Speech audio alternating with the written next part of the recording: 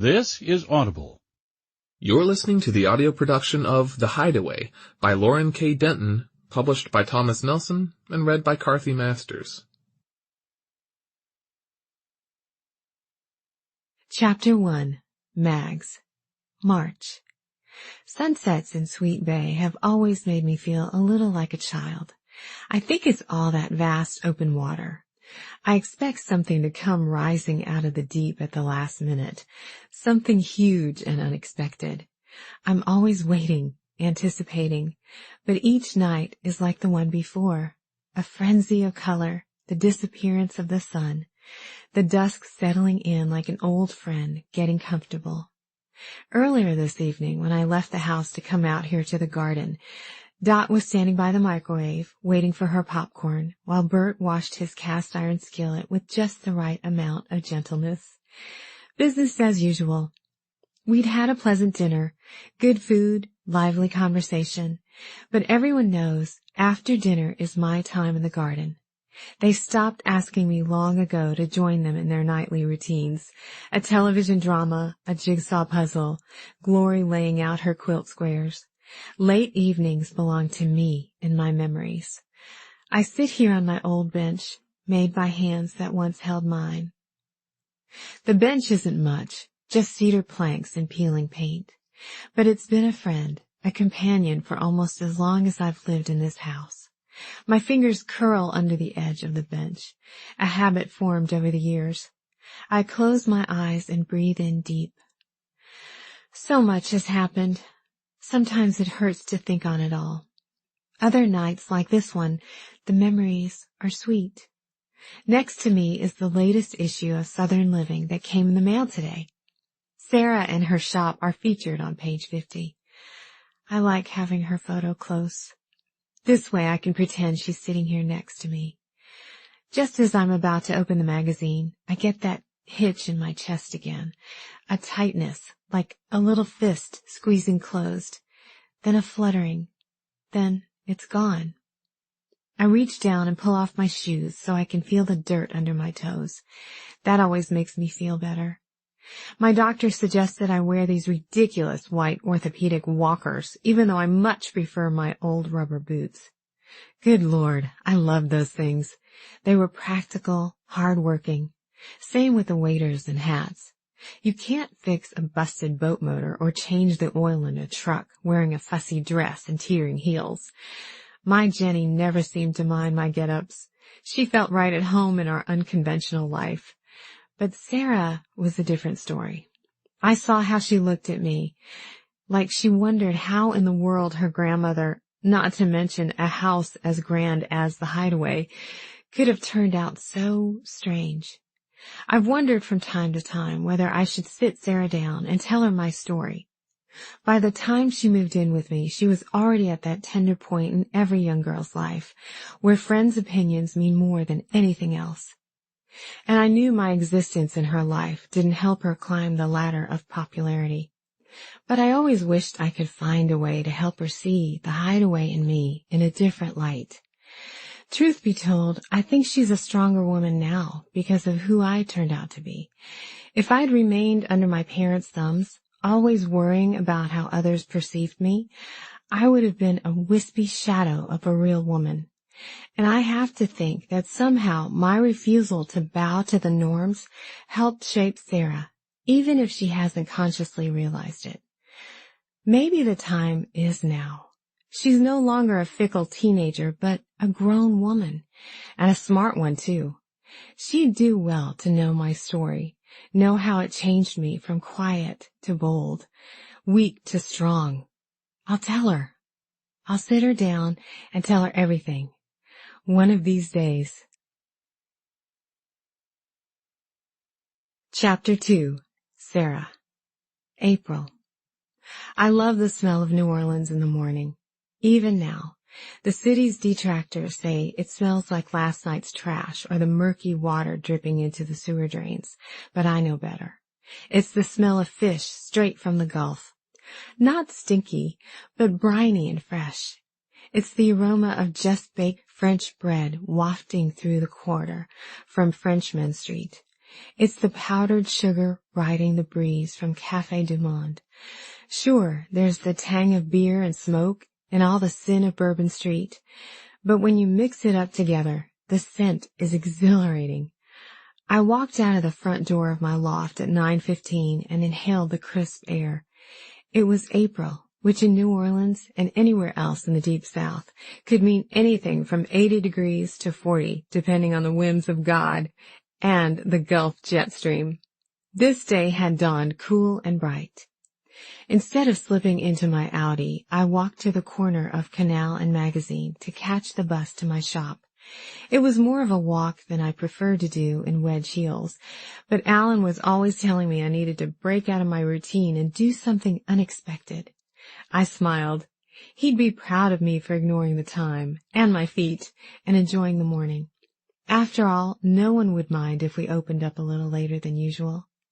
In the Big Easy, businesses were always opening up late or closing early for one reason or another. It wasn't the way I preferred to operate, but it was the way of life here, and I had gotten used to it. "Hey there, pretty lady," a deep tenor voice called out from the shady depths of Three George's Jewelers. This George was always trying to hawk CZ jewels and faux baubles to unwitting tourists. I never bought into George's ploys, but I couldn't avoid him. He was too charming. "Hi, George. Planning to cheat anyone out of their hard-earned dollars today?" "All day long, my dear. One of these days you'll have one of my beauties shining on your finger. Send your beau my way and I'll set them up with something perfect." "I'm sure you would, but there's no beau for me today." "A pretty lady like you? I'm shocked." He called everyone a pretty lady, even some of the men. I wound my way through the quarter to where the bus picked up shoppers and business owners and shuttled us to the middle of Magazine Street. Everyone I encountered was in a jovial mood, and I remembered why I fell in love with New Orleans. As I twisted the key in the lock at Bits and Pieces, balancing a tall to-go cup of coffee in the crook of my elbow, Alan roared into the driveway on his Harley. "You're late." He gracefully dismounted the bike. "Pull an all-nighter like me?" His Hollywood starlet shades covered half his face. His hair was orange today. "No, I didn't, thank you. You're one to talk. You're late, too." "Can't make an entrance if I'm always on time." He hopped up the front steps and grabbed my cup of coffee just before it slipped from my arm. I pushed the door open, and the welcome scent of gardenias drifted past us. We carried a line of hand-poured soy candles in the shop with such pleasing fragrances. Light, not overpowering. I designed Bits and Pieces to make people want to stay for a while. We even kept a Keurig in the back and pralines in a dish by the cash register. I was in love with everything I tucked into the old shotgun house, from restored furniture to antique silver to vintage linen pillows embroidered with the ever-present fleur-de-lis. I'd found much of it at antique markets and estate sales, even a few garage sales. I didn't limit myself to specializing in one particular type of item. That's why I named it Bits and Pieces, a little bit of everything. Invigorated by the sunshine and the freshness of the spring air, I propped open the front door and we began the day. I set the music to Madeline Peru while Alan tinkered with one of the vignettes he'd set up in the side room. In deference to his constant harping that I needed to allow a bit of Southern goth into the shop to appeal to the legions of Anne Rice and voodoo fans in the city, I gave him some leeway. I figured New Orleans had enough mix of high and low, uptown and downtown, that I needed to relax my rules a bit. However, I did draw the line at voodoo dolls. Instead, he scattered tiny white porcelain skulls throughout the shop. Several of my customers bought them to use as unconventional hostess gifts. The day went on as it usually did. Being the middle of the week, most of the customers breezing in and out were locals. Weekends were for the tourists. A few regular clients had hired me to redecorate their houses, and one popped in to show me photos of sideboards she wanted me to look for the next time I went scavenging. A student from the New Orleans Academy of Fine Art brought by a selection of framed photographs for me to display. Alan picked up sandwiches from Guy's Po' Boys. As we neared closing time, Alan ducked into the back office to check a few voicemails that had slipped in while the shop was busy earlier in the day. After a moment, he motioned to me from the hallway. "Some lawyer called. He said he needs to talk to you about a Mrs. Van Buren." He shrugged. "Asked you to call him as soon as you can." It had been over a week since I talked to Mags. We usually talked on Sunday afternoons, but I'd missed our last call because of a water leak at the shop. Instead of hearing the latest Sweet Bay gossip, I'd spent the entire day with buckets, soaked towels, and a cranky repairman. By the time I made it back home and showered, it was too late to call. She left a message on my phone the next morning, but we had yet to catch up with each other. My customer glanced at me, then at his watch. Not wanting to appear distracted, I shook my head. "I'll have to call him back a little later." "Sure thing, boss." As the customer slowly circled the shop, scratching his chin and considering his purchase, I fought a strange urge to jump in my car and drive back to Sweet Bay to see Mags. I laughed under my breath at the impulsive idea. I couldn't just drop the strings holding my life together and take a break. But I still longed to hear her voice with a force that surprised me. An hour later, after selling the circa 1896 dining table and packing it into the back of the truck, we finally closed for the day. All I could think about was calling the lawyer. Maybe Mags had gotten herself into hot water with someone in town. I smiled at the thought. It wasn't out of character for my grandmother, but wouldn't she want to tell me about it herself? Or, at the very least, Dot could have called to fill me in. Why would a lawyer call for something trivial? Alan and I stayed at the shop until 7, checking the register, straightening furniture, and tidying up in preparation for the next day. I often didn't leave until much later, but I headed out early with him. "Want a lift back to your place?" he asked when we paused in the driveway. "I have an extra helmet." "Thanks, but I think I'll take my time getting home. I still have to call the lawyer back." "Right. What was that all about?" "It's Mags. Van Buren is her last name." "Ah, Mags from Sweet Bay, Alabama." Alan attempted an exaggerated southern drawl. "Impressive last name for your eccentric little grandmother." He was quiet for a moment. "Lawyers don't usually call with good news, boss." He fit his helmet over his head. "I've already thought of that." "Did she mention anything when you talked to her on Sunday?" "I missed the call. I was here with Butch and the gaping hole in the roof, remember?" I pinched his elbow and he pinched me back. "I still don't understand why you don't go back to Sweet Bay more often, or why not bring her here for a visit sometime. I make a killer White Russian. Don't old people like those?" I laughed. "I have no idea if she likes White Russians, and I do visit. I told you all about my Christmas trip. Bert almost burned down the tree trying to decorate it with lit candles. Mags had to douse it with the fire extinguisher. It was total chaos as usual. Our Sunday phone calls work just fine." "Maybe for you. I bet Mags would love to see your face more often. Who wouldn't?" He patted my cheek and slung one leg over the seat of his motorcycle. "It's not like you have to make a cross-country trip to get there." I bit the inside of my cheek and glared at him, but he was right. I may have left Mags in my small hometown for the greener pastures of New Orleans, but Mags was my only family. I owed her more than I'd given her. Okay, I'll shut up. Go ahead and make your phone call." "I'll see you tomorrow." Alan lifted his helmet to give me a quick kiss on the cheek, revved the engine a few times, and sped away. Instead of heading for the bus to take me back to Canal, I took a left on Napoleon and walked towards St. Charles. On the way, I pulled out my cell and thumb-swiped to my voicemail box.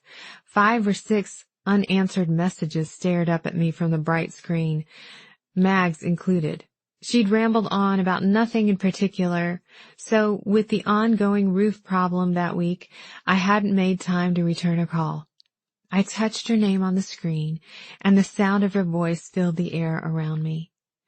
As I heard it a second time, the tone of her voice struck me as unusual. I must not have noticed it before because of the chaos surrounding the water leak, but she didn't sound as chipper as she usually did. Just after she gave me a rundown of the squirrels uprooting her geraniums and the bats in the chimney at the Hideaway, she paused and sighed. I know it's not a holiday, or even close to one, but I'd love to see you, dear. Sometimes the sight of your face is all, well, she cleared her throat and laughed a little. Things are busy over there, I know. It's not like I'm going anywhere, so you just come whenever you can. Don't change your plans for me. Her message finished just as I approached the handful of other folks waiting for the streetcar on St. Charles. I sat on a bench away from the group and fiddled with my phone, switching it from hand to hand. I wanted to call Mags, to check on her, to apologize for not calling earlier, but something compelled me to call the lawyer first. I pushed the button, and my stomach nodded as I waited. Ah, Miss Jenkins, thank you for calling me back. I was just about to walk out the door. I heard him settling back down in his chair. Then a file folder slapped the desk. I'm Vernon Baines, Mrs. Van Buren's lawyer. Has anyone contacted you? No, what is this about? I asked, ignoring the gentle sadness in his voice. Your grandmother passed away this morning. I'm sorry to be the one to tell you, but Mrs. Ingram didn't feel she could handle speaking about it yet. She asked if I would break the news to you. I closed my eyes and turned my back to the other people waiting for the streetcar, then covered my eyes with my free hand, pressing my temples until it hurt. You'll be happy to know she didn't suffer. She complained of some chest pain, so Dot brought her in to the doctor. They couldn't have known it before, but Mrs. Van Buren was at the beginning of what turned into a major heart attack. The doctor called for an ambulance, but she died on the way to the hospital. Dot said it looked like she just closed her eyes and fell asleep. I thought of the streetcar rumbling down the tracks toward me as it picked up and deposited people at various points on the line. 3.5 more minutes and it would stop for me. I cleared my throat and sat up straighter on the bench. Thank you for calling, Mr. Baines. I appreciate you letting me know. We'll have a reading of the will on Friday afternoon here at my office. And where is that? I'm in Mobile, just across the bay.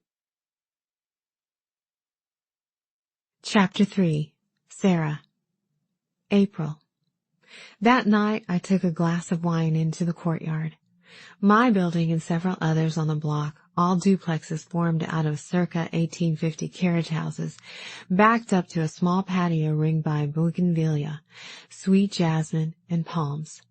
Someone had stuck a wrought iron table and a jumble of chairs in the middle, creating an open area in the lush oasis. On nights when the humidity wasn't 200%, a cluster of neighbors and friends of all ages and varying degrees of quirkiness congregated to toast the end of another day.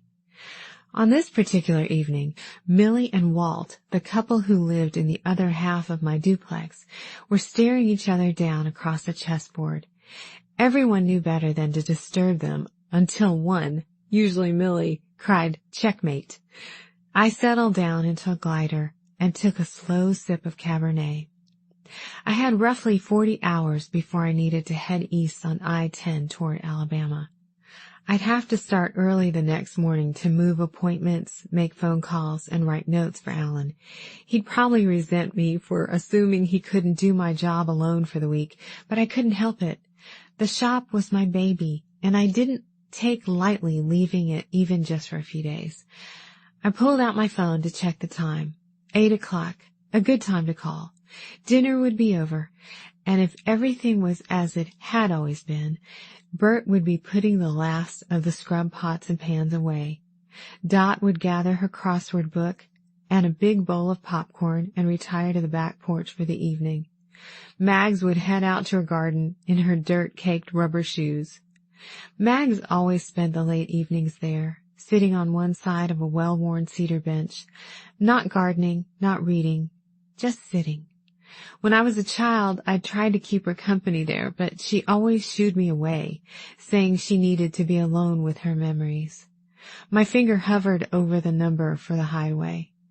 What would happen to the house now that Mags was gone? It hadn't been a proper bed and breakfast since I was a kid. Could it be again? Should it be?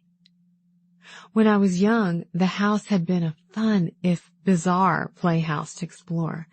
As I got older, I became more aware of the unusual living arrangements the house offered. It might have been a legitimate B&B at one time, but over the years it had become a senior citizen commune with a revolving door, a long layover for people on their way to Florida retirement glory. Maybe Dot and Bert would stay on and run the place, although it couldn't have much life left in it. The house had once been a true beauty. Victorian turrets, white gingerbread trim, French doors opening up to a wide wraparound porch, but it had deteriorated over the years. By the time I left for college, it was hard to ignore the peeling paint, dislodged bricks, and window screens covered in wisteria and kudzu. Even still, no one could deny it had a peculiar charm. Somewhere in some forgotten, dusty travel guide, the Hideaway was still listed as a southern sight to see. Every summer, some unwitting family would stumble in, bleary from travel, and be shocked to find the B&B was decidedly not what the guide made it out to be. Mags and the others would fuss over them and usher them up to their rooms, excited to have real guests again, convinced it was the start of the season. Somewhere in the first couple of days, the guests would inevitably cut their vacation short, saying something had happened at home and they needed to get back. Even though they couldn't wait to leave, something about the place or the people would have charmed them. They were always apologetic about leaving. It was a strange conundrum, guests fleeing sometimes in the middle of the night, but always thanking Mags for her hospitality. Aside from the true guests who came and went, the B&B was always home to a wild assortment of folks who had checked in years back and never left. Some took jobs at the house, helping with gardening or cooking, and some just lived. Mag's friends Bert and Dot Ingram had been there for decades, and Major and Glory Gregg moved in not long after them. The Hideaway was always a hodgepodge of flabby arms, gray hair, house dresses, and suspenders. "Good evening, the Hideaway."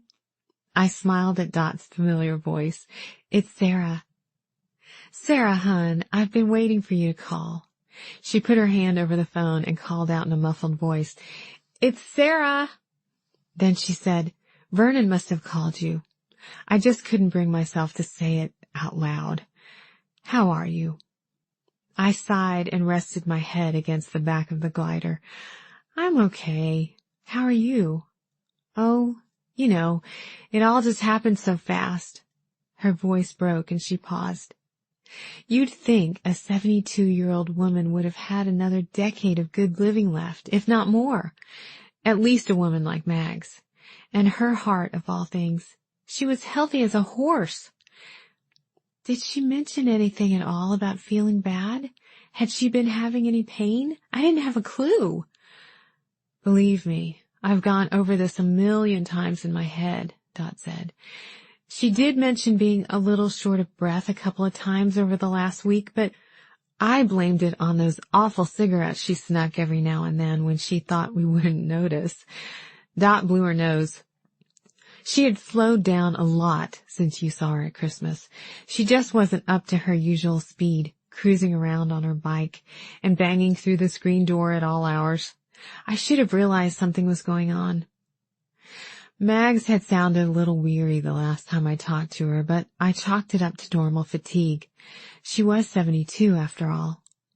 "She must have had a hint that something was coming, though, even if we missed it," Dot said. "Last week, out of nowhere, she said if she ever got really sick, we were under strict orders to pull her out of the hospital and bring her back to the house. She said she'd rather spend her evenings in her garden instead of a cold, sterile hospital room. Can't you just hear her say that?" As we pulled down the driveway to go to the doctor this morning, she had the presence of mind to ask Bert to check the garden for berries because she wanted a slice of his strawberry pie. Dot's tissue crinkled over the phone. There's no way you could have predicted this was coming. I said it as much to myself as to Dot. I wish somehow I had known, though. Maybe I could have done something. Not much you can do from 3 hours away. I could have come back for a visit to help. She never would have asked you. Regardless of what I think, she wouldn't have wanted to be the reason you left your life there for any length of time. You think differently, though? Dot sighed. I just think it was hard for her not to see much of you, even if she never said it. But we talked every week, and I came to Sweet Bay as often as I could. It'd have been different if I had more staff at the shop who could take over for me. I only have Alan. I know, you're probably right. I mentally shushed the voice in my head. Maybe it was Alan's voice, come to think of him, that asked if things really would have been different if I'd had a full roster of staff at my disposal.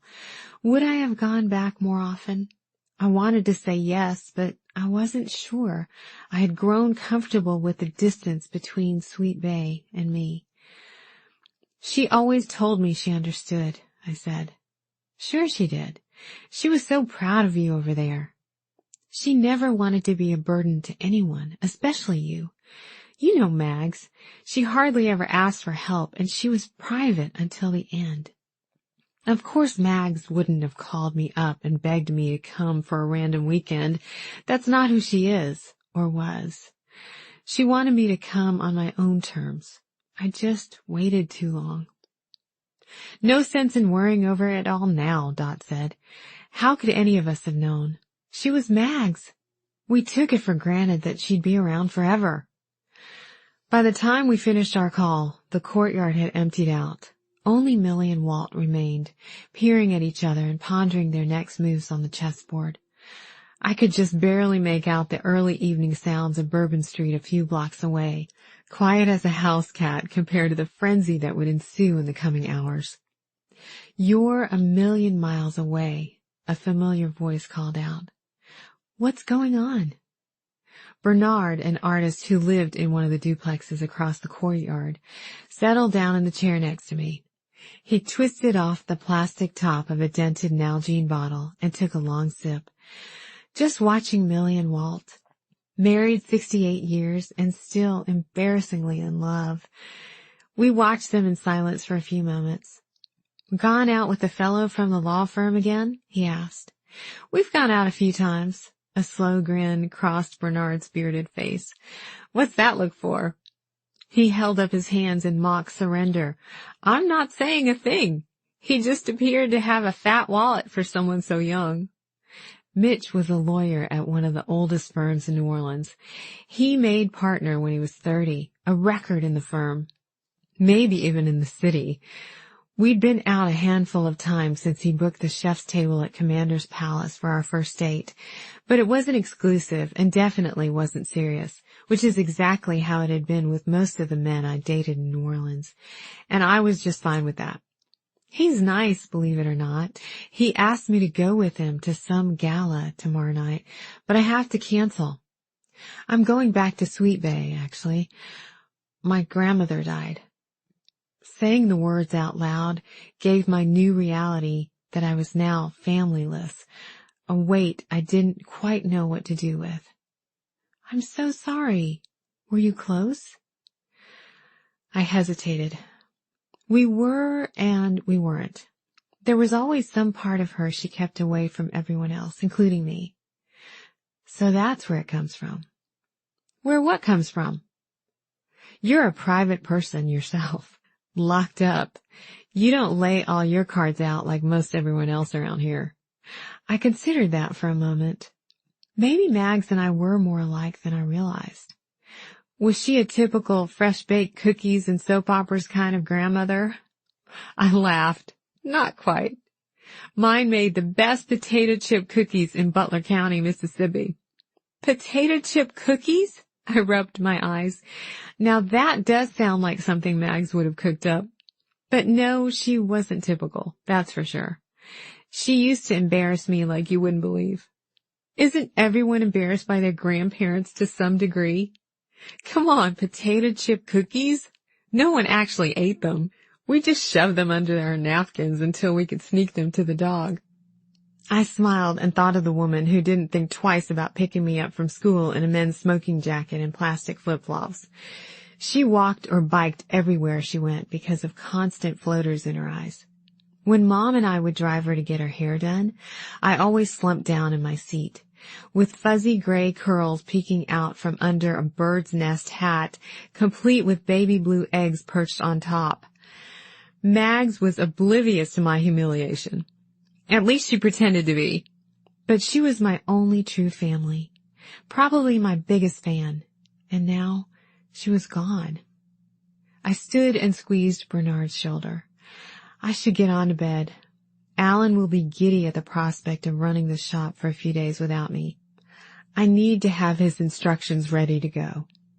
Inside my loft, everything was in its place. Overstuffed down pillows on a couple of linen slip-covered couches, vintage silver vases of fresh flowers, a few tasteful pieces of artwork. I decorated the loft in the same vein as Bits and Pieces, although I was rarely home long enough to enjoy the flowers or the soft comfort of the couches. As I went through my usual preparations to get ready for bed, my mind was on Mags. Occasionally she'd fluttered through the Hideaway in a burst of energy, saying she was going to clean out and declutter. She'd poke through closets, check desk drawers, eye various pieces of furniture as if she'd actually had the nerve to get rid of any of it. She never did. It was as if once things or people found their way there, she couldn't bear to force them out. I, on the other hand, hated clutter and chaos, and my home and shop were evidence of that.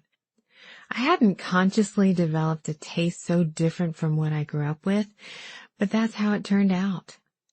Across the room, my eyes fell on two side chairs I'd recently refinished, but hadn't had the nerve to part with yet.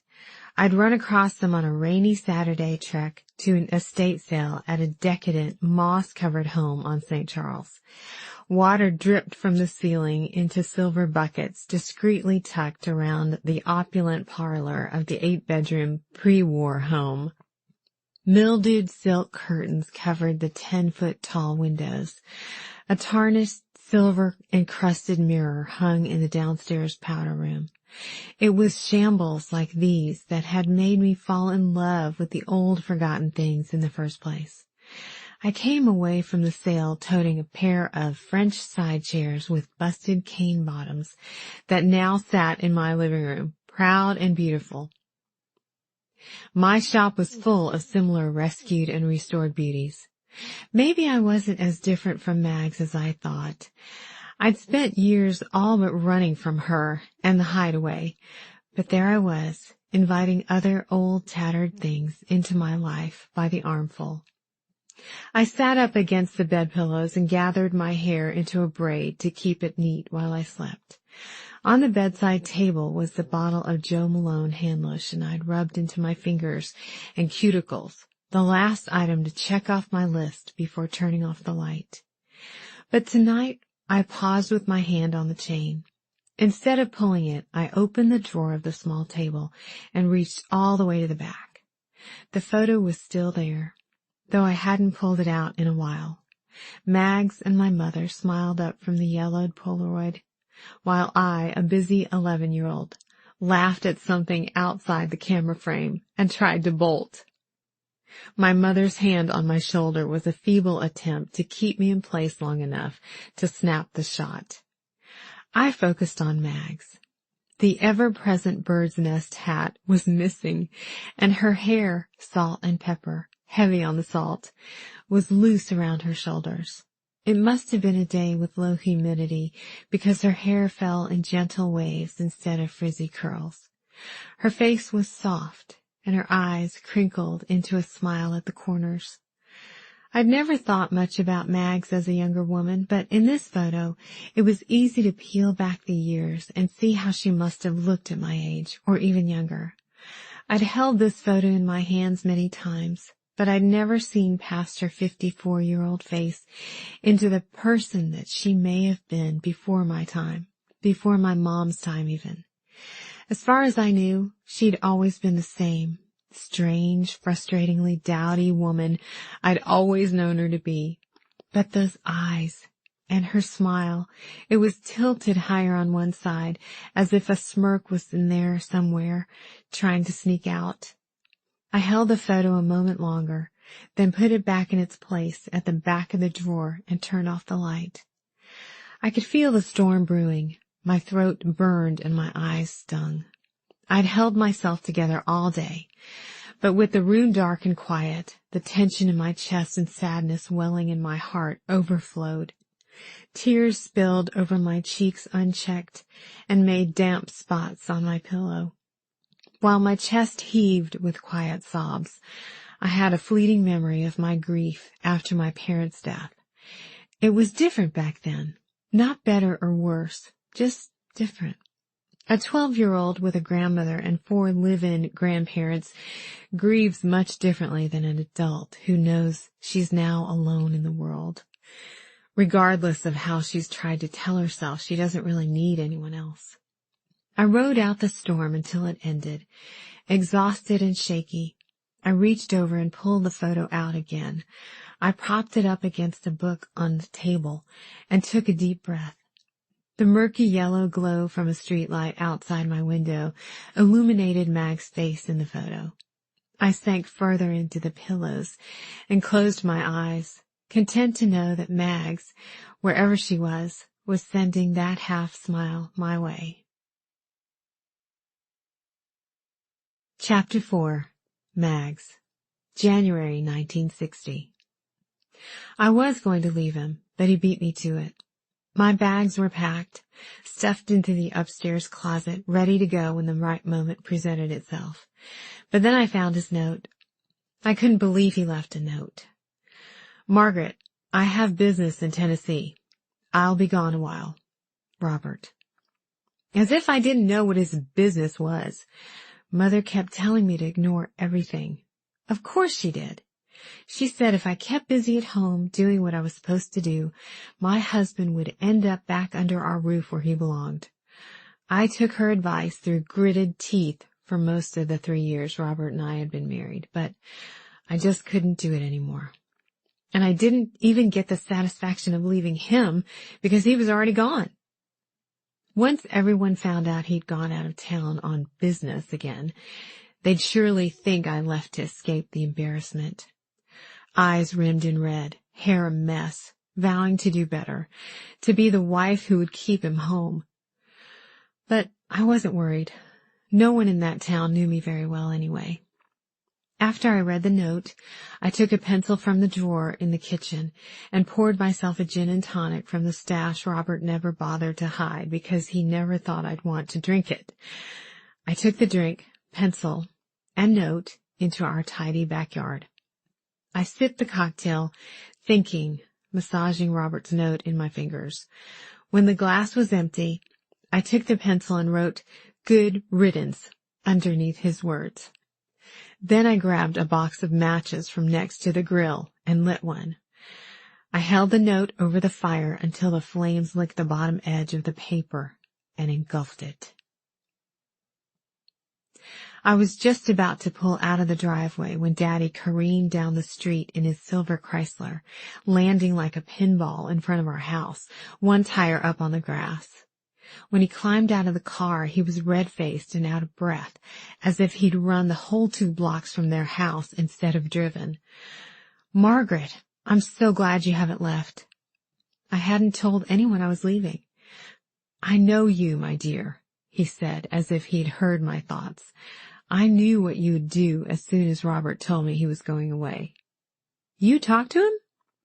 "I was supposed to have a meeting with him at the bank today, but he called and canceled. I saw through the lie right away.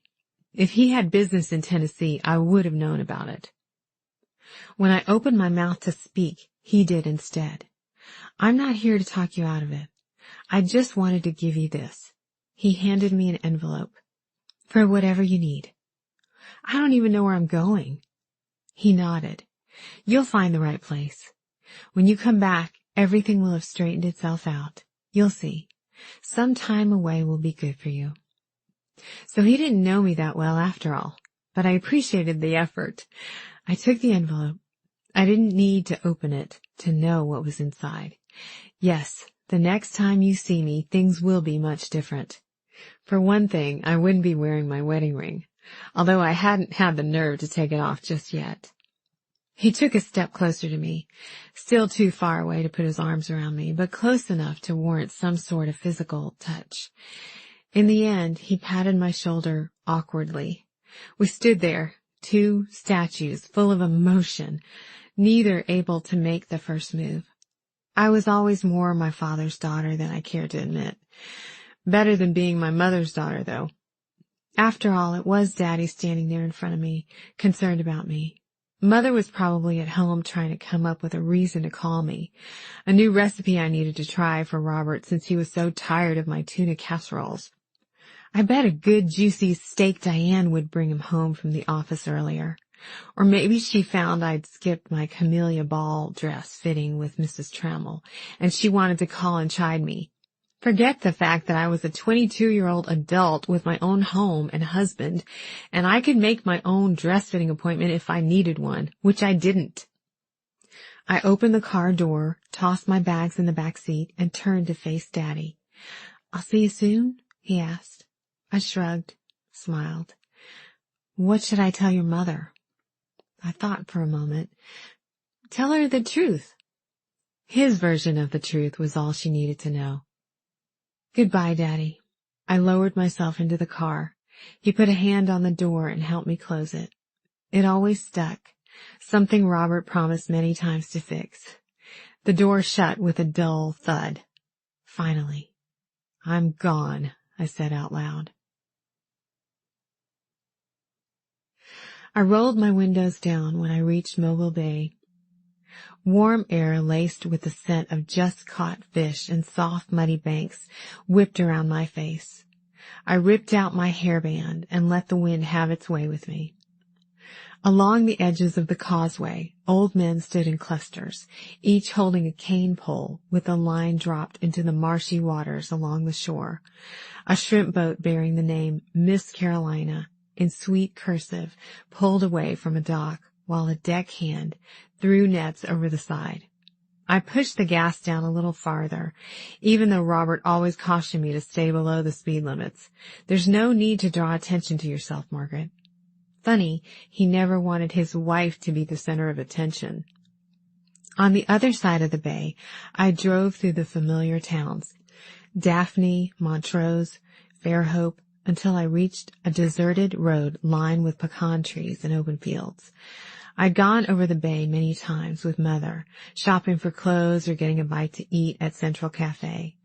Robert and I stayed a long weekend at the Grand Hotel in the first year of our marriage, back when things were mostly peaceful and I could still close my eyes to his indiscretions. But I'd never been off the main roads and thoroughfares of the quiet over-the-bay communities. This was unfamiliar territory. The last marker I remembered seeing was one for Sweet Bay. I needed to pee. "Oh, don't be crass," Mother would say. So I began looking for a place to stop. A faded sign directed me to the Hideaway, the South's best-kept secret. The driveway was long and curved. I assumed there was a house at the end of it, but I couldn't see through the trees. My heart beat faster the farther I went down the driveway. When I emerged from the canopy of trees, I put my foot on the brake. A gorgeous old Victorian house sat bathed in the sun's last remaining rays. An old woman stood in front of the house, sweeping an oriental rug with a straw broom and yelling at a feisty black and white dog. The dog played a game of chase, darting on and off the rug as the woman worked. They both stopped and turned when they heard me approach. The woman directed me to a parking spot under a large oak tree. When I opened the door, she asked, "Parker, 4 nights? I wondered where you were. I thought you may have changed your plans without letting me know. Excuse me? Are you Parker? Mrs. Helen Parker? Double for 4 nights? She peered around me into the car. You're by yourself? What do you need the double room for? I have a full house tonight. I could use that double elsewhere if you can take a single. I could be anyone I wanted to be. A single would be fine.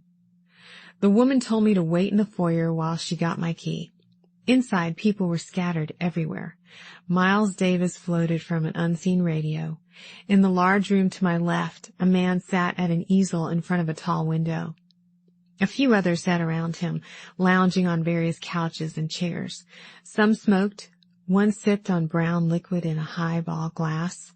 They all gestured wildly, pointing to the man's canvas and out the window. The artist laughed and flicked a bit of paint at one of the women.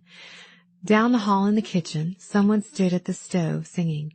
Her back was turned, showing off dark hair hanging all the way down to her bottom. The woman came back down the hall with a key in her hand. I'm Evelyn DeBerry. I'm the owner here, and I'll give you a rundown of the rules. She glanced down at my gray checked Christian Dior dress and black peep-toe heels. Although it doesn't look like you'll give me any trouble, she smiled at me, then gestured toward the group of people on the couches and rolled her eyes. Beatniks. I knew I looked like a dutiful housewife. It was what I was expected to look like, and I'd never questioned it. Not really, anyway. But I was no longer dutiful. I had escaped, and my sense of liberation was powerful. Now I felt more of a connection with the beret-wearing crowd on the couch than I did with Mrs. DeBerry, who sported pearls and rolled hair like mine, despite the age difference. I could feel the stares from those on the couch. Oh, how sweet! June Cleaver in the flesh, their smirks seemed to say. As Mrs. DeBerry rattled off a list of rules, I looked past her into the living room again. A man I hadn't seen at first sat among the artists. He wore dirty blue jeans and a long-sleeved plaid shirt. No beret, no cigarette, no brown liquid. But his blonde hair was long, to his shoulders. For some reason it caught me so off guard, I had to stop myself from crossing the room to touch it. As I watched him in my peripheral vision, he turned to me. In response, my whole body turned toward him without my permission. In that never-ending moment, everything about me was reflected in his face. The way I looked on the outside, and everything roiling around inside me that didn't match my appearance. It was as if I'd been hollowed out. Then the moment passed. He gave me a small smile, pulling just the corner of his mouth upward, and rejoined the conversation around him. The encounter left me disoriented. I took a deep breath to slow my heart. Mrs. Parker, are you okay? It took me a moment to realize Mrs. DeBerry was talking to me. I'm fine. I struggled to regain my composure. I glanced at the man again. His back was to us now. For all I knew, I had imagined it all. Chapter 5. Mags. January 1960. Mrs. DeBerry led me upstairs to my room. It was large and filled with stuffy antiques. A mahogany roll-top desk, a Chippendale curio cabinet, and enough occasional tables to hold a dinner party's worth of drinks. Mother would have loved it. Mrs. DeBerry stood at the door waiting, so I thanked her and told her it was lovely. Satisfied, she turned to go, then paused and stuck her head back in the door. The arty types just keep filling this place up. The worst part is they don't pay half the time. They feed me lines about money coming in. I know it's all lies, but the bills keep coming, so I have to take whoever shows up. Henry never would have let this happen. She trailed off, staring at the window. I longed to finish unpacking, crawl into bed, and disappear for a while, but I didn't want to be rude. I sat on the edge of the bed and waited. Let me know if anyone gives you any trouble. Mr. DeBerry may be gone. He passed away last year, God rest his soul, but I'm no pushover. I'll kick them out in a heartbeat if they cause any problems for a regular guest." She smiled at me like we were in this thing together, then left the room. Mrs. DeBerry had taken one look at me and lumped me in with the regular people. I knew I looked the part, but I also knew what stirred deep in my soul.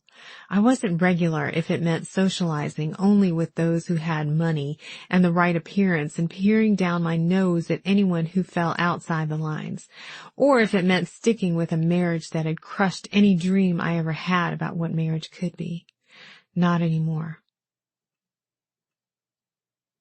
The next morning, with nothing to do and no responsibilities, I stayed in bed until 9, then made my way downstairs for breakfast. I took in more of the house than I'd seen the night before. It was grand, if a bit run down. The dust was thick on tabletops, and the rugs needed a good airing out. Cigarette smoke hung thick in the air, despite no morning appearance of the crowd from last night. Outside, Mrs. DeBerry sat at a white wrought iron table in the backyard overlooking the bay. She nursed a cup of tea, adding to it from a porcelain teapot, Limoges, the same pattern Mother had selected as my wedding china. I walked down the steps, and Mrs. DeBerry turned. "Have a seat. I'd love company." She gestured at the extra teacup, as if she'd expected me to appear. "How was your night? The riffraff didn't make too much noise for you, did they?" "They were fine. I slept well." "That's good. Sometimes lying in bed at night, listening to them cut up for hours, I think of how it used to be around here. Much more civilized, that's for sure." She sniffed and looked at me out of the corner of her eye. She wanted me to ask. Hearing stories about her more proper and civilized clientele was the last thing I wanted, but I indulged her. I looked out at the water as she spoke.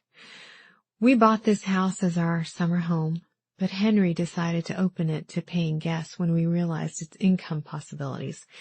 It took off immediately. People came from all over the South to stay for weeks at a time.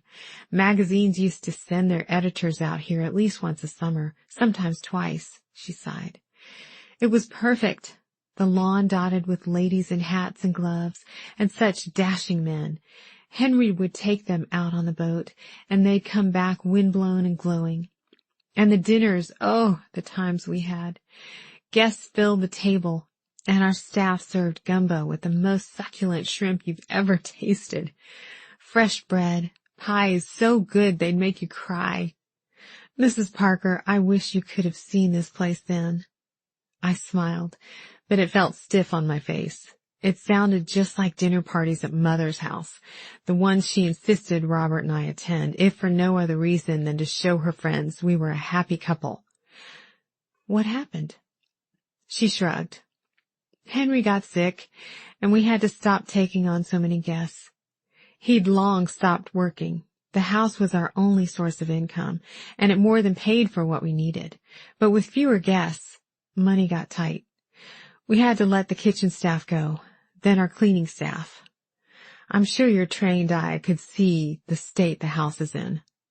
Our old Bertha would have had an apoplectic fit if she saw how I've let things go." She refilled her teacup and mine. "After Henry died, I needed the money, so I had to be less selective about who I allowed to stay here. Hence the artists," she said with a flick of her wrist. "I just don't know how long I can keep this up. I can always move back to Mobile, but I've been gone so long I don't know anyone there anymore. If I did go back, I'd be the outsider, and I assure you I have no desire for that. Imagine me, an outsider. It's preposterous." She fanned herself with her hand, then rose from the table. "I need to get on with my day. You enjoy yourself now. I can't offer you a boat ride, but there are games in the main parlor. The artists break those out later in the day. Heavens above, I don't know how they get by in life. No jobs, no money." She continued her rant as she walked back up the steps and into the house. Alone, I breathed in the cool air. It was January, but it felt more like early spring. I leaned my head back in the chair, untroubled for the first time since learning of Robert's indiscretions. Sitting in that chair with the sun on my face, miles away from the center of the storm, I finally felt free. I awoke some time later to a man sitting at the table opposite me. I sat bolt upright, patted my hair, an automatic gesture, and smoothed my hands down my dress. "It's okay, you look fine." When I chanced a look at him, I realized he was the man from the night before, the one who stood out from the crowd. I hadn't noticed how defined his jaw was, how thick his fringe of eyelashes. He was so close, it was hard to breathe. He seemed to take up all the air in the entire world. "Pardon me for saying so, but you look a little out of place here," he said. I looked down at my dress and put my hand up to my hair again. His scrutiny reduced me to half my size. "I don't think it's me who's out of place," I said, surprising myself. He wore a flannel shirt, dungarees, and scuffed boots. "Where's your black turtleneck and beret?" He let out a soft laugh. "Touché. Your name's Helen, right?" I reached up to scratch the back of my neck. The collar of my dress felt warm and too tight. "That's right, Helen Parker." He stood and held out his hand. "Want to take a walk with me?" Under the table, my wedding ring sat heavy on my finger. I had yet to take it off. I rubbed the ring with my other fingers, considering his offer. In the end, I took his hand. And that one little decision changed everything. Chapter 6. Sarah. April. I spent Friday morning going over last-minute details with Alan. As I'd suspected, he was ecstatic about having the place to himself. No more French cafe music, for one thing. He walked around the shop, ticking items off on his fingers. I may move some of these sconces to the back to make room for a few paintings a friend of mine dropped by. Oh, and I saw some great old masks sitting by the curb in front of the Funky Cat last night. I may stop by and see if I can pick them up before the garbage truck comes. They might make a nice vignette somewhere. I'm not deeding the shop over to you. I'll be back by next Friday at the latest. I figure that gives me some time to go through Mag's things and tie up any loose ends with the lawyer. Don't think I won't notice that this place looks like a Mardi Gras float when I get back. I thought he'd tease me, as he always did, about running too tight a ship, but instead he hugged me. He'd been doing that a lot. He sniffed, and I pulled back to look at him. "It's okay, Alan. Why are you upset?" "I always wanted to meet her.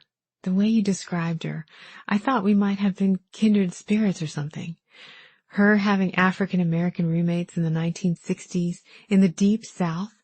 If she loved people on the fringes, she would have loved me. Anyway, she was the last family you had left. Doesn't that make you the slightest bit sad?" "I'm fine, really." To avoid meeting his eyes, I turned away and straightened my dress. Alan eyed me, assessing me. I raised my eyebrows in answer. "Whatever you say." He looked at his watch. It was a couple of hours before I had to leave town. "Get out of here, finish packing, put on something comfortable, and pick up a large coffee on your way out. When you get to Sweet Bay," he affected the drawl he liked to associate with Alabama, "call me if you need me.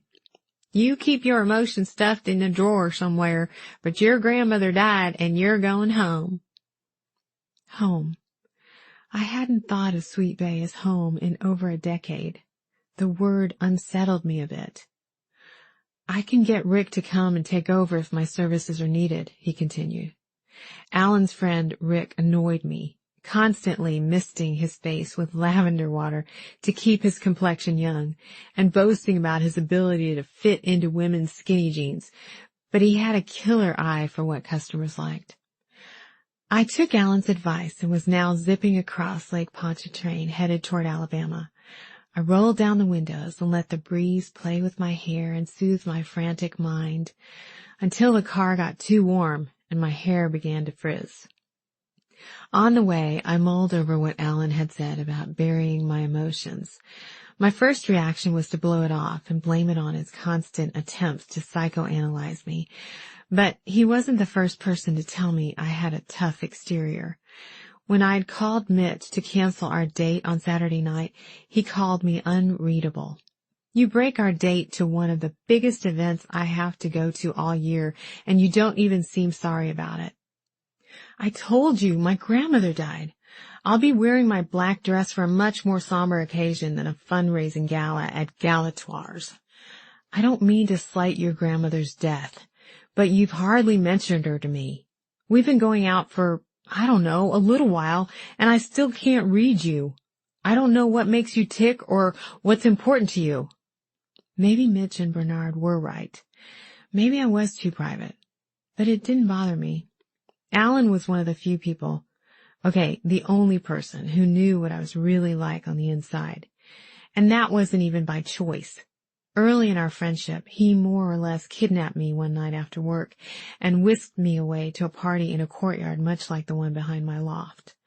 We hung out with his friends for hours, talking and laughing. I was more comfortable in the company of his strange, colorful friends than I had been with any other group of people I could remember. Around midnight, someone popped in an old VHS tape of Xanadu, and most everyone flocked to the TV inside. Alan and I stayed outside and talked.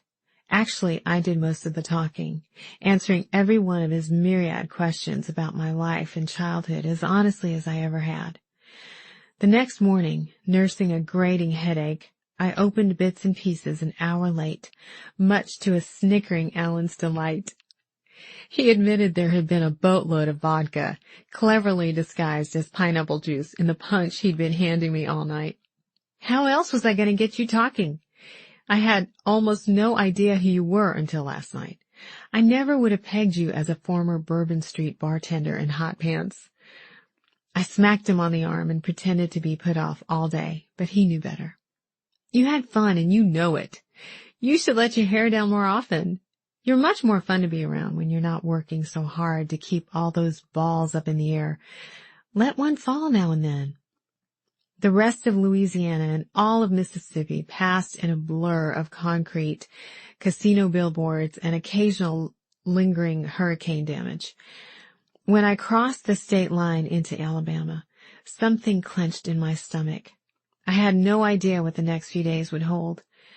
Being 12 years old when my parents died, I didn't have to take care of anything related to the business of death. Mags had been there to talk to the doctors, the lawyer, the funeral home. I was insulated from the ugliness of it all, except for the savage hole in my heart. When Mags took to her bed after the funeral, Dot stepped in as my surrogate mother. She sent thank you notes to those who had sent food, returned casserole dishes, delivered the funeral bouquets to the hospital, and packed lunches for me when I went back to school. As the only surviving member of our tiny family, I'd likely be responsible for all those particulars. But this time, there wasn't a 12-year-old child in the mix. She had grown into a 30-year-old woman, more than capable of taking care of the details. I arrived at Mr. Baines's office 10 minutes before our scheduled meeting. I approached the door to his office on the 6th floor with a mix of nerves and determination, certain I'd be walking away with nothing more than a few dusty boxes of old clothes and maybe some items belonging to my parents. Excuse me, it's time to, Mr. Baines cleared his throat to get our attention. Dot, Bert, Glory, and Major had spent the last 10 minutes oohing and awing over me. Your hair is so pretty. It's longer since we saw you last. Glory examined a dark lock between her fingers. Her short dreadlocks stood up at jaunty angles. I just got a new shade of red in last week. Maybe you'll let me try it out on you. Fix you up nice for the funeral. Glory Gregg was the hairdresser at the Hideaway. At one time, she kept the residents' hair in the latest dues deemed acceptable for senior citizens, and a few that would look better on skateboarding teens. Did Miss Mary Lou ever forgive Glory for the bad dye job that left her hair eggplant purple instead of dusky midnight? Major was Glory's Army veteran husband. I never knew if Major was his given name or just his title. I'm making Mag's favorite chicken a la king tonight in her honor. Bert, the chief culinary officer, said. All the residents knew they needed permission before entering the kitchen. Bert was soft-spoken and gentle, but the kitchen was his domain, and he'd let you know if you overstayed your welcome when he needed to start a meal. You'll be at the house for dinner, right? Sure she will, Dot said. I've already gotten the blue room ready for you, dear. Before I could speak, Mr. Baines stood up behind his desk. If I could have everyone's attention, we'll get started. This shouldn't take long, but I don't want to waste anyone's time. He looked down at his watch before he sat and opened a slim folder. As you all know, I've gathered you here for the reading of the will of Mrs. Margaret Van Buren, better known as Mags. In typical cases, as the estate attorney, I would mail a copy of the will to beneficiaries. However, Mrs. Van Buren specifically requested I gather the 5 of you to hear the will together. Being a longtime friend of hers, I intend to follow her wishes to the letter. Instead of speaking of the house itself, Mr. Baines began with a list of mundane items. When he started outlining which kitchen items would go to Bert and which quilts Gloria could have, I tuned out. My mind drifted back to the day I became a permanent resident of the Hideaway. My parents had dropped me off so they could do some Christmas shopping. It was only September, but they liked to spread the expenses over a few months rather than end the year in the red. As owners of the only diner in town, famous for their loaded cheeseburger and a darn good catfish pie, they made enough money to pay the bills and keep me in my little ponies and then in Converse sneakers, but not much extra rattled in their pockets. It was raining that day. I had curled up in the window seat in the downstairs den, tracing raindrops trailing down the window with my finger, when someone knocked on the door. I paused, waiting to hear movement in the house. No one came, so I rose and peered out the window next to the door.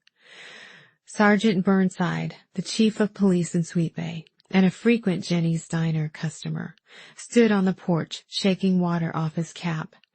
As he settled the cap back on his head, he noticed me standing in the window. His eyebrows crunched together, and the worry lines on his forehead deepened. When Mags appeared behind me and opened the door, Sergeant Burnside asked if he could talk to Mags in private. I knew it was something terrible.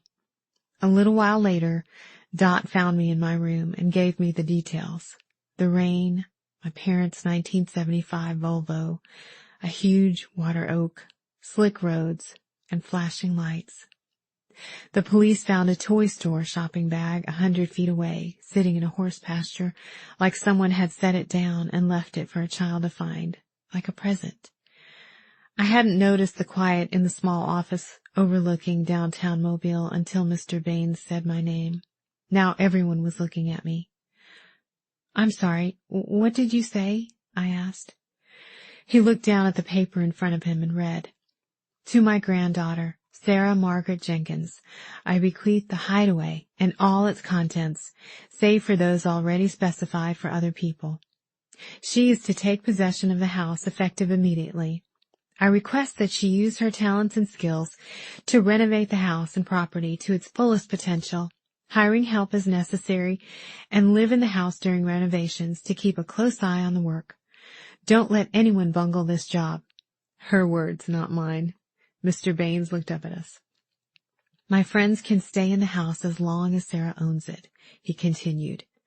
After renovations are complete, she may do with the house what is in its and her best interest.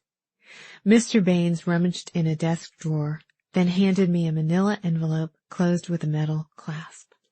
Enclosed is the letter she said will explain things in more detail. There's also a copy of the will for your records. I trust any questions you have will be answered fully by the contents therein. We sat in silence as he gathered his things. If no one has any questions, I have a 4:00 meeting I need to get to. I'm only a phone call away if you think of anything later. Wait, I held my hand up, unable to grasp what he had just unloaded and not ready to be alone with the others and their questions. That's it? That's all it says? Well, there's the letter. He motioned to the envelope in my still outstretched hand. But I don't understand. I only plan to be in Sweet Bay a week. I can't. She's giving me the house? I looked around at the familiar faces next to me. Did Any of you know about this? Know she'd leave you the house, you mean? Dot asked. No, although I suppose it's silly to think that she would have left it to anyone else, especially us. Bert cleared his throat and Major shifted in his chair. Silly? What's so silly about it? Major asked. We're old, Dot said. Why would Mags leave it to us when we're probably not far behind her? It belongs to Sarah, as it should. Maybe, but we've all lived there for decades. Major's voice grew louder. She could have at least given us a say in what happened to the house. Glory rested her small dark hand on Major's beefy one. We're lucky Mags made any plans at all. She loved us, so of course she wants to take care of us. She would never want us turned out on the street. She glanced at me as if looking for confirmation. I opened my mouth, then closed it. My mind was a chalkboard wiped clean. My fingers found the edges of the folded letter inside the envelope. Thank you, Vernon. Dot stood. It's time for us all to go home. We'll eat, then we can talk about everything. She looked at me. We'll see you at the house. I pried open the manila envelope before I even closed my car door. Aside from the copy of the will Mr. Baines mentioned, there were 2 sheets of paper. The first sheet was letterhead from First Coastal Bank with an account number stamped at the bottom. The other was Mag's letter. I peered inside the envelope, expecting it to be empty, but it wasn't. I turned the envelope upside down, and a key slid into my open hand. It was small, the color of an old penny, and almost weightless. Dot and the others were still moseying across the parking lot toward their cars. I pulled the letter out and started reading. Dear Sarah, you're probably wondering why in the world I decided to leave you the bed and breakfast, my refuge, my own hideaway for 50 years, when you've spent years building your own life in New Orleans. But aside from my dear roommates, you are my entire family. Who else could I give the house to? I'm sure at least one of them, probably Major, will disagree, but it's my house, my choice. As Mr. Baines read in the will, my hope is that you will do what you must to make the hideaway beautiful. It was once, long before I stumbled on it, and it's high time someone restored it to what it should have been all along. I let it go to make a point, but my anger has long since dried up. The place deserves to shine again, and you, my dear, are the person to tackle the job. I don't care how you do it. Just give the house back its glory. After that, you can do whatever you want with it. If you decide to sell it, please give my friends enough time to make alternate plans. Don't worry about money. I have an account at First Coastal with your name on it. Use the money to do whatever you need. To say the hideaway is important to me is an understatement.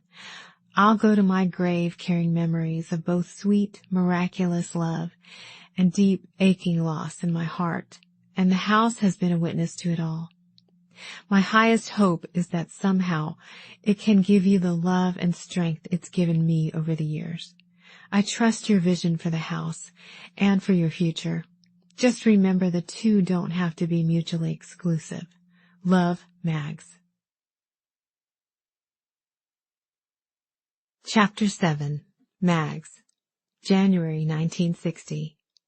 His name was William. He told me a little about himself on our walk. Woodworker. Had some pieces in local shops and galleries. Good at it, but didn't make much money. Never married. I gave him similarly scant details about my own life. Society life in Mobile. Balls and parties. Married. Husband huddled up in a chalet with his lover.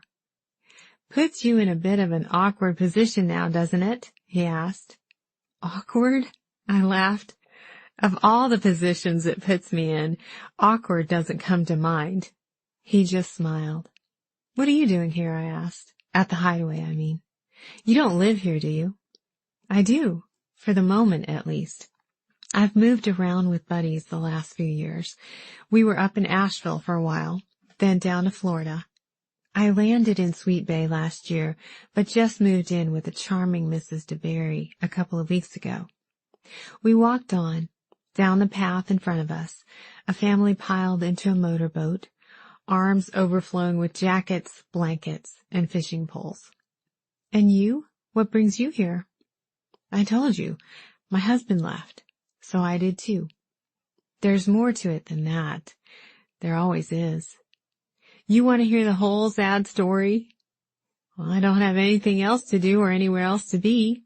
He smiled. Then his brow creased. But if it's not something you want to talk about, I understand. I took a deep breath of the damp, cool air and blew it out. I think it's okay. Being here makes everything that's happened seem, well, a little less crushing. It started before we were even engaged, so I guess you could say we got off on the wrong foot.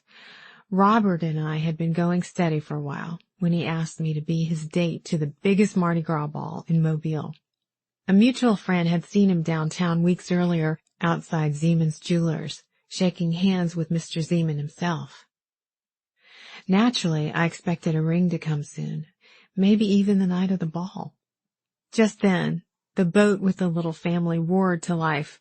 We paused and watched the man back the boat out of its spot alongside a covered pier, then zoom off toward deeper waters. Let me guess, the ring didn't come, William said, resuming our walk. Not exactly. I knew Robert was very popular, especially with the girls, but I chose to ignore the rumors. I was content knowing he'd asked me to be his date when he could have asked anyone. In hindsight, I should have paid a little more attention to those rumors. It's always easier to ignore the things we don't really want to know. Yes, well, it would have saved me some tears if I'd listened. In my mind, I saw the twinkling lights hanging from the ballroom rafters as if they were etched in my brain. The men at the ball were in high spirits, drunk on liquor, excitement, and the look of their ladies in floor-length, sparkling gowns. Every so often, Mother would catch my eye and smile like everything was right with the world. And it was, until Annabelle Whitaker entered the room. "What happened at the ball?" William asked. I shrugged. He had a problem being faithful, even back then. "So you left?" It took me a while, but yes, I left.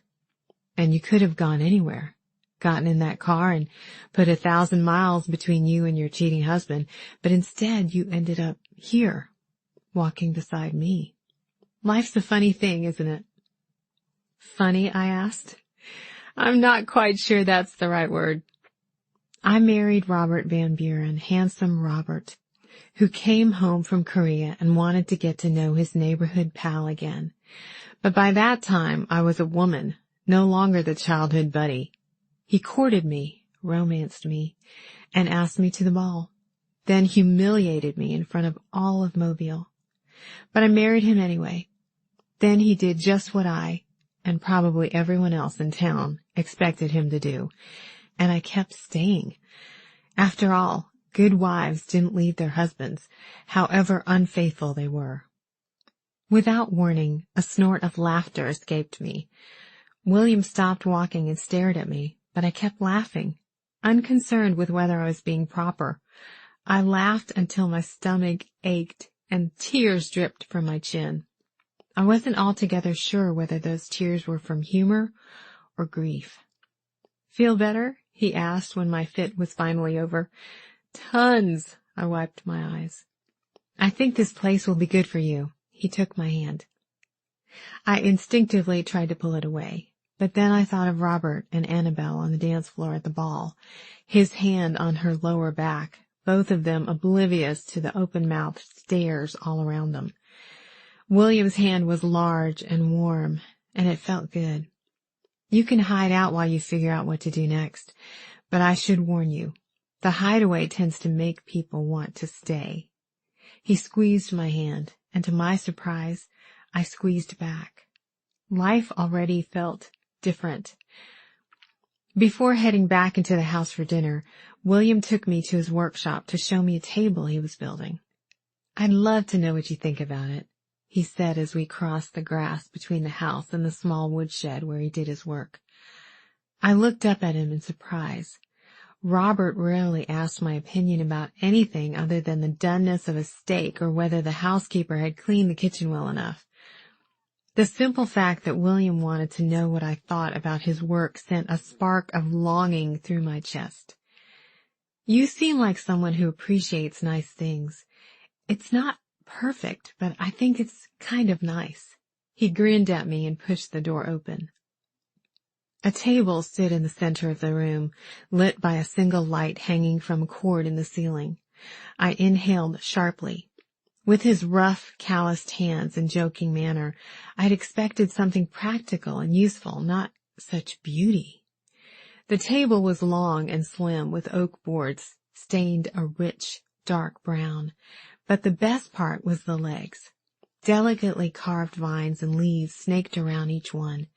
I knelt and ran my hand down one leg, my fingers following the shallow curves and twists of the carving. This is beautiful. I looked back up at him. You sound surprised.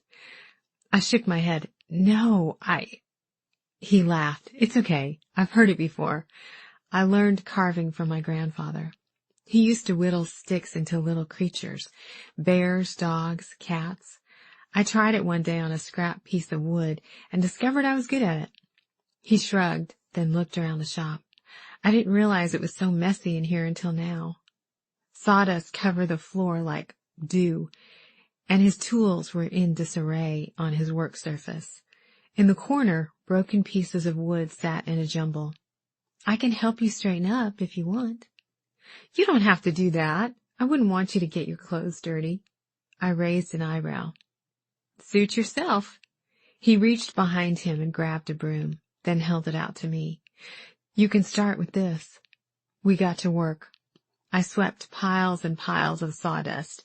The stuff seemed to multiply the more I swept, while he gathered loose boards and stacked them along one wall.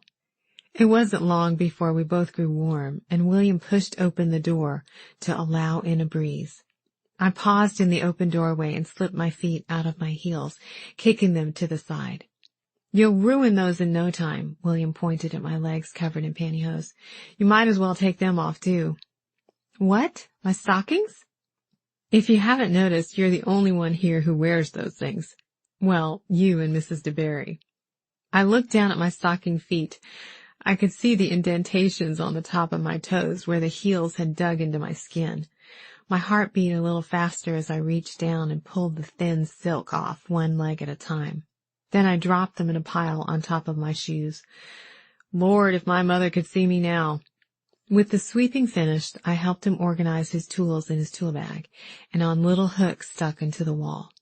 We worked in easy silence at first.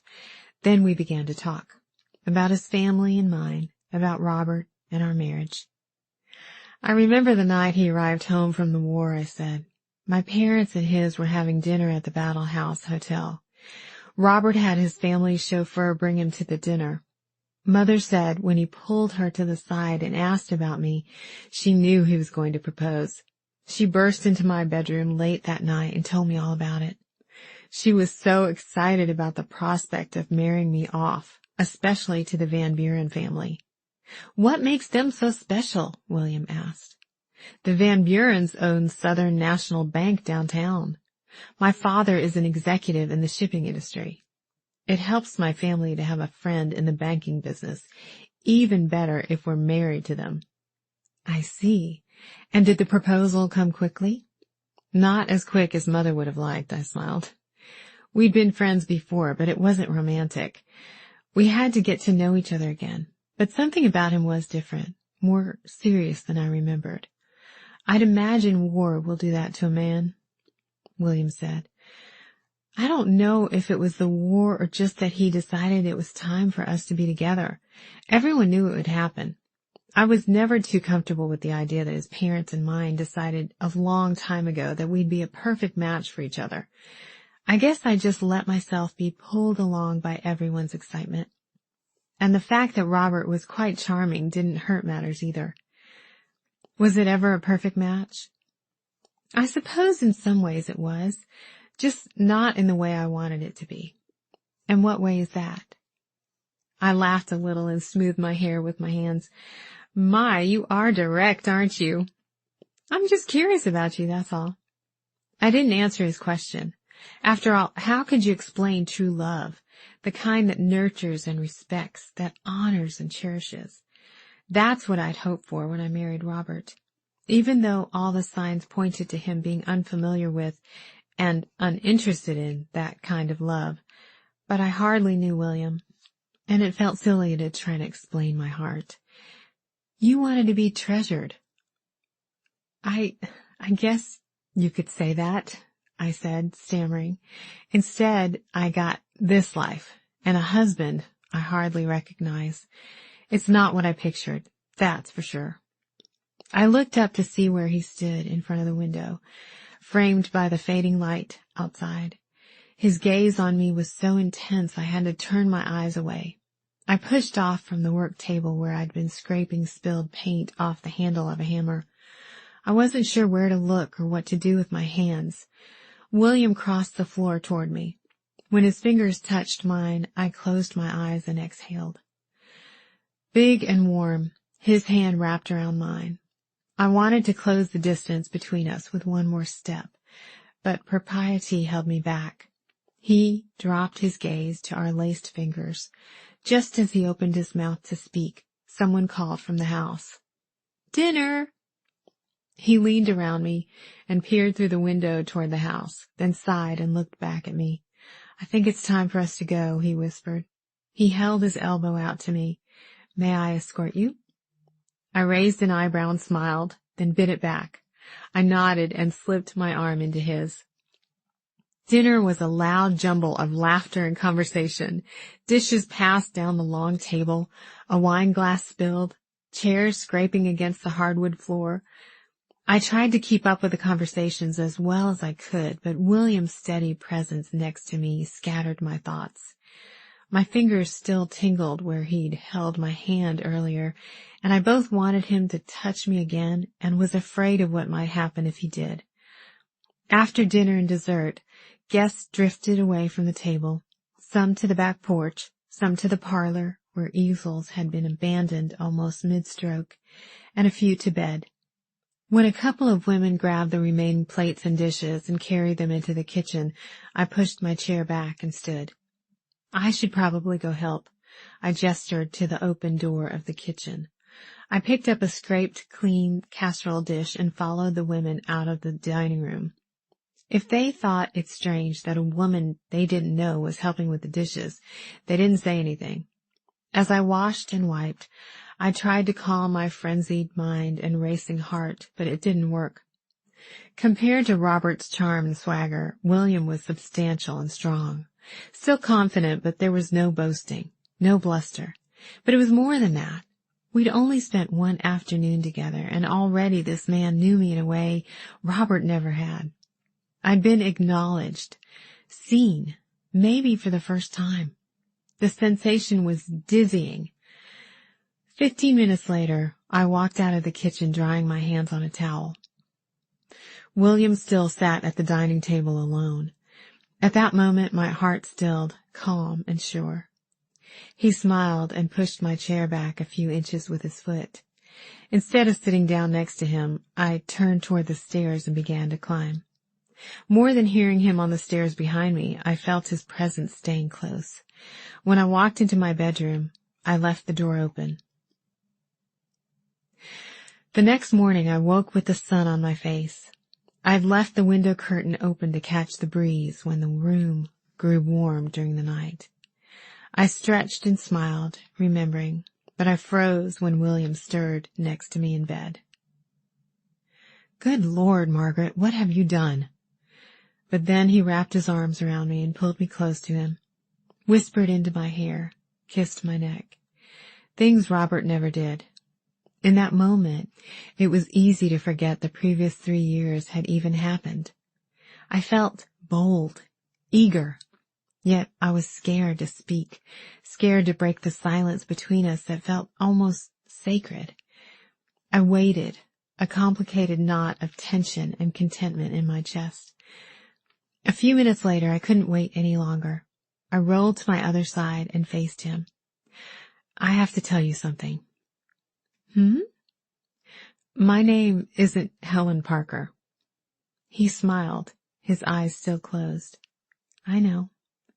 What do you mean you know? I saw you through the window when you first arrived here. You hesitated when Mrs. DeBerry asked for your name. I thought, now there's a girl who's running from something, or someone. Makes sense that you'd give a different name. Was that what I was doing?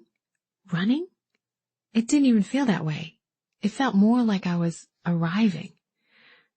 So what's your name? He asked. Margaret. Margaret? He repeated. Just when I thought he'd drifted back to sleep, he spoke again. Can I call you Maggie? Margaret's a little stuffy. I laughed. You can call me whatever you want. Okay, Maggie. He propped himself up on one elbow. Remember what I said yesterday about you being in an awkward position? This is what I meant. You'll have to explain that. It's awkward because you're going to fall in love with me. Don't laugh. Just wait. It'll happen. Then, when people hear that you left your husband, they're going to say that you're getting back at him by being with me. You'll have to defend yourself to them. Prove to them that this is something other than a rebound. He lay back down next to me. I am not going to fall in love with you, I said, our faces inches apart. You're not? He moved his lips closer to mine. Nope, I murmured. He smiled. Now it's my turn to tell you something. From the moment I got here, I felt like this was where my life would start. My real life. I've done a lot of things and gone a lot of places, but when I arrived here, something felt different. He reached up and stroked my cheek. I wasn't sure what to look for, but then you showed up. I think you're what I've been waiting for. Silence stretched between us, but it wasn't uncomfortable. Rather, it was a space for dreams, for possibility. Chapter 8. Mags. February 1960. William and I quickly became an item. Everyone in the house saw it, and no one questioned it. Only Mrs. DeBerry thought it improper. Mrs. Parker, or whoever you are.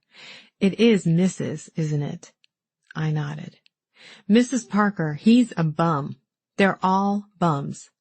They don't do anything. You're a young girl. What would your father think? He'd probably be shocked, Mrs. DeBerry. Just like you are. Even I am, a little. But William isn't a bum. You should know that. She shook her head and walked away, mumbling about ladies and gentlemen and indecent things. William introduced me to his friends as Maggie. He looked at me when he said it the first time, as if asking for belated permission. I nodded. Maggie felt good. It felt light. A woman in the house, Daisy, lent me some clothes when she saw me adjusting the waistband of my slim skirt. Here, this will be more comfortable. She pulled a long tunic dress out of a bag. I smiled. Mother would definitely not approve. I stopped rolling my hair that day. I let it fall around my shoulders, free and unruly. That night, I shoved my bobby pins, pearl necklace, and foam rollers into a side pocket of my suitcase. I went ahead and dropped my wedding ring down there with them. Lord, it was a sad, expensive little collection. The days were long, with nothing concrete to mark the passage of time. Most mornings, William and I sat among the other guests in the dining room, munching on croissants and idly reading the newspaper. No one had real jobs to hurry off to, so the mood in the house was one of utter relaxation. It wasn't hard to slip into a routine of ease.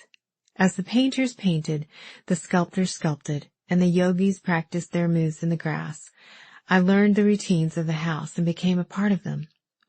Since I didn't have a creative endeavor to take up my time like everyone else, I wanted a job to do, something to make me feel useful and productive.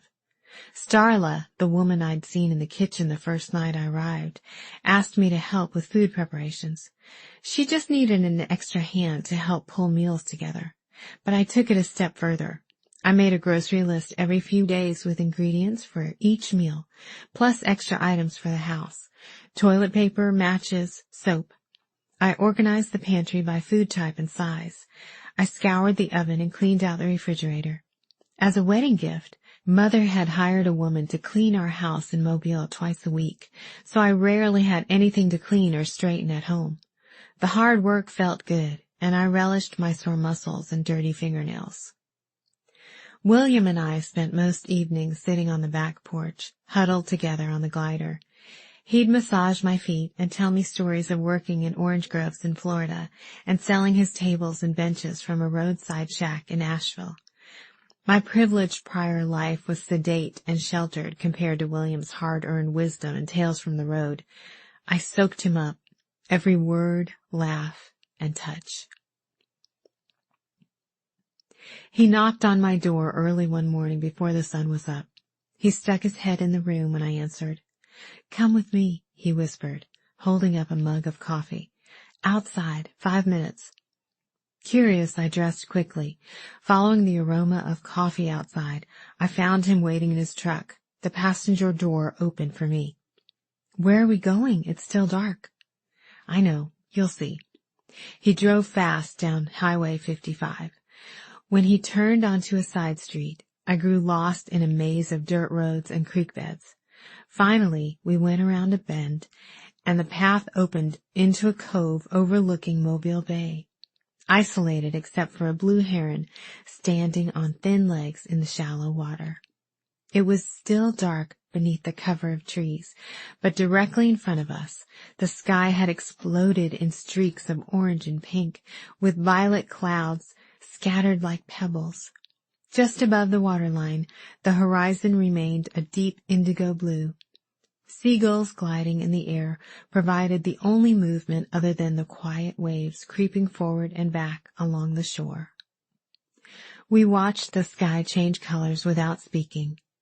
At some point during the show, we walked to the edge of the water and sat down, a blanket over our shoulders and our toes just touching the water. I leaned my head on his shoulder. "What do you think?" he asked, once the sky was a solid fluorescent orange. "It's breathtaking. How did you find this place?" "It's mine. I bought this plot of land from a buddy who moved to San Francisco. It had been in his family for generations, but he didn't plan to come back, and he said he didn't need ties here. I've done nothing but move around, and I guess ties are what I'm looking for. Something to anchor me to a place I can call my own." We sat close and still, watching the gulls overhead and the water's gentle movement. In the distance, the double masts of a shrimp boat interrupted the perfect line of the horizon. He took my hand in his and traced the skin on my palm and wrist up to the crook of my elbow. The light touch sent chills up my arms and down my back. He laced his fingers between mine, and I pressed myself into his side. It had been a little more than a month since we met, but already I felt connected to him in a way I'd never felt with Robert. This thing that's happening between us, it's fast. I was scared to say the words out loud, so I whispered them. "Too fast?" He turned to face me. I shook my head. "I don't know. I don't even know how this sort of thing works. I've never been with anyone other than Robert, and we'd known each other for years. Is it possible, rational, for us to feel so much so quickly?" "Sure, it's possible. Rational? I don't know, and I don't care. I care about us and where we're going." "How do I know this isn't a rebound, like you said?" I touched the tip of his nose. "And how do I know you're not just taking advantage of the only woman at the Hideaway, not dressed in black and ranting about Kerouac or Ginsberg?" He didn't laugh or even smile. "I'm not taking advantage of you. You know me well enough by now to know that." "That's the thing. Sometimes I feel like I don't know you at all." "You do know me." He pulled away a bit. "What else do you need to know? My life before you wasn't that interesting. Then you showed up and my world cracked open. Isn't that enough?" "It is, or I want it to be, but you have to understand how it feels to open the door to a world that's entirely unknown to me, and—" I stopped. I didn't want to remind him, or me, as if either of us could forget. And what? I'm still married. I have a husband. You're right, he said softly, his gaze on the water. Do you have plans to return to him? I shook my head. Then this new world, I know it makes you nervous, but isn't it also a little exciting? He cupped my cheek with his hand.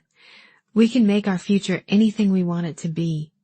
The corner of his mouth pulled up, the same half smile he offered as a life preserver the first evening I arrived at the Hideaway. It almost made me mad. That smile that seemed to belittle my fears of linking my future to someone and somewhere else. But at the same time, I wanted to cling to that smile, to wrap myself around the unknown and not ask questions. And as for this just being a rebound for you, he continued, a way to get back at Robert for his lady friend, you'll have to judge that for yourself. I don't think it is, though.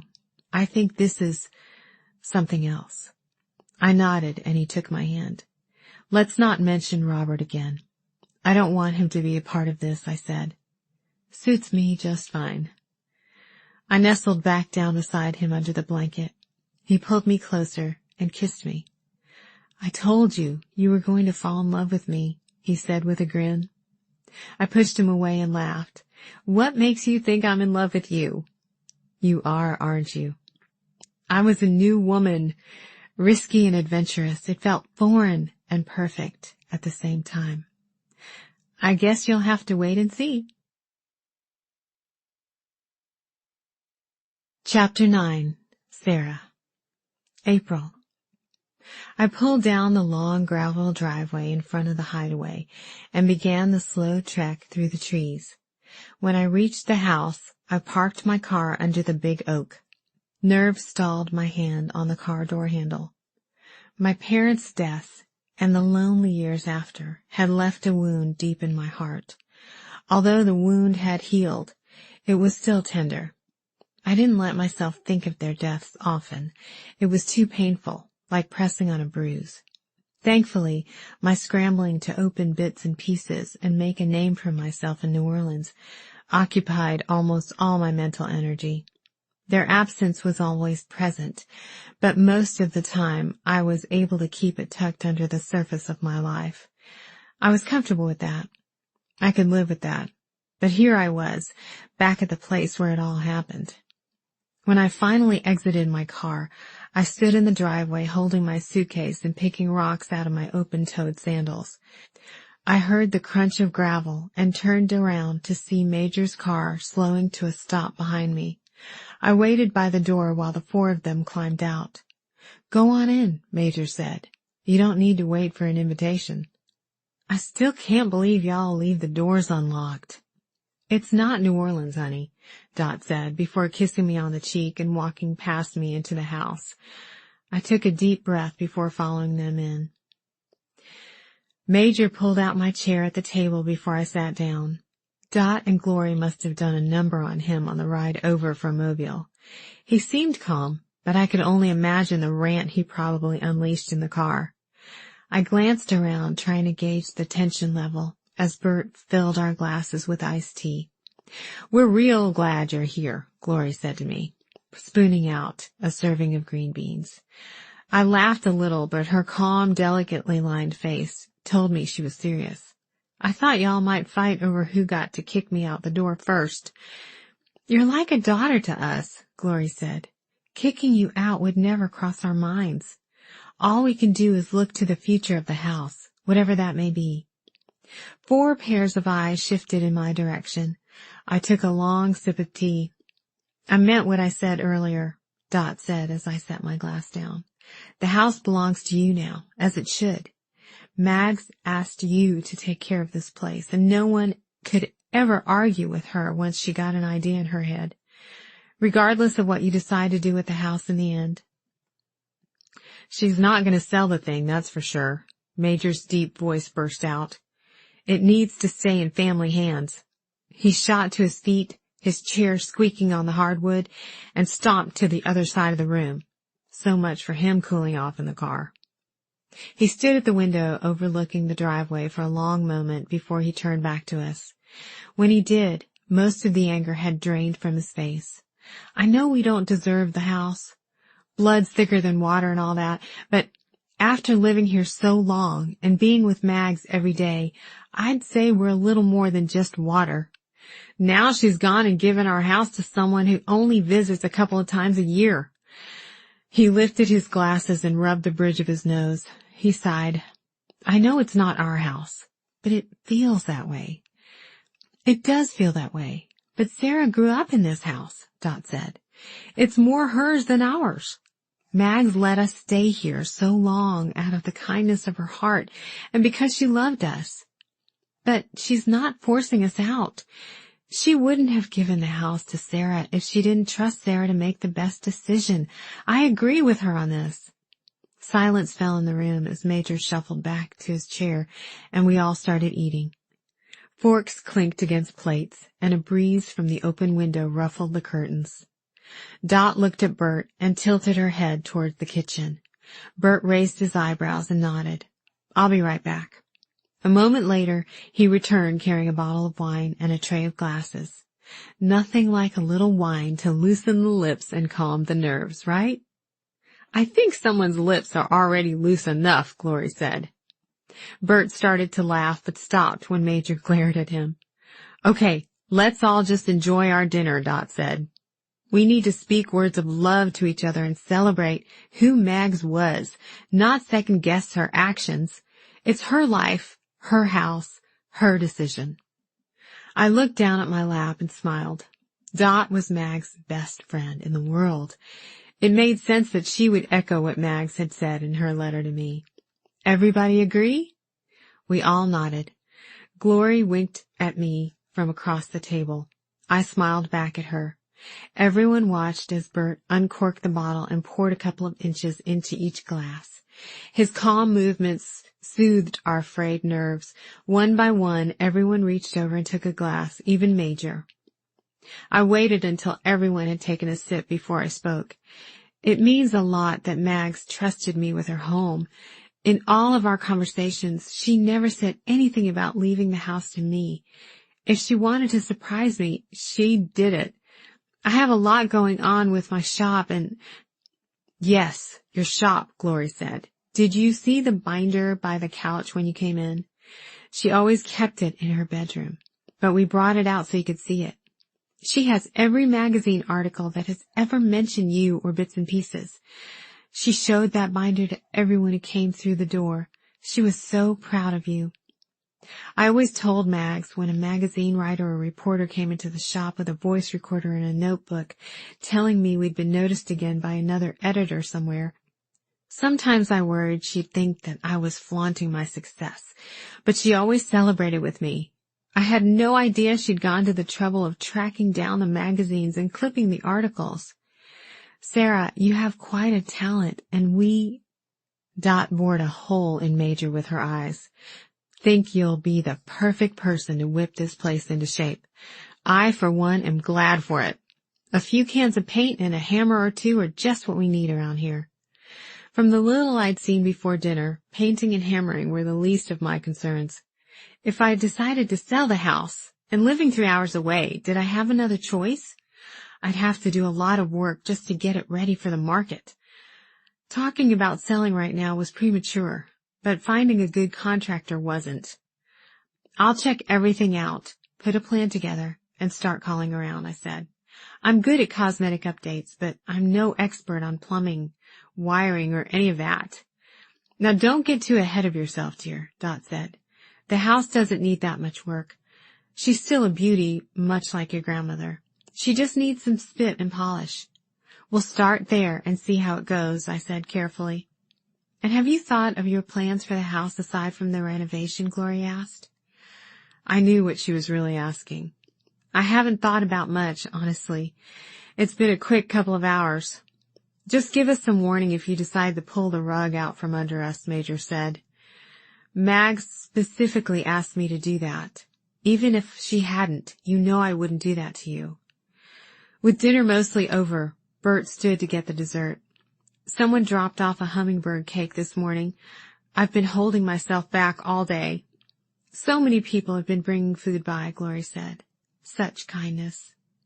I didn't know Mags had so many friends, I said. Most everyone in Sweet Bay has been helped by Mags at one time or another, Bert said. Either that or their parents were. Anyway, this is what Southern people do, whether they know the deceased or not. You know that. He set the cake down in the center of the table as if he'd made it himself. If it's okay with you, I'm going to pass on dessert, I said. I think I'll walk around a little before heading upstairs. You sure you don't want any? You're not one of those girls who never lets herself eat sweets, are you? Bert asked. If nothing else, that's what grief is for. You can stuff yourself silly and blame it on the person who died. Bert, that's terrible, Dot said. I'm just kidding, and Sarah knows it. But we do have a counter full of cakes and pies in the kitchen. Someone will have to eat it all. I'll have a slice tomorrow, I said as I stood. Let us know if you need anything, Dot said. Your room is all ready, but I may have forgotten something. Feel free to look around. Go on down to the dock, whatever you want. The place is yours. Sure is, Major said under his breath. She's got the keys to prove it. I spent the next hour walking around the house and yard to get a sense of what a renovation would entail. Of course, I'd seen the house each time I'd come back for visits, but I hadn't taken a hard look at it with a critical eye. Inside, it was hard to get a sense of the space because most of the rooms were overstuffed with furniture, as if each person who'd moved into the house over the years had added a treasured chair or table to the mix. The resulting hodgepodge of furniture matched neither each other nor the style of the house. A few pieces stuck out, though, and for good reason. An oak pie safe with hand-punched tin covering the bottom shelves, an armoire with delicate scrollwork carved into the pine at the top and bottom, and a corner hutch covered in peeling white paint and doors with squares of wavy glass. These had been in the house for as long as I could remember, but before, they'd just been part of the overall chaos of the house. Now I saw they bore the handmade vintage charm so many of my customers craved. The main living room had floor-to-ceiling curtains that, when opened, revealed beautiful windows reaching almost to the ceiling. I tied the curtains back on their hooks and peered through the salt-crusted glass. Past the lawn, the bay stretched out flat and calm. As I turned to cross through the room, a blur of blue on the floor caught my eye. I knelt and ran my fingers across the splotch of what appeared to be blue paint just inside the front door. I scratched at the edge with my fingernail, but the paint was so old it had almost blended in with the wood. Across the hall from the living room, the kitchen had last seen an update in the 1980s. The countertops and backsplash still boasted the cheery yellow Mags had loved so much. Laminate cabinets with faux wood trim and ancient appliances rounded out the dated look. Baskets hung everywhere, adding a country feel that must have been Bert's doing. Despite this veneer of age, the house had great bones. I couldn't help but feel a ripple of excitement as I walked the wide center hallway from the front door straight through to the porch in the back. 12-foot ceilings, tall windows, hardwood floors, curved staircase. These were the things of a designer's dream. I moved outside to the yard. The house had been built with boards salvaged from an old barn in Virginia, or so the story went that I'd heard as a kid. Mags used to tell me if I looked hard enough, I could find places in the wood where goats had rubbed their horns or chickens had pecked, leaving small holes and dings. I never did find those places, but I spent whole afternoons looking for them. Mags probably told me that story just to occupy me while she worked in her garden. But now, as I looked at the facade of the house, it wouldn't have surprised me if it was true. Most of the wood was pockmarked with holes the diameter of a No. 2 pencil, although they were probably due to industrious carpenter bees, not farm animals. A thin layer of peeling paint covered the grass at the base of the house. Fungus green peeked out where the paint had peeled from the weathered wood. Kudzu, that great southern beast, covered the entire chimney and one upstairs window. On the chimney, crumbly bricks at both the base and top made use of the inside fireplace impossible, or at least dangerous. Much of what I saw remained exactly as it had been for as long as I could remember. The house had always been a little disheveled, but I was used to it and didn't question it much. Now, standing in the grass facing the house, I wondered about the general sense of deterioration and neglect that covered the house like a shroud. Mags had let the house slip into disarray for a reason. She said so in the letter, but any hint of anger in her had been lost on me. Whatever her reason, my fingers itched for a paint scraper, sheet of sandpaper, or bottle of wood glue. If I didn't have a life in New Orleans and a business to get back to, I knew I could make something of the Hideaway. Mags was right. The beauty was there. It just needed someone with a trained eye and good taste to uncover it. But the project would require a much longer duration in Sweet Bay than I had anticipated. What would happen to Bits and Pieces if I'd stayed away for too long, unable to offer input on items purchased and sold, decorating decisions, and customers' urgent requests? Later that night, I sank into bed in the blue room without changing clothes or even washing my face. The crisp sheets were cool against my legs, and a breeze through the open window lifted the curtains. Dot called it the blue room because everything in it was varying shades of blue. The bedding, curtains, rugs, even the framed prints on the wall. Each of the bedrooms in the Hideaway had its own color scheme.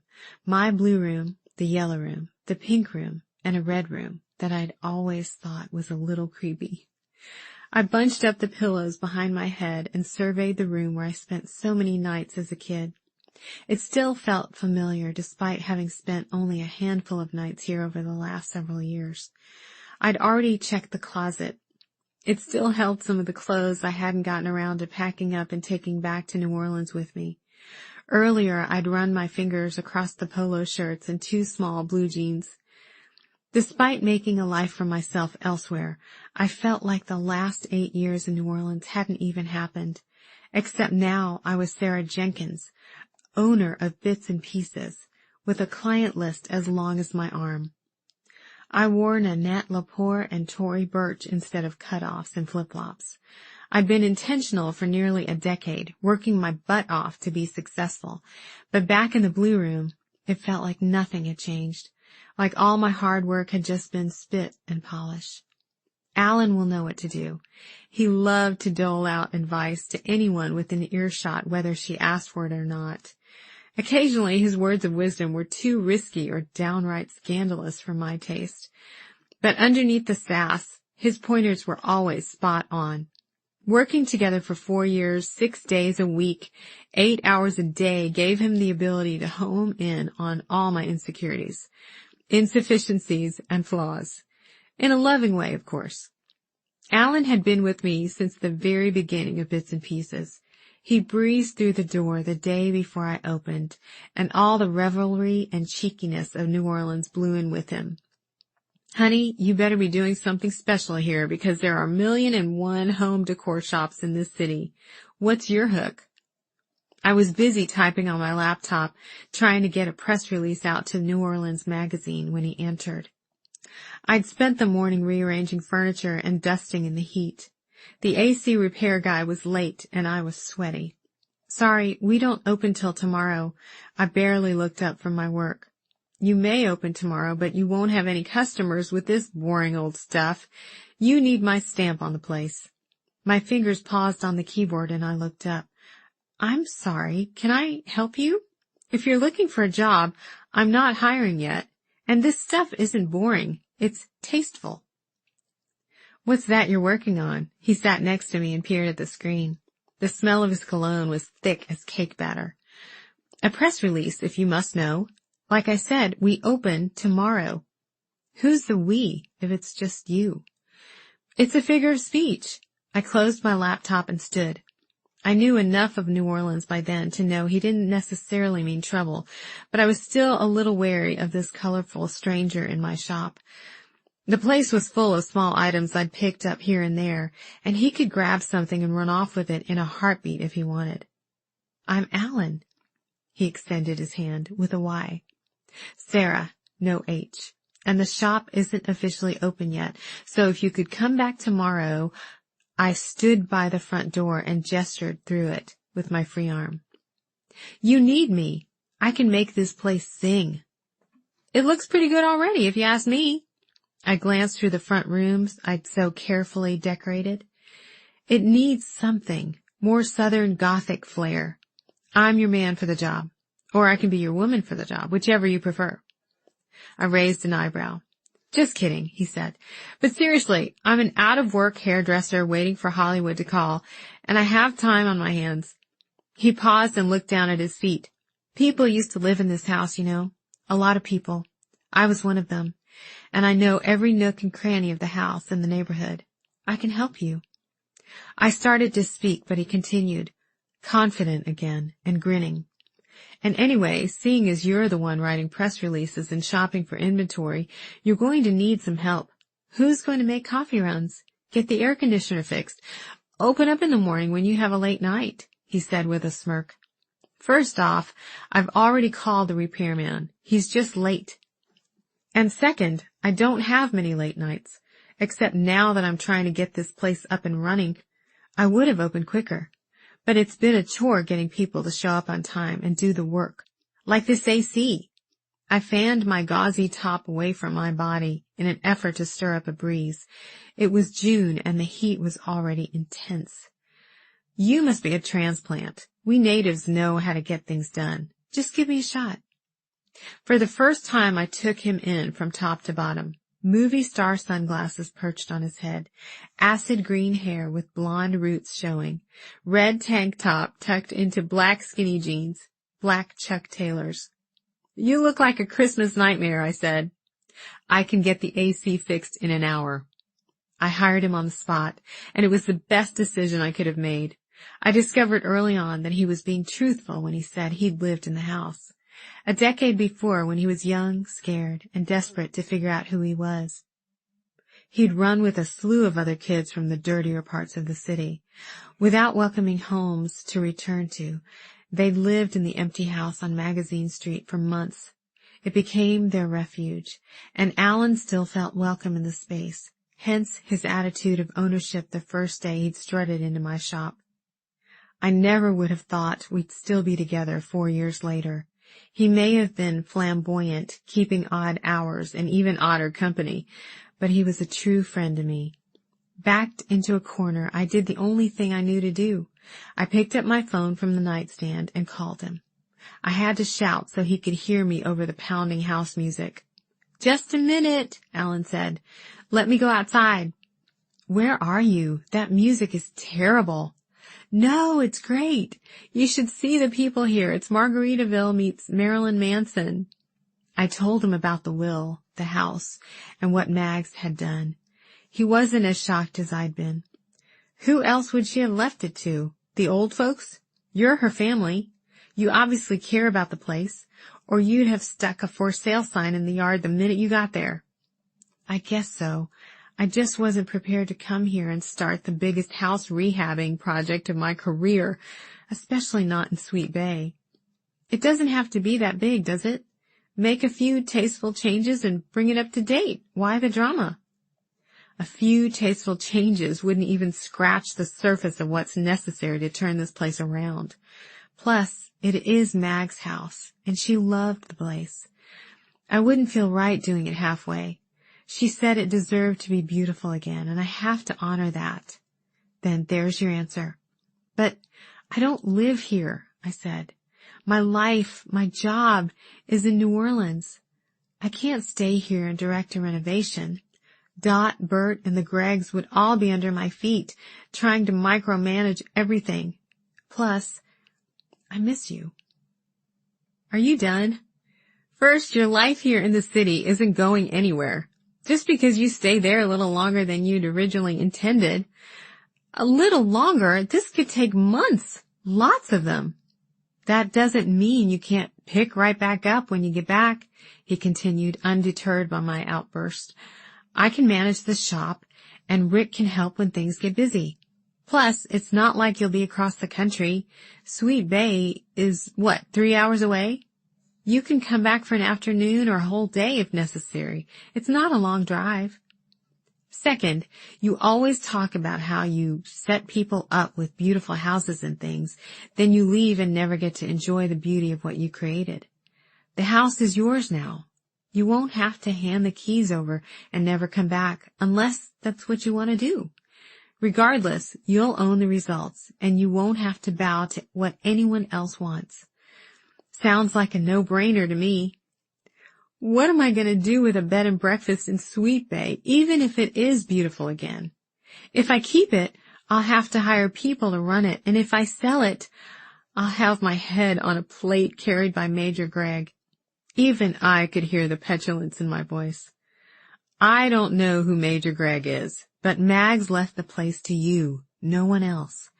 Remember, you called for my advice, so listen to it. You have to do this. This is your project, and I think you know it. Yes, it's happening somewhere other than here, but you're good at what you do. And anyway, you need to make peace with Sweet Bay. We'll all be here when you get done. I was quiet, digesting, listening to the muffled bass and manic voices in the background. I gripped the phone in my hand. Third, he said, I miss you too. If you do this, don't think I won't drive over to check things out. I think I need a little Sweet Bay in my life, too. I laughed. This town wouldn't know what to do with you. You'd stop people cold.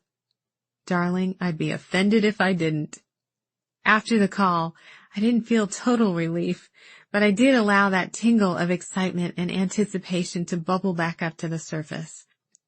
I wanted to pull out my computer and notebooks where I'd sketched and mapped out ideas, but my eyelids were heavy. I pulled the blue quilt up to my chin and surrendered. Chapter 10. Sarah. April. The funeral was a quiet affair, almost an afterthought. No real ceremony, no tearful eulogies, not even a funeral parlor. The 5 of us just met the funeral director at the cemetery. He shared a few words about the meaning of life and loved ones who had passed on, then pushed a discreet button and the coffin slowly descended into the ground. It was simple, just as Mags wanted it. I found out later that Mags gave Dot clear instructions for her last hurrah. You don't have to put me in a pine box, but you get my drift, she had said. And don't anyone go crying over me. We've all had enough years together to be happy we knew each other at all. Just skip the hoopla and take me straight to the grave. Dot couldn't resist adding a couple of extra details. She laid an armload of cherry sunflowers on top of the casket and propped an 8x10 framed photo of a smiling Mags on an easel next to our chairs. I'd never noticed the resemblance between us. In this old photo it was unmistakable. I had the same dark, unruly curls, although I tamed mine with a flat iron and extra hold spray. But I saw something else, something in the shape of her light blue eyes or the slope of her nose. I saw me in there, even more than I resembled either of my parents. Mags was young in the photo, early 20s at most. Her curls tumbled out of a messy ponytail and one shirt tail hung free. Her eyes crinkled into barely visible laugh lines. I recognized pieces of the Mags I had known, but I'd never seen her smile like that. She was holding her arm up, trying to get the camera away from whoever was taking the photo, but that smile, no one had ever made me feel that way. As the funeral director spoke of the glorious light, he must have missed his calling as a revival preacher. A small blue car approached a little ways off. A man climbed out of the car, his face shaded under a cap. He stood still and glanced over at us a few times. After a little while, he sat back down in the car and slowly pulled away. When the service was over, I helped Dot and Glory gather the flowers while Bert and Major talked to the director. In the hurry to get everyone into their cars and back to the house, I didn't notice the man drive back up to the gravesite. As I pulled out of the cemetery, I saw him in my rearview mirror. He stood by Mag's grave as the cemetery workers carried off our chairs. He brushed his hands against the sides of his pants as if he was dusting something off, then reached over and touched her headstone. Back at the house, the driveway was already full of cars.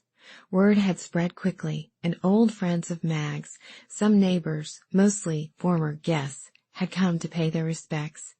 It was a good thing, because the house was stuffed full of food, like Bert predicted. Mr. Eugene Norman, the glass blower who used to make all the neighbors nervous with his raging furnace in the yard, sent a towering bouquet of lilacs that Dot placed on the table in the entryway. Mr. Crocker, who owned a farm up Highway 22, dropped off a mason jar stuffed with gardenias. Tiny Bernadette Pierce hobbled up the front walk with the help of a gold-tipped cane. Bernadette, or Bernie, as everyone called her, checked in a few weeks after my parents' wreck and stayed a while, long enough for her husband to think she really had moved to Tahiti with the gardener. She moved slowly and painfully up the walkway. I took her arm, fearing she may topple over before she got to the dessert table.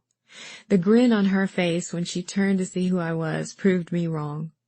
"The cane is just a prop," she whispered. "I may be 84 years young, but I can move just fine. And this." She gestured to the gray bob on her head that wasn't moving in the breeze. "This is a wig. Luis and I may not have gone to Tahiti, but we did get out of Dodge. This is my first time east of the Mississippi since I moved out of the Hideaway and we went to California. My former husband, Harry, is still alive and living somewhere in the South, so I have to be careful." Her eyes were bright and wild. Crazy, maybe, like a fox. Other folks came and went throughout the day, many more than I expected. Those who remembered me talked about what a sweet girl I had been, as if I'd turned out to be someone wearing black lipstick and studs in my chin. "That's not what we mean," Hattie Caldwell said when I joked about it to a small group of ladies gathered on the back porch. "It's just that after all you'd been through, you were still a polite, gracious child. I was a therapist in my former life, and believe me when I say you could have taken many roads after such tragic deaths in the family. From the looks of you, you've taken the right one." Hattie hadn't been back to the house in at least 20 years, so she may not have known I no longer lived in Sweet Bay. What would she think of the road I'd taken if she knew it had paved my way clear out of Alabama? That afternoon, while most of the guests were out on the porch or sitting around the main parlor, I caught Dot alone in the kitchen. She struggled to open a Tupperware container of pimento cheese. A tray of crackers sat on the counter next to her. "Dot? She couldn't get the lip of the container to pop up, so I held my hand out and she slid it over to me. "Did you notice that car that pulled up toward the end of the funeral?" I pulled the lid off and handed the Tupperware back to her. "At the gravesite?" Dot asked, her attention on me now that the pimento cheese was no longer stuck inside frustrating plastic. She dipped a cracker in and took a bite. "I didn't see anyone but us." An old man pulled up on the path and watched us for a few minutes. I didn't recognize him, but I think he was there for Mags. Bert and Major walked through the kitchen door. Bert put his hand on Dot's back, and Major pulled open the fridge. "Who was where?" Major asked. "Sarah saw an old man at the funeral, someone who had come to pay respects to Mags." Dot and Bert exchanged a look, but Major shook his head. "The obituary said the funeral was family only. That's why everyone else came here." He shut the fridge. "He must have been there for someone else." I nodded, but kept thinking about the man. It sure looked like he was there to pay respects to Mags. So who was he? Later, after all the guests were gone, I came back downstairs for something to eat. Dot and Bert were on the back porch talking. As I moved around in the kitchen, their quiet voices drifted. I took my plate to the door of the porch and watched them. They sat next to each other in wicker chairs, hands linked in the empty space between them. I smiled, thinking of how these two found love at the Hideaway. The house provided the perfect backdrop to their second shot at love when they both checked in on the same day for solo vacations. Bert's wife had died a few years earlier, and Dot was getting over a messy divorce. When it came time for them to go back to their own lives, they decided to stay. They got married on the dock at sunset 6 weeks later.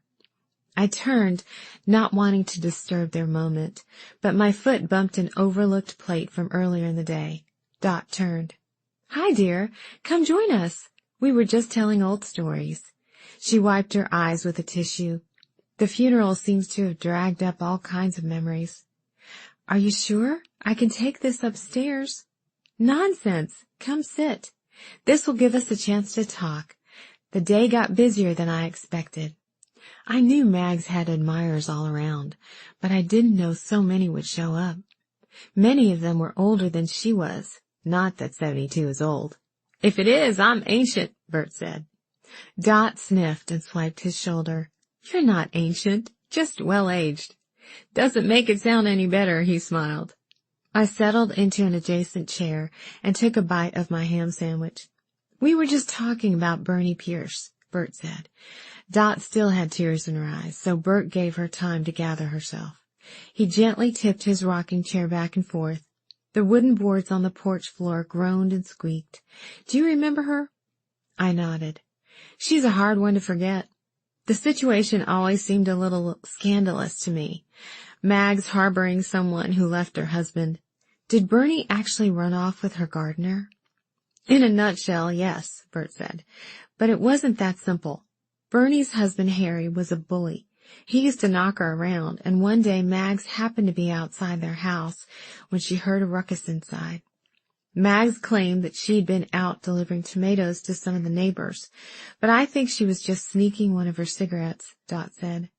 "She was in the right place at the right time," Bert continued. "Harry shoved Bernie, and she fell through the open doorway and onto the front porch. Mags stomped up the front walk, stepped right up to Harry, and thumped him hard right here." Bert pointed to the space between his eyebrows. "Then she did it again for good measure. Harry was so taken aback, he just let her do it. Then she took Bernie's hand and led her down the steps into the front yard. She told Harry that Bernie wouldn't be coming back, and if he ever so much as stepped a toe on her property, she'd chase him down with her oyster knife." Dot laughed. "Mags never would have actually hurt him, but the important thing was Harry didn't know that. Everyone knew Mags could shuck oysters faster than the men down at the docks. So for all Harry knew, she'd shuck out his heart with her little pearl-handled oyster knife. Her gardener, Louise, packed up some of her belongings one day and brought them all over here for her," Bert said.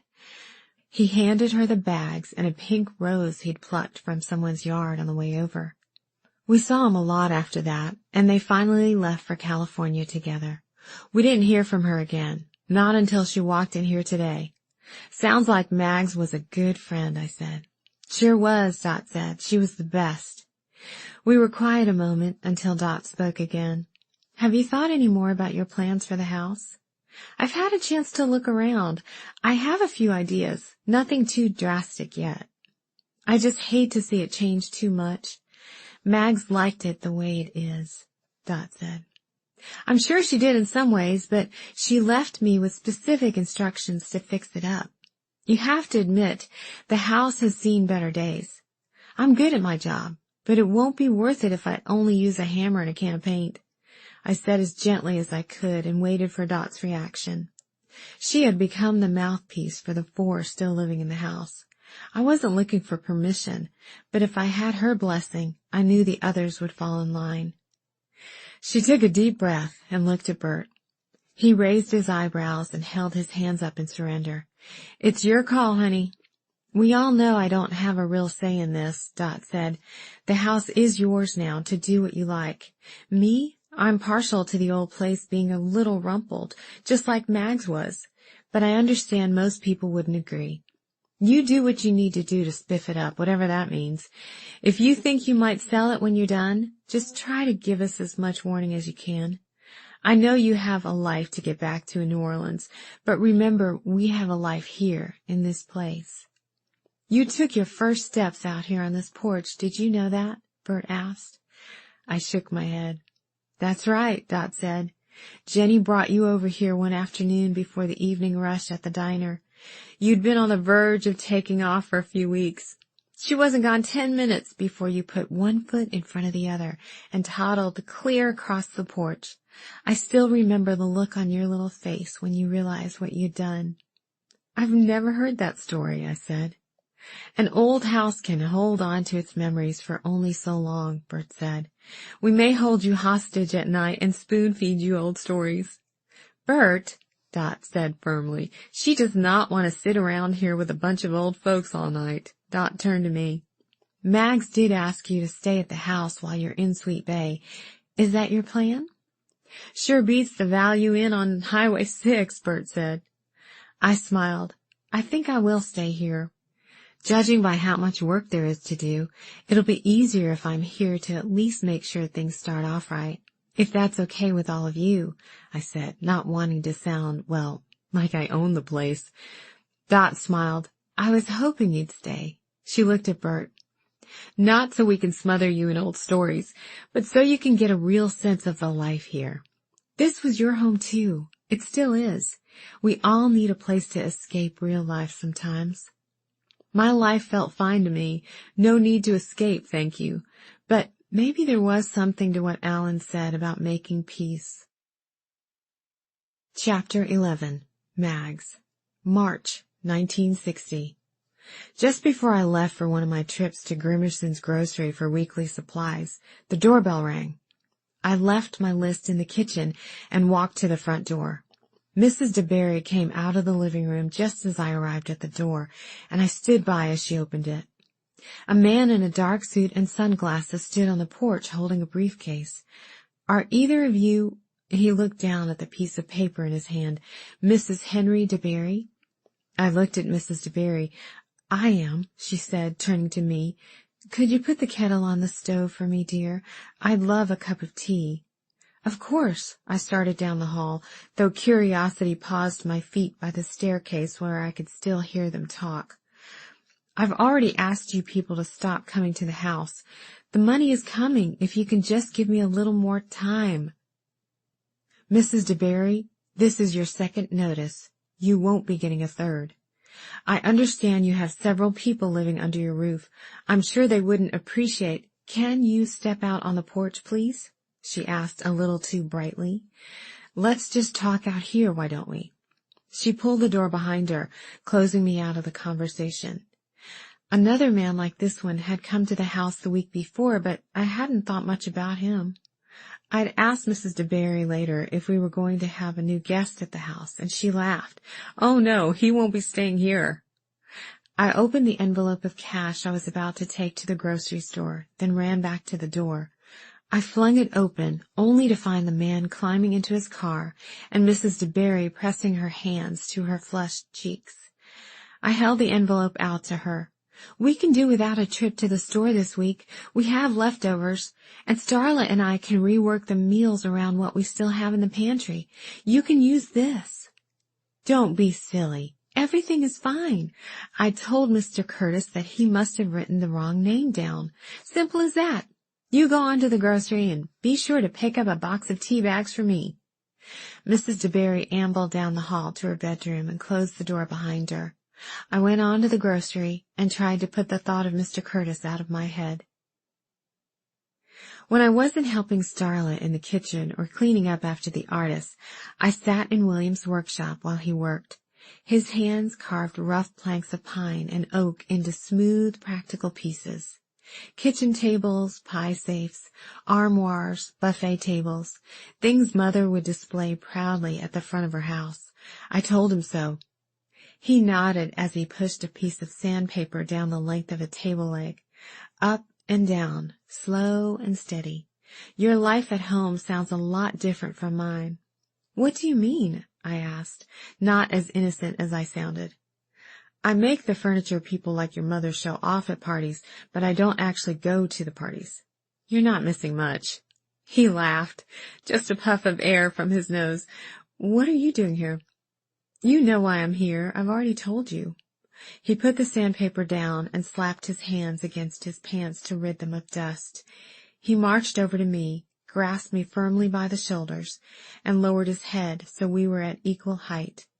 Tell me why you're still here. I I've stayed because of you. Because everything feels different with you. I'm different with you. I pushed his hands off my shoulders.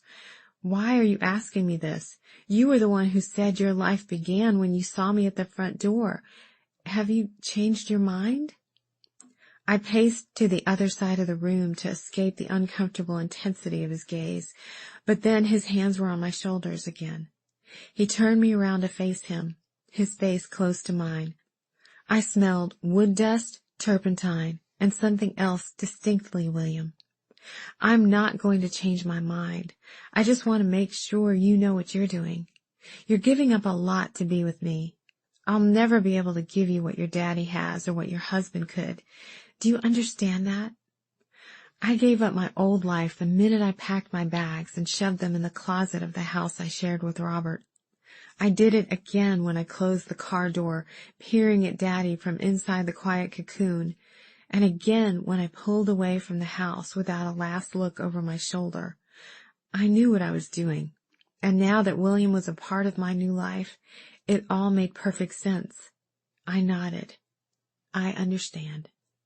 He pulled me tightly to his chest, kissing my cheeks, my eyelids, my forehead. Okay, we're in it. Let's show everyone how far we can go. Later that day, I bumped into Mrs. DeBerry as she stood bent at the waist, rummaging around in the closet by the front door. Can I help you with anything? I took her arm and helped her straighten up. Her face was red and beads of sweat had formed on her upper lip. I'm fine, just cleaning out a little. I haven't looked in this closet in ages. Around her sat beautiful pieces of clothing I'd never seen her wear.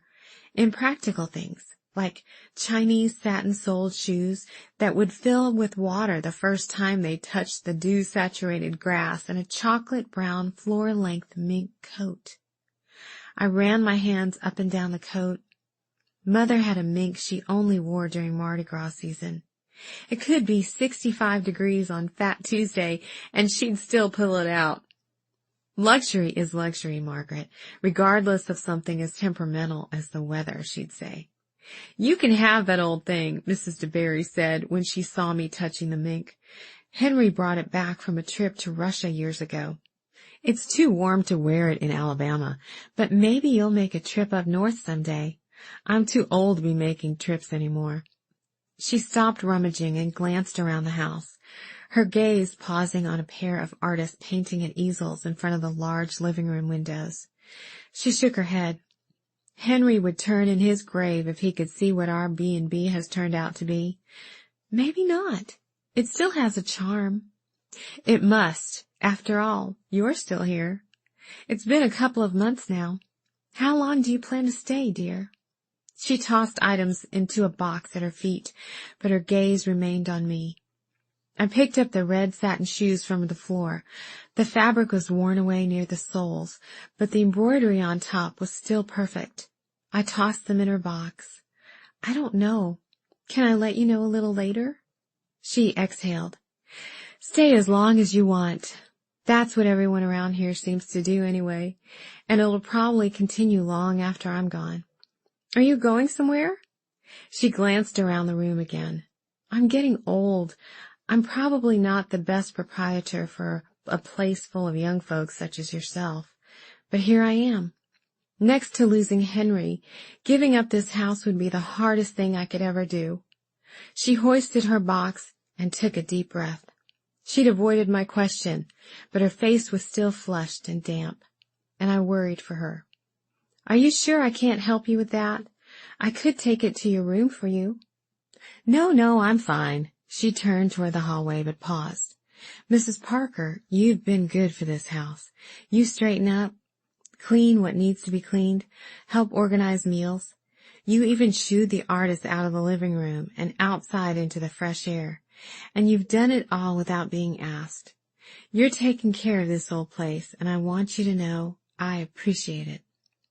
The emotion on her face surprised me. As she eased her way down the hall toward her room in the back, her box tight in both hands, she called over her shoulder, Are you ever going to tell me your real name? I smiled. She'd probably seen through me that first night, but she chose to let me have my time of anonymity, even if I was only anonymous to her. It's Maggie Van Buren, I said just before she turned into her room. Good night, Maggie. Chapter 12. Sarah. April. I spent most of the next morning calling contractors I was familiar with in New Orleans. It turned out not many of them were willing or able to work 2 states away. I found a couple with satellite offices in Alabama who said they'd look into it, but it didn't sound hopeful. Each one I talked to asked why I wasn't using a local contractor, but when I asked if they had any referrals for contractors in the area, they all asked some variation of, "Now, where's Sweet Bay again?" With reluctance, I did what I never do when looking for help on a project. I opened the yellow pages. I thought the days of thumbing through the phone book looking for a particular business was long gone. Who didn't just type it into Google? But after a lot of thumb typing, it was clear Google's long arms hadn't reached Sweet Bay. I flipped to the beginning and called the first entry listed under A. A1 Contractors. Clever. 20 seconds on the phone with Earl Weathers told me all I needed to know about whether local people still talked about the Hideaway. "You know that place used to scare all the kids around here," he said when I told him I was renovating the house. "Or maybe it was the lady inside who scared us. My buddies and I used to dare each other to go to the front door and ring the doorbell, then run away. We were just kids. Big imaginations," he laughed. I wondered what would happen to the house now that the old ladies croaked. "So they hired you to take care of it? What'd you say your name was, sweetheart?" "I didn't," I said through my clenched jaw. "It's Sarah Jenkins." "Jenkins," he said, pondering. "Wait, you're not—" "That's the one. Mrs. Van Buren was my grandmother." "Oh, you... Lord of mercy," he sputtered. "I guess I spoke too soon." "Nope, just soon enough," I hung up, cutting off his apologies. The next 2 calls were similar. Their eagerness to get inside the house and see what it was like was unprofessional at best, offensive at worst. I thanked them all for their time, although I wish I hadn't given them a reason to think of Mags again, and ignored their protests as I hung up. I finally found one that looked promising. Coastal Contractors. The logo had a silhouette of a heron standing in front of a sun setting over water. At least they had a logo. And a brick-and-mortar office. The other ones I called appeared to be working out of their homes. Nothing wrong with that, but I imagined Earl sitting on his back porch, picking his fingernails with a pocket knife, waiting for work to come calling. I couldn't stomach being the reason he folded the knife away, hitched up his pants, and climbed into his work truck. No one answered at Coastal. Instead, I was greeted with a message on an actual answering machine. The mechanical click at the beginning of the message told me it wasn't a typical voicemail recording. The message told me if no one answered, they were likely out on a job or working out back. Leave a message or feel free to stop by for a chat. The voice was friendly, giving me hope that maybe this wouldn't turn out to be just another dead end. When lunchtime rolled around, I made a plate of chicken salad and coffee cake left over from the mountain of funeral food and headed out to the dock. Dot and Bert were in town for groceries, and the house was calm, a stark contrast to the previous day's whirl of activity. I sensed this quiet peacefulness was how the house had been for much of the time since I'd left. From what Major said, they'd all settled into a tranquil existence here. I remembered the old magazine articles that featured the house as one of the top vacation destinations in the Southeast. Taking in the house from the long grassy hill that sloped down to the water, I had trouble imagining the Hideaway as anything but a tired, sprawling old home. The house had been a much livelier place when I was a child, but nothing close to the resort featured in the magazines. Fireworks, boat tours, badminton on the lawn. It was more than hard to imagine. It was impossible. I settled in a chair out on the dock and took my first bite when I heard a voice behind me. Well, if it isn't Sarah Jenkins back from the dead. Clark Arrington. Perfect. That's probably not the most appropriate thing to say, considering my grandmother just died, I said in place of a greeting. Clark had always been just socially awkward enough to offend most people, even if he wasn't trying. I sure was sorry to hear about Mrs. Van Buren. How are you holding up? I'm fine. I see you still live across the street. Yeah, I'm in the apartment above my parents' garage, but I'm moving out soon. I wondered how long he'd been telling people he'd be moving out of his parents' home. You here for long or just for the funeral? Looks like I'll be here for a little bit. I'll be doing some work on this house. I see. He walked to the edge of the dock and peered into the water below. Tide's coming in. He straightened up and stared at me with an expression I couldn't decipher. And the owner's okay with you doing the work? The owner? That'd be me now. Mags left me the house in her will and asked me to fix the place up. So, yes, I'd say the owner is fine with it. Why was I defending myself to him? I'd just be careful if I were you. What's that supposed to mean? You haven't been here much lately. A lot has been going on. I assumed he was messing with me like he did when he used to taunt me in the yard on his bicycle. I once threw a Coke can at him as hard as I could because he had made fun of Mags.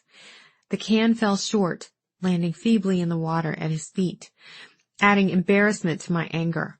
I ran into the house, the sound of his laughter echoing in my head, and flung myself across my bed in tears. Part of me was mad at Mags for being so easy to make fun of, for having this grand old house but letting it be so shabby, for not caring about rules and the way things were supposed to be. But on the heels of that came guilt for being mad. Mags was my grandmother, kooky but loving. This time, I didn't have a Coke can to throw at him, but I wouldn't have given him the satisfaction anyway. Thanks for the heads up, Clark. I have things to do, so if you'll excuse me. I picked up my plate and cup and headed toward the house. You remember Sammy Grosvenor? I stopped walking.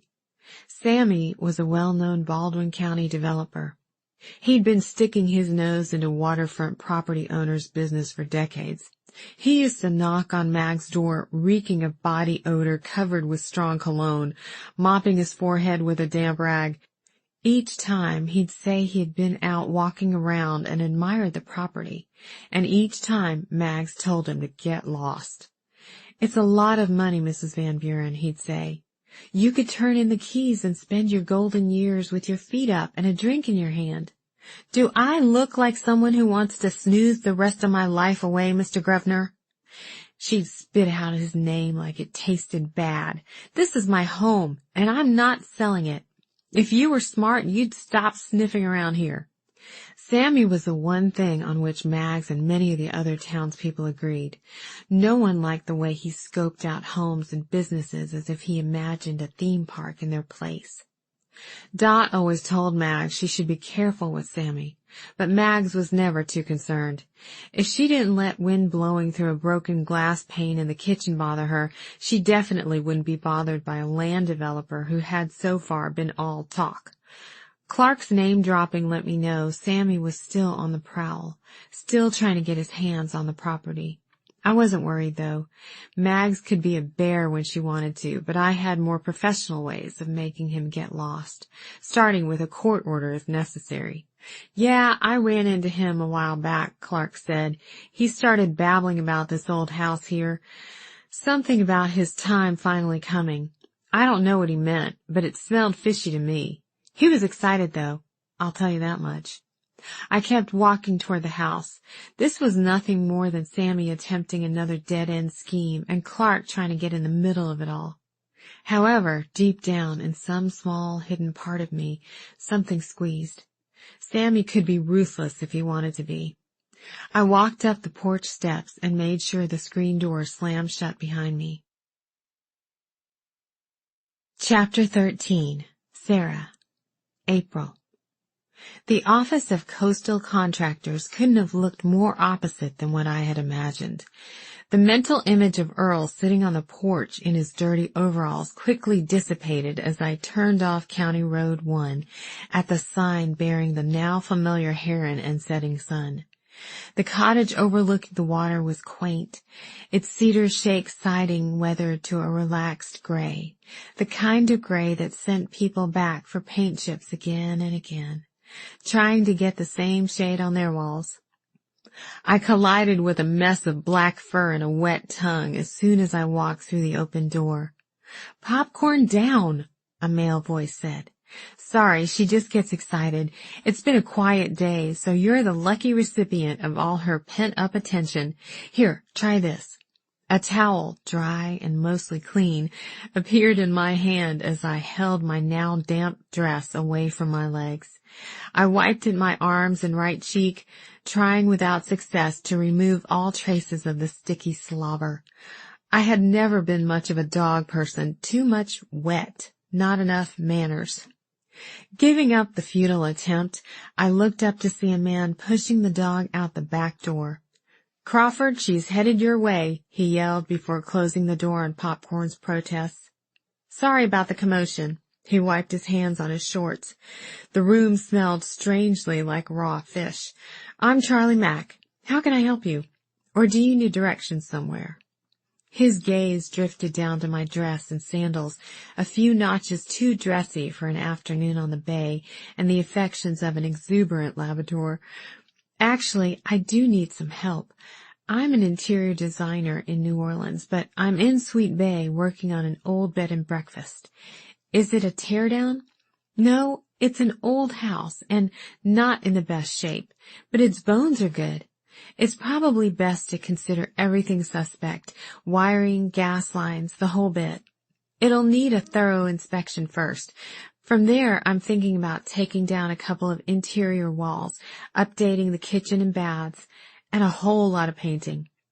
He nodded and scratched out a few notes on a piece of paper he'd pulled out of his shirt pocket. When he finished, he sat back in his desk chair, his heft leaning the chair back almost horizontal. He was 250 easy, maybe more. Older than me, but not by much. Did the plural on contractors mean Popcorn and him? I can tell you now we're the right people for the job. We do everything from new construction of massive bay houses to little old ladies who want their bathrooms to look like the one they saw in last month's Southern Living. How did you find us anyway? Yellow Pages. I started with A. He laughed. "So you called A1 first." Got Earl on the phone and quickly went on to the B's, then found us. That's how it works sometimes. However clients come in, we'll take 'em. "So you're a sort of one-man, one-dog operation?" He laughed again. "No, it's my buddy Crawford Hayes and me. Popcorn's just around for laughs. She's the company dog. Crawford's outside banging around on something as he usually is when he's not on a job site." "Banging around? Should I be concerned?" I peered around Charlie to look out the back window of the office. "Crawford builds things, or attempts to. He's got a workspace out back. He calls it his shop, though there's not much more than a messy hardware store. Right now, he's building me a boathouse. I just bought a 25-foot regulator," he said proudly. He stood and gestured for me to follow him to the back of the house. "Crawford's the best contractor in Baldwin County, so don't think you're getting a country carpenter." We walked onto a deck overlooking a tidy lawn. The scrubby grass mingled with sand at the edge, and calm water lapped the shoreline. He pointed to a shed off to the side. I'm lucky he let me join in this operation. It was one man and one dog, like you said, before I came on. Now we can take on more work together, although Crawford's probably the one for what you need. Point him to some old falling-down house, and he's a happy guy. I don't have the heart that historic places require, but he's a different story. Popcorn nosed her way out of the shop just before the door opened wider, and Crawford walked out. It was the second time coastal contractors had surprised me. I'd expected another big guy like Charlie, well past college years, but still retaining the good-natured frat boy look of too much beer and not enough exercise. Instead, Crawford was slim, but not skinny, with thick brown hair sticking up in front like he'd pushed it off his forehead with the back of a sweaty wrist. He'd rolled up the sleeves of his checked button-down against the late spring warmth. His khakis had a scuff of dirt at the bottom hem and a small hole near one pocket. A pencil stuck out of his hair, tucked behind one ear. He was a far cry from Mitch's sleek suits and power ties. He looked more like a mad scientist, albeit a cute one, than a contractor. "Crawford, this is— I'm sorry, I didn't even get your name," Charlie said. "I'm Sarah Jenkins." I held out my hand, and Crawford shook it firmly. Small calluses at the base of his fingers pressed into my hand. I tried calling a few times before I drove over, but I kept getting the machine. "Sorry about that," Crawford said. "I've been out here all day trying to finish up the framing on this boathouse, and Charlie, well, it looks like he's been out fishing." Charlie grinned, unapologetic. If this was how they spent their days, how did these guys make enough money to afford the nice office and shiny trucks parked out front? As if reading my mind, Crawford answered my question. "This isn't a typical week for us. I just finished up 2 big jobs over in Point Clear on the boardwalk, and Charlie is wrapping up a house in Spanish Fort and starting another one next week. We decided to take a few days before jumping back in." We went back into the tidy office and sat at the table in the middle. I explained again, this time in more detail, what I envisioned for the house. "I thought we were dealing with just a big house," Crawford said when I finished. "I didn't realize it's a bed and breakfast. What'd you say the name is?" "I didn't. It's the Hideaway in Sweet Bay." I waited, but Charlie just kept scratching Popcorn's ear, and Crawford wrote the name down on his notepad and sat back in his chair. I couldn't believe I'd found the only 2 people in Baldwin County who had never heard of the place. Then Crawford smiled. "I've always wanted to see inside that house. Here it comes."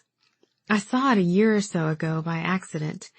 Turned down the wrong driveway looking for another job site. The house was obviously in disrepair, but I could tell it had been beautiful once. I'd seen the sign before, but didn't know anything else about it. Then again, I'm not a local. "How'd you get the job? Didn't you say you're from New Orleans?" "I live in New Orleans now, but I'm actually from Sweet Bay. Born and raised." "No way," Charlie said. "Don't see too many girls around here who look so classy. No offense," he said quickly. "But you kind of stick out like legs on a fish." I smoothed my still damp dress over my knees and ran my hand down my ponytail, making sure nothing was out of place. Crawford's gaze on Charlie was a laser beam. Then he shook his head and smiled. "Please excuse my partner. Sometimes he doesn't know when to stop, and he's used to the taste of foot in his mouth." I smiled, grateful for his easy removal of awkwardness. "The owner hired you to redo the place?" he asked. "He really doesn't know anything." I took a deep breath. "It was my grandmother's house, and she just passed away. In her will, she gave me the house and asked me to renovate it. It used to be very different from what it is now. It was written up in magazines and everything, but over the years, I guess the clientele changed. People who checked in usually ended up living there." "I know it sounds strange," I said, seeing his eyebrows raise. "I have no idea how she'd ever had the money to keep that place going." "Sounds like a beast of a project," Charlie grinned. "I don't know about that, but I do need professionals to come in and tell me just how bad it is. The place has always been a little wild. 4 of my grandmother's friends still live there, and I'm staying there for the time being, so the house will be occupied during renovations. We'll need to work on it in stages, I suppose, rather than ripping it all up at once." "You're staying in town during the work?" Crawford asked. "I would have expected you to set the plans in motion, then hightail it back home." I uncrossed, then recrossed my legs, uncomfortable with his laser beam directed at me. I smoothed my hair down again. I considered it, but there's so much work to do.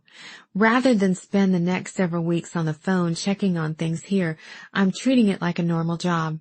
I'll see it through to the end, then hightail it back. Crawford held my gaze for a moment, then looked at Charlie, who nodded. We'd love to take on the job, Crawford said. I'm biased, but I think we're the best ones by far to do the work. As Charlie probably told you, old houses are my thing. I'd love to get in there and peel back the layers on this one, if you'll have us, of course. Charlie leaned back in his chair, his arms crossed over his considerable girth. Crawford sat closer to the table, fingers twirling a pencil, eyes on me. Popcorn whined at the door, wanting to be let out. Sure, of course, you're hired. Okay then, Crawford said, a smile lifting a corner of his mouth. When can I see it? That evening, in the purple dusk after sunset, I strolled out into the backyard. An old streetlight attached to a wooden beam marked the path to Mag's vegetable garden. It wasn't what it used to be, rows of tilled earth straight as an arrow, little markers noting what each row contained, tall wooden spikes to stake the tomato plants. But it was clear Mags had been doing her best to keep the garden up. The rows weren't as obvious, and some of the markers were missing, but from what remained, it looked like there had been a bounty of snap beans, purple hull peas, and cucumbers later in the summer. The garden sat adjacent to the house and overlooked the bay. Mags used to say that, sitting in the garden, she could see everything that was important to her. The house, her plants peeking their heads through the soil, the water making its unhurried way to the Gulf. She could listen to the voices of her friends and laughter of seagulls. Memories surfaced as I settled down on the worn bench. I used to run barefoot up and down the deliberate rows of fertile soil, flapping my arms to scare away the crows. I'd squat over delicate strawberry vines, the aroma of dirt and life permeating the air, and carefully choose the plump red berries that Bert would later use in his not yet famous strawberry pie.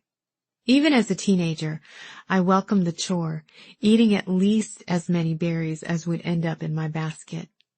Sitting there in the falling dark, I could imagine the furry skin on my tongue, the tiny seeds popping, a burst of summer sweetness in each bite. I ran my hand over the surface of the bench next to me. It was a gnarled, weather-beaten thing, but beautiful in its own way. No frills, just cedar boards fastened with wooden nails and dovetail joints. It still bore remnants of an old coat of green paint. As my fingers rounded the edge, they found an indentation in the wood on the underside of the bench. I took it for another mark from a carpenter bee, but as I rubbed it, a shape began to emerge. I got down on my knees and peered underneath. As I tipped the bench back, the glow from the light fell across the wood and revealed the engraving of an old skeleton key. I recognized that key. Mag's headstone had been simple. It bore her name and the dates of her birth and death. It wasn't until after the graveside service that I noticed the carving at the very bottom. It was a small key, just like this one, along with the words, "You hold the key to my heart." I never knew my grandfather, though I'd always referred to him as Granddaddy. My mom was only a few years old when he died, so her memories of him were few. Any time I asked Mags about him, she just repeated that it was a tragic, too early heart attack, but wouldn't offer any more information. She was single my whole life. No other romantic interest that I knew of. It seemed strange that she would have made such a public pronouncement of love for her long-gone husband when I never heard her once talk about him, other than the few times I'd asked. The sentiment seemed too romantic for my simple, often stoic grandmother. But she chose to add a last whisper of love on her headstone. Could it have been for someone other than Granddaddy? Chapter 14. Mags. April 1960. Mrs. DeBerry didn't show up for her usual morning toast and pot of tea out in the yard. A few of us stood outside her bedroom door. I knocked, but got no response. "Maybe she died in her sleep," Starla whispered. "What?" "It happens," she said when we hushed her. She was old. Maybe her ticker gave out. I knocked again. Y'all were up late last night. Did any of you notice anything? Maybe she fell. No, nothing, Gary said. You wouldn't have noticed a garbage truck if it had rumbled through the living room, Starla said, laughing. I can't help it if I cut off their banter by pushing open the door. Inside, Mrs. DeBerry's small room was neat and clean and empty. The furniture remained, but every personal item was gone. The dresser top was bare, and pale squares stood out on the walls where frames had hung for decades. I backed out of the room and bumped into Daisy. Oh, Maggie, I was just looking for you. This was on the kitchen counter this morning. Daisy handed me a creamy envelope, heavy paper, fine stationery, with my name printed on it. That's Mrs. DeBerry's handwriting, she said.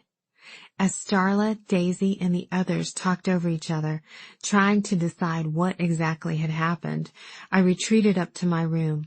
On the way, I tore open the envelope and pulled out the card inside. Maggie, it just got to be too much.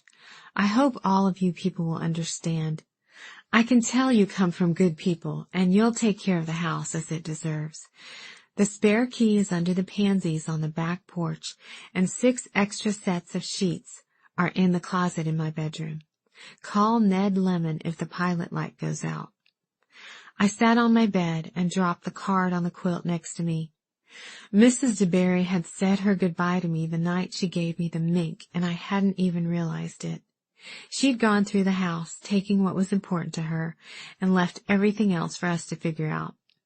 Who else would she have asked? William said when I escaped to his workshop to give him the news. No way she would trust the others around here who float in and out of the house all day and night. People don't just go leaving houses to strangers. She must have seen what I see in you. You're smart, hardworking, and determined. You do what needs to be done. Think of it this way. You want something different out of life, right? I nodded. This could turn out to be a very good thing for you. Maybe even for us. I leaned into him and closed my eyes. This is insane. What do I know about running a bed and breakfast? He wrapped his arms around my back. We'll figure it out together. And anyway, what else do you have to do? I could have thrown out a dozen reasons why I wasn't a good candidate to take over the house, but as I stood there wrapped in William's arms, the idea began to take root in my mind. After all, with no husband to support me, no formal job training, and no money other than the check from Daddy, I didn't have much going for me. But there was something else. This house had offered me a respite, a shelter from the storms in my life, and it had given me William. If taking over the house would allow us to stay safe and undisturbed in the Hideaway's cocoon, then that's what I would do. That night around the dinner table, William and I told everyone about Mrs. DeBerry's departure and the note she left behind. A stunned silence met us. Then everyone began to talk at once. A few were angry and some were distraught, thinking they'd lose what had essentially become the ideal artist retreat. But most were satisfied and gave me their blessing, just as William had predicted. It's okay with me if you run the place, Starla said. You've turned out to be all right. At least you're not wearing that pillbox hat anymore. She grinned at me and I returned the smile.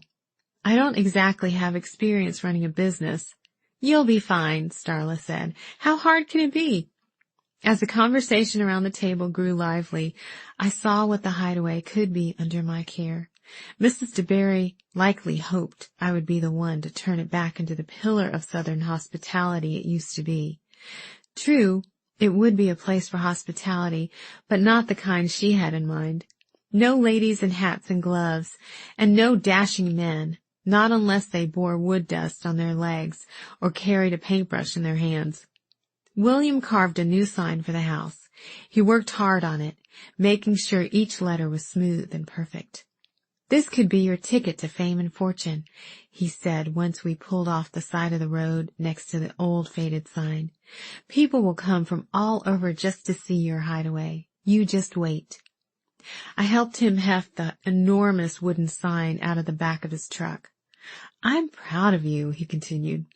You can make something out of yourself here, something that's just you. I stayed silent as we leaned the new sign up against the post of the old one. His insinuation that I hadn't been my own person before didn't sit well. But hadn't I said it myself? Wasn't it true?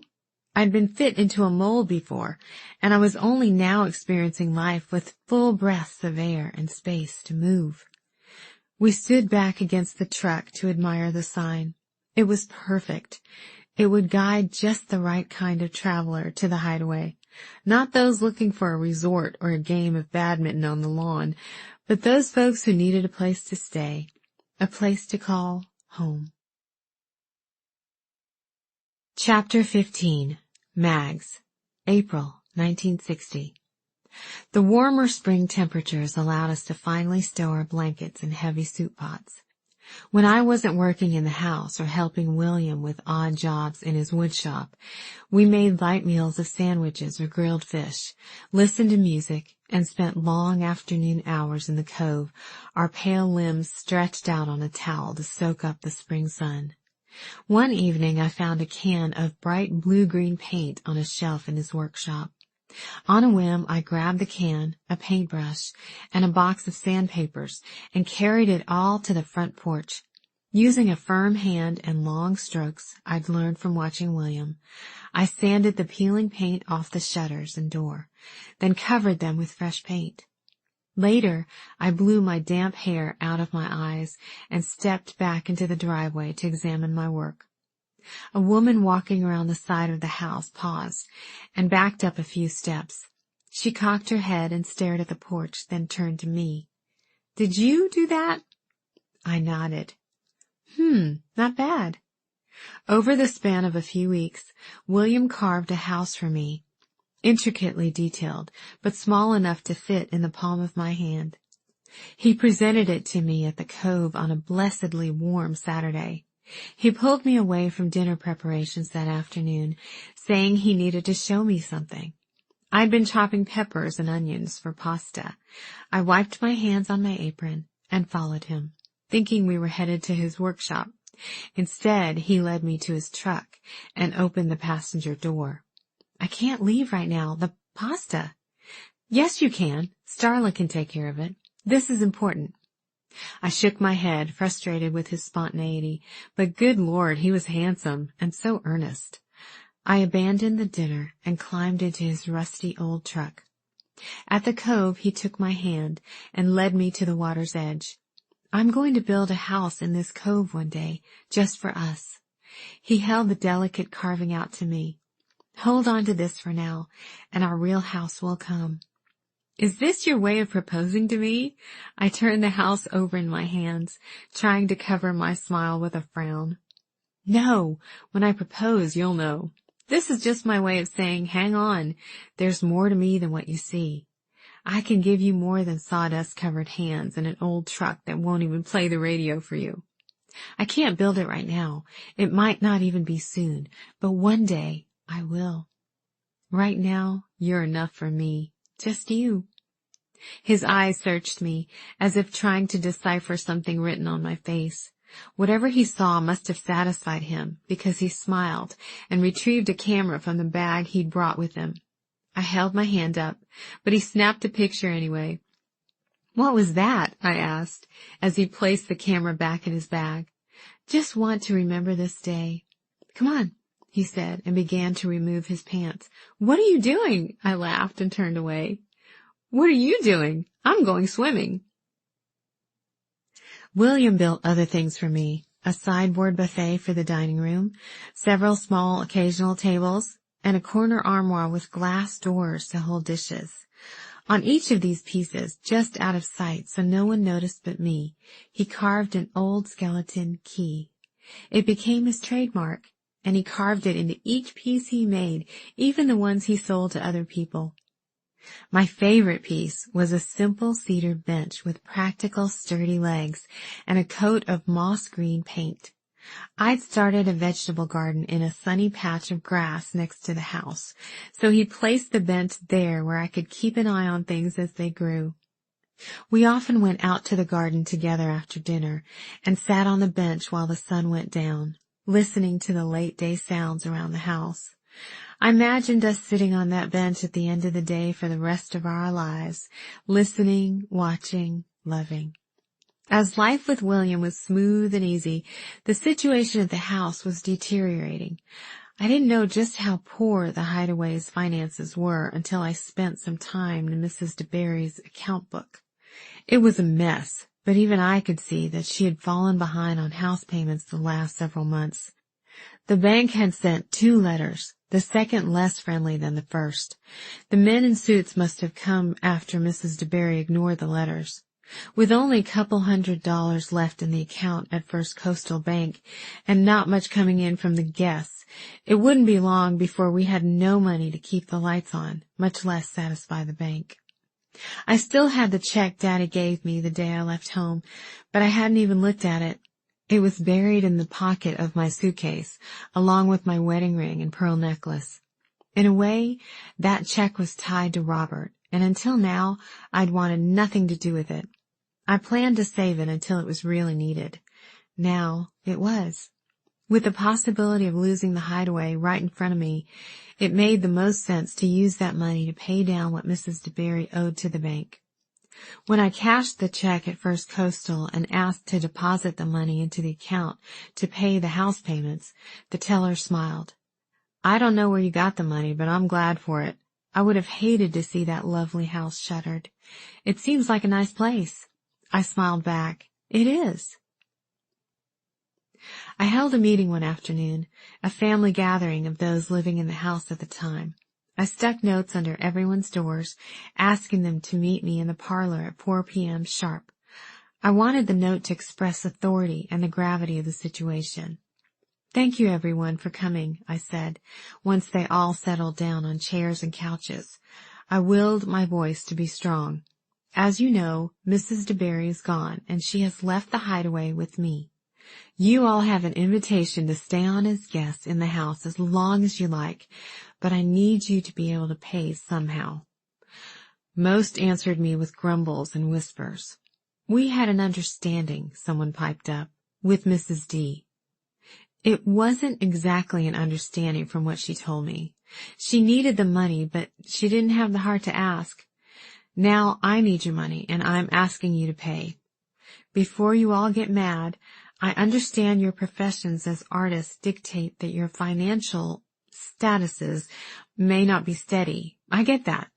But I need you to pay something. Get a part-time job, find new galleries to show your work, whatever.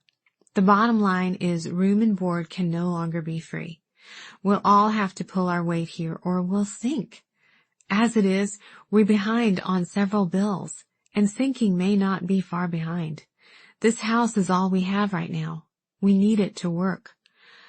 I took a deep breath, expecting an onslaught of angry voices or overturned easels.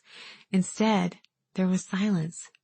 "I just booked a show at Peterson's Gallery next month," said Daisy. "They asked for 7 paintings.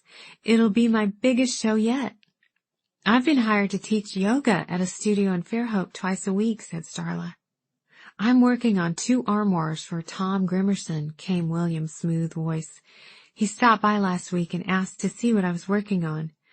I scanned the room until my eyes found him leaning against the door frame in the entryway. He wore a red work shirt and scuffed boots. A thin coat of sawdust covered the front of his pants, and he smiled that familiar, slow smile I'd come to love. My body told me to cross the room in one stride and bury my face in his neck. I smiled my thanks.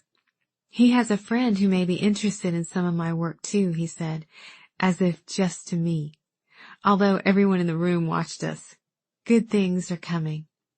I kept my gaze on him as the room buzzed with talk of upcoming shows and income possibilities. This could work. But my thought wasn't just about the house.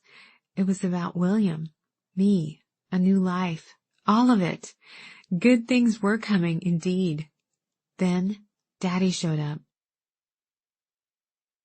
Chapter 16. Sarah. May. The next morning after breakfast and a quick shower, I pulled the string on the bare bulb hanging in the center of the attic ceiling. It didn't illuminate much, but sunlight trickled in from the eaves on each end of the house. It was a bright day, and the light caught the dust motes my feet stirred up. I decided to start at the top and go down. I had no idea what mementos and clutter previous guests had stored in the attic over the years, but I suspected it would be full to overflowing, much like the rest of the house. Taking my first look around, I wasn't far off. One end of the attic housed furniture jumbled together. It was dark under the low ceiling, but I could make out the shape of a few small tables and a bench that used to sit in the dining room along one wall. The back of a small chair caught my eye. When I crept closer, I recognized the little red rocking chair I'd been so proud of as a child. I'd gone with Mags to a yard sale and begged her to buy me the broken-down chair, painted an ugly, faded yellow and missing one armrest. I knew I could make it look better. We hauled it home, and I went after it with some sandpaper, wood glue, and paint. I even fashioned a cushioned bottom out of some old batting I found in Glory's quilting box, and a few squares of leftover fabric printed with smiling cats. I ran my hand over the dusty cotton and wood. My first restoration job. I couldn't believe Mag still had it. Bags and boxes littered the rest of the attic, along with a few broken suitcases, an easy chair missing its bottom cushion, and an artificial Christmas tree. I peered in a few of the boxes, musty clothes, discarded kitchen items, a few ratty teddy bears. Goodwill wouldn't even take this stuff. I opened the trash bag I had brought with me and tossed in items no one would miss. When the bag was bulging, I dragged it across the floor to the ladder. As I backed down the narrow steps, I noticed a box I hadn't seen earlier. It was pushed so far under the eaves I could barely see it, but just enough light bounced off it that I could make out a keyhole at the top. I paused with my feet on the ladder, then climbed back up and pulled the box farther into the light. Dull green metal, the box was unremarkable except for the keyhole. I remembered the envelope Mags left for me, the small key falling into my hand, weightless. I had yet to come across anything in the house with a hole small enough to fit it. I scrambled down the ladder to the blue room and retrieved it. Back in the attic, I crouched down and slid the key into the hole and turned it. The lid popped open. Inside were several small photo books, a tiny house carved out of wood, yellowed newspaper clippings, and a few loose photographs. Wood chips, still smelling faintly of cedar, littered the bottom of the box. I paused, hands on either side of the box. It was for me, right? Mags left me the key, and it fit into the lock perfectly. The lid had snapped open willingly. This had to be something she wanted me to see, to have. I reached in and pulled out the black and white photo sitting on top. It was unmistakably Mags, but not the Mags I'd grown up with. Her tiny frame, light eyes, and sharp cheekbones were the same. And her hair, the humidity must have been high because the edges were beginning to frizz. That was the Mags I knew, but the similarity ended there. This young, unfamiliar Mags wore a shimmery cocktail dress with a rounded neckline, narrow belted waist, and full skirt. A strand of pearls adorned her neck, and she wore large pearls in her ears. Her hair, the part that hadn't frizzed, was rolled into gentle waves peeking out from under a white pillbox hat. Lacy white gloves covered her hands, and she carried a small purse with a silver clasp. On her face was just the barest hint of a prim smile, one that didn't reach her eyes. The date stamped along the edge of the photo was 1957. I'd been in Mag's closet before. Nothing in there even came close to resembling this dress. A dainty and demure Mag's? Not a chance. Who was this woman? The carved house was the length of my hand. It had 4 rooms, a porch across the front, and a chimney on top. Whoever carved it had exceptional skill with a knife and an obvious love of such fine work. I turned it over in my hands, examining each side. The underside bore the rough engraving of a skeleton key. The rest of the items in the box begged to be picked up and examined, but laughter from downstairs floated up into the attic. My watch showed it was after 9, and Crawford had said he'd be here at 9 on the dot. I placed the wooden house carefully back in with everything else. That's when I saw the blue velvet box. I pulled it out and gently pried the box open. Inside, nestled in soft white cotton, lay an exquisite diamond ring. Beautiful, not for its cut or size, but in its simplicity. It was breathtaking, perhaps especially because it shone in such opposition to my grandmother's disdain for anything having to do with money or luxury. Underneath the box was an envelope, the seal on the back jagged as if it had been ripped open. I worked my fingers inside. Instead of finding something whole, my fingers brushed small pieces of paper. I hesitated, then turned the envelope over and poured it all out into my hand. The bits of paper were torn, with rough edges and angry rips.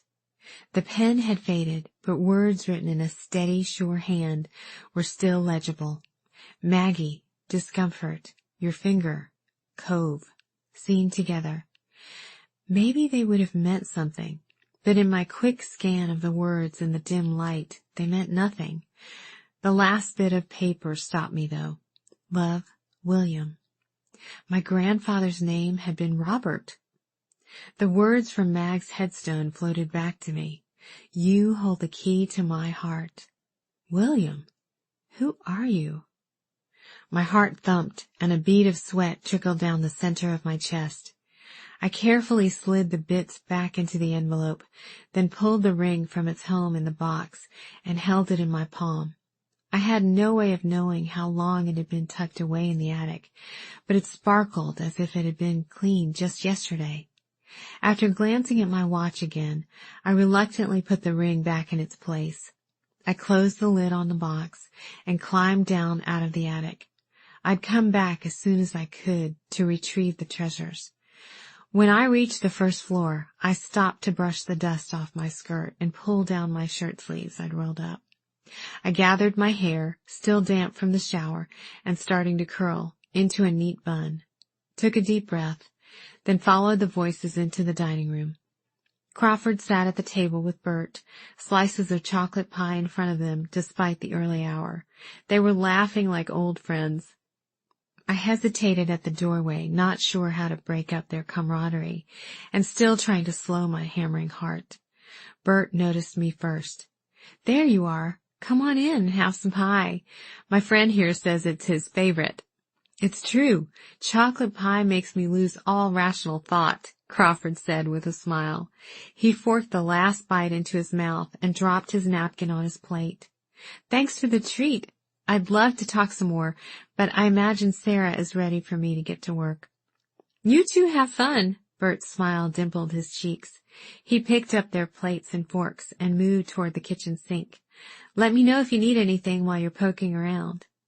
Looks like y'all hit it off, I said to Crawford once we were out of earshot. I can't turn down pie, and he was so eager for me to have some. It's the funeral food. He tries to force it on whoever happens to walk into the kitchen. My voice was casual, belying none of the butterflies fluttering in my stomach. Nervousness was rare for me in a professional situation, and I blamed it on my findings in the attic.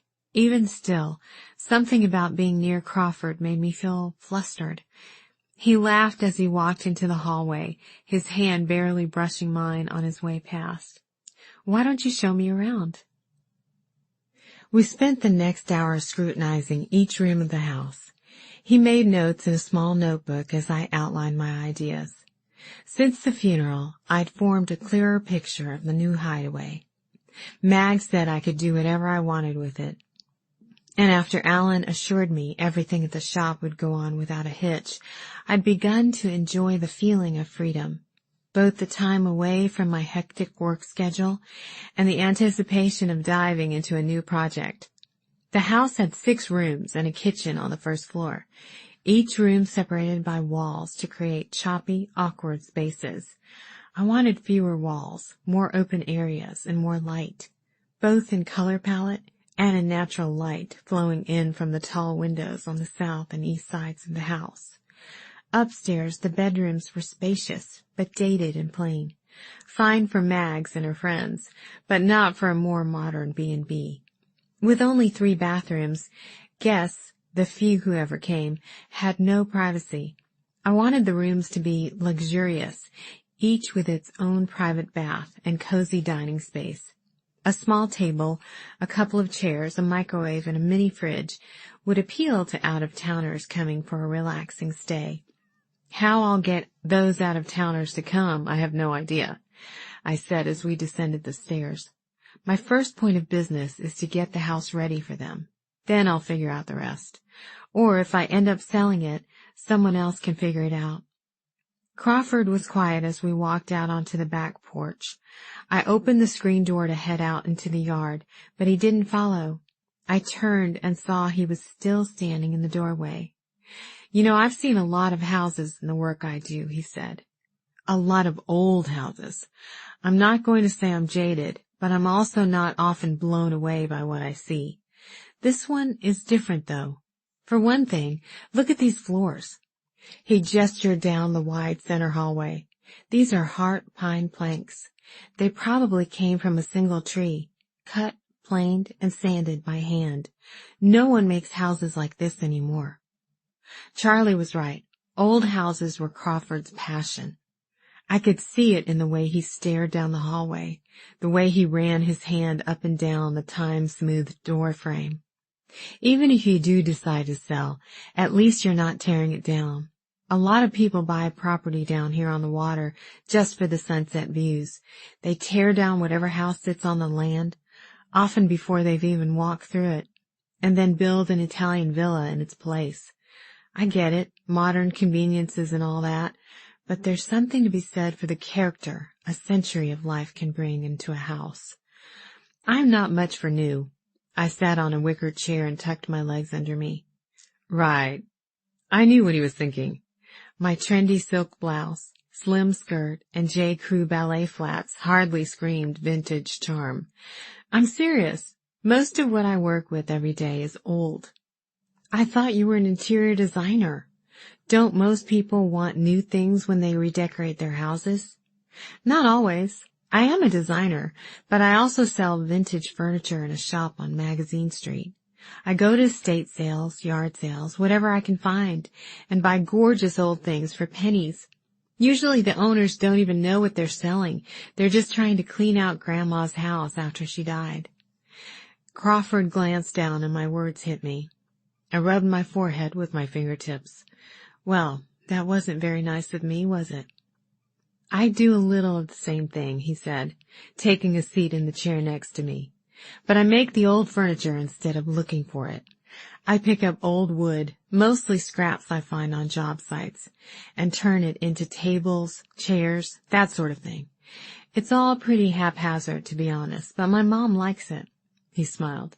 I've sold a few pieces here and there, and I'm working on a table for a client now. That is, when I can find time between work and this boathouse Charlie's talked me into building. I'd love to see your work sometime. I doubt it's anything you'd be interested in. To be honest, it looks like it was made in someone's woodshed in the backyard, and most of it was.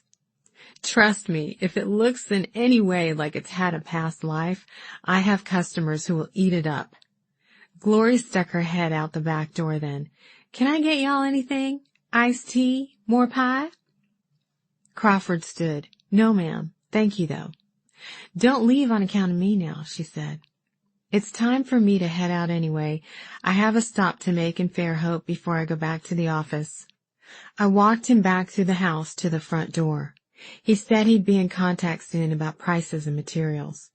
You really think you'll sell it once you finish all this work? He asked at the top of the front porch steps. I picked at a string on my skirt and shrugged. I haven't decided. It seems like the smartest thing to do. I sure can't stay here and run a bed and breakfast. That's too bad. Once this house is fixed up, you'll be sad to let it go. Mark my words, it's going to be a showstopper. Later that afternoon, I waited until the upstairs hall was quiet before I pulled down the creaky attic stairs and climbed up to retrieve the box. After Crawford left, I hadn't been able to focus on anything except the box and its mysterious contents. Part of me felt like I did when I scored a big find at a junk shop or an estate sale, excited to dive in and see what I could make of something old. But another part was scared to wade any further into who Mags might have been. I tiptoed back to my room with the box and closed the door behind me. I reached into the box, gently pulling out the envelope, and emptied it onto the blue quilt, turning each piece over so the words were visible. They were still disjointed, but I moved them around until most of the torn edges lined up, and it seemed maybe they were in the right places. There were gaps, sections of the note that had been lost to the years, but what was left was an even bigger mystery. Dearest Maggie, leaving now to save. The discomfort is the right choice. Know our time. Your finger. Be mine and I. In the cove, just as we planned. Love, William. I stared at the broken note for several long moments, trying to sort out the emotion behind the words. Anger? Frustration? Passion? With the missing pieces, it was so hard to tell. I pulled the box back toward me and laid everything else on the bed. The ring box, stack of newspaper clippings, tiny wooden house, and handful of photographs, the one of Mags on top. But there was something else I hadn't seen earlier. Stuck down along the edge of the box was a yellowed postcard. It had a picture of Mobile's Bellingrath Gardens on the front. The postscript on the back was dated June 1960. There was no return address, just one line written in small, neat cursive. Margaret, you made the right choice. Mother. I heard a faint knock at the door, and Dot poked her head in. I discreetly nudged a newspaper clipping over the ring box. We're headed out for dinner. You sure you don't want to come? We're going to our regular meet and 3 over in Daphne. Bert hates to miss the early bird specials, and the food is actually pretty good. I smiled. No, thanks. I'll find something here. She gestured toward the assortment on my bed. What's all that? Just some things I found up in the attic earlier. I almost said more, but something stopped me. I craved more time alone with all I'd found before I brought Dot into the mystery. She nodded, her eyes scanning the items. Okay then. See you when we get back. I'll try to bring you some leftovers. She stepped away from the door, but paused before closing it. Secrets may come to light the deeper you dig in this old place. Feel free to ask me anything. I may not have all the answers, but I can probably come pretty close to the truth. Chapter 17. Sarah. May. Crawford and his team worked fast. The electrician came during breakfast the next morning. Glory grabbed her coffee and hurried up the steps, her long nightgown billowing out behind her. 10 minutes later, we heard knocking at the door again. It was the foundation specialist. Back at the table, Dot was folding and refolding her napkin. It's okay, I said. They're just here to see if the house has any major problems, which it probably does. It's better to find out quickly. Remember, this is a good thing. Dot's eyes filled. I trust you. It's just hard to see other people trampling around this place. But it's a bed and breakfast. That's kind of the idea, isn't it? Didn't it used to be this way? That was a long time ago, and we made friends with the guests quickly. Look at Major and Glory. You're welcome to make friends with Larry the electrician, although I doubt he'll be moving in. He'll be up in that hot attic checking the wiring, but I'm sure he'd love a piece of Bert's pie. I know you're poking fun at me, but maybe I'll do just that. At least let them know those of us who live here care about the house and are keeping a close eye on them. Just remember they're here doing a job I hired them to do, and I care about the house too. Dot reached over and patted my hand. Don't mind me.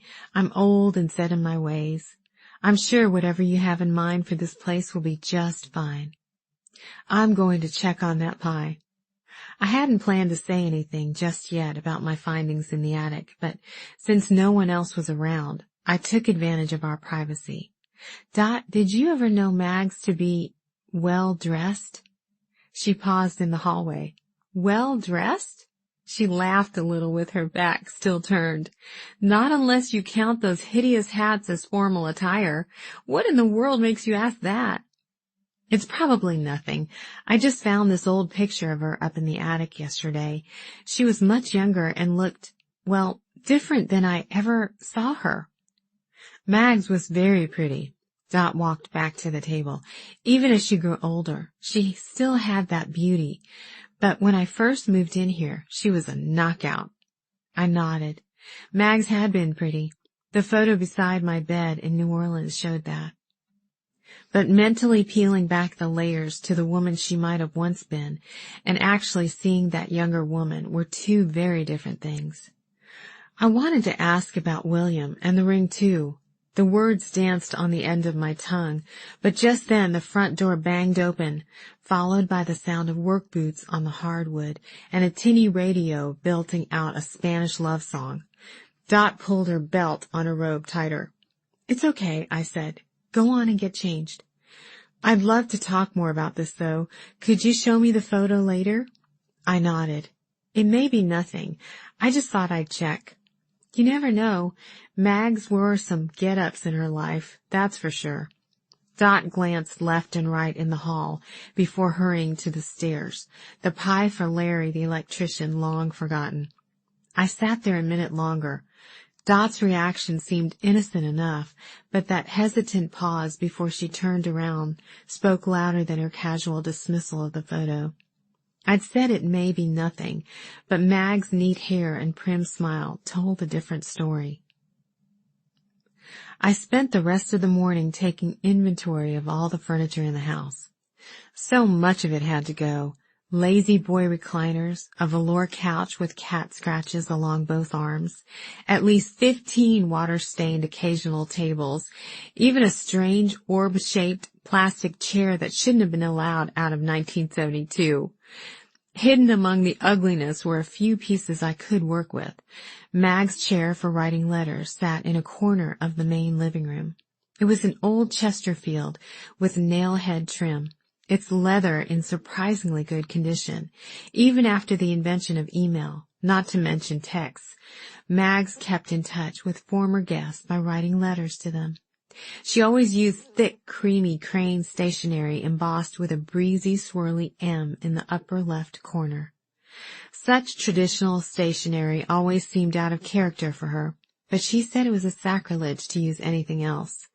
Saturday was her day for writing, and this chair was the place. Her old cat Stafford would sit with her, his hind legs on the back of the chair and his front paws draped over Mag's shoulders. I sat in the chair and ran my hands up and down the armrests. Under me, the cushion gave way just enough to create a scoop of soft leather. I picked at a stray cat hair stuck in the seam of the cushion. A gorgeous old buffet table stood next to the chair under a bank of windows. It had slim drawers on the front, and carvings of vines and leaves snaked up its curved legs. Sunlight glinted off the table's surface, despite the layer of dust. A closer inspection revealed a small key engraved along the edge of one of the drawers. I smiled. The key was becoming a familiar sight, and ran my fingers across the indentation. Major stuck his head into the room. "What's the order of business today?" I stared at him. We hadn't spoken more than a few polite words since the conversation at the dinner table my first night at the house. "Put me to work," he said. "I don't like to see these other people working on the house while I just sit here. Makes me uncomfortable." Okay. I was about to move some of these older pieces of furniture outside to take to Goodwill. I won't do much before talking to Dot and Glory, but some of these things are useless. I gestured to an orange plastic love seat. I loved refinishing things, but I couldn't do much with spray-painted plastic. "I'll give you permission myself." You can't imagine what it's like to have to look at some of this stuff every day. I'm no decorator, but even I know when something's ugly as a three-eyed cat, and I don't like cats. Together, we moved the most offensive pieces outside, while carrying a bulky coffee table to the driveway. He cleared his throat. Glory tells me I'm not good with apologies, he said. The other night at dinner, it's okay, I understand. If I were in your position, I'm sure I'd feel the same way. I was just caught off guard, he grunted as we backed down the front steps with the table. The four of us wouldn't have been able to take care of this house for too many more years on our own anyway. I don't know about that. Y'all have been here so long, the house is a part of you. It's a part of you too, even if you don't live here. We set the table down and surveyed the furniture we'd amassed in the driveway. Who's going to want that old thing? Major pointed to a side chair with springs exposed and fabric hanging off the back. We're keeping that one. You're getting rid of a perfectly good coffee table, half upholstery, half glass. There was nothing good or perfect about it, but you're keeping an old busted chair? I smiled. It's ugly now, but just wait. Whenever I saw chairs like this at an estate sale or a garage sale, I couldn't snatch them up fast enough. As long as the wood wasn't too banged up, it was the easiest thing to refinish and recover. I regularly picked up chairs like this one, stuffing pouring out, ugly fabric, scratched wood, for less than $50 and sold them for a few hundred. I wasn't going to sell this one though. It'll be your favorite chair when I'm done with it. Major snorted, doubt that. He continued shuffling things around outside while I sat in the gravel next to the frayed side chair. Using a pair of pliers I'd found in the kitchen, I ripped the staples out of the upholstery and carefully pulled off the tattered fabric, laying the strips down by my feet. I'd already decided to reupholster it in a cool graphic print to downplay the fussy rococo design carved into the wood. After a while, Major paused in the shade, wiping his forehead with a handkerchief. You okay? I asked. Of course, just thinking about Mags. She talked about going down there to visit, you know. She even looked into buying an apartment so she'd have a place to stay. In New Orleans? It wasn't difficult to imagine Mags meandering through the little streets and alleyways of the Rue Carrée with her flowered hats and ponchos. But still, Mags in New Orleans? Major nodded, especially if bad weather was coming. If there was even a hint of a hurricane out in the Gulf, she'd keep that darn TV on the Weather Channel all day long. He turned a chair around so it faced me and sat down. I don't know if she actually would have gone down there. I can't imagine her anywhere but here. I smiled. She probably would have fit right in, making friends with George the jeweler, Alan, and all the other misfits. She hated being so far from her only family, Major said. She figured if you weren't coming this way very often, she could go to you. Then at least you couldn't blame your lack of visiting on distance anymore. I sighed. It wasn't the distance so much as, I know, your shop. I'm just calling it like I see it. Thanks. That hurts, I said. But he was right. Regardless of my reasons, the still sore memories of my parents, my suffocation at the hands of small-town life, even my childish embarrassment of Mags and her friends, it had all been a mistake to allow so much time to pass between visits. The phone calls hadn't been enough, even if they were as regular as clockwork. Just speaking the truth, young lady. He folded his handkerchief into a tight square and stuck it in his pocket. But it's water under the bridge. You're here now, and wherever Mags is, I'm sure she's happy you've come. He sounded confident, but I wasn't so sure. What kind of ungrateful granddaughter would I have been if I'd ignored Mr. Bain's summons to come to the reading of the will? If I'd stayed away from the funeral? If I'd come back to collect Mag's things long after Dot and the others had moved out? It hurt to admit it, but those were my first thoughts on the streetcar after talking to Mr. Baines. Of course, they were fleeting. I knew I'd return to Sweet Bay, regardless of whatever memories waited for me.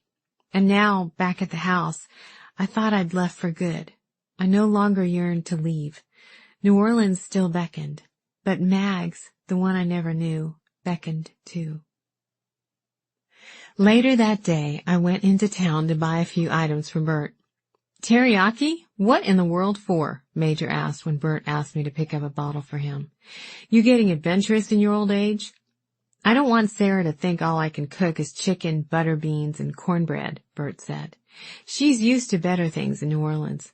I've never made an etouffee, but I can make a good roux. In fact, scratch the teriyaki and pick up some shrimp. We'll have gumbo instead." Bert was hunched over a battered church cookbook, thumbing through pages. "Bert, I'd eat a wooden chair if you cooked it," I said. "I'm sure whatever you whip up will be delicious. Don't make something special just for me." "Go ahead and pick up shrimp and teriyaki," he said. "Maybe I'll combine the two and come up with something new." Major wrinkled his nose. "Just stick with chicken and butter beans. You're good with those." I laughed and grabbed my keys. Outside the air was light and breezy. I inhaled cut grass, salty air, and the faint scent of coconut. I smiled. Close by, someone was sunbathing on a dock. I picked up Bert's ingredients at Grimerson's grocery, then paused on the sidewalk. Paint chips hung in the window of Grant's Hardware across the street, practically begging me to dive right into my job at the Hideaway. But the diner next door advertised fresh squeezed lemonade. The day had grown warm, and my thirst won. I took a deep breath to steady my nerves before opening the door. The last time I stood outside the diner, Mags had bumped into me from behind. "What are you standing out here for?" she'd asked. "The lemonade is inside, not out on the stoop." "I'm sweating through my shirt. Let's go in." But I couldn't make myself grab the door handle. My parents had been gone less than a year, and my nerves were still raw and exposed. The diner was their place. I'd been afraid to see someone other than my mom manning the register, someone other than my dad slinging plates of catfish and coleslaw across the counter. In the end, I backed away from the door, bumping into Mags in the process, red-faced and sweating, and not from summertime heat. I escaped around the corner and found a bench outside Sandifer's music shop. A few minutes later, I felt Mag's small hand on my shoulder. I looked up, and there she stood, holding a huge styrofoam cup of lemonade. Her bird's nest hat sat askew on her head, one of the birds dislodged from its nest and holding on by a string. With 2 fingers, she pulled her shirt away from her skin and flapped it back and forth in a lackluster attempt to create a breeze. She kept her other hand on my shoulder, the heat from it radiating into my bones. After a moment, she pointed the straw toward me and offered me a sip. I didn't make it into the diner that day, but this time a bell dangling off the doorknob announced my entrance. The cash register sat in the same place, although the counter now sported wood pallets and metal sheeting, giving it a modern industrial look. It didn't fit with the country decor in the rest of the diner, but it was a step up from the old red laminate counter. The place was quiet, with only a couple other customers. I found a booth by the door and scanned the menu sitting on the table. On the back of the menu was a note in memoriam, dedicated to Ed and Jenny Jenkins, the original owners of Jenny's Diner. We loved them and will keep their memory alive. "Miss Jenkins?" The voice came from the other side of the diner. I scanned the room until I saw a vaguely familiar man holding a hand up in greeting. He heaved himself out of his booth and lumbered toward me. It wasn't until he stood by my table that I recognized him as Sammy Grosvenor. I smiled, but it was short and tight. "Condolences for your loss, Miss Jenkins." He wiped his hands on a napkin. Cornbread crumbs dotted the front of his T-shirt, just under the Middle Bay Land Development logo. "Thank you. I remember your grandmother well.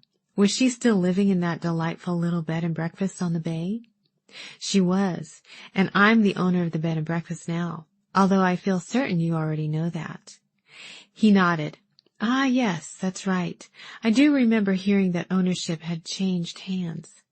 Now would be a great time to sell, you know. Property values in Sweet Bay are on the rise. I'm sure you'd find a willing buyer if you were to ask around. Let me guess, you'd prefer if I started with you." Only if it strikes your fancy, he smiled sweetly. I'm not selling, Mr. Grosvenor. I don't give up easily, Miss Jenkins. Neither do I. He balled up his napkin and tossed it in the trash can on his way out the door. I released my breath and sat back in my seat. Sarah, is that you? I turned to see Mrs. Busby, the new owner of the diner, walking toward me, tucking a dish towel into the apron tied around her waist. She hugged me, her doughy arms smelling of fried chicken, and set a glass of lemonade on the table in front of me. It's good to see you, she said. Don't you worry about old Sammy. He's always blabbering on about something or another. My opinion is it's always best to just ignore him. That's my plan. I was so sorry to hear about your grandmother. She was a big part of life around here. Thank you. We got your chocolate pie at the house. Good, good. Are you here for long, or will you be heading back to New Orleans? I'd sure love to get over there one day and see your shop. I bet I'd find a million things there I'd just have to have. It was a funny thing about small towns.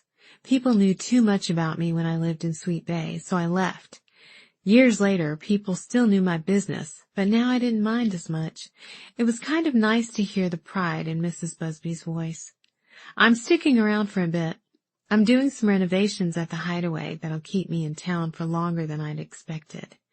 That's wonderful. It'll be nice to see your face around here again. I wasn't sure if you'd ever want to come back to this diner. It must hold a lot of memories for you. Another customer waved at Mrs. Busby. She tapped my menu with her finger. Let me know if you want to order anything else. She turned and, after grabbing a tea pitcher off the counter, made her way to the thirsty customer. A small picture of my parents accompanied the memorial on the back of the menu. I'd never seen this particular photo before. They stood next to each other behind the counter, red aprons around their middles, my mom holding a metal spatula, smiling, heads tilted toward each other. They looked satisfied with their life of running a small-town diner, living with a young child, and checking in on the family matriarch and her dusty old house. They didn't need much extra money, which was good, because the diner didn't bring it in, or prestige, even though they had a lot of that.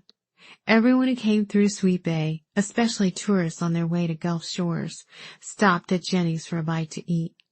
Everyone knew them. Everyone loved them. I was staring into nothing, thinking about my parents, when the bell rang and a group of boys rushed into the diner, all laughs and jeers. They pushed each other around, joking about a teacher. One of the boys came too close to my table and bumped it. My lemonade tipped, and before I could grab it, the sweet liquid spread over the table.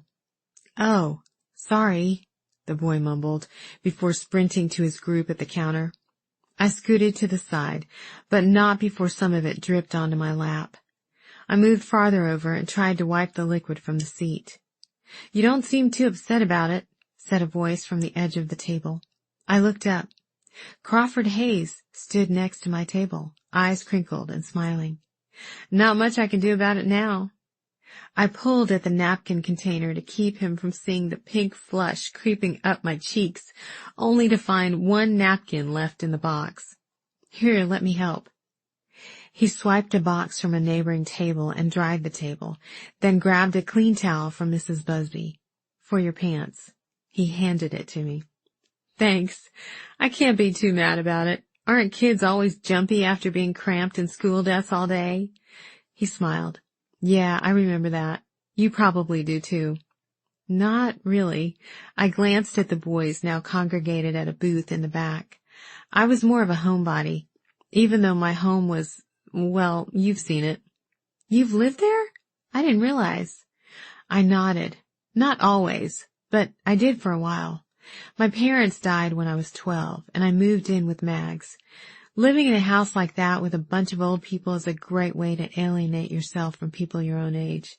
He was still standing next to my table, so I gestured for him to sit. Under the table, his legs brushed against mine. I moved my legs out of the way, then slid them back an inch or two. Wow, both your parents died? I'm so sorry. It was a long time ago. So you left town the first chance you got? Something like that. I moved away for college and kept the holiday visits short. I think in my mind I'd already escaped, so I didn't want to stick around too long. Were you afraid you might stay? Because I have to tell you, as an outsider moving to Sweet Bay, this town seems perfect. It's something about being right on the water and, I don't know, maybe there's something in the air too. I'm not sure I could ever leave. I must have sat on the end of Mag's dock as a kid 1,000 times while the rest of the world floated away. Pelicans gliding overhead, fish jumping, the tide creeping toward the Gulf. Even back then, I couldn't deny its allure. Sweet Bay is magical in its own way, I said, but it wasn't for me, at least not when I was 18 and ready for more than fish fries and pep rallies. I don't think I worried I'd get pulled back in. I think I felt guilty because I knew I didn't intend to move back. And yet here you are, back in Sweet Bay, and you're doing what your grandmother asked you to do. Not everyone would follow through with it. I shrugged. Maybe you're right. I sat up straighter in my seat and smoothed my hand down my hair. Enough about me. Charlie said you're the best contractor in Baldwin County, and you love old houses the best. Where'd that come from? He laughed again, the sound of it calming something inside me. I told you he sticks his foot in his mouth. No, he just sounded proud. To answer your question, my parents used to live in a 90-year-old house back in Tennessee. They worked on it for my entire childhood. That thing was never finished. They were always working on some project or another. Once I was old enough to hold a hammer or use a hand sander, they put me to work. I guess that's where I got my passion for old houses, for loving on them and giving them the attention they deserve. That probably sounds weird. His eyes turned down a bit at the sides when he smiled, making him look younger than he probably was. I shook my head. It's not weird. Or if it is, it describes me too. I get it. It's a passion you either have or you don't. Exactly. I did something similar to my house here. It was built in the 1920s as an old fishing house, and it was a train wreck when I bought it. The real estate agent thought I was crazy, but I promised her a gourmet meal in my new kitchen when I finished. She never thought she'd actually get the dinner. Did she? Sure did. I'm not much of a cook, so I overpromised. I ended up ordering from a restaurant and serving it on nice platters so she'd think I'd cooked it myself. That's terrible, I said, laughing. She wasn't there for the food anyway. I smiled. I see. No, I don't mean that. She's 60 years old and happily married. She only wanted to see what all I'd done to the house. Was she impressed? He nodded. It's a fine house, I have to admit. Now it is, anyway. It took a long time and a lot of patience digging through years of ugly updates. I did most of the work myself, and I'm proud of it. It was a hard time in my life, and I was thankful for the distraction. He grew quiet and looked away for a moment. The bell rang again, and 2 old men entered. They lowered themselves into a corner booth, and one pulled out a deck of cards. I need to get back to the house. Bert is waiting on this. I picked up the grocery sack I'd laid by my feet. We walked out of the diner, and I turned toward my car, parked a few spaces up. The late afternoon sun was warm on my face. The air was that perfect spring temperature when it's hard to tell where your skin stops and the air begins. A faint southern breeze lifted wisps of my hair. He moved toward his truck, parked across the street, then stopped. We'll probably be seeing a lot of each other at the house with everything that's going on, but he cleared his throat. He's nervous. The thought caused a pleasant tightening in my stomach. I'd love to see you again like this. Separate from the house, I mean. He jangled his keys in his pocket. Why not? My life in New Orleans was a flurry of phone calls, customers, and client meetings. I pored over cash register receipts until late at night, mulling over every dollar made and lost. I often ate takeout because I wasn't home enough to go to the grocery store. Mitch was the closest I'd come to having a boyfriend in a while. But my life was so taken up with the shop, I hadn't even stopped to consider whether I wanted him to be my boyfriend. But here in Sweet Bay, I had nothing taking up my time except the house. No late nights, no early mornings. I had all the time in the world. Plus, Crawford seemed genuine. For one thing, he ate chocolate pie with Bert at 9 a.m. because he didn't want to seem unappreciative. And I'd found that people who loved old houses tended to be trustworthy. I nodded. I'd like that. He smiled and headed for the truck, turning once to look back at me over his shoulder. Chapter 18. Sarah. May.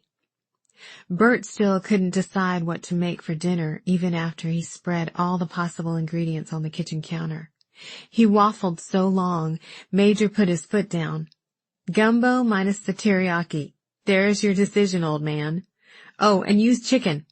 That shrimp was practically cooked by the time Sarah got home with it. I don't want a late-night run to the ER with food poisoning. I can make it with chicken, but don't forget the roux. It takes a while, Bert said, his hand already reaching for the peppers and onions. You mentioned gumbo, and now I've got a hankering for it, Major said. Dot and I watched the exchange from the doorway. Major's the only one who can get away with pushing Bert around in the kitchen, Dot whispered. Bert usually won't stand for it, but I think he secretly wanted to make the gumbo to impress you. He just needed a reason to do it. I followed Dot out onto the porch. Glory was already there, knitting and purling, a long strand of red yarn trailing from her fingers down into a basket on the floor next to her chair. Dot sat on the wicker love seat, but I was too jumpy to sit still. Both Crawford and Mags, the one from the old photo, danced through my mind. I stood by the screen door and surveyed the backyard. After a few minutes of listening to Glory and Dot's conversation, I sat down. I pulled out the old photo of Mags that I'd stuck in my pocket earlier. During a lull in their chatting, I held the photo out to Dot. This is the picture I mentioned this morning. Dot pulled her glasses off the top of her head and settled them on her nose. Glory leaned over to take a peek. Gracious, is that Mags? I kept my eyes on Dot. I wanted to see her reaction, if she was as surprised as I was. She didn't show it. She just stared at the photo and gave a slow nod. Then she reached up and wiped the corner of her eye. Glory patted her knee. Did you ever know Mags to look like this? I asked. Dot shook her head. I moved in here in 61. By then she was a little freer. Granted, she was 9 months pregnant when I got here, so that might have explained her not wearing nice dresses and expensive jewelry. Even after she had Jenny, though, she never dressed like this. Now Robert, Dot cleared her throat, he has always dressed as if he could be called away to an important board meeting at any moment. Or maybe he just wanted to look that way. Dot rubbed her thumb over the date along the edge of the photo. 1957, she murmured. She handed the photo to me and leaned back in her chair. She seemed to choose her words carefully. Mags didn't always dress and act like she did when we knew her. She had a different life before she arrived here. Wealthy parents, high society, fancy parties. She might as well have been talking about some woman I'd never known. Mags in high society? I would have laughed had I not been so surprised. She was mostly quiet about that part of her life. Quiet about much of her life, mind you. But she let things slip from time to time. Dot smiled and tapped her finger on the arm of her chair. I remember the first time she mentioned anything about her old life. It was my wedding day, about a month after Mags had Jenny. I'd picked out a beautiful orange taffeta number for her to wear as my one bridesmaid, and she was not happy about it.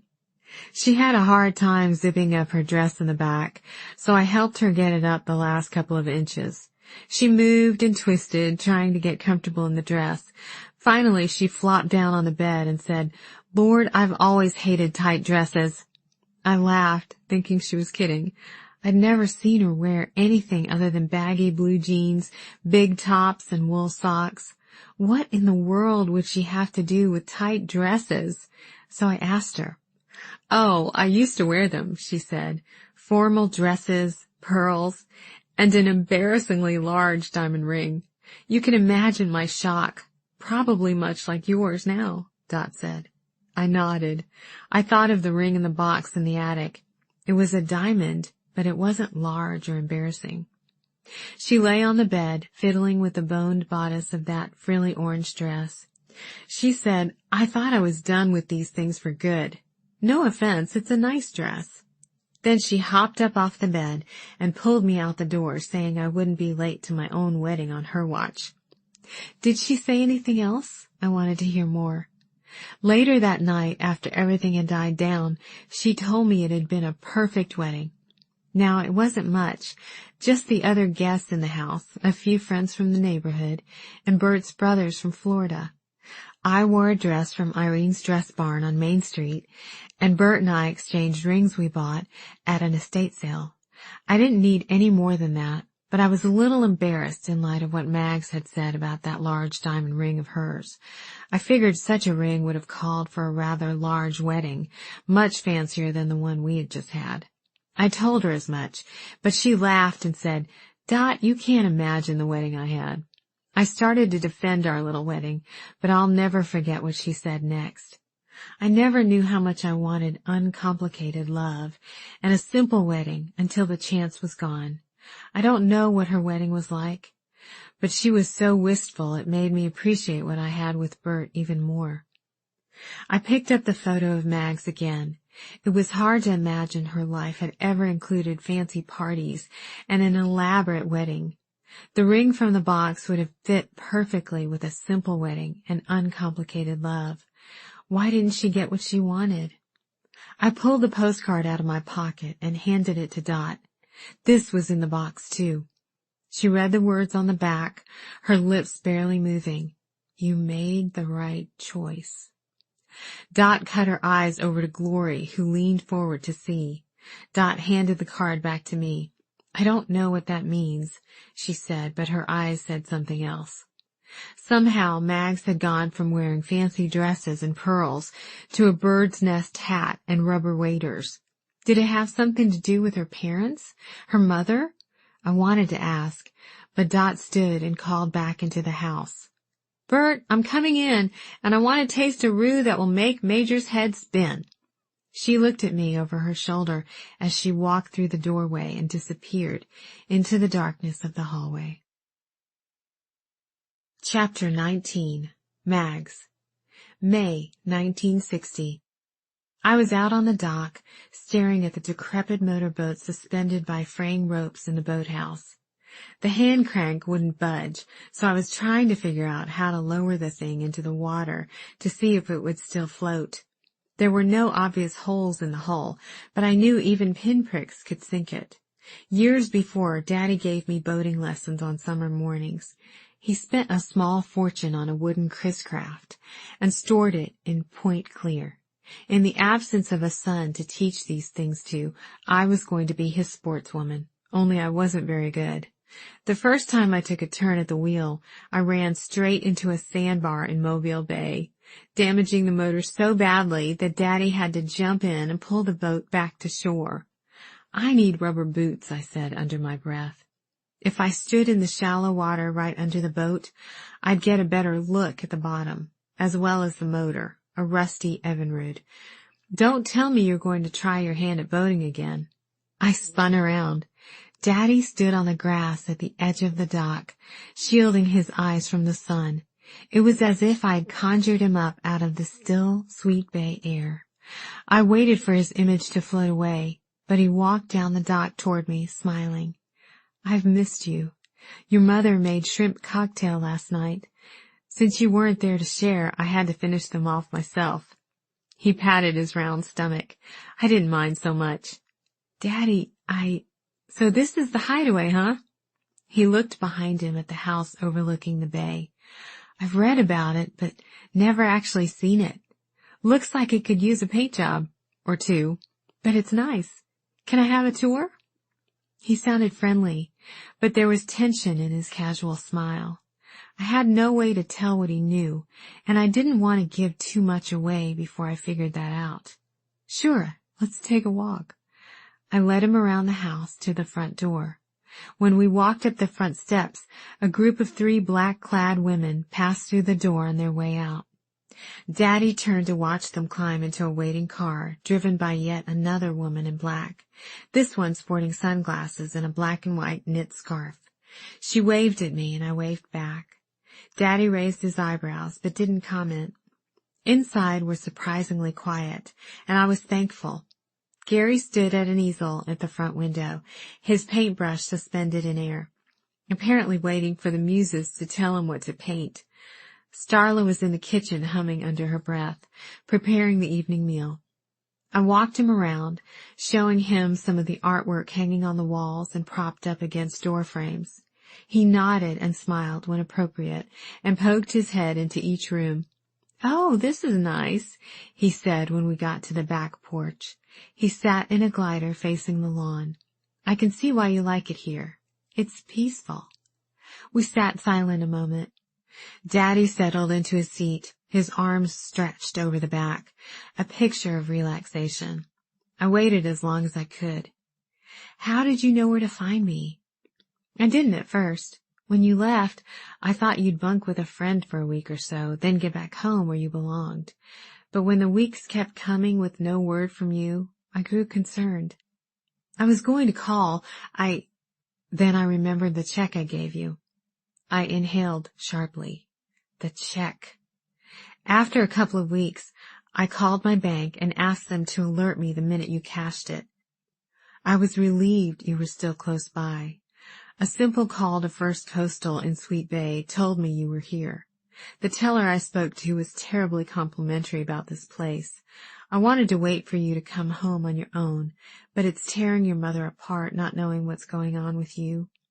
I gave Daddy a look. "If it's tearing her apart, then why isn't she here with you?" "Now, Margaret, that's just not fair. Your mother loves you, and so does your husband." When I didn't respond, Daddy cleared his throat. "So this is a bed and breakfast, right? Did you check in for an extended stay?" "You could say that. What have you been doing this whole time? I know you haven't just been working on that old boat out there." "Actually, I'm managing the house now. The owner had to leave, and she asked me to take over. I think the job suits me." I smoothed down my pants, wrinkled in linen, so different from the pressed pencil skirt I'd be wearing back home. Just then, Daisy crossed the backyard in yoga attire, her mat slung over her shoulders. "Hi, Maggie," she called out. I held up a hand in greeting. "I just ran into William," she continued, unconcerned with the strange man sitting on the porch with me. "He said to tell you he'll be a little late for dinner tonight." My breath caught in my throat, and heat crawled up my cheeks. I kept my eyes on Daisy making her way around the side of the house, even though I could feel Daddy's stare. Finally, he broke his gaze and laughed to himself. "When you were born, I suggested we call you Maggie, but your mother refused. She said Maggie was the name of someone in pigtails and bobby socks. She said there was power in a name, and Margaret held the kind of power and influence she wanted you to have." He shook his head. "I still think Maggie's cute." He paused. "Is William a guest here?" I closed my eyes. "Daddy?" "You know what? Whoever he is, it doesn't matter. You've had your time away. I even gave you a little money to help you out. But you've made your point. It's time to come on back."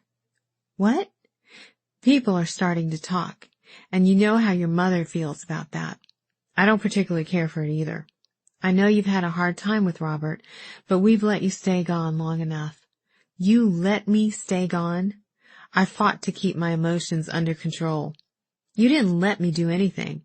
It was my choice to come here, and it's been my choice to stay." "Okay, fine." He held his hands up in surrender. "You've stayed gone as long as you needed to. But enough is enough. It's time to get home." "Home? I don't even know where that is anymore." "What are you talking about? Your home is with Robert, your husband. Where else would it be? Certainly not here." He gestured toward the house with his hand, casually dismissing the place that had become my entire world. I don't belong with Robert anymore. Not in his life, and definitely not in his bed. Daddy's mouth dropped open. I'd shocked him, but I didn't care. Margaret, he whispered, do not disgrace yourself by speaking of such matters. Oh, Daddy, you sound like Mother. We're both adults. Can't we speak that way? You want to speak like adults? Okay, you're holed up here in the secluded hotel when all of Mobile is talking about how you packed your bags and left your war hero husband. You may feel slighted by Robert's actions, but you're not coming out on the right side of this. If I cared what side I came out on, I wouldn't have left in the first place. And anyway, Robert left first, if you remember. Funny how no one mentions that. You knew it wasn't business. You said so yourself. His leaving just showed me it was my time to leave too. He opened the door and I walked through it. Tell me about this, William. Why don't you? You talk about the speck in Robert's eye, but what about you carrying on with another man? What makes you think I'm carrying on with William? Your red cheeks when that gal over there mentioned his name told me all I needed to know. If he's here in this hole-in-the-wall hotel, he's no one you need to be associating with. Does he even have a job? Of course he has a job. He does know you're married, right? I sighed while Daddy drummed his fingers on the seat next to him. Let's just forget about him for a minute. What about a job for you? A real one. You can work for me and I'll make sure you're paid double. Your own spending money in your pocket. That'll give you the freedom you want without having to make your point living and working at a place like this. I shook my head slowly. You don't get it, Daddy. I'm not here because I want a job. This job fell into my lap and I took it. Simple as that. I'm here because I couldn't stay back home any longer. Not as the person I was. I've been forcing myself into molds for too long. I need to make my own life, and it's happening here. I don't understand what you mean by needing your own life. Your own life is all you've ever known. He threw his hands up. I've worked hard to make sure you and your mother never have to go without a single thing. Do you mean to fling that in my face and tell me it was unnecessary? No, I appreciate all you've done for me. It's just that what I want, what I need, can't be bought and paid for. Not with money anyway. We both turned when we heard a noise coming from the doorway to the house, but no one was there. He took a deep breath before speaking again. Robert may have left, but he's back now. I raised my eyebrows and he nodded. That's the real reason I came to get you. He's back in Mobile, and he's sick. He needs his wife by his side. If he's a decent man, this William should understand. Sick? Robert doesn't get sick, I said with a laugh.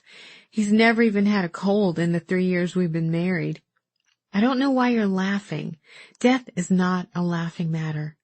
Death? What are you talking about? Robert is not dead or about to be. He's been in the mountains with Annabelle. If folks are talking about anything, they should be talking about that.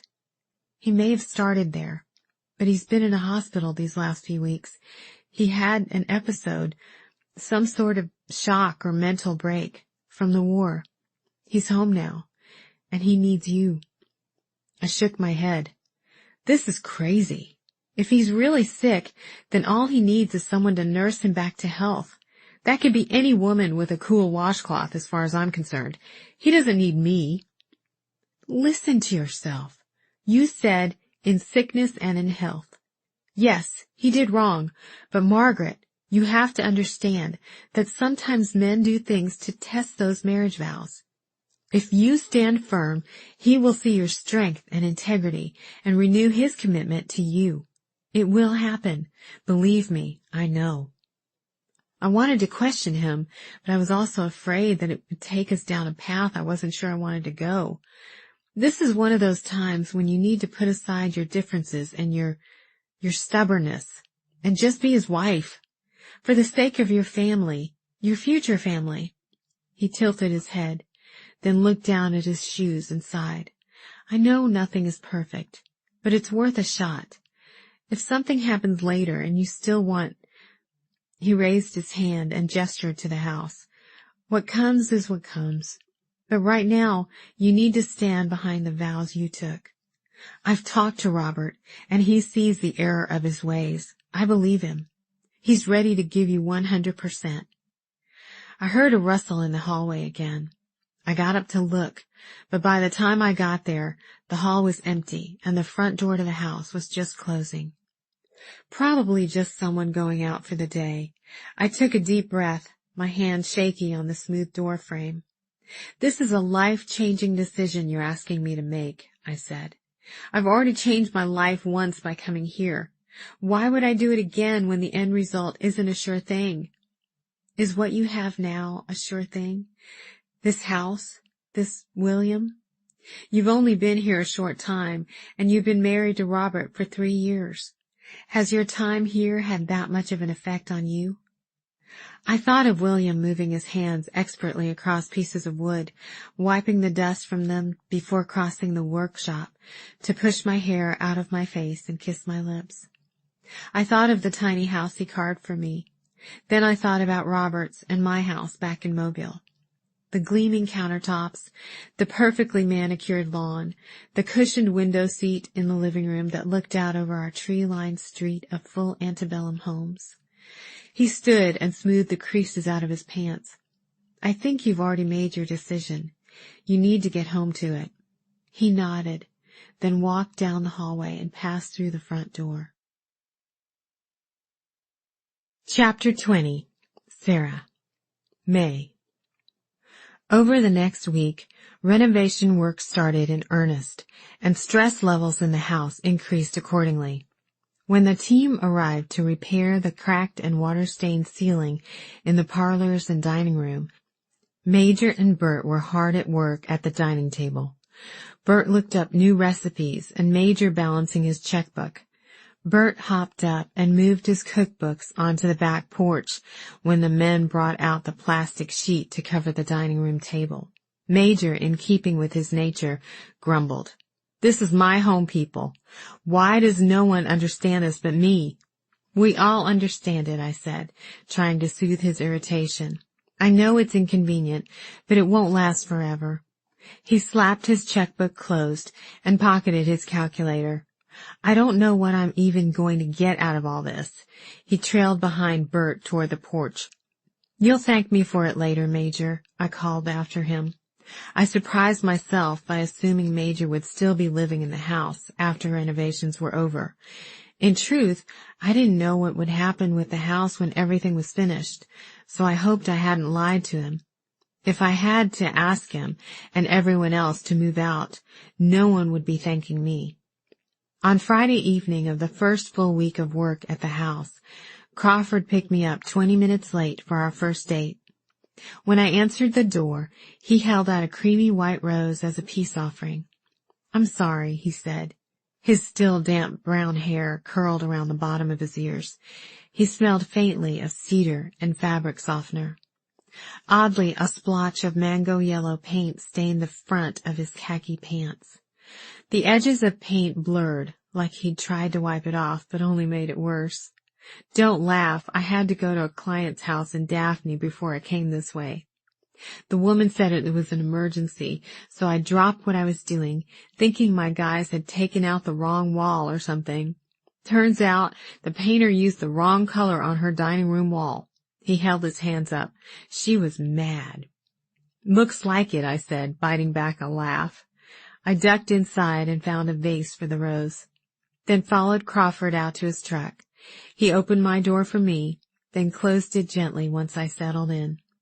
My stomach had been bothering me for much of the day, and as I got dressed after my shower, it hit me that I was nervous. Had I crossed a line by accepting a date from a man I hired to work for me? I'd never done that with any of the contractors or builders I'd worked alongside back in New Orleans. It went against my nature to mix work with personal life. But something about Crawford made me want to break the rules. As he pulled out of the driveway and onto Highway 55, the quivering nervousness in my stomach settled. "I'm glad you said yes," he said. I looked over at him. He'd left his window down a couple of inches, and the breeze ruffled his hair. I took a deep breath and exhaled. Tension slipped away, and in its place was peaceful relaxation mixed with a surprising amount of anticipation. Me too. We drove until we reached the mouth of Sweet Bay, where it flowed into Mobile Bay. Turning south, we continued until Crawford pulled down a hidden driveway, much like the one at the Hideaway. At the foot of the drive, a tin-roofed, plank-walled restaurant appeared before us. Crawford pulled into a parking place up front just as the dog nosed its way out of the front porch screen door. "Don't worry, it's better than it looks," Crawford said. Inside, the hostess grabbed 2 menus and wound us through the tight quarters of the dining room and out onto the spacious deck in the back.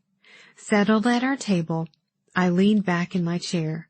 The bay was bathed in bright pinks and deep purples of the late evening sunset. "I've missed this," I said. "Missed what?" I looked out onto the bay. The water, the sunset, all of it. "Correct me if I'm wrong, but there is water in New Orleans, right?" I laughed. "Yes, of course there's water. The Mississippi River swims right through the city, but I spend most of my time at my shop or at home in the quarter. I can easily go days or even weeks without seeing the water at all." "That's a shame. Seems like a girl born near the water would want to stick close to it." I smiled. "Sometimes on slow days at the shop, I'll close up for lunch and head for the levee near the park. I just sit and watch the barges go up and down the river. That's more like it. It sounds strange, but I usually end up closing my eyes and pretending I'm back on the dock at the Hideaway. The sun dancing on the water. No sound except the wind in the trees and the water lapping up against the dock. But then I'll hear a tugboat horn or smell someone's crawfish boil, and I'm back in New Orleans." I'd never told anyone about my Hideaway daydreams, especially not Alan. He'd worked his own brand of psychoanalysis on me, and I had no time for that. It took me a second to realize Crawford was studying me, smiling. "What?" I lifted my hand to check my face and hair. "Nothing. You just look exceptionally relaxed and beautiful, like a picture in a magazine." "Oh, come on now." I looked up at the waiter who appeared at just the right moment, providing distraction from Crawford's compliments. We placed drink and appetizer orders and sat back to watch the sun dipping toward the horizon. On the other side of the deck, a man with a ponytail and dark sunglasses set up his guitar and a couple of speakers.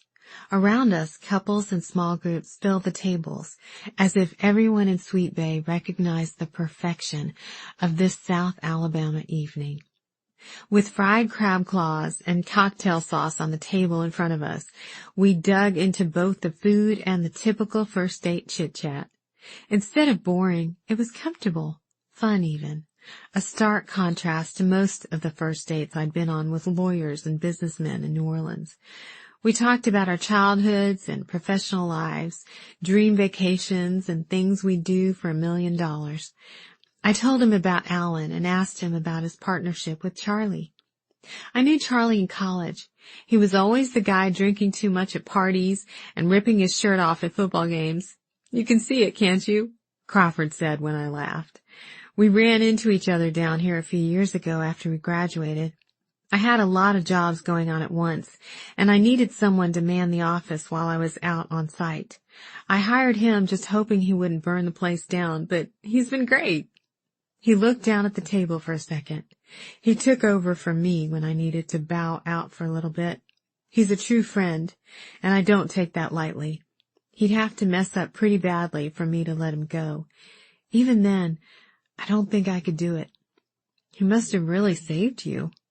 He nodded, but didn't offer any more, so I didn't ask. "Tell me about your parents," I said. "You said they worked on your house a lot while you were growing up." He smiled. "They were DIYers in the truest sense of the word. They never wanted to buy anything they could grow, build, or create on their own. It was annoying as a kid and embarrassing as a teenager, but now I appreciate it. They made me want to do things for myself rather than take the easy way out. I'm guessing it'd be easier to build something from scratch on an empty piece of property rather than take something crumbling to pieces and try to turn it into a gem. Exactly. And there's nothing wrong with building new houses. We do it all the time. But I'd much rather take a house that already has a life and turn it into something beautiful. You encounter all kinds of problems you don't have to deal with when you build new, but I get a lot more satisfaction at the end when I see something solid and real where before there had only been hope. Just as the waiter asked if we wanted to try dessert, a couple came up to our table. The man put his hand on Crawford's shoulder. Crawford looked up. "Peter, Janet," he said, standing up. "Good to see both of you. You are a lifesaver." Peter shook Crawford's hand. "In fact, it's possible your little redo of our kitchen saved our marriage." "I wouldn't go that far," Crawford said. "Oh, yes," Peter said. "My wife is wonderful, but even she won't argue that she can be a handful at times." "It's true," Janet said, "and he's right. Our kitchen saved our marriage. Now I can fix my coffee and he can make his green tofu whatever smoothies, and we're not bumping into each other the whole time. Crisis averted, thanks to you." While they caught up, I finished my wine and watched Crawford. He conversed easily with Peter and Janet as he reenacted having to calm their dog down when he arrived at their house early one morning. Peter clapped him on the shoulder and thanked him for not shooting the dog when it burst out of the gate. Crawford laughed. Back in New Orleans, Mitch was always on. He was loud and overconfident in front of other people and never wanted to miss an opportunity to impress. Crawford put everyone, even dogs, at ease. Being with him was as easy as the tide going out. Crawford turned to me and introduced me to his friends. Peter shook my hand while Janet eyed me up and down. "You've done well for yourself, young man," Janet said to Crawford. "She's very pretty." I swallowed and fumbled for a smile, but Crawford diffused my embarrassment. "She is, and she's also a great client. She told me exactly what she wanted on the redo of her house. She practically did all the work before she even hired me. All I had to do was get the guys in and follow her orders." Peter laughed. "Sounds like she'd be a good one to keep around." He winked at Crawford. Crawford laughed and kept his gaze on Peter, but he wrapped his warm hand around mine and squeezed it gently. "Now, if you'll excuse us," Janet pulled on Peter's arm. "My husband promised his handful of a wife a dance before we leave. Crawford, the next one's yours." She winked at him as they wound through the tables to the open corner of the patio where others had gathered to dance. The man with the guitar had just started a slowed-down version of James Taylor's Country Road. "How about it?" Crawford held out his hand. He was confident in his own way, easy in his khakis and untucked button-down. I put my hand in his, and we found an open space away from the others. He put his other hand on my back, and we began to move. The couples dancing, the waiters and tables, even the music all receded. It was only Crawford and me, the water behind us, and the sky, now dark except for a faint orange glow just over the horizon. Chapter 21. Mags. May 1960. I didn't say anything to William that day about Daddy showing up. He knew me well enough to know something was wrong, but thankfully he didn't press. The next day I couldn't keep it from him any longer. I didn't like deceiving him, especially when it had the potential to destroy all the plans we'd made, however casual they may have been. "William?" I sat in his workshop with him as he brushed long strokes of stain onto the armoire for Mr. Grimerson. The earthy scent of newly cut boards tempered the sharp tang of turpentine in the air. He was concentrating on his work, eyebrows furrowed, brush moving evenly up and down the wood. "I need to talk to you about something." His hands went still. Then he grabbed a ragged bandana he used as a hand towel and wiped the stain off his fingers. He knelt on the floor in front of me where I sat. "Don't say it," I don't want to hear the words. I couldn't move. I couldn't have spoken if he'd asked me to. Let's just discuss it later, okay? He kissed me on the lips, then stood and went back to his work. He didn't show up for dinner that night or later when everyone gathered for a game of backgammon in the living room. I kept an eye on the door all night, not wanting to miss his entrance, but he never showed up. I awoke at some dark hour of the night to William slipping into my bed and tucking his arms around me. I repositioned, fitting my body snugly against his. He touched my hair, smoothed it, tucked it behind my ear. He raised up on one elbow and traced the side of my face with a finger, then my neck, then my collarbone. He leaned down, kissed me on the cheek, and lay back down behind me.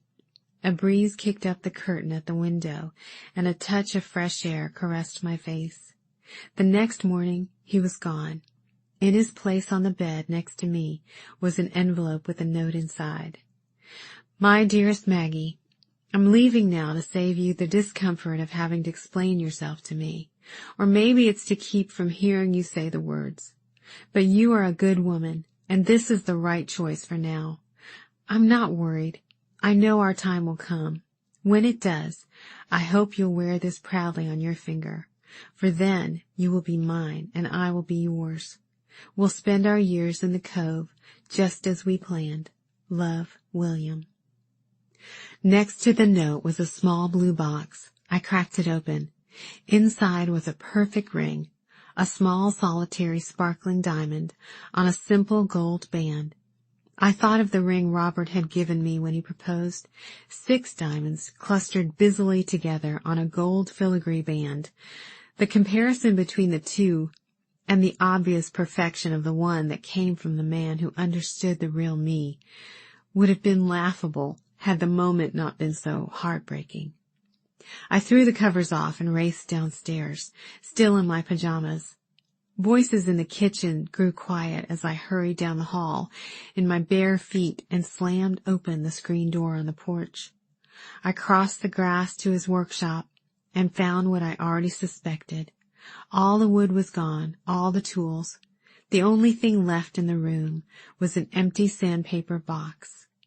Back in the house, I bumped into Daisy. She'd been watching me from the porch. I was up early this morning, she said. He was packing his truck before the sun came up. I didn't ask where he was going. I assumed you'd know. I shook my head and turned toward the stairs.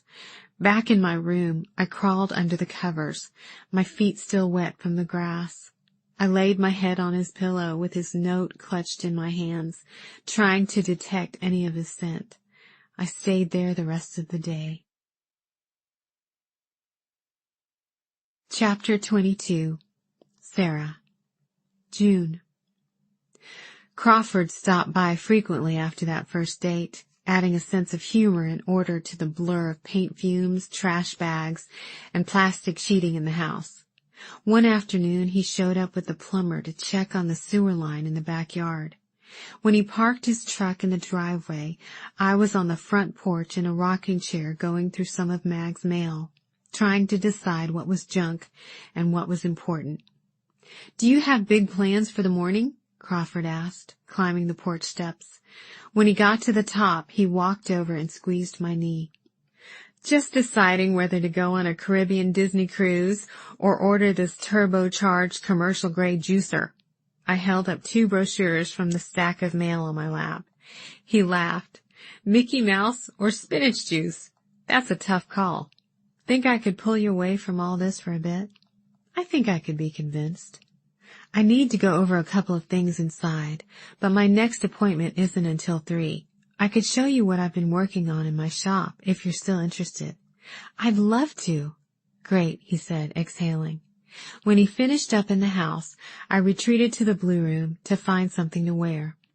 When I'd left New Orleans 2 months before, I planned to spend a week in Sweet Bay, and as such had packed mostly business casual clothes appropriate for the funeral and meeting with the lawyer. I'd spent the last few weeks in running shorts and an old fraternity t-shirt I'd found in the closet in my bedroom. Not ideal attire for spending the day with someone I found increasingly charming. I miraculously unearthed a clean pair of black capris and paired them with a thin, sleeveless top. My only options for shoes were dressy sandals or heels. I opted for the black wedge flip-flops I found in the bottom of my closet. I twisted my curls up in a clip to ward off the humidity and hoped for the best. Downstairs, Crawford was just finishing up. When I got to the bottom of the stairs, he looked up from the clipboard he and the electrician were poring over. He smiled and held up one finger. I nodded and slipped out to the front porch. He came out a few minutes later and gave a low whistle. Quite a change from a few minutes ago. "What, with the house?" He laughed. "No, you look great. Way too nice for a ride in my work truck." "Don't worry, I've seen worse." He escorted me to the truck and opened my door. "After you." "My workshop's not much," he said on the way. "It's really a glorified garage, and not that glorified actually, but it gives me the space I need to work off some energy. When I started refinishing furniture, I did it on the sidewalk in front of my apartment with a stack of old newspapers and a can of spray paint. I bet your workspace is a little more upscale now, though. Well, I don't work on the sidewalk anymore, but it's still not fancy. I have a small space at the back of my shop, but I still pull pieces out into the courtyard sometimes when I need more room to work. I'd love to see your shop sometime," he said, "and have a guided tour of New Orleans." He pulled off the highway at the sign for coastal contractors. The driveway was empty, and inside the office was quiet.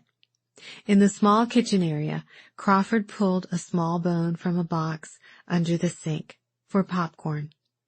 Opening the back door, he whistled a quick tune, and the same black fur and wet tongue flew at us from the left. Crawford got down on a knee and scratched under the dog's chin, then tossed the bone out into the yard. Popcorn leaped on it, wagging her tail. By the time we descended the creaky stairs leading down to the yard, Popcorn had settled in the grass, happily gnawing away. I leaned down and smoothed my hand down her soft head. "Not much for dogs, right?" Crawford asked.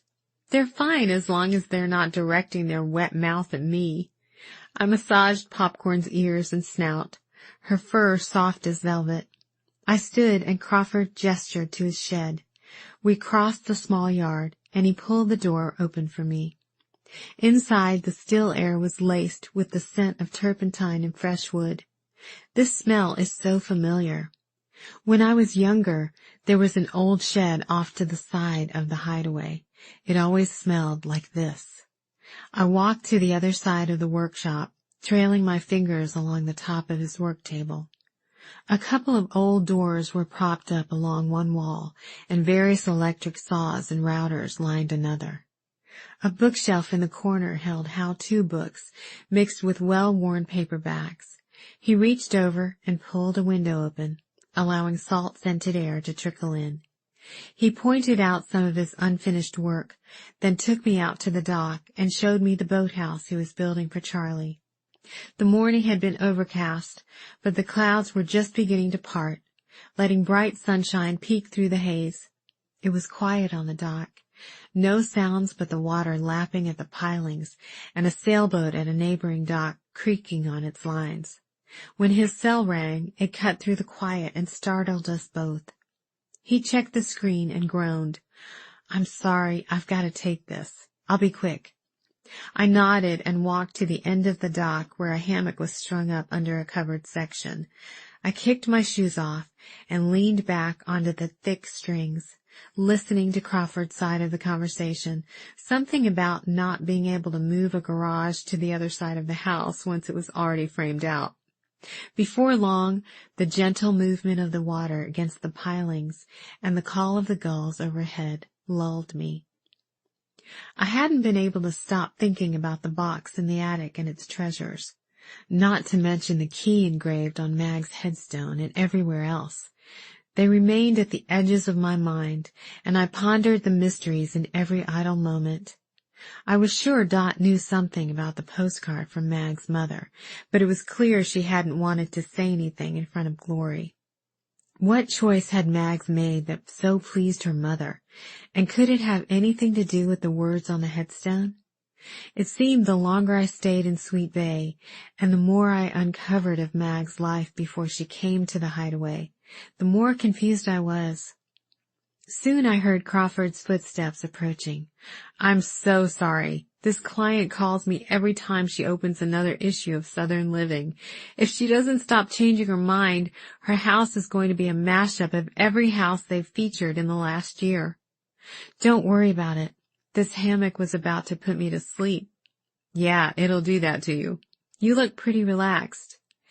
I repositioned myself so I was sitting up, cradled by the strings under me, and he sat down on the bench opposite the hammock. He slung an arm up over the back of the bench and looked out at the water. Coming from my landlocked hometown, I still get a kick out of living here.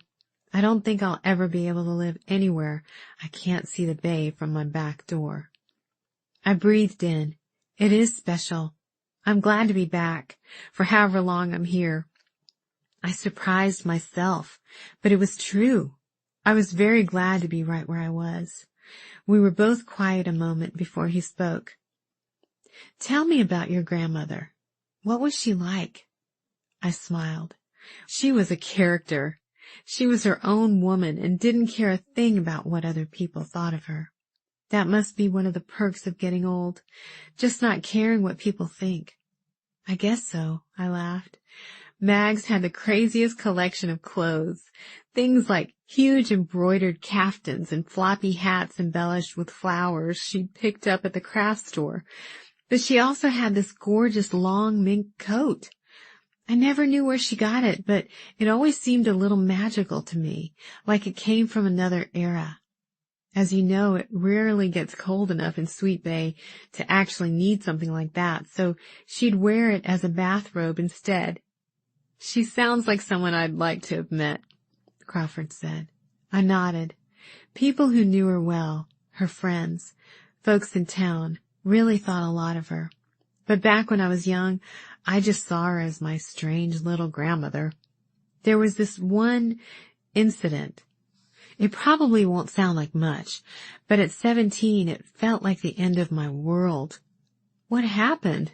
Crawford leaned forward, resting his elbows on his knees. "I was at a party the summer after I graduated from high school. It was an empty barn on this guy's family property outside Sweet Bay. I'd missed my curfew by a mile, but I wasn't driving and I didn't want to ask someone to drive me home.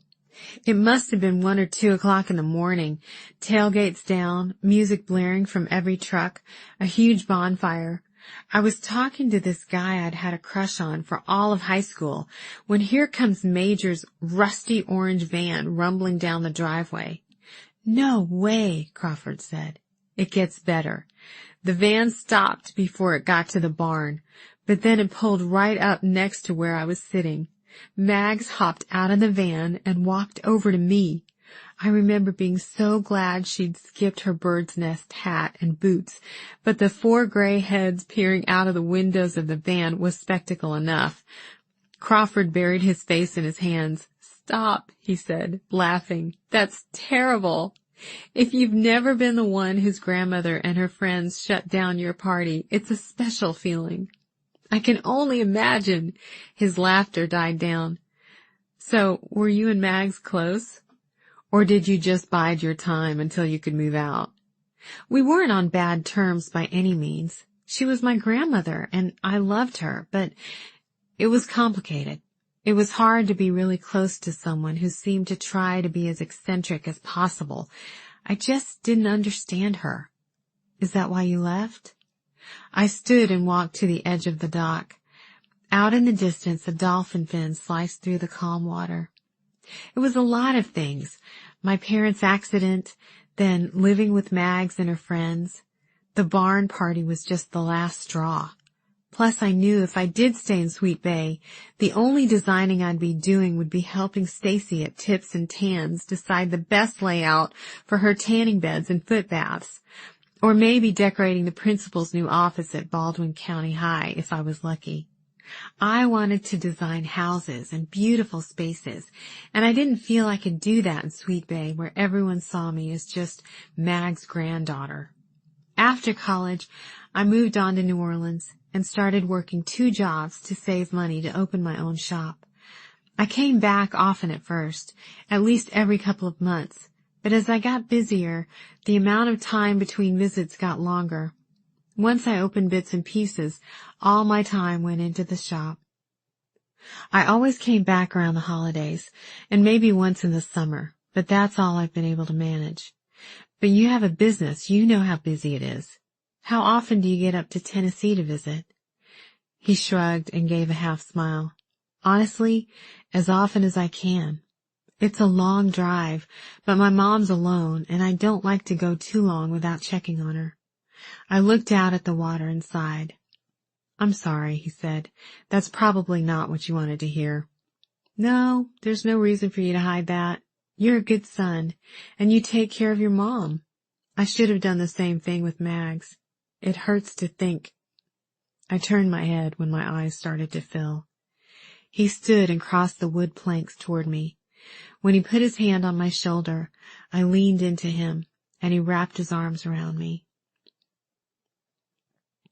After that day, Crawford always came bearing gifts, climbing the front porch steps with a half grin on his face.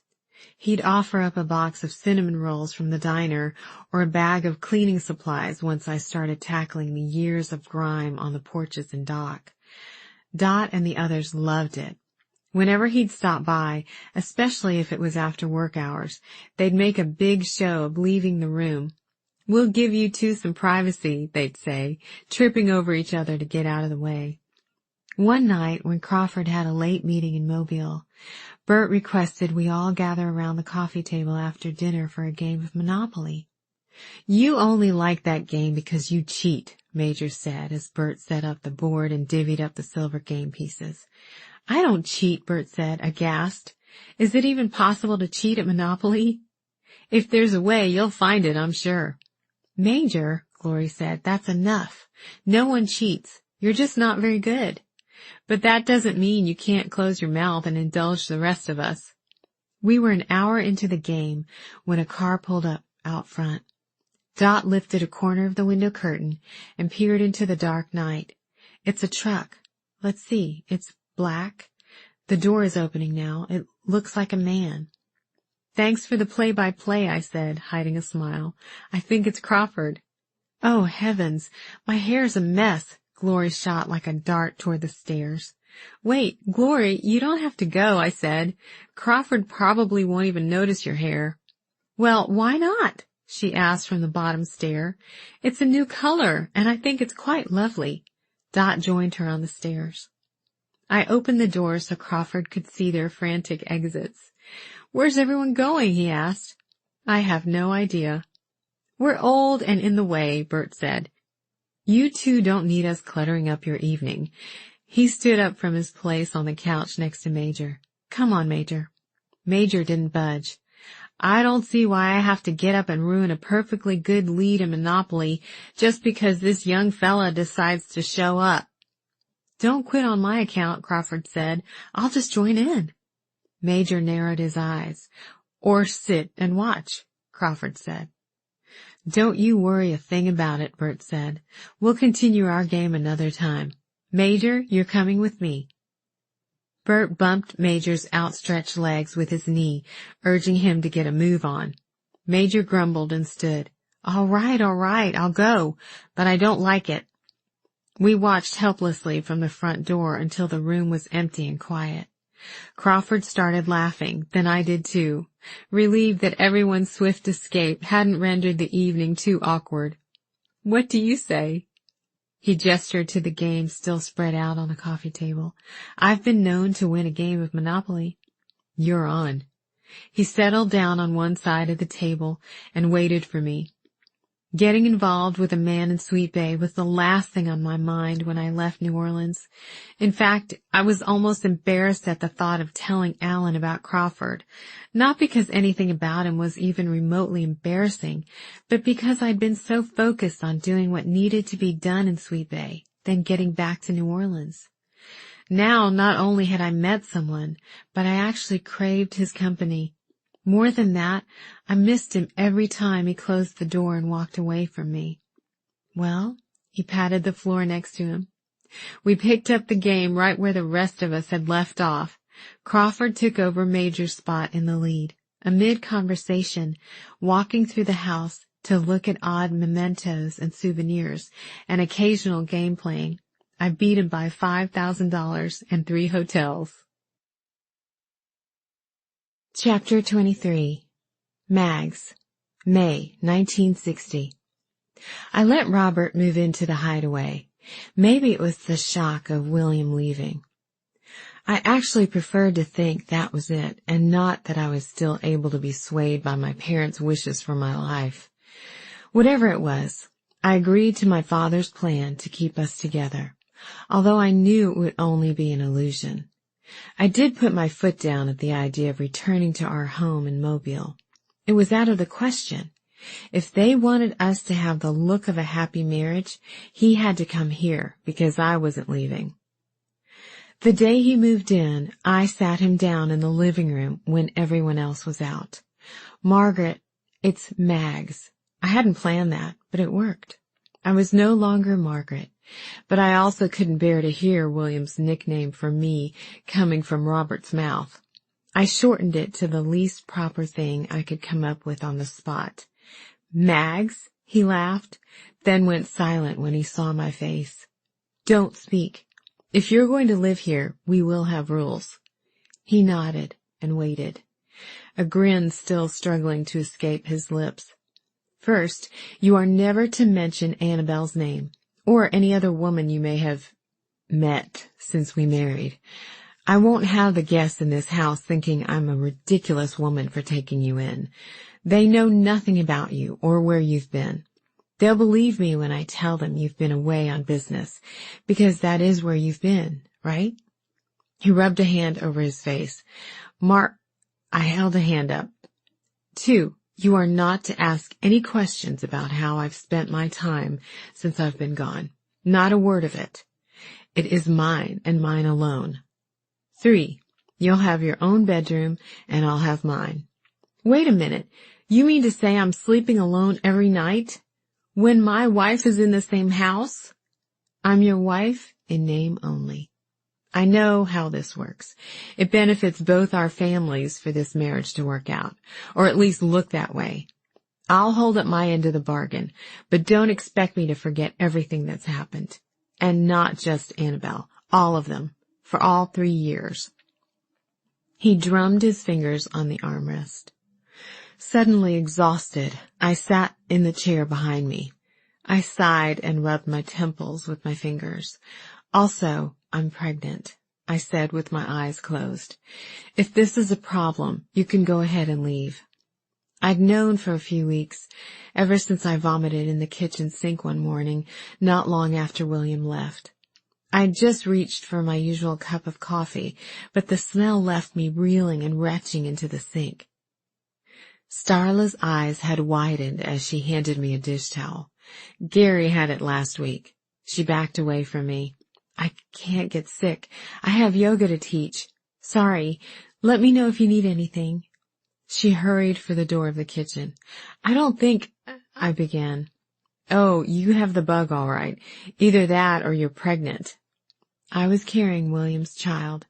It was both perfect and absurd, laughable and heartbreaking. Robert fired back at me. So you skewer me for my indiscretions when... I shook my head. You have the option to leave. Believe me, the door is wide open. He stared at me, his jaw clenching. Okay, I won't ask. You're right. I have no right to do that. You're my wife. I'll help take care of you while you're sick, unwell. Whatever happens when you're carrying a baby. I smiled in spite of myself. You don't have the first clue what to do around a pregnant woman. I've taken care of wounded soldiers on the battlefield with bullets whizzing 2 feet past my head. I think I can handle a vomiting housewife. We'll see about that. And just so we're clear, you are the convalescing housewife in this situation. I have a house to run. Robert was true to his word over the next 9 months. For the first time, he did exactly what I asked him to do. He brought me saltines and ginger ale when I needed them, answered the telephone when I couldn't get to it fast enough, and mopped the floors to a shine. He learned to peel shrimp when the sight and smell of the slippery little things sent me running to the toilet. He grew handy with a vacuum and even got the motorboat up and running again. Dot and Burke checked into the Hideaway when I was a few weeks away from giving birth. They had no reason to think the baby's father was anyone but Robert. That is, until the night Dot found me in the garden. I'd been going out there most evenings. Sitting on William's bench made me feel closer to him, thinking of his hands on the wood and on me, smoothing us and turning us both into something sturdy and beautiful. The fact that I was about to have his baby without him in my life made me feel like I was carrying much more than an extra 30 pounds. In the garden, with the dark covering me like a cloak, I let myself cry. Since William's departure, I'd been able to hold back the threatening tears, resolutely going about the business of keeping the house in order and finding new ways for guests to pay for their stay. This time, with no one around to watch, I stopped holding back. I didn't know how long Dot had been standing there, but by the time I looked up, I knew my face was a wreck. She sat beside me, took my hand, and rubbed circles into my palm with her thumb. The gesture and the lack of questions not only calmed me, it solidified our friendship. I knew I could trust her. She sat with me as my tears came and went. When I was done, spent from the energy of letting out all my closed-up emotions, she handed me a tissue. I could have used this about an hour ago, I said, wiping my damp face and hands. She laughed. You're not going to ask what this was all about? She shook her head. Don't need to. That baby isn't your husband's, is it? My mouth dropped open, but I quickly closed it, then shook my head. How'd you know? Just a hunch. You and Robert don't seem exactly friendly toward each other. Is the father here? He left, but I think it was partly my fault. You're pregnant. He left, and you think it's your fault? I sighed. My father came, and I didn't even know how to explain. Anyway, he didn't know I was pregnant. I didn't know it then either. I see. But I knew she didn't. She couldn't have. It sounded like any other misdirected love story. 2 people in love, someone gets hurt, and one leaves, never to be seen again. Love stories end like that every day, but ours was different. It's just temporary. He's coming back. I willed my voice to sound sure, but to me, it just sounded tired. What about Robert? I shrugged. Was it wrong to wish for him to just disappear? He had done it before, with Annabelle and others before her. Maybe he'd do it again. What are you going to do? Dot asked. I guess I'm going to keep waiting. I still loved William, and he had to love me too. What we'd started here hadn't been a dream, that much I knew. We would be together again. Those truths were the only things that kept me going and allowed me to go through the motions of my life. One day, I told myself again and again, he'll come back. Chapter 24, Mags, October 1960 to October 1962. As my body grew larger to accommodate William's baby, my heart grew as well. I cried over everything. Everyone attributed my weepiness and mood swings to the pregnancy. Only Dot and I knew the real reason for my tears. I assumed she had told Bert what was going on, although he never let on that he knew. Bert was a loyal friend and a wonderful partner to Dot, but women problems weren't high on his list of topics to discuss. My water broke early one foggy morning as I stomped around in the vegetable garden, trying to remember where I had planted the carrots. All the little rows of upturned earth looked the same. For some reason, it became important that I know exactly where they would grow that fall. Okay, perhaps I was also letting off a little steam. Mild contractions had rolled through my body all night, and anger was hot on their heels. I was furious with Robert for being in the house, with William for not, with my parents for conspiring to keep me from the man and the life I so desperately wanted. To be honest, I was mad at myself, too. After all this time, I still couldn't stand up to Mother and Daddy. At the hospital, Dot waited in the room with me, while Robert stood with a handful of other husbands in the waiting room. He was likely the only man in the room about to greet a child who wasn't his. Everyone assumed Robert was the father of the baby struggling to free itself from my body.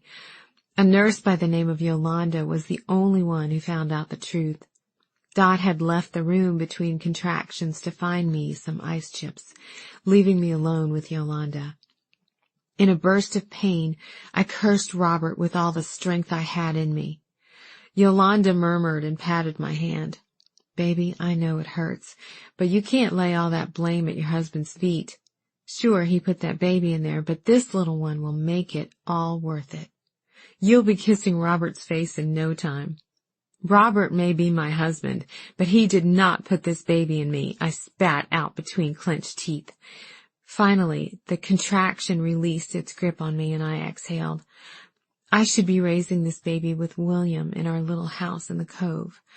I turned my head toward her. But we're not, are we?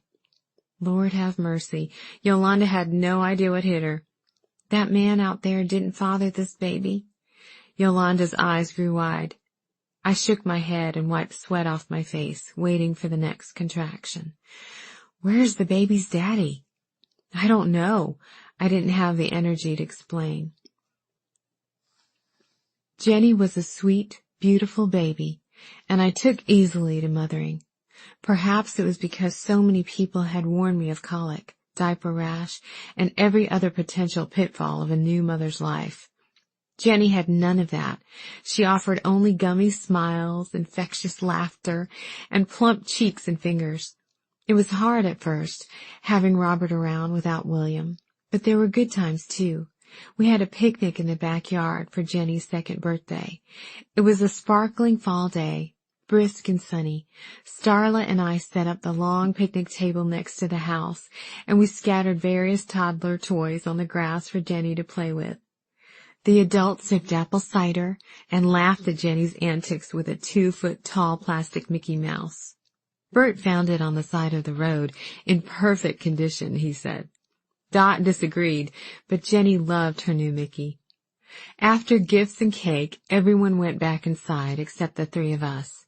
I sat at the wrought iron table, one of Mrs. DeBerry's leftovers, to rest my feet in the shade while Robert picked up wrapping paper and empty cups. Jenny sat in the grass and dumped blocks from one box into another. When Robert finished cleaning, he picked Jenny up in the air and swung her round and around. She squealed and laughed, her voice carrying through the quiet air.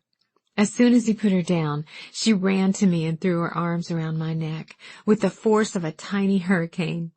I hugged her little body, and she ran happily back to her blocks. Robert sat beside me and said, "What a great day.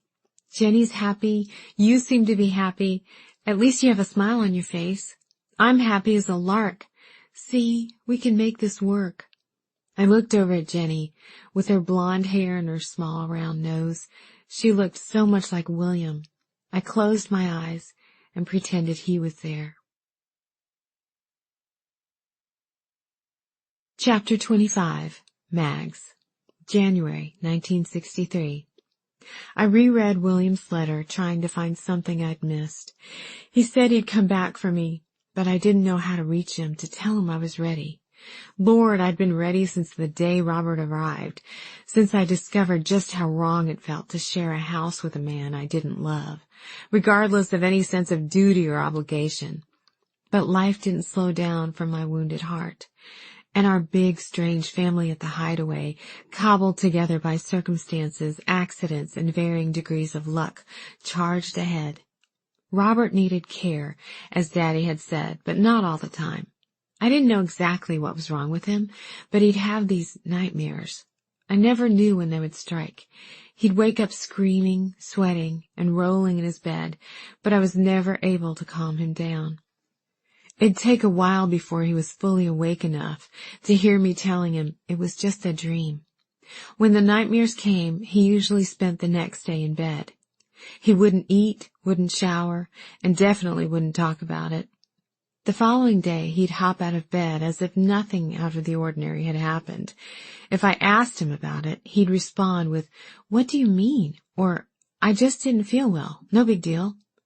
Bert, who had fought in France, said it was common to most soldiers who'd seen time in battle. The episodes were scary but infrequent, and I soon realized Daddy had exaggerated Robert's sickness. Sure, it helped to have someone around to look after him when the nightmares came, but he was far from death's door. When I mentioned to Robert what Daddy had said about the severity of his illness, he laughed. He did what was necessary to make sure you stuck around. I can't say I blame him. If Jenny ever ran off with some kid who wouldn't amount to anything, I'd do whatever it took to set her on the right path, too. It was the first time Robert had referred to William. A kid who wouldn't amount to anything? I stood up so fast the chair behind me fell back with a clatter, and I left the room. Around the others, Robert and I were mostly amicable, but I was simmering on the inside. I resented the way Daddy had manipulated me into taking Robert back, and I resented Robert's presence in my life when I thought I was done with him for good. All this had pulled me from William, so I fought back in whatever ways I could. The house had never been perfect, not even when Mrs. DeBerry was in charge, but now I saw the imperfections as badges of honor instead of problems to fix. I was done with trying to make everything look flawless just for the sake of appearances. The house was warm and comfortable, if not magazine-ready, but no one living there really cared about that anyway. I loved that the place was a little off-kilter, and the quirkiness only solidified its charm. I hoped the same was true for me when I spied a bird's nest hat in the front window of Irene's dress barn on Main Street while shopping with Dot. I bought it, and it became my favorite accessory.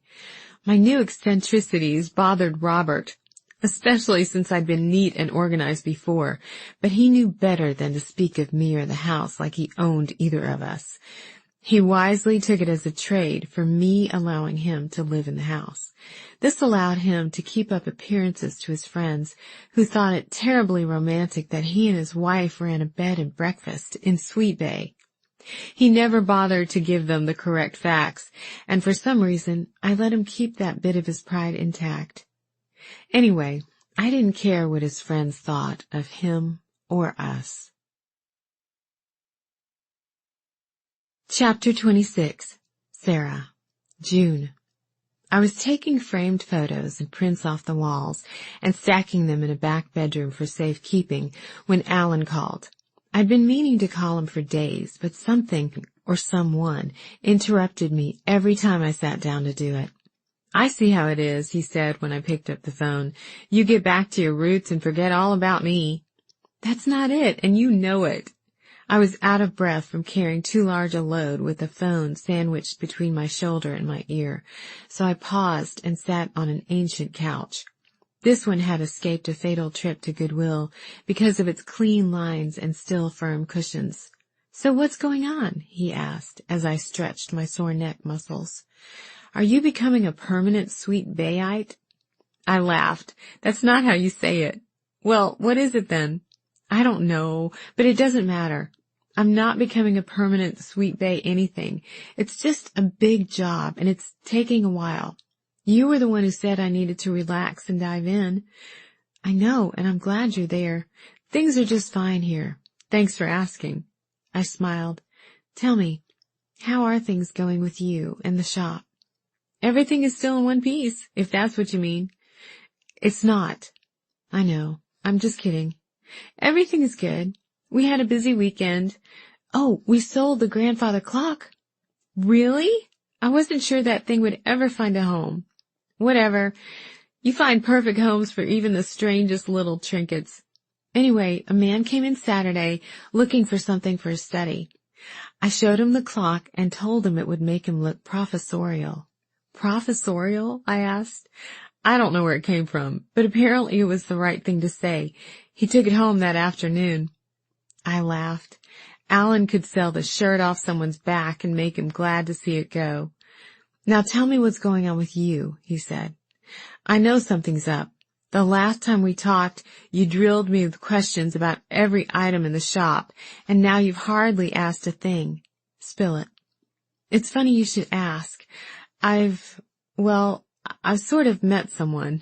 I held my breath, waiting for his reaction. I knew it! You what?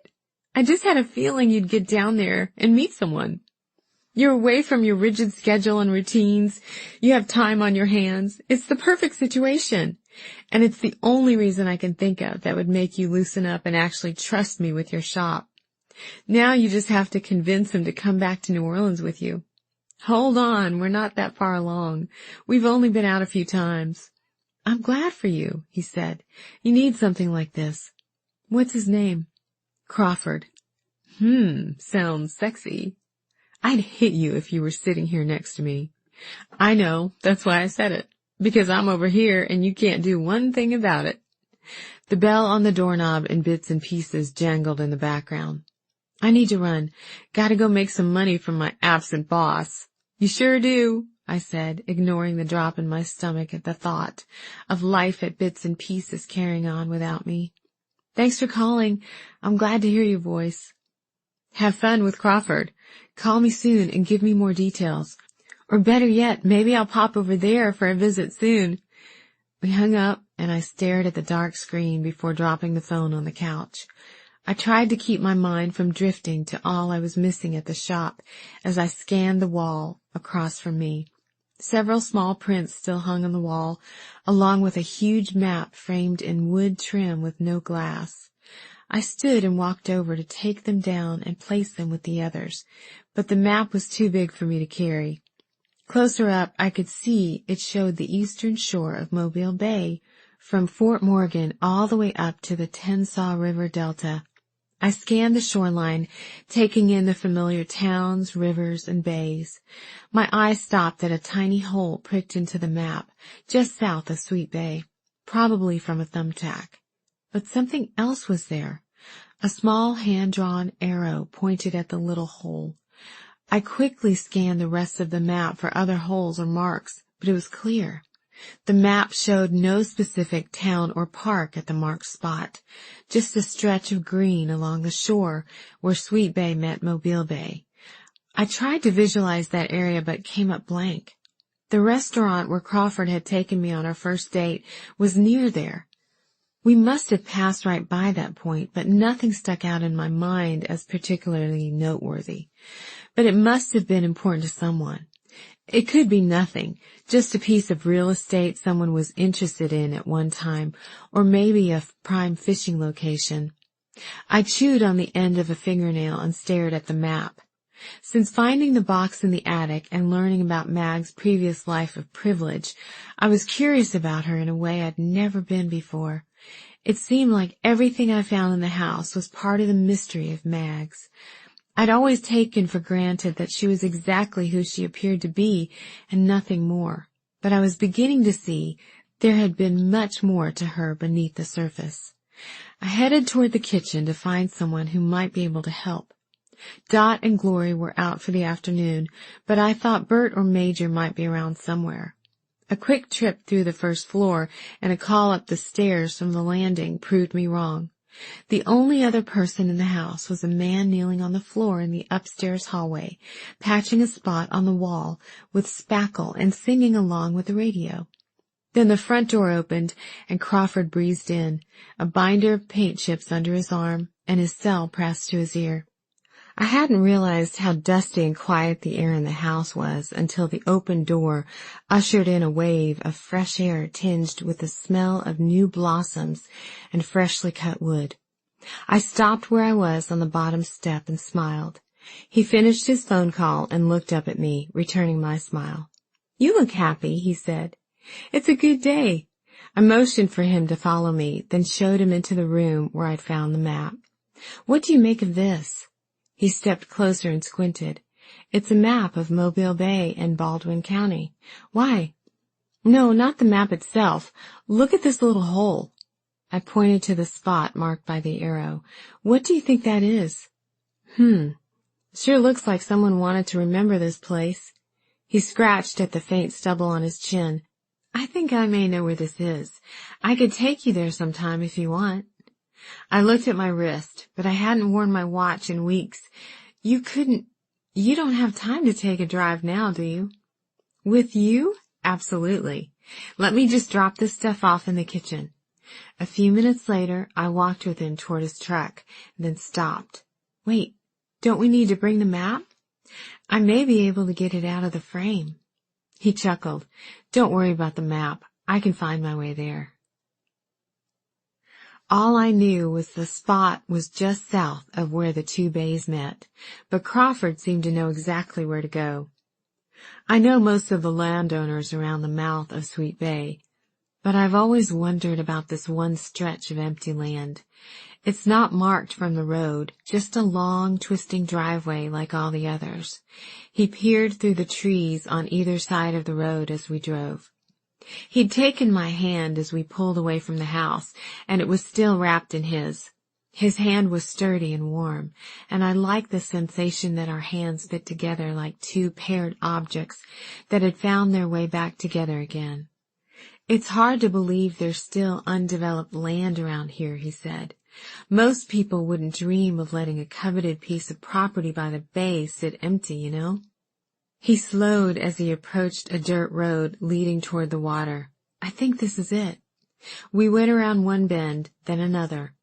Finally, the tree-covered dirt path, just wide enough to accommodate Crawford's truck, opened up into an inlet of some sort, protected on three sides by craggy old oak trees, Spanish moss draped across low-hanging limbs.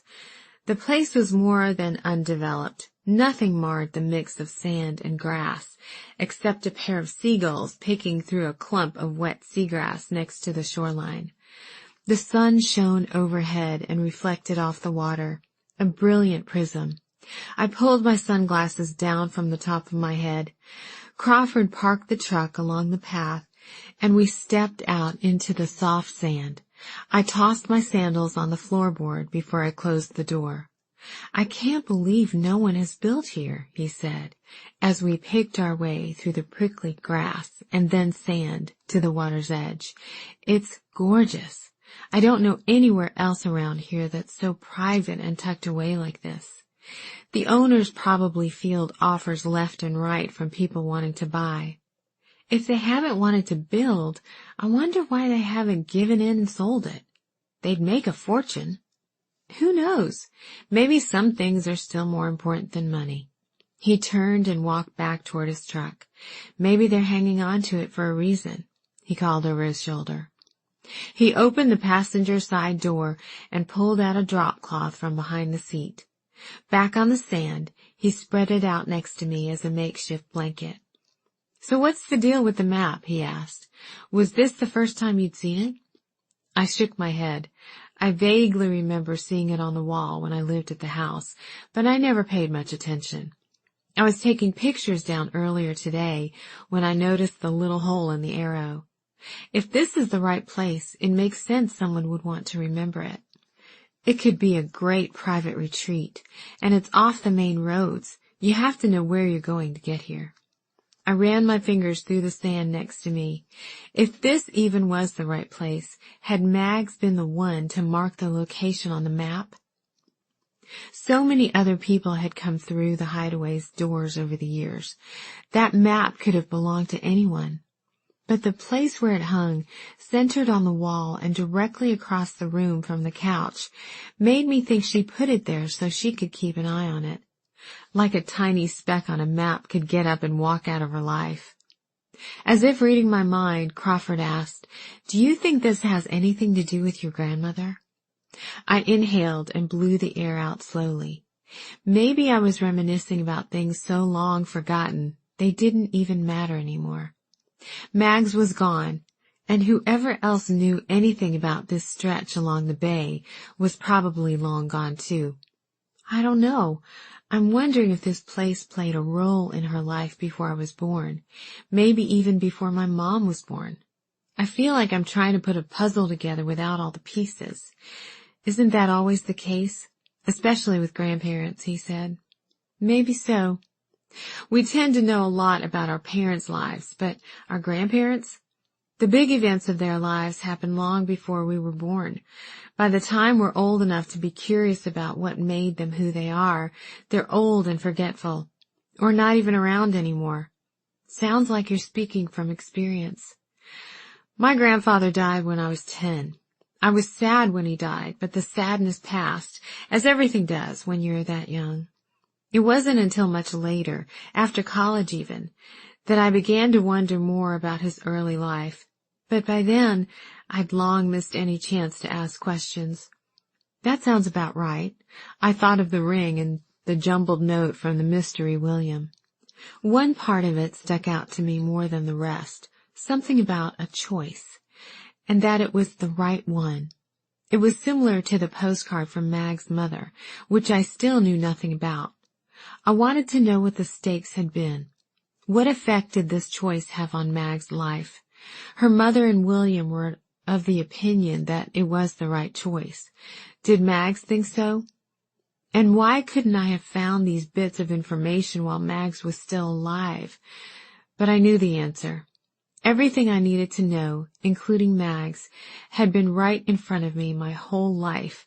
I just never chose to look.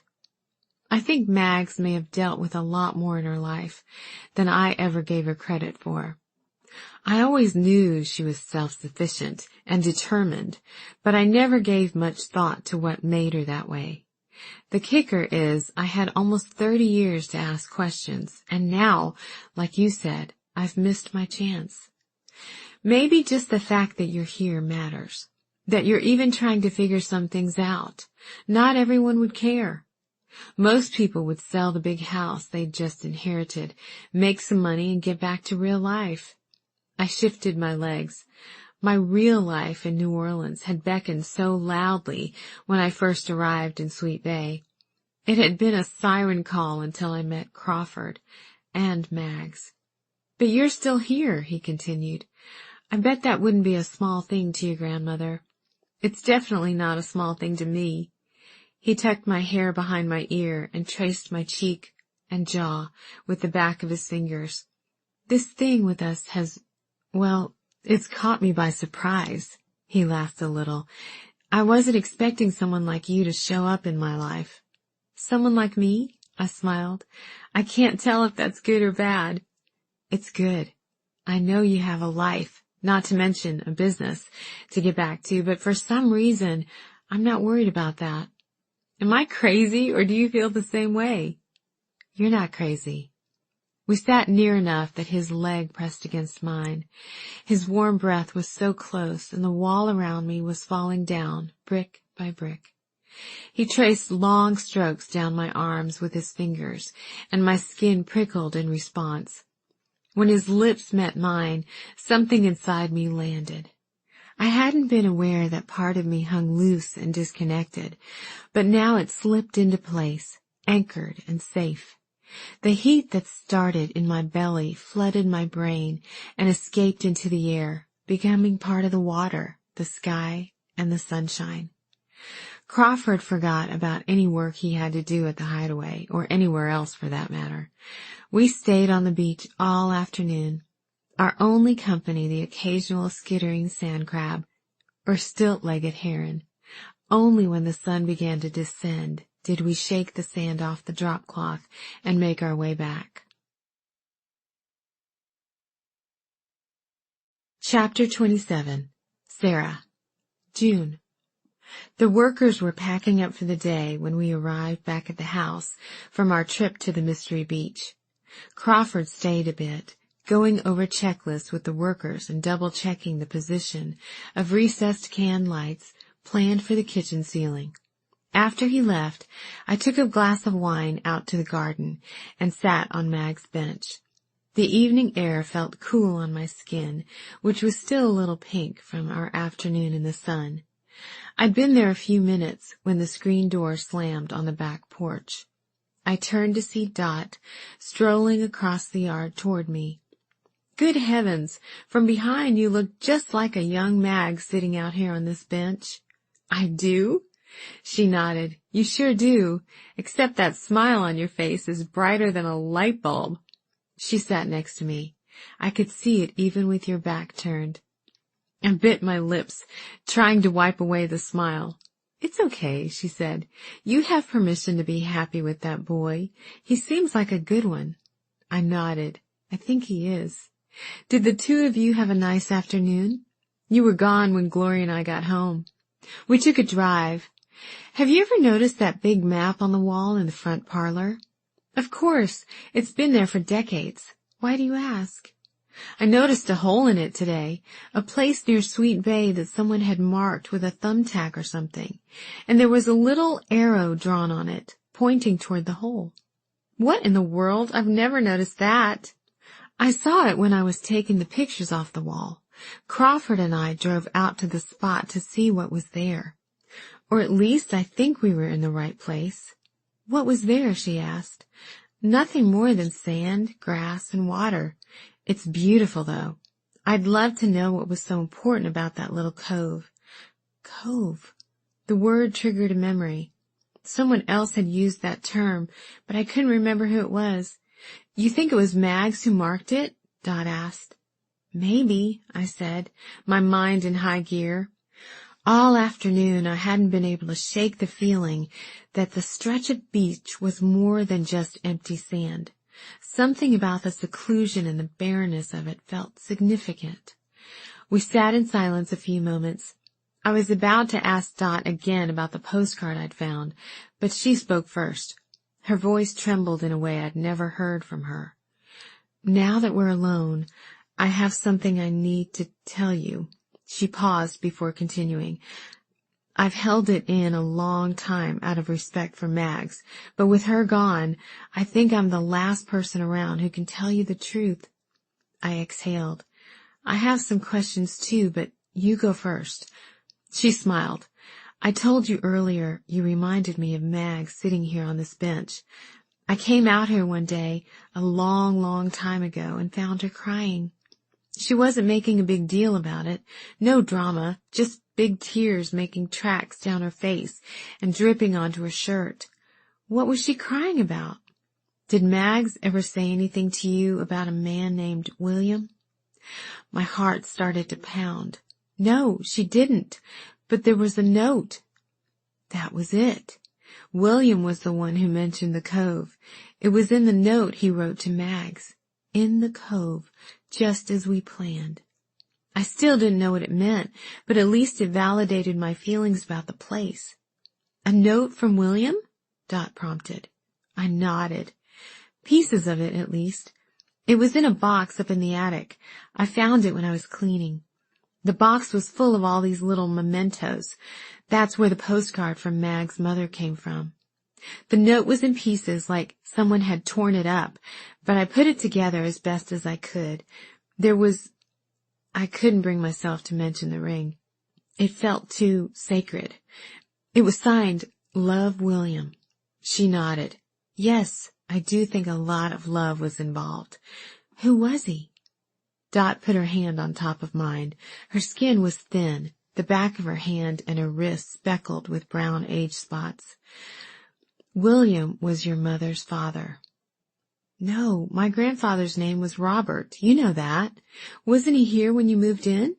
That's true. Robert was here, but he was not the father of Mag's baby, of your mom. That was William. I swallowed hard, then shot to my feet. Dot pulled her hand back to her lap, her eyes patient. I walked a few paces away, then turned around. That's not possible. I don't even know this man. Do you? He can't be Mom's, my grandfather. It's impossible. I know it sounds that way, but it's true. William and Mags met here after she left Mobile. Things between them escalated quickly, and she got pregnant. Did Mom know about this? I don't think so. I know it sounds bad. I think it was hard for Mags to talk about. What about Granddaddy? Was she married to him at this point? Yes, she was. But before you jump to conclusions, you need to know a little about Robert. He was not a faithful husband. Mags didn't tell me much, but she told me that. He had other women over the years, one in particular. When he went away with this woman and left Mags in Mobile, she decided to leave too. She started a new life here, and William was a big part of it. So Robert was just her first husband? Did Mags and William ever marry? My head was exploding, but I tried to ask rational questions. No, they didn't. I was never sure exactly what happened. I moved in after William left, and Robert was back. Mags was weeks away from giving birth to your mom. She told me William was the father, and he had left. She was heartbroken. At first she said it was her fault, but I found out her parents had something to do with it. The way they saw it, Robert was a more appropriate husband for a woman of means, like Mags had been. Dot snorted. Appropriate in the wallet, maybe, but money doesn't guarantee happiness or loyalty. To my knowledge, Mags and Robert slept in different bedrooms every night he lived here. Robert thought it was a big secret, but we all knew. She may have been willing to allow him back into the house, but not into her bed. William left even though Mags was pregnant? He didn't know. Apparently he was supposed to come back. Maybe they had some plans that never worked out. That postcard from Mag's mother, I said. Right. I didn't want to say too much on the porch with Glory.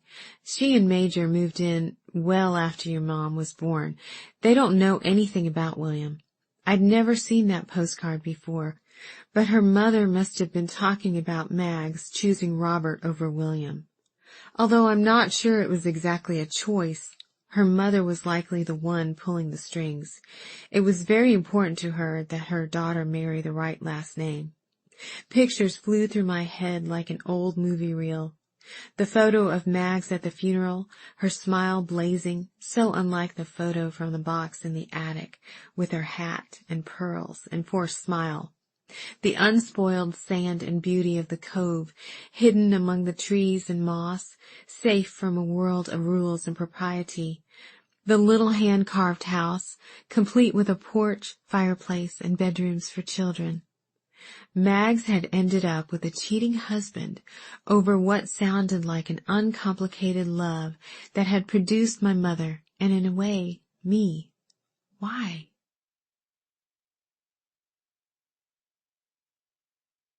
Chapter 28. Sarah. July. Once Crawford began making frequent visits after work, I found myself listening for the crunch of gravel signaling his arrival. His footsteps on the porch, his quiet knock. Each time he came, he stayed a little longer, leaving the house late. The dark night alive with a cacophony of cicadas and crickets. He came by one evening with a box of fried chicken in one hand, a six-pack in the other, and a bottle of 409 cleaner tucked under an arm. I'm here to work, but first you have to eat dinner with me. I smiled.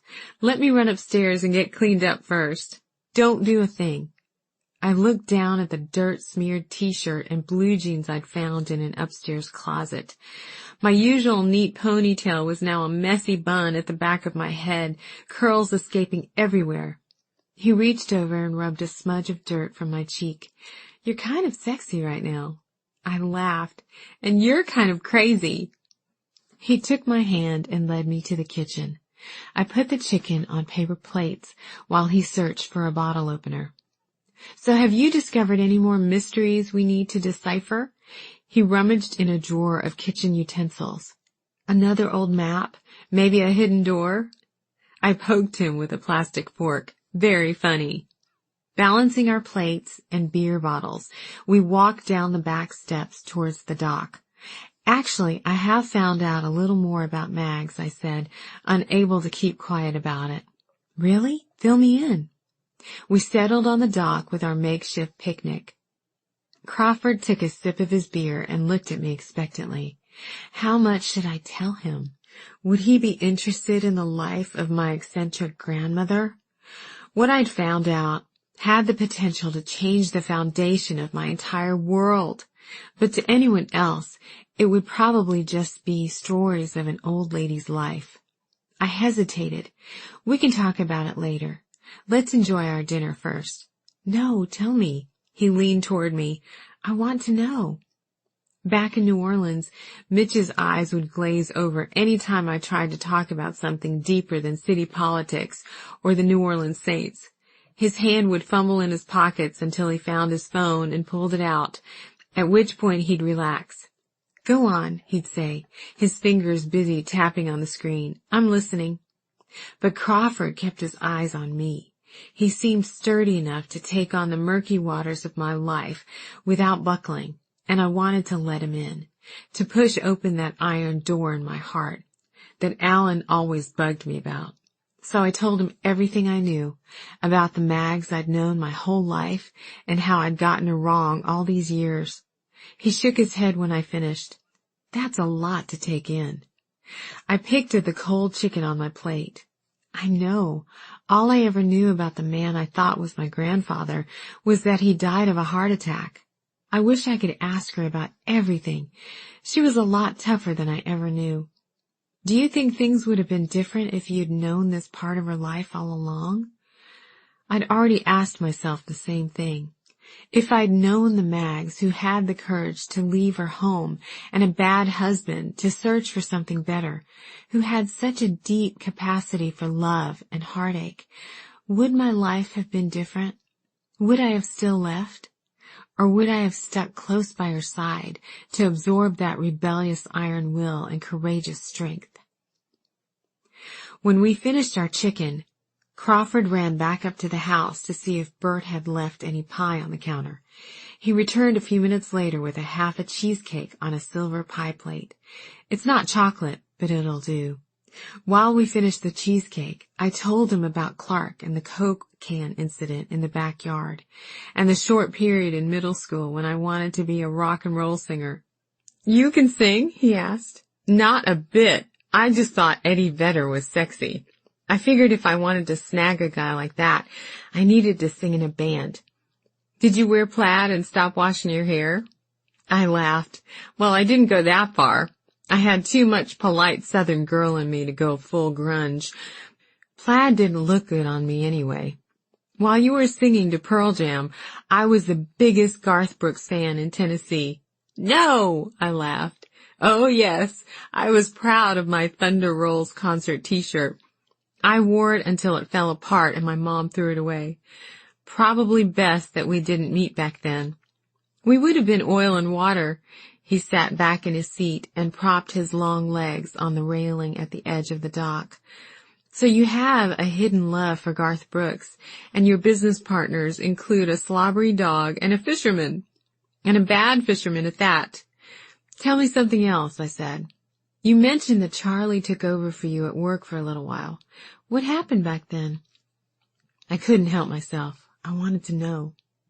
He sat up and rested his elbows on his knees. I worried I'd pressed too much, but when he turned to look at me, his face was calm. My dad died, for one. He'd been sick for a while, so it wasn't a surprise, although that didn't make it much easier. Soon after, my girlfriend left me. That one was a surprise. We'd been serious, but she found some other guy. Actually found him before she left me. Those two events back to back were hard to handle. Charlie stepped in while I pulled myself back together. He balled up his napkin and pushed it down into the neck of his empty beer bottle. That was 2 years ago, and I haven't dated anyone since. I've kept myself busy with clients and making some furniture here and there. Things have been good. But the day you came into my office, you sort of kicked things into gear for me. I couldn't get you off my mind.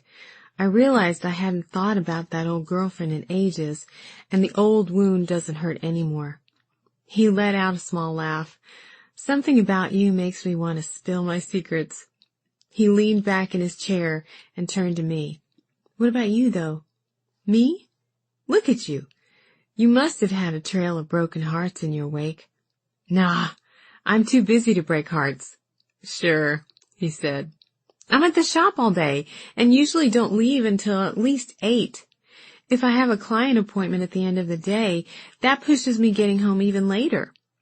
I wasn't giving the best impression of myself. A workaholic with no time for anything but battered furniture and wealthy patrons.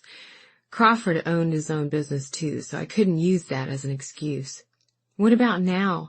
Am I taking you away from anyone? I shook my head.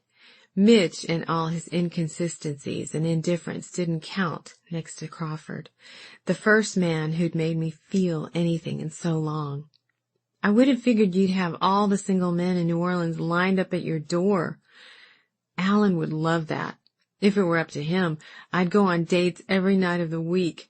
But the last thing I want to do at the end of a long day is go to some noisy bar for a first date with someone I'll probably never see again.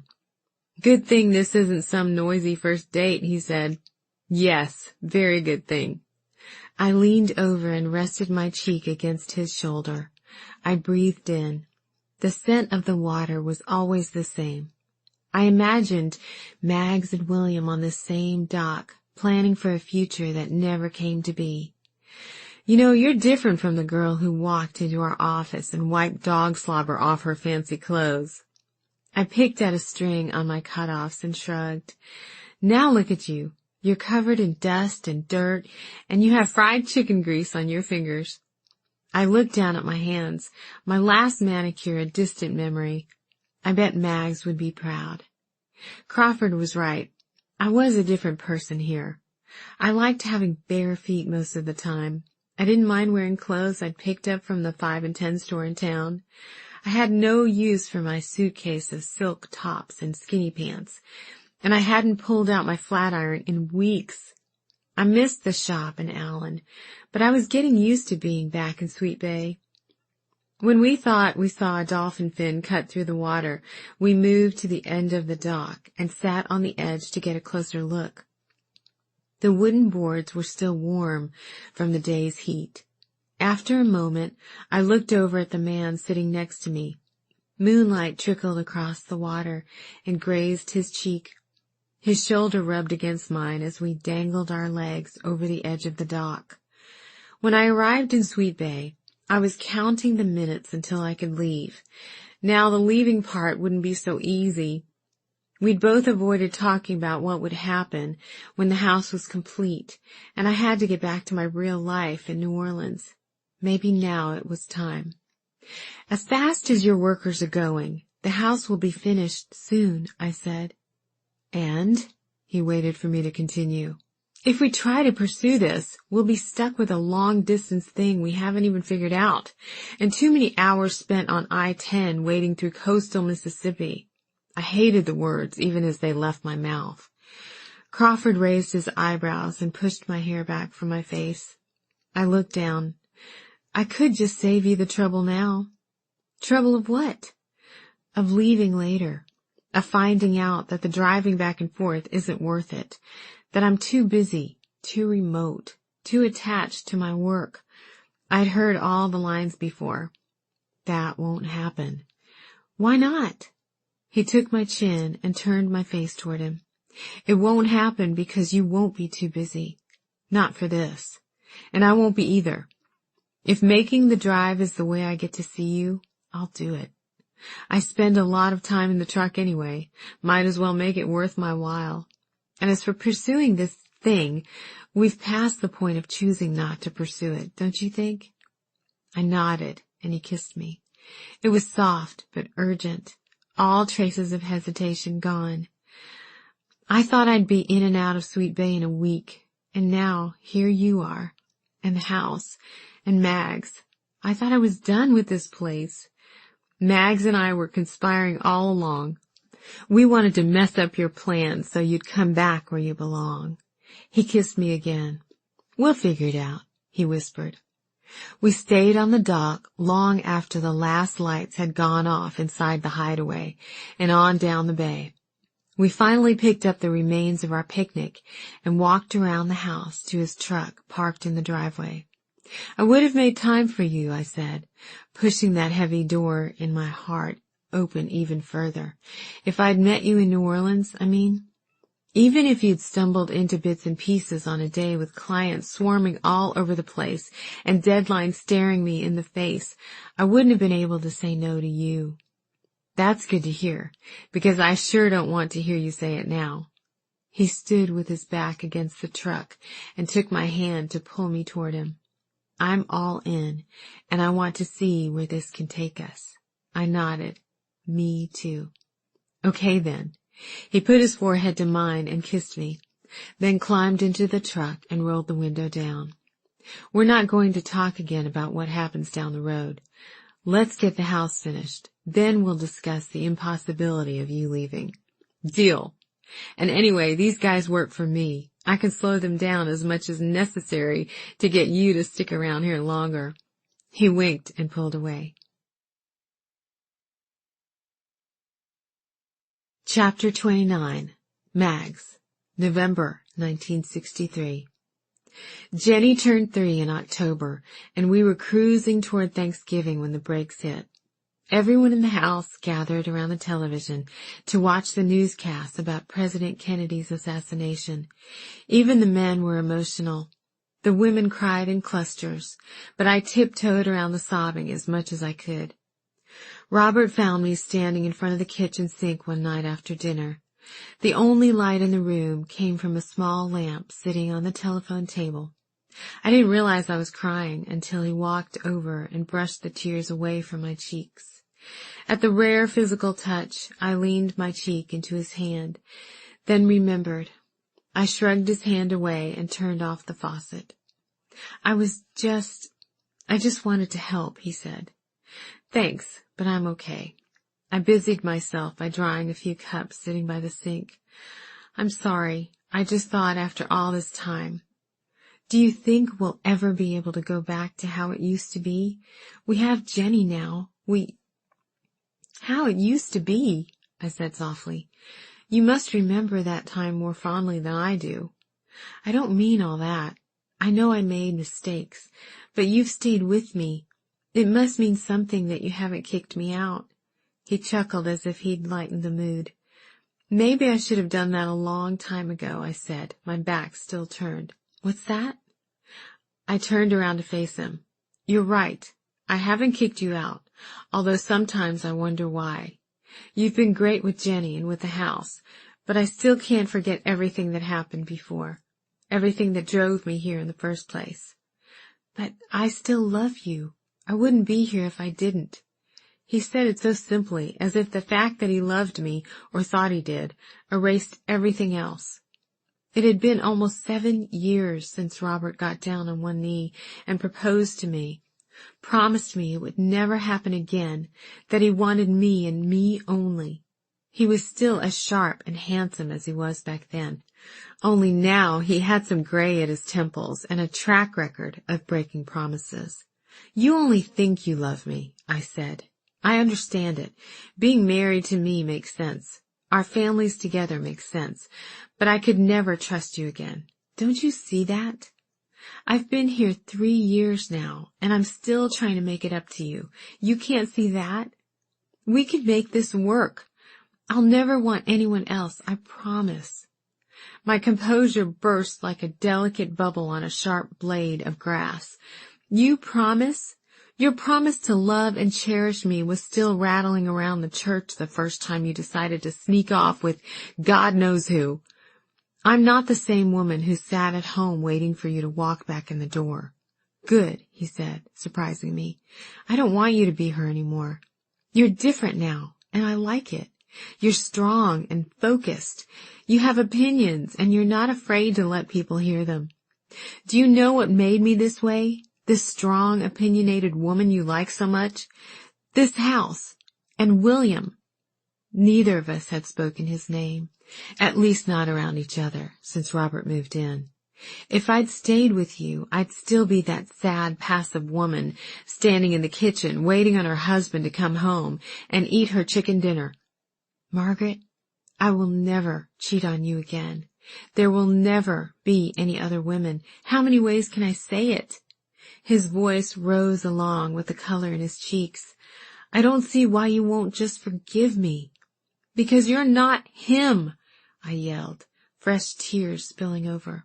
And how is that my fault? He yelled back. And with that one question, everything that was boiling inside me stilled, like a pot pulled off a hot burner. Years of pent-up anger and resentment flooded out, loosening the tight heat in my chest. It wasn't his fault. Yes, he cheated. That was on him. But our marriage, the culture that pushed me toward a certain type of husband and away from another, Robert had nothing to do with it. I leaned back against the counter and pressed the heels of my hands into my eyes. You're right. It's not your fault. He moved toward me, but stopped before coming too close. I'm sorry, he said, his voice brimming with emotion. Robert cheated. I cheated. William left. All of this was true and couldn't be erased.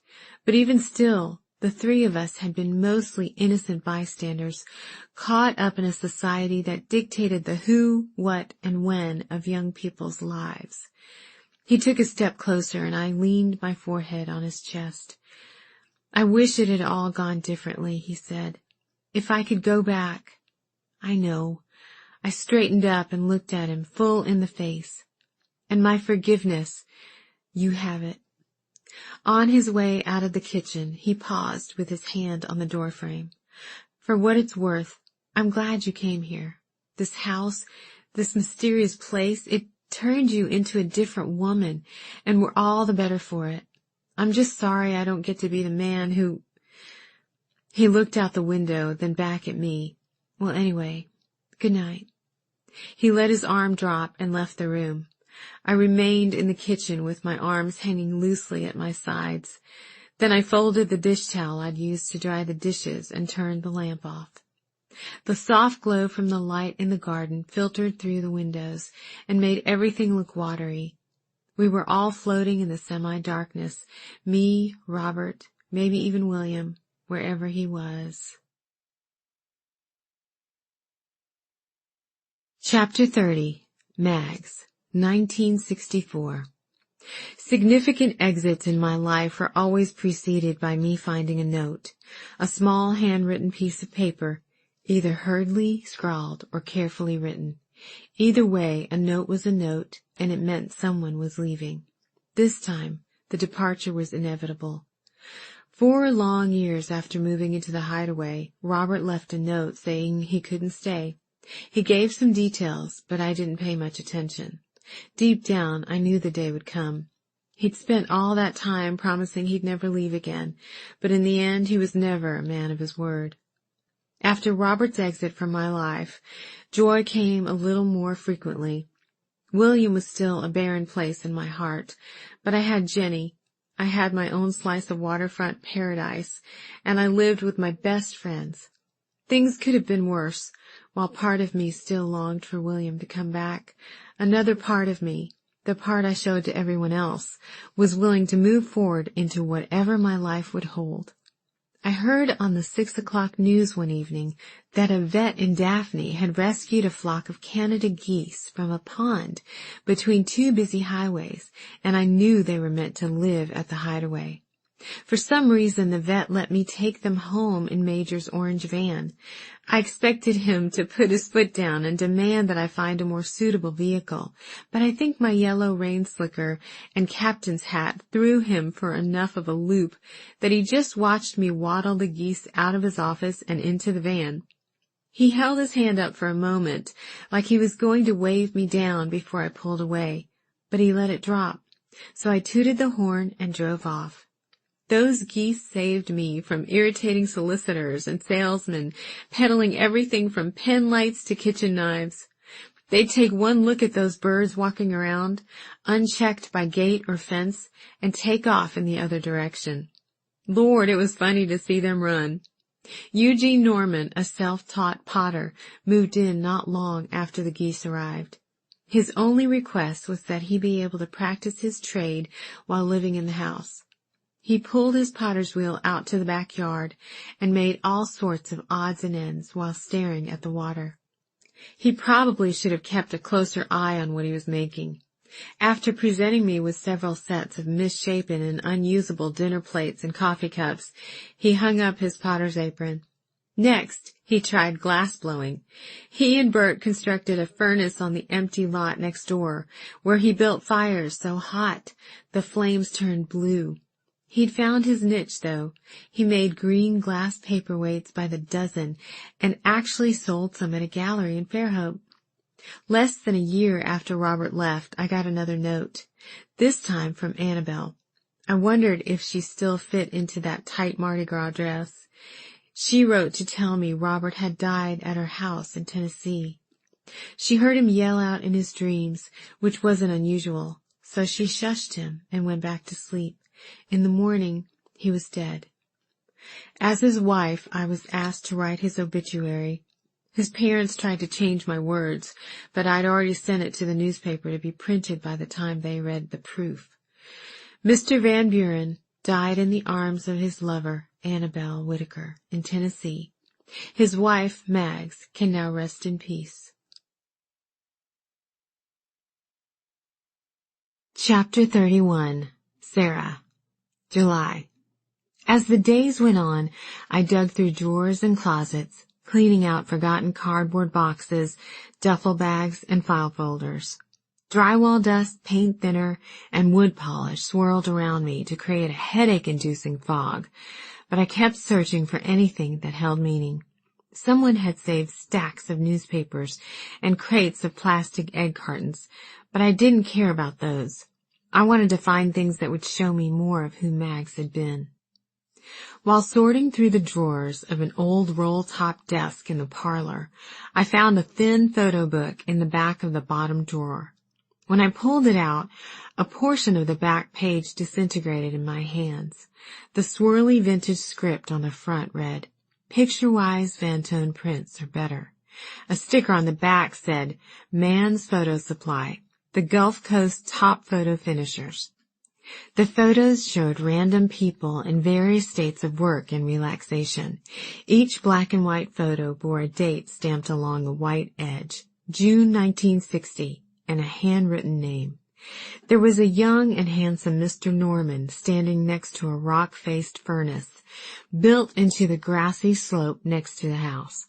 He held a long tube into the fire with a clear bulb of glass attached to the end, the flames just reaching the bottom of the bulb.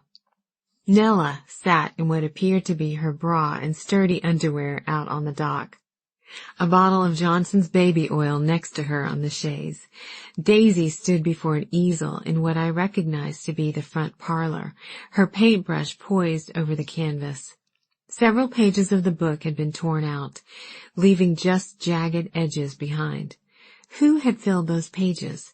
And what moments from the Hideaway's past were captured in those photos, now forgotten forever? As I stood to place the book into my shoebox of items to keep, 2 photos fell to the ground. I leaned down to retrieve them and crouched back on my heels to look closer. The first one showed a man standing on a beach, the shoreline just visible at the edge of the frame. I'd seen one photo of Robert in my life, and this was not him. Robert had been young in the photo, clean-cut, dressed in a serious suit, and carrying a briefcase. This man had shoulder-length light hair that looked damp at the ends. He wore blue jeans and an unbuttoned plaid shirt. I felt sure I was looking at the face of William, my real grandfather. With his eyes closed and his mouth just barely open, he seemed to be caught in that moment just before laughter takes over.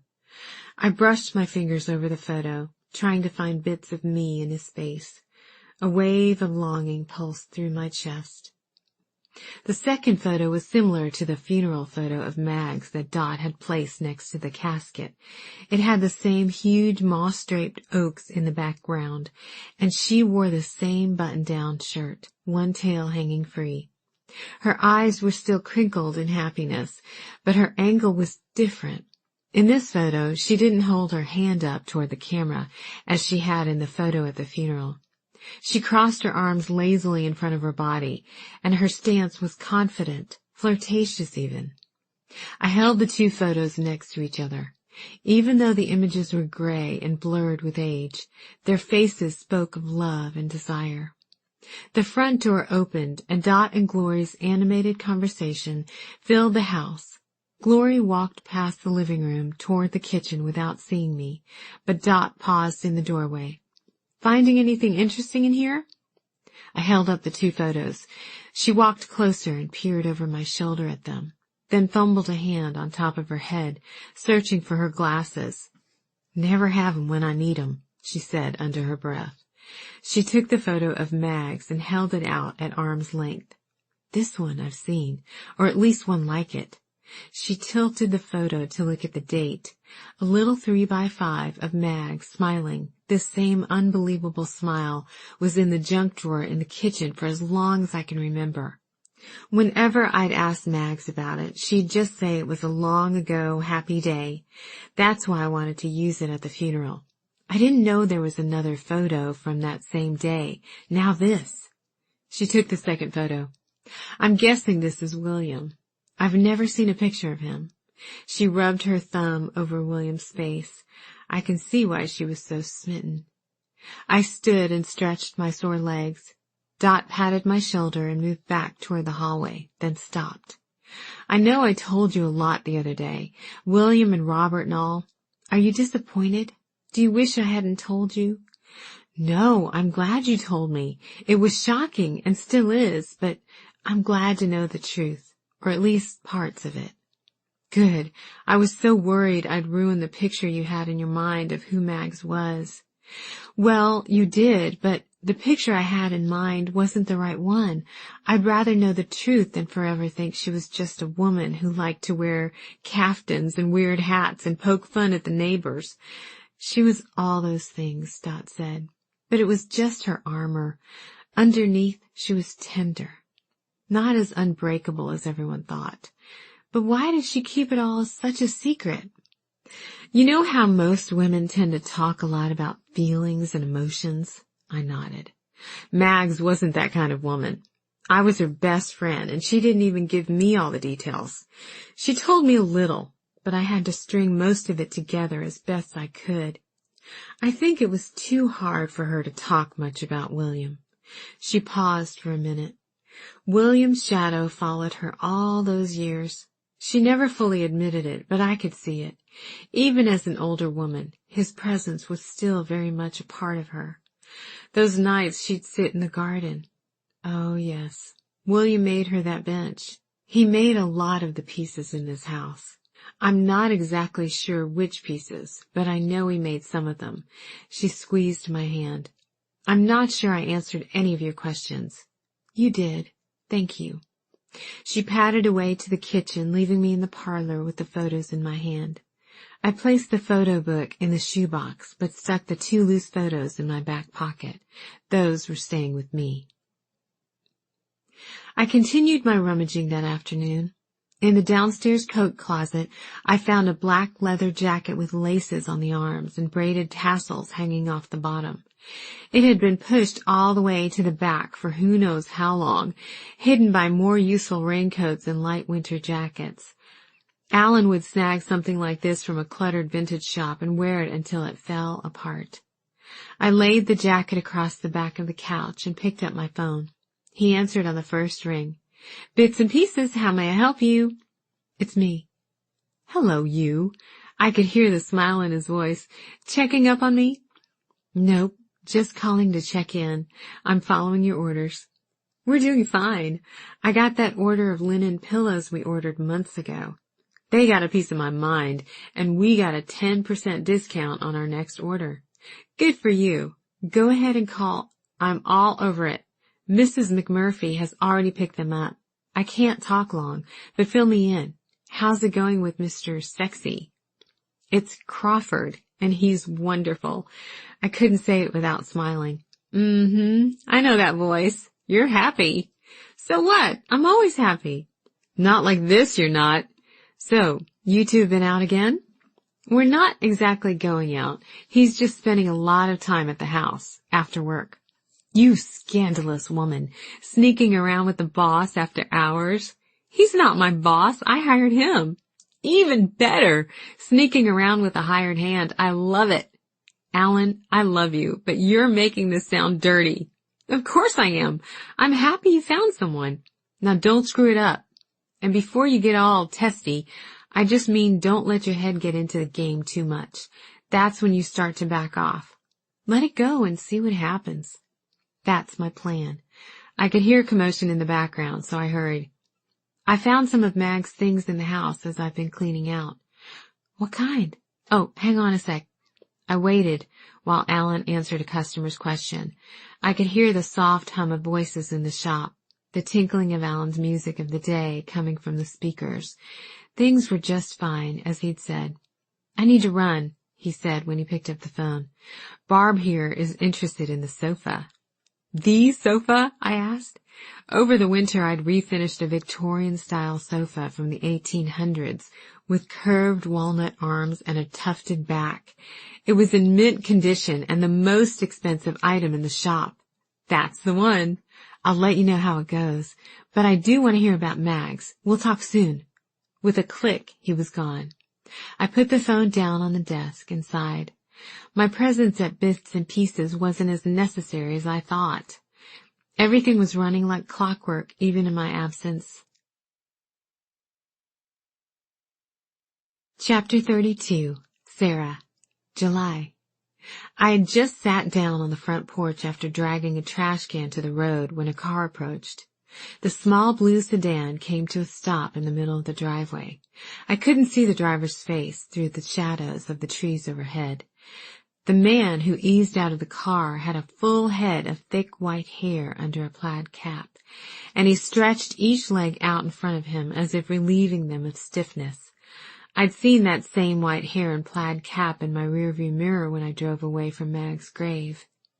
When the man stepped away from his car and turned toward me, I knew this was William. He shuffled to the bottom of the porch steps. I would have spoken first had my brain not been so empty of words. My heart thudded when he finally spoke.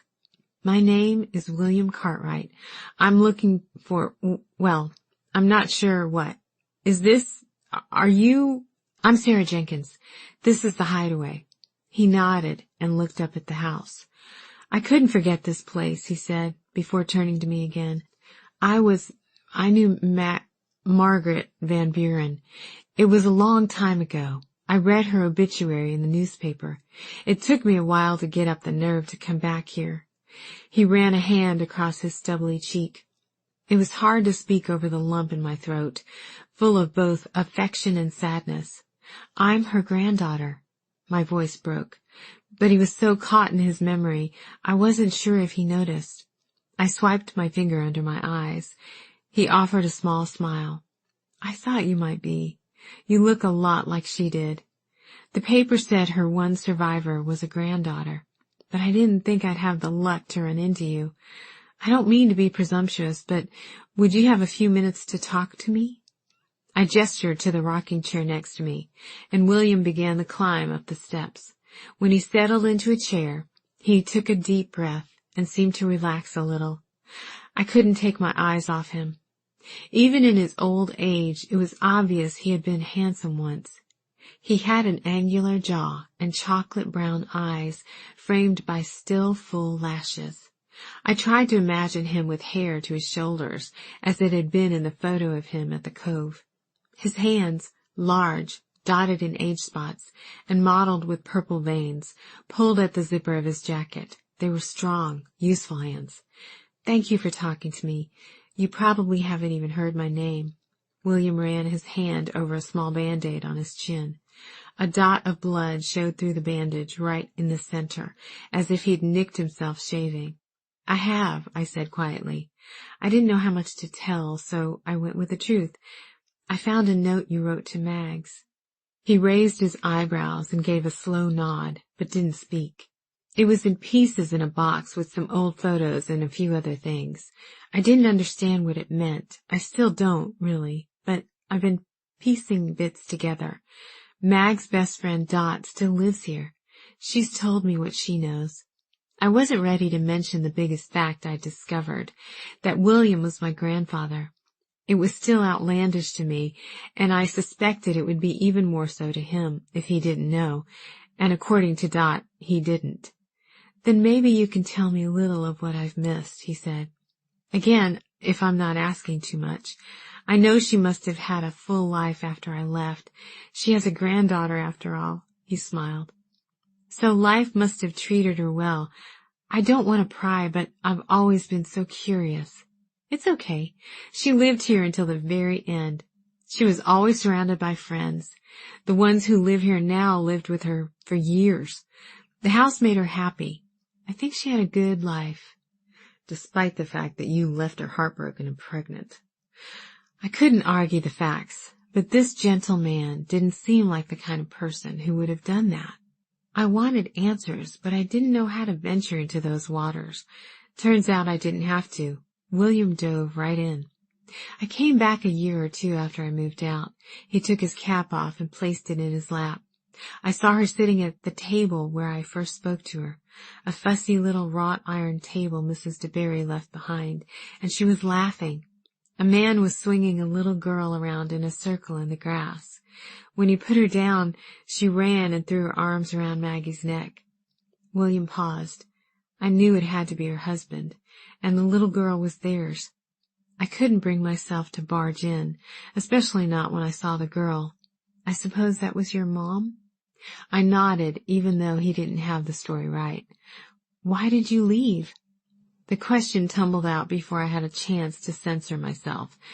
"The first time, I mean. Where did you go?" He shifted in his chair and recrossed his legs. "I'm sorry. Maybe I shouldn't have asked you that." "Yes, you should have. I knew coming here that if I wanted answers about Maggie, I'd likely have to answer for what I did." He slid his hands up and down the arms of the rocking chair. "Maggie's father showed up at the Hideaway soon after she took over the house. I was looking for her when I overheard them on the back porch.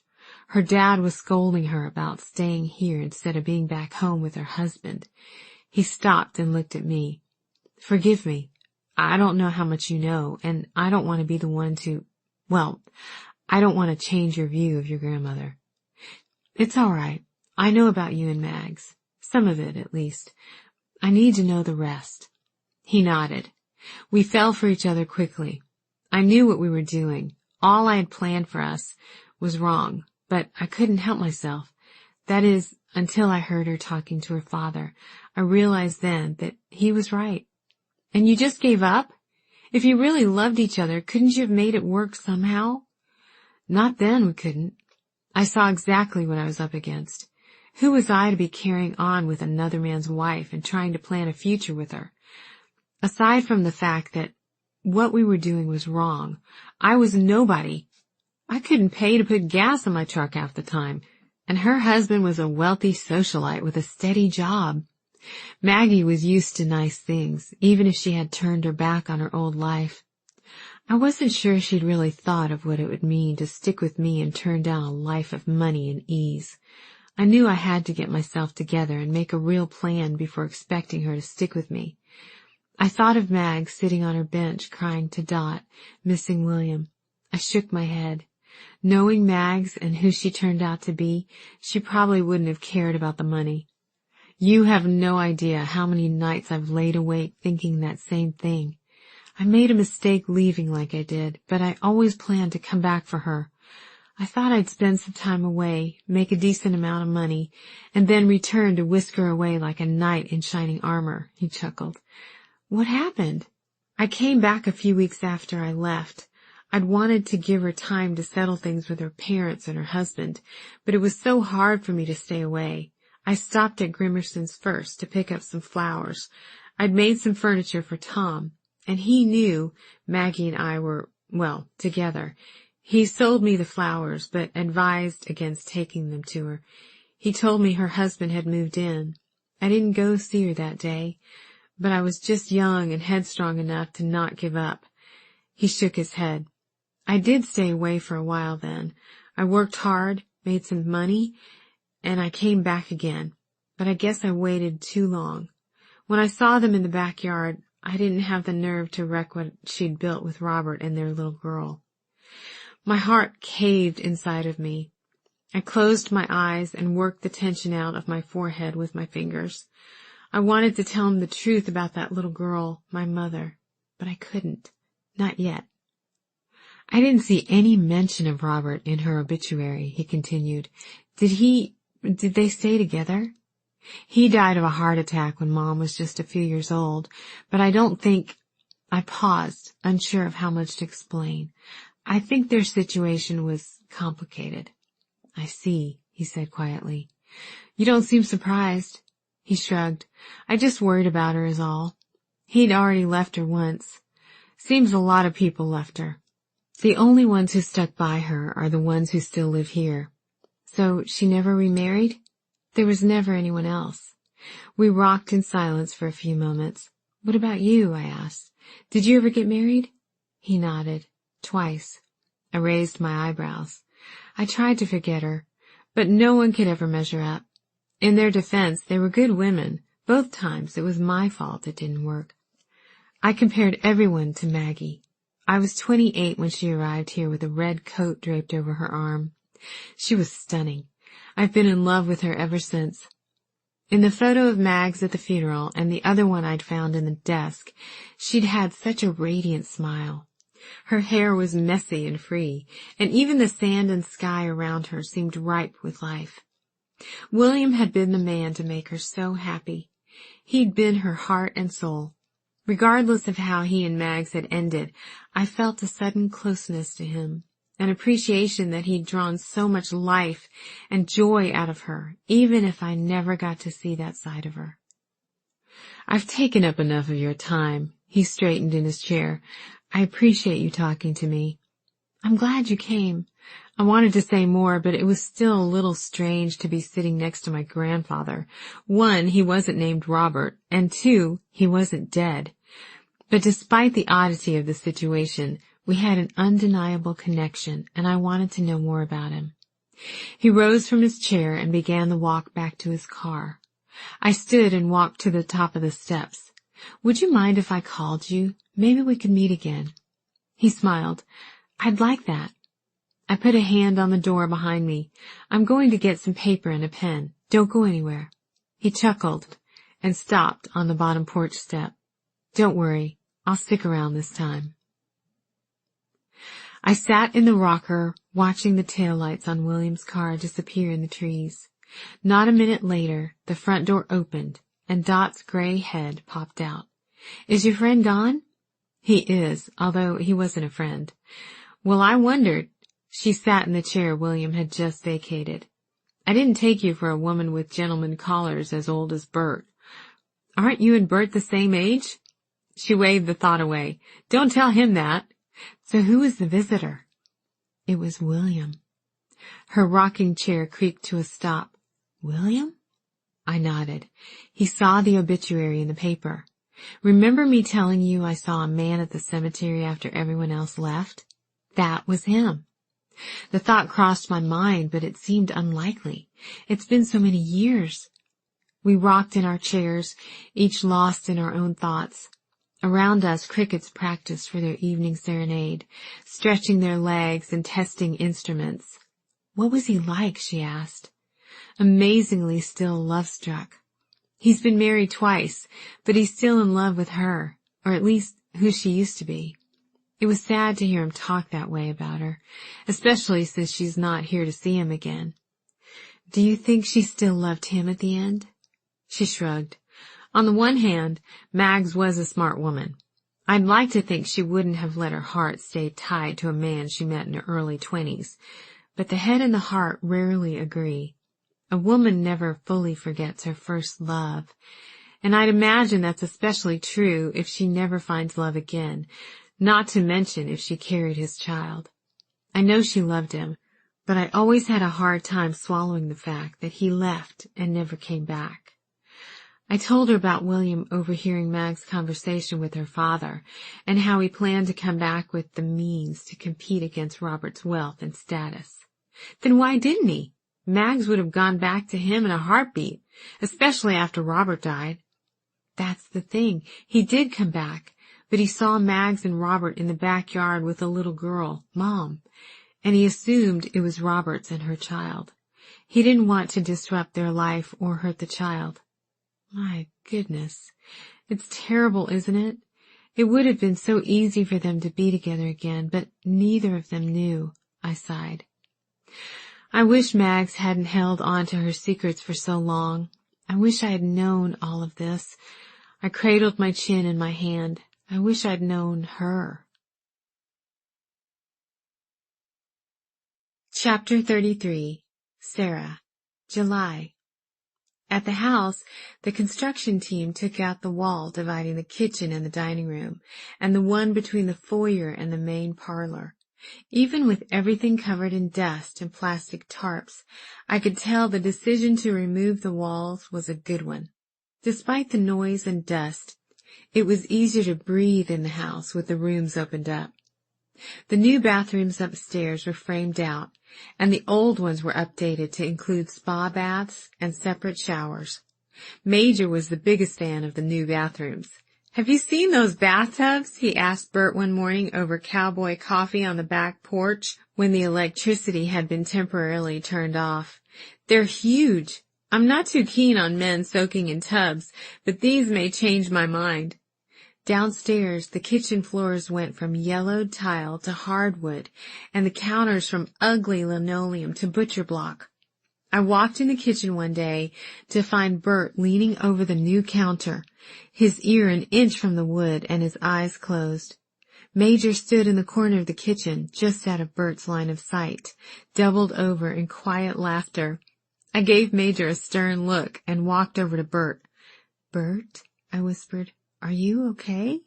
He straightened up and smoothed his hand across the surface. "I'm just fine. And Major, I see you over there laughing. I read that some butcher block comes from ancient trees, and if you listen hard enough, you can hear the sound of wind in the branches." Major couldn't contain himself any longer. "Ancient trees, wind in the branches. Did you forget to take your pills this morning?" He laughed and grabbed a dish towel off the counter to wipe his eyes under his glasses. "I'm not crazy," Bert said. "You know how you can hear the ocean in a seashell? It's the same thing."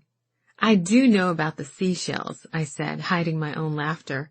"And you may be right about some butcher block wood, but I ordered these from IKEA, so I don't think they're ancient. More like Swedish." "Sweden? I bet they have ancient trees there." I chose creamy white paint for the cabinets and a soothing pale gray for the walls throughout the rest of the house.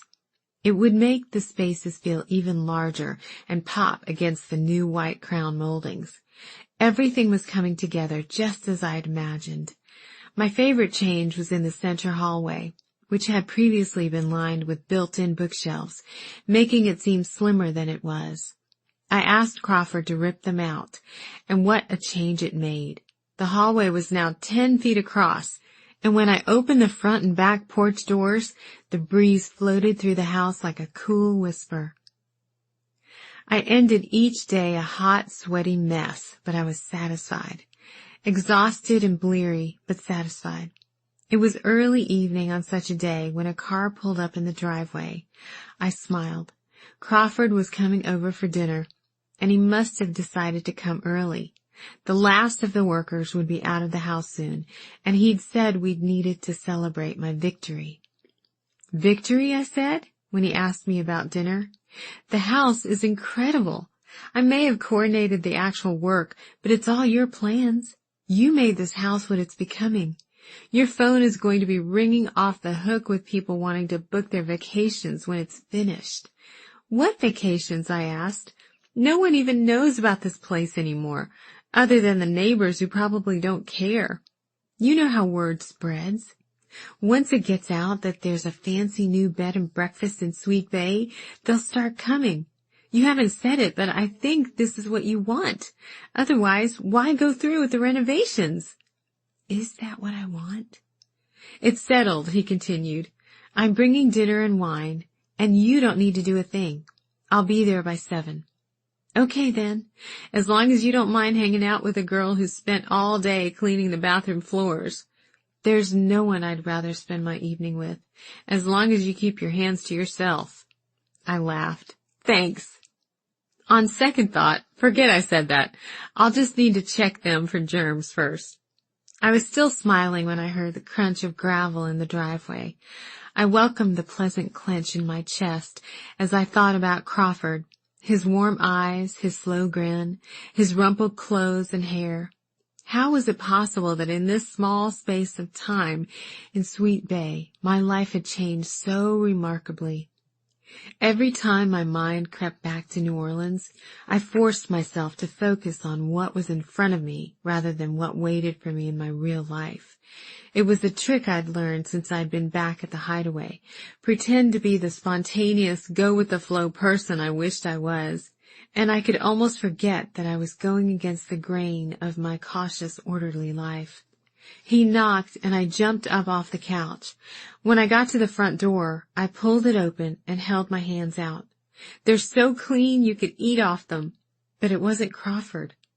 Miss Jenkins, I hoped I'd find you here. Sammy Grosvenor, Middle Bay Land Development. My stomach dropped. I haven't seen you around the diner again, so I thought I'd come by for a little chat. Do you mind? He put his hand on the door and pushed. I do mind. I held on to the door firmly. If you need to talk to me about anything, we can do it out here. Although I can't imagine that we have anything to say to each other. Oh, there's plenty. He peered around me into the house. Clark was right. He said a lot's been going on around here, and I can see it. Looks good, Miss Jenkins. I hate to tell you it's all about to change. I crossed my arms over my chest. He raised an eyebrow. Allow me to explain. You're the owner of one of the choicest plots of waterfront property in Sweet Bay. I tried to tell you this when we spoke at the diner a couple of months ago. Only one other piece of property rivals yours in terms of desirability, but the owner has proven to be quite stubborn. With the unfortunate death of your grandmother and your refusal to sell, I've informed Mayor McLean that it's high time we get ourselves in gear and make some necessary changes. He trained his eyes on me, his round face red with heat and exertion, his hair matted down on top. My stomach tightened into a ball of knots, waiting for him to explain, but I wouldn't give him the satisfaction of appearing interested. I'll cut to the chase. My case to the mayor shows that this stretch of property serves no one but the Hideaway's cornucopia of senior citizens. The area will better serve Sweet Bay and the entire county if it is developed into something a little more upstanding. I've always liked the idea of some fancy loft apartments. You know the kind. Industrial look, exposed pipes, metal railings, maybe some shops and restaurants underneath, and a nice boardwalk along the water to connect it all. With my plan in the works, Sweet Bay could rival other tourist destinations along the Gulf Coast. I've assured the mayor's staff that these changes would move us up substantially in the eyes of folks looking to spend vacation dollars. The mayor couldn't say yes fast enough. Mr. Grosvenor, please call me Sammy. Mr. Grosvenor, you've been trying to get your hands on this house for years, and my answer is the same as it was at the diner. You're not getting the house. Now, if you'll excuse me, a friend is coming over soon, and I'd prefer it if you didn't ruin our dinner. I tried to close the door, but he stuck a foot in the doorway. I opened it back up and sighed. He was a bothersome bug, a pest that wouldn't go away. You misunderstand me, Miss Jenkins. I don't want the house. I have no use for it. I want the house gone. Gone? I laughed. You can't do that. It's not your house to take. My voice sounded light, but inside bells were going off. Sammy had come around many times, but he'd never had a real plan, just the desire to take land out from under an old lady's nose. This time, it sounded like he'd done his homework. The mayor agrees with me that eminent domain is the right road to take. It's the first step in paving the way for our new Sweet Bay. I'll allow time for the residents to collect their things and make some plans, but do inform them that they should be quick. I don't have time for the Ingrams and the Greggs to sit around and bemoan their misfortune. We're all adults here, and this is how the world works. I'll stop by again with the necessary papers, but I wanted to let you know what's going on." This is impossible." "I'm afraid it's very possible," he said with less bravado. "You know, Miss Jenkins, many of the residents in this town think I'm slimy. They think I do nothing but twiddle my thumbs and wait for someone to die or run out of money so I can swing in and take the house." I raised an eyebrow. "It's true. I do work that way sometimes, but this time it's different. This is all in the name of bettering our town of Sweet Bay." It was a lie, and we both knew it. He didn't care about Sweet Bay. All he cared about was the money a hot new development would put in his pocket. Inside, I was seething, but I couldn't let him see it. I had to talk to Mag's lawyer first. "Are you finished?" "Yes, He cleared his throat. "I'm finished. Do you have anything to add?" "Not a thing. I'll have my lawyer contact you in the morning." With the door closed, I let out a shaky breath. I pressed the heels of my hands over my eyes and then grabbed the phone off the dining table and walked to the back porch to call Crawford. The night couldn't have felt less like a victory if I'd walked off the end of the dock and fallen into the water. "I'll have to take a rain check for tonight," I said when he answered. "Why? What's wrong?" I heard the concern in his voice. Mitch, or any of the men I dated in New Orleans, would have been on his phone the minute I bailed, looking for other friends to meet up with. Instead, Crawford gave me a chance to lighten the load Sammy had just dumped on my shoulders. I took a deep breath. "What do you know about eminent domain?" In the backyard, the sky was solid lilac, the sun long gone below the trees. The sun-warmed grass poked the bottoms of my bare feet. Without thinking, I did something I hadn't done since I was a young girl. I stretched out on the grass on my back, toes pointed, arms stretched out over my head, and stared up at the sky. After my parents died, I often came out into Mag's backyard just to lie down and think. As the stars popped out, I'd imagined they were holes, and my parents were up there peeking through the sky at me. I thought if I only stayed still long enough, I could catch all the love they dropped down. As Crawford had told me on the phone, there was no reason to jump to conclusions. Wait until you talk to Mr. Baines. See if Sammy's plans hold water. Then we'll figure it out, whatever it is. But what about all your work on the house? The painters are coming tomorrow, and the electrician is coming back in the afternoon to... Let me take care of the house. We can pause the work if necessary until we figure out what's going on. Most of the heavy lifting has already been done. The rest can wait. I hoped it would be just a simple wait and not a permanent ending. I rolled onto my side and looked up at the house. The lights inside gave the rooms a welcome glow. It sure didn't look like the neglected relic it had been when I first arrived. Was it possible Sammy could take it all away from me? Chapter 34. Sarah. July. I walked into Mr. Baines' office in Mobile the next day to find him swimming in paperwork. File folders and papers covered his desk and the floor surrounding it. His face, mottled and damp, showed the day had been a rough one. When he saw me in the doorway, he gestured to the paper-covered chair across from his desk. "I wondered when I'd hear from you." I sat down, desperate for him to tell me Sammy had it all wrong. My buddy over at the courthouse called me late yesterday and told me the news. He said before I could even speak. He knew I'd been Mrs. Van Buren's lawyer and thought I'd want to know. It's harsh, but this type of thing does happen. Granted, usually it's to make way for a road expansion or railroad tracks, not something as trivial as condos and a boardwalk. But Sammy has the mayor's ear on this one. When he started chirping about tax dollars coming into the county and how that could change the face of Sweet Bay, the mayor turned to mush. So he can do this? It's really going to happen? Looks that way. Unless, of course, unless what? Mr. Baines sat back in his chair and clicked the end of his pen. You can try to challenge Sammy's right to take the property. We can go to trial, show them that the Hideaway can be more than just a home for 5, now 4 people, that doesn't do much for the town. Would it do any good? He shook his head. I doubt it.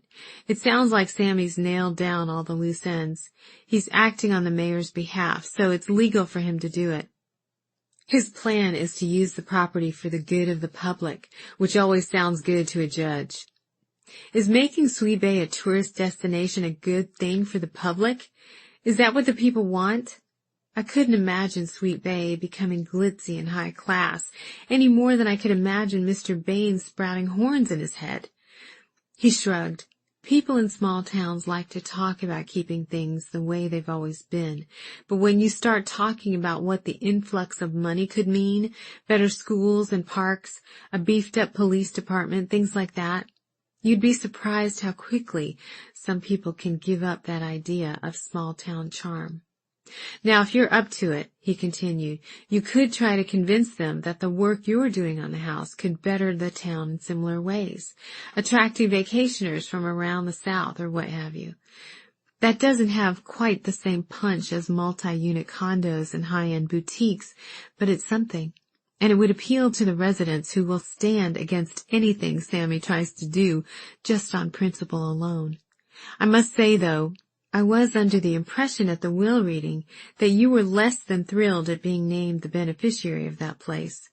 I would think this might be a good thing for you, Sammy coming in and giving you a reason to let the house go. I wasn't thrilled at first, but things are a little different now. He nodded. I can see that. I closed my eyes and took a deep breath. Despite how I felt about the house now, was this a sign that Mag's death and Sammy's timely plan for the area was supposed to usher in the closing of the Hideaway? Could anything make Sammy change his mind? It would have to be out of the goodness of his heart, and Sarah, I'm not sure there's much good in there. I wish I had something different to tell you. I'd advise you to begin making your exit plans. On the drive back to Sweet Bay, my phone buzzed in my purse. I pulled it out with one hand and saw Crawford's name. Blood pumped in my ears as I pressed end and dropped the phone on the passenger seat. Don't push him away now, Sarah. But I didn't know what else to do. It felt like the Hideaway was slipping through my fingers, the path in front of me leading back to my real life. At the house, so many trucks filled the driveway that I almost missed the motorcycle parked to the side under the oak.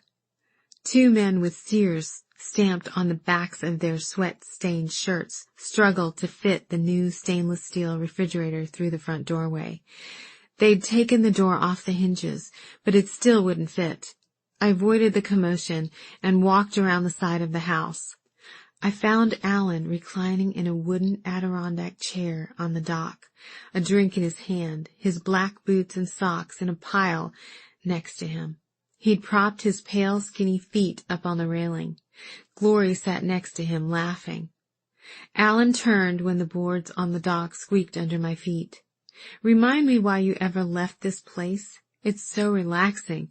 I think I might move in. If that's okay with you, of course, he said to Glory. Of course it is. You can stay as long as you like. She patted his hand. I tried to smile, but my throat was tight.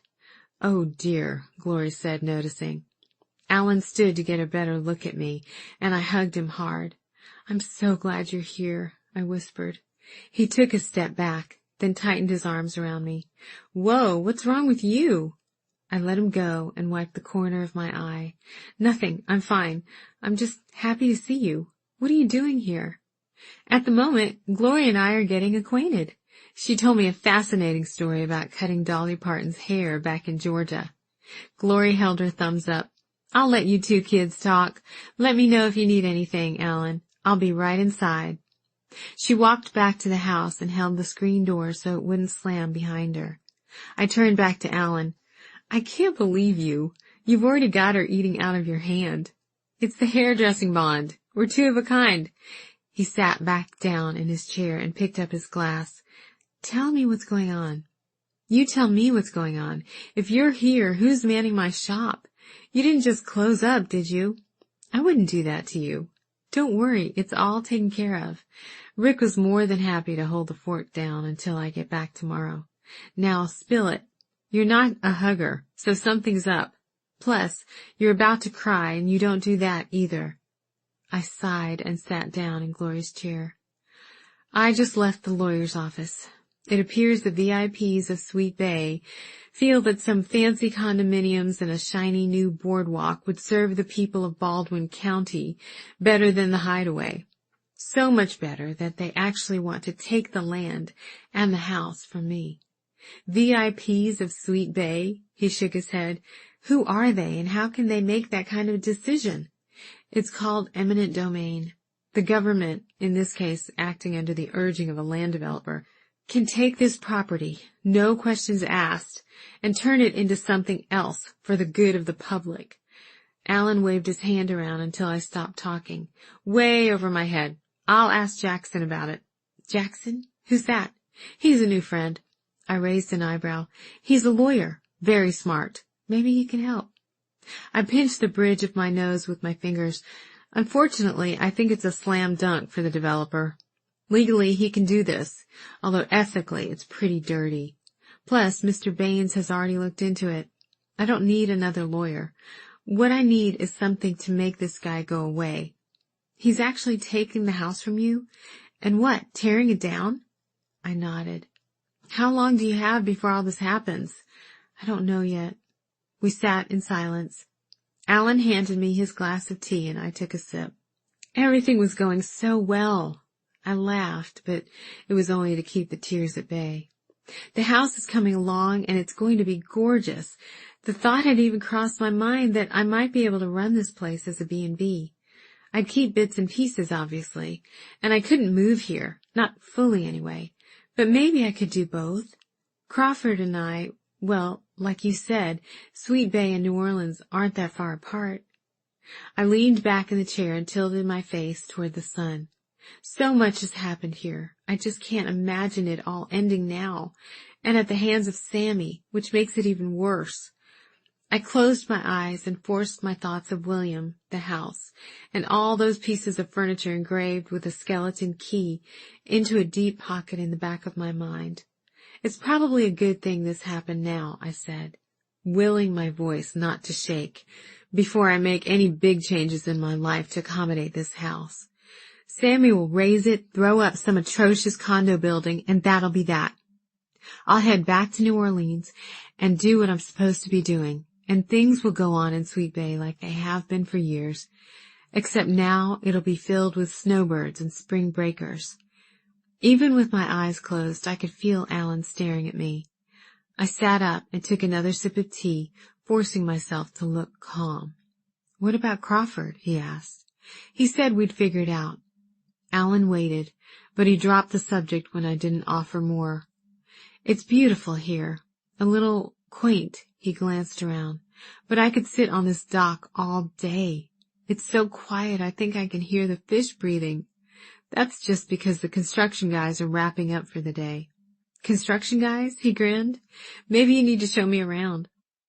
After a 10-cent tour, during which Alan was disappointed to discover that most of the workers had indeed left for the day, we ended up in the driveway next to his Harley. He handed me a helmet. I brought an extra in case I needed to rescue you. Rescue me from what? Doesn't matter. You don't need to be rescued. You're doing just fine. And we'll figure out what to do about this house and your man. I just need to do it over something stronger than sweet tea. Hop on. With no energy to argue, I did as he asked. I directed him to the outrigger lounge, the only white tablecloth place in Sweet Bay. The tablecloths were white vinyl, but in Sweet Bay, that counted. We sat at a table on the patio overlooking the bay. Alan ordered white wine for both of us, along with fried pickles and a plate of oysters Bienville. What? He asked when I looked at him over the top of my menu. If you're going to stay here, I need to make sure the food is up to par. Stay here? Did you not hear me tell you everything about Sammy? I heard you. Tell me about Crawford. Crawford is wonderful, almost too wonderful, considering. Considering what? Even if I had considered staying in Sweet Bay, which I haven't, I might not even be able to. If the house falls through, I wouldn't have the option of staying. Of course you have the option. You're a big girl. You can do whatever you want. More than that, I'd say he gives you a pretty good reason to stay. A reason to stay. Was that what I was looking for? But what am I supposed to do? Go buy a house? I have the shop and clients and the Broussard's house coming up. It's not like I could just forget all that and move to Sweet Bay. You're overthinking this. We don't know how it will all play out. I dipped a fried pickle in ranch dressing, then dropped it and leaned back in my chair. What? He asked. I haven't been back home that long, but Sweet Bay was starting to feel, I don't know what it was feeling like, just something different than it did when I was younger. I think I was starting to like it. Did you hear what you just said? You just called Sweet Bay home. I did? Alan nodded. Maybe it's that it feels like life here could be different a second time around. But you know how much I love the shop, and you, and New Orleans. Of course I do. But you've opened the door to a whole other part of your life. The house, your memories of Mags, those crazy old people living in the house now. Crawford, he said, tilting his head. This isn't small stuff. And it's okay to feel pulled in two different directions. Sounds like my therapist just jumped in the conversation. He waved the thought away. That's why you pay me the big bucks. But you never finished telling me about Mag's things you found in the house. I pieced everything together as best I could. Mag's privileged life and marriage to Robert, Robert leaving to be with another woman, and Mag's moving to the Hideaway and meeting William. For reasons that made sense to him at the time, and I think due in part to Mag's parents, William left. He planned to come back for her, but it never happened, and he never knew she was pregnant. So, little Mag's had some secrets. Yes, but it's more than that, I said. By the time she was my age, she was a widow and in love with a man she'd never see again. But despite all that, she was content, or she seemed so. She loved her friends and her old house, gave the neighbors something to talk about, and never cared about how a woman of her age should live her life. She was brave. Sounds like it, Alan said. Maybe she worried I would have thought badly of her if I'd known all this. Would you have? No, just the opposite. It would have shown me there was a reason for her oddness, that she was much more than just the strange old lady I always thought. You think she was strange because of what happened with William? I don't get it. Not William, but Robert. And maybe even her parents, too. From what I'm gathering, Mags was raised to be proper and ladylike, to always do the right thing, even to marry the right man. I'm thinking maybe she got to Sweet Bay and ditched all that. Maybe she went in the total opposite direction from what her parents and Robert represented. I thought of her crazy hats and bright yellow ponchos that made me want to crawl under the nearest rock when I was a teenager. What if all that quirkiness had just been her way of pushing back against a lifestyle and culture that crushed her dreams? It all makes perfect sense now. I flagged the waitress and ordered another glass of wine. The sun was setting. Long, thin clouds, now dark purple against the orange sky, draped across the sky like streamers. I drove by my old house last week, I said. My parents' old house. We'd started on our entrees, blackened Gulf snapper for Alan, grilled mahi wrap for me. How did that feel? Alan asked. Strange, I guess. I hadn't seen it in a really long time, 10 years at least. It's white now. It used to be light blue. But my old wooden swing was still hanging from the oak in the front yard. 2 kids were playing on it. My mom always hated that swing. I busted my forehead on it when I was little. I pointed to a spot above my right eyebrow. Had to get 4 stitches right here. Alan smiled. You've never told me much about your parents. Your mom. What was she like? I sat back and readjusted the clip in my hair. She was kind, soft-spoken. It was like she was put on earth to do exactly what she was doing, being my mom. Ed Jenkins' wife, owner of the side-of-the-road diner, and she was always good at accepting people and situations for who and what they were. Like with Mags.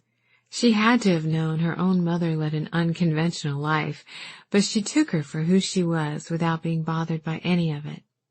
Or maybe she was bothered and you just never knew. You were still young when she died, right? I nodded. Maybe she kept that part from you. Maybe. I remembered Mom's calm demeanor, her contentment with her life and everything around her. With me beating a trail out of Sweet Bay as soon as I could, maybe I was as unlike Mom as I was Mags. You're the same way, you know, Alan said after a pause. Or at least you were with me. I walked into your shop with green hair and a ring in my nose, and you didn't even flinch. I squinted an eye and held up my thumb and forefinger a centimeter apart, maybe just a little. He laughed and nudged my chair with his foot. For a moment we ate in comfortable silence. From a table across the deck, laughter came in bursts. A flock of pelicans coasted overhead. "You're not really going to leave, are you?" Alan asked. We'd finished our meal and were waiting to pay our bill. I traced my finger along the top of my empty wine glass, my third, 2 more than I usually drank. "It seems like you have a lot of unfinished business here," he continued. "You've only just met William. You have a hot romance of your own to deal with, and you need to look further into this emergent domain thing. Eminent domain. Whatever. See if it's a done deal." I sighed. "I told you, Mr. Baines has already figured it out. It would take a change of heart for Sammy to give up the property, and that's not going to happen. Maybe. It's just a shame to lose such a fabulous house. I wish we could relocate it to New Orleans. It could be our hideaway when we need to escape annoying customers." It was an attempt to lighten the mood, but I didn't feel light. My head throbbed and I was exhausted. He looked across the table and saw it. "Let's get you home." He pulled me to my feet. At the house, Alan dropped our helmets in the yellow room, the one he had picked out during our earlier tour of the house. The painters hadn't yet reached the bedrooms, so they still boasted those original lovely color schemes. He helped me to the blue room, and I curled up on the bed while he tugged off my shoes.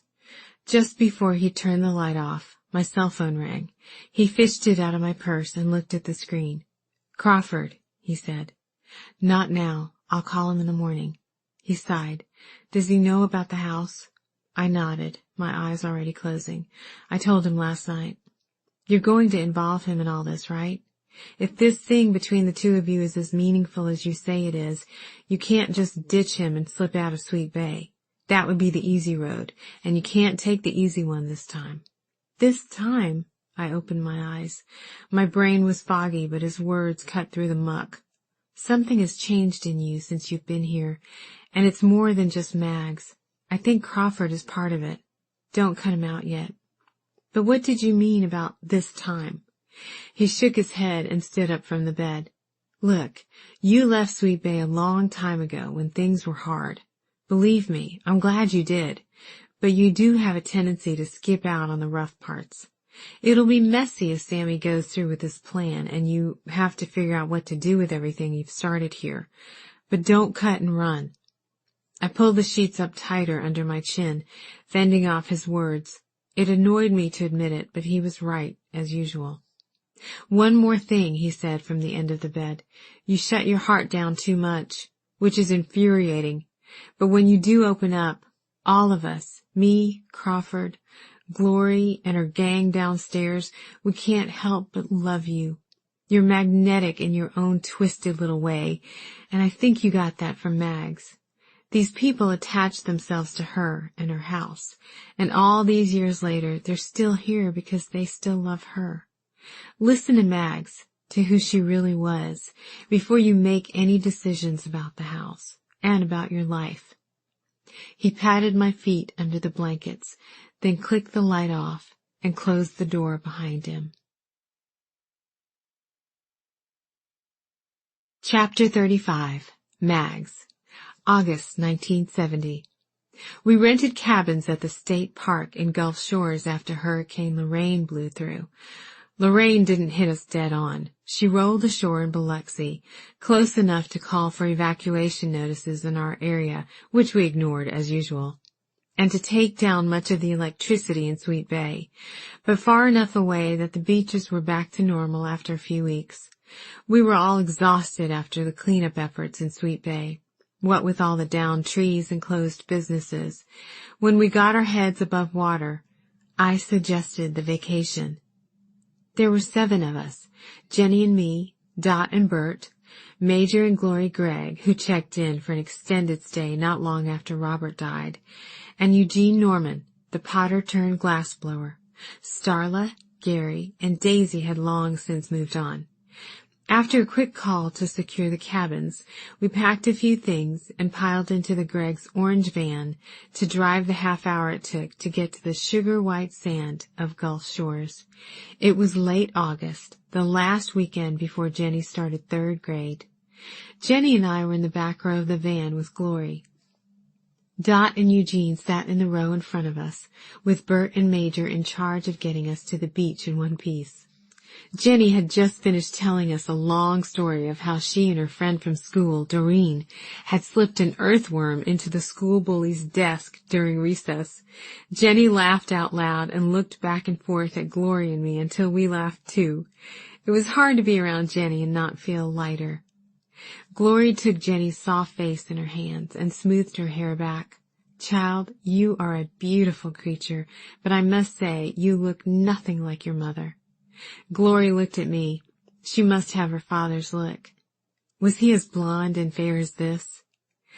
Dot turned sideways in her seat so she could make eye contact with me. She raised an eyebrow and waited for my answer. "Mama, was he?" Jenny asked.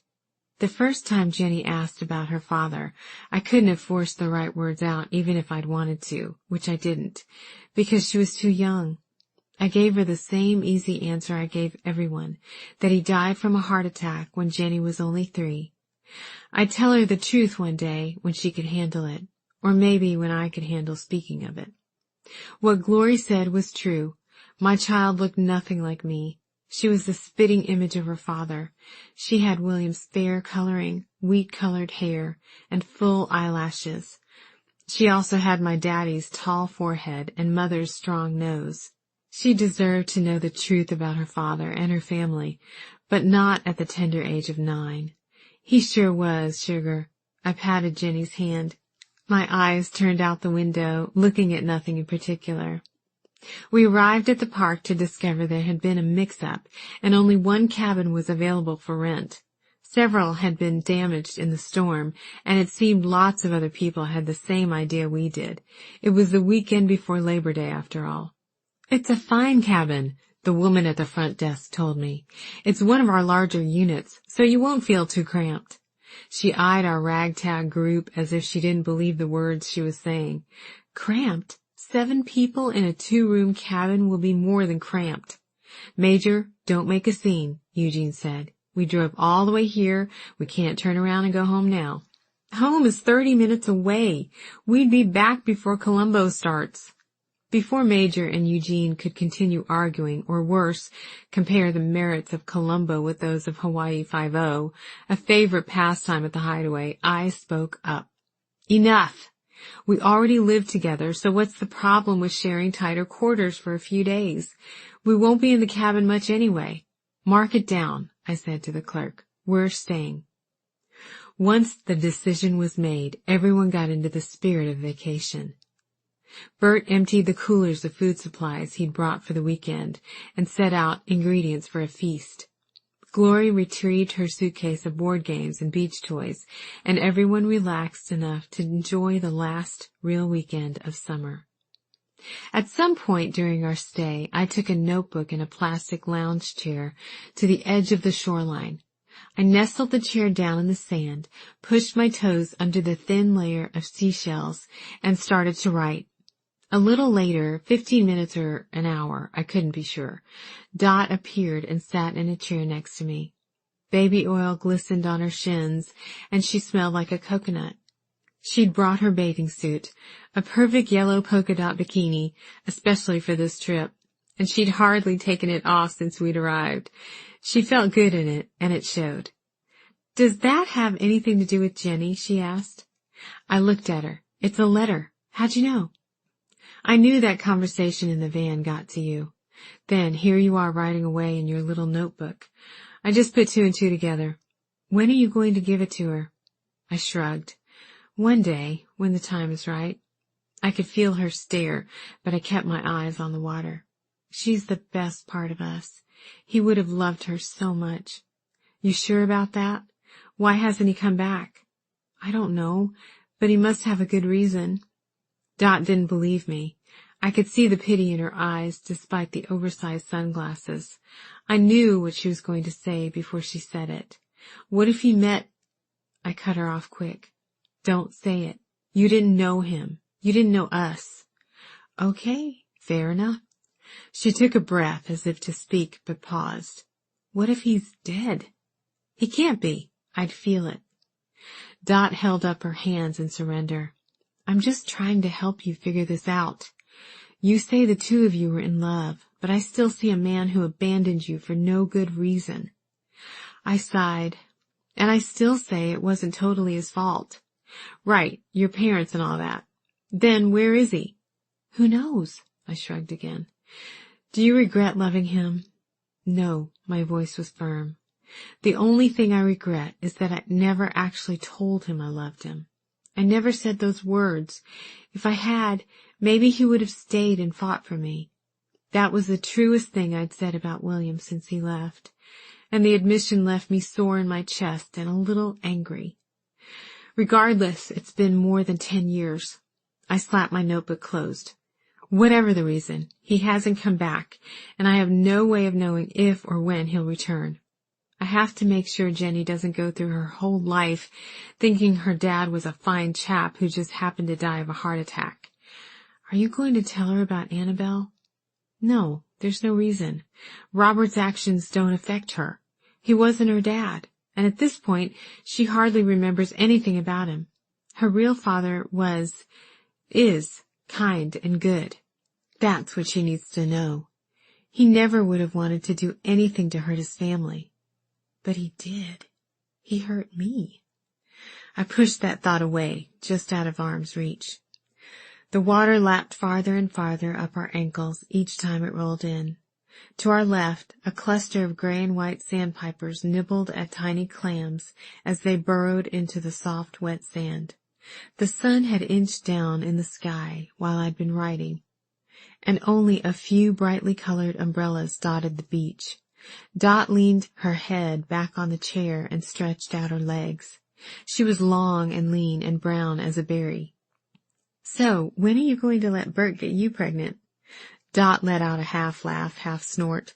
"You don't beat around the bush, do you?" "Sounds like someone else I know."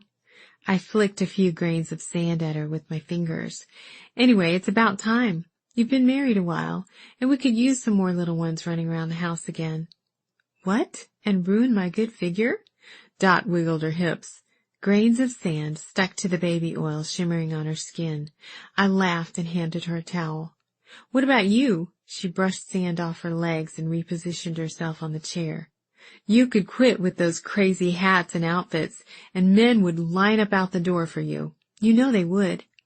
"Yes, those Sweet Bay men really ring my bell." "It's a big world out there, that's all I'm saying. If there's more outside Sweet Bay, I don't need it. And I'm done with men. I gave it a go twice, and you see how far that got me. At 33, I'm long past the age of letting myself get swept up by a man, no matter how handsome or charming he may be." The words sounded believable, even to me, but I knew my heart. If William had walked onto that beach right then and there, I would have run to him and thrown my arms around him, no questions asked. I probably would have hit him too, but where my heart was concerned, it would always belong to him. I leaned my head back on my chair. The sun, still strong even in the late afternoon, baked my legs. The searing heat felt good and cleansing. I gave in to the pull of sleep until the rising tide skimmed the backs of my legs. At the same time, Bert's voice drifted to us from farther up the beach. "We're going to have to toss out life preservers if y'all don't move back," he called. Jenny trailed behind him, a sand bucket in one hand and a stringy clump of seaweed in the other. "Come on back to the cabin," he said. "I have grilled shrimp and West Indies salad waiting on the deck." He turned to Jenny and said something we couldn't hear. Then the two of them took off, running back the other way. My sweet girl ran as fast as her legs would carry her, beating Bert to the cabin by a nose. She gave him a high five and climbed the steps to the cabin. Lord, I love that girl. I tightened my grip on the letter in my hands, the letter that would one day tell Jenny everything she needed to know about her father. Nothing more and nothing less. Chapter 36. Sarah. July. I didn't roll over until 10 the next morning. As soon as I did, the pounding started, reminding me why I always stopped with one drink. With the shop to run and clients to please, I didn't have time to sleep in and nurse hangovers. My phone was on top of the blanket next to me. I took a deep breath and called Crawford. "Are you okay?" he asked in place of a greeting. "I'm fine. I'm sorry for not calling earlier. Alan came to town and it was a limp excuse, but it was all I had. I hadn't deciphered anything else going on in my head yet." "I'm glad you got to see him. I'll bag off now that I know you're okay. I was just worried." "Thanks. What do you mean, back off?" "Look, I know you've got a lot going on and you have decisions to make. I want to help you with this, but I understand if you need to do it alone." Whether I did it alone or had help, deciding what to do would not be easy. The situation had already tied my stomach in knots. "And this should go without saying," he continued, "but if you have second thoughts about us, about me, just be honest." "No, I'm not." But was I? Thoughts swirled through my head like a tornado, but I couldn't put my finger on which ones were about the house and which were about Crawford. "Come on, Sarah. It's the first time you haven't taken my calls. This big thing happens, Sammy and his news about the house, and all of a sudden you pull away." He had been nothing but caring and concerned about me, and here I was trying to avoid the hard part, just like Alan said. What kind of person did that? "I'm sorry. I'm not having second thoughts about you or about us. I just feel like the rug was pulled out from under me. Before, everything felt so possible.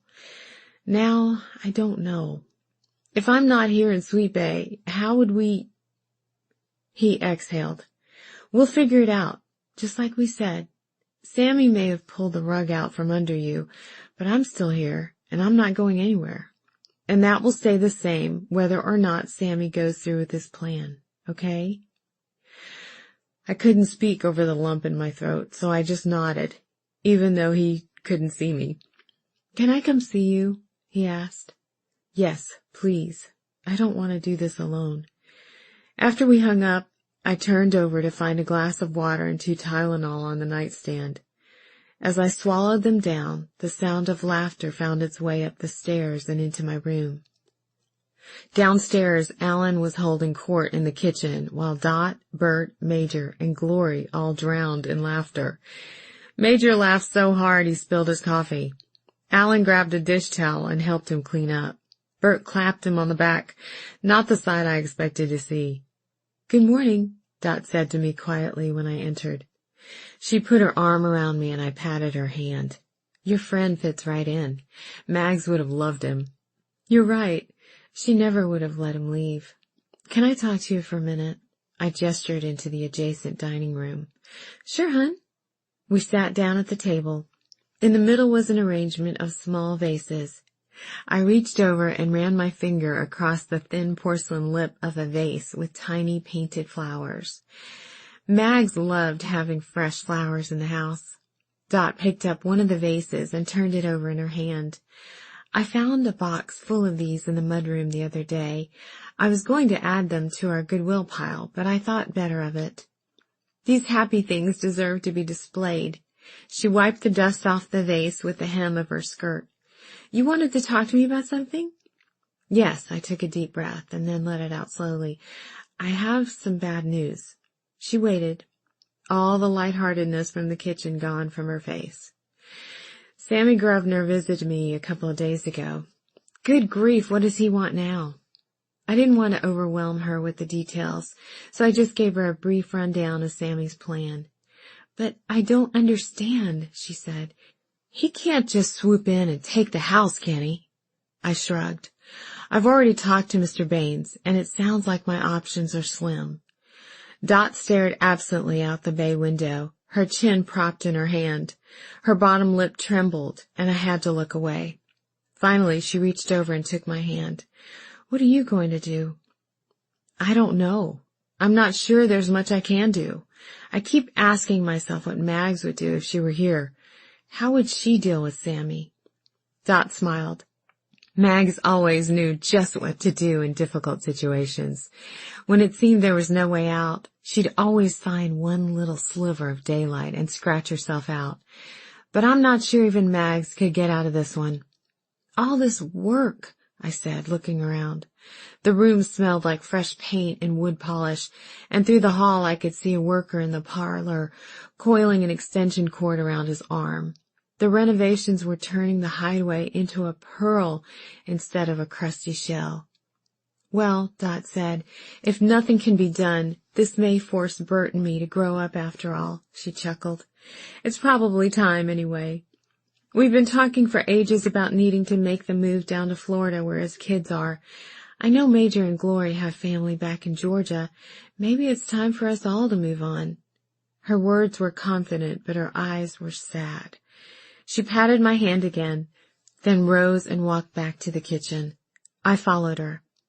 From the doorway, we watched the scene before us.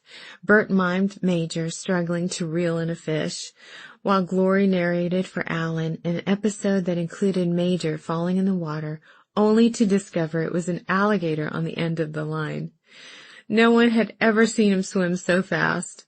Y'all go on and laugh, he said, but let's see how fast you swim when a 6-footer is snapping at your legs. Ah, there's Sarah, thank the Lord, a diversion. Feeling okay? Alan asked with a grin. Fine, thanks for the Tylenol. I'm glad you two had a chance to catch up last night, Glory said. You must have missed him. He's a hoot. Come on, Alan linked his arm through mine. Help me pack. I need to get back to New Orleans and run your shop. I trudged back up the front porch steps after seeing Alan off, but the approach of another vehicle stopped me before I made it to the top.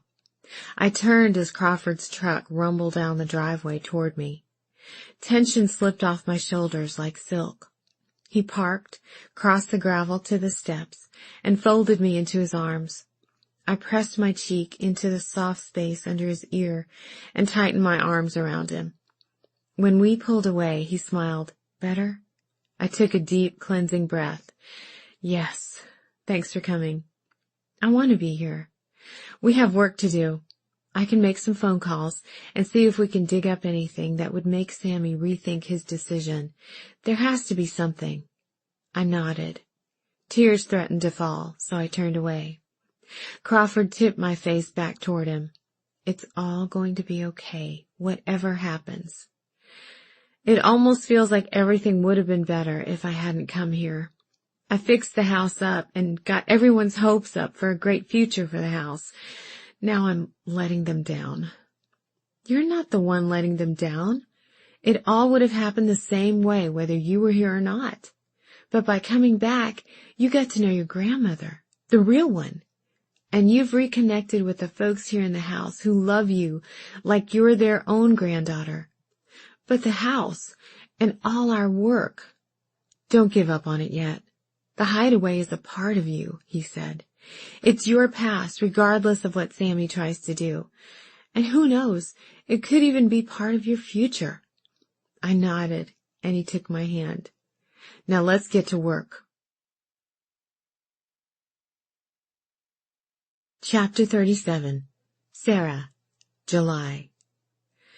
We spent the rest of the morning and most of the afternoon on the back porch, my laptop practically burning a hole in the cushioned ottoman, and both of our cell phones buzzing with activity. While Crawford called friends in town he thought might be able to pull some strings, I researched eminent domain, property laws, and anything else I could think of that might give us a loophole. I even called Mitch. "This isn't really my thing," he said when I told him the situation. "I mean, if you go to trial with it, I'm your guy, but I'm not sure I'm the right person to talk to about saving an old house." As he spoke, Crawford paced the back porch with his cell to his ear and a notebook in his hand, scrawling notes as he listened. He'd postponed a morning meeting and canceled plans to attend an important General Contractors Association meeting in Mobile. "You know what? Don't worry about it. I'm sure things here will be fine." "Are you sure?" Mitch asked. "I can probably ask around at the office and see if anyone is willing to take it on." "I'll take care of it." Crawford looked at me when I tossed my cell into the chair next to me. "Was that a friend?" he asked. I shook my head. "Just someone I thought might be able to help. Dead end." He leaned against the doorframe and crossed his arms. "That's most of what I've gotten too. Don't worry, though. I still have a few people I can talk to." He looked at his watch. "I'm so sorry, but I've got to run. Missing my morning meeting wasn't a big deal, but I can't put off Mrs. Webb. She'll eat my apologies for dinner." I laughed. "You've done enough. Thank you." I walked him out and returned to my seat on the porch. Although the sun glinted off every shiny surface like a spotlight, without Crawford there to keep the sadness at bay, it crept back in. He seemed buoyed by the possibility of finding just the right loophole to fend off Sammy, but I wasn't as confident. Sammy may have been harmless years before, but it was only because he'd been busy laying the groundwork for what was happening now. I was glad Mags wasn't around to see it. That evening, I found Dot at the dining room table. Bert puttered around in the kitchen behind her, putting away pots and pans from dinner. "I'm turning in, girls," he said when he stuck his head in the doorway. He crossed the room to kiss Dot on the cheek. "Don't stay up too late, dear. We don't have to work it all out tonight." Bert walked into the hallway and disappeared up the stairs. I looked at Dot. "It's nothing," she said. "We're just talking about our next steps." She squeezed my hand. "It's been a big couple of days for you. It's a lot to digest." I sighed and shook my head. "I think I've hit my limit for sure." "You'll figure out what to do. You're Mags's granddaughter. You have spunk running deep in your veins." I bet William had some of that, too. Maybe it came from both of them, their DNA mixing and marrying, passing on down the line to me. Dot closed the magazine she'd been flipping through and pushed her chair back from the table. She stopped on her way out of the dining room. "I almost forgot to tell you. Bob Crow called today." I shrugged. "Who?" "Bob Crow? The roving reporter? Honey, you have been gone too long. He breaks all the big stories. From the Mobile Press Register." I shook my head. "It's a big deal for him to call." She seemed disappointed that I didn't hold him in the high esteem he obviously deserved. "He said he wanted to talk to you about the Hideaway. I wrote his number down. It's by the coffee pot in the kitchen. Maybe he can help you with Sammy. That's what he does. He finds dirt on people that no one knew was there. I'm sure there's plenty of dirt on Sammy, but I don't see what a reporter can do to fix this mess. Just call him. See what he has to say." In lieu of responding, I smiled, which satisfied her.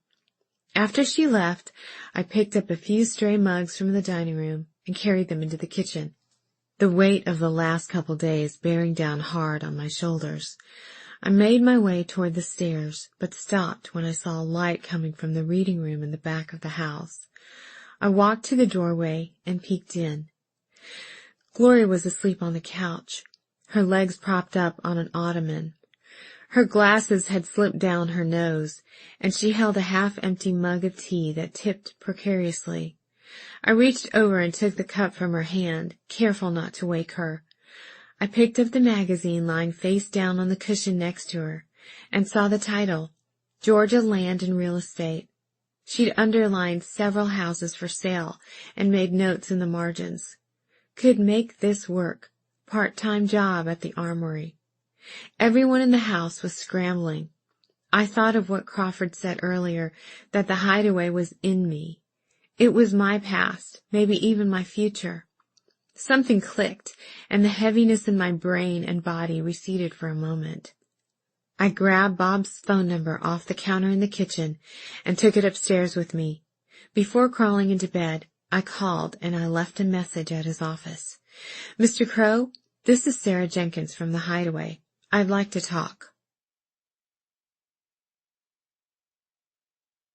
Chapter 38. Sarah, August. I woke a few days later to the sound of excited voices and footsteps in the downstairs hallway.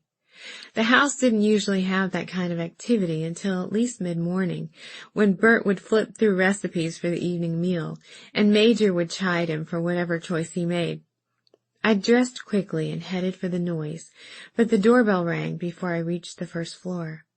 As I crossed the foyer to the front door, I saw the newspaper lying on the console table. "A sneaky deal in Sweet Bay?" The headline blared. I smiled. Mr. Crow must have done his job. "I hope you don't mind that I spoke to that reporter," Mrs. Busby said in a rush as soon as I pulled open the door. "I've got to get up to the diner, but I just had to talk to you first. When Mr. Crow told me this place might be torn down because of Sammy, I couldn't help myself. Who does he think we are? The Sunset Strip?" She shook her head and glanced at her watch. "I'd hate to see anything along this stretch of the bay except the Hideaway. Please let me know if there's anything else I can do." Neighbors came by and called throughout the morning, all of them offering their support. Mr. Crocker from the farm up the road shyly approached the house just as I was closing the door behind Norm Hammond, the town barber. Mr. Crocker said Mags had let him and his wife stay at the Hideaway for a long weekend soon after the birth of their 5th child. We needed some time away from the demands of the farm, not to mention the kids, but we didn't have an extra dime in our pockets. The next thing we knew, your grandmother was on our doorstep telling us to pack our bags. She knew we'd had a tough year with the drought and adding an extra mouth to feed, and she wouldn't accept payment from us. Not in money, anyway. I left her fresh milk and eggs every morning for a month after that. That was 40 years ago, and I still haven't forgotten. Your grandmother was a gem, and this house was a lifesaver. Later, Mr. Grimerson stopped by and told how after Hurricane Lorraine blew through in the 70s, Mag's home was one of the only places that didn't lose power, something about being on a separate power grid. I had supplies in my store that people needed, but no one could drive anywhere downtown with so many trees down. Your grandmother rode her bicycle all the way to my store, helped me load supplies onto a wagon she pulled behind her bike, and then brought it all back to the Hideaway. This became my temporary outpost. She opened her doors to people who needed a place to stay or just needed batteries and flashlights. She was always helping people in the most unexpected ways. During a lull in the action, Crawford pulled down the driveway with sausage biscuits from the diner for everyone in the house.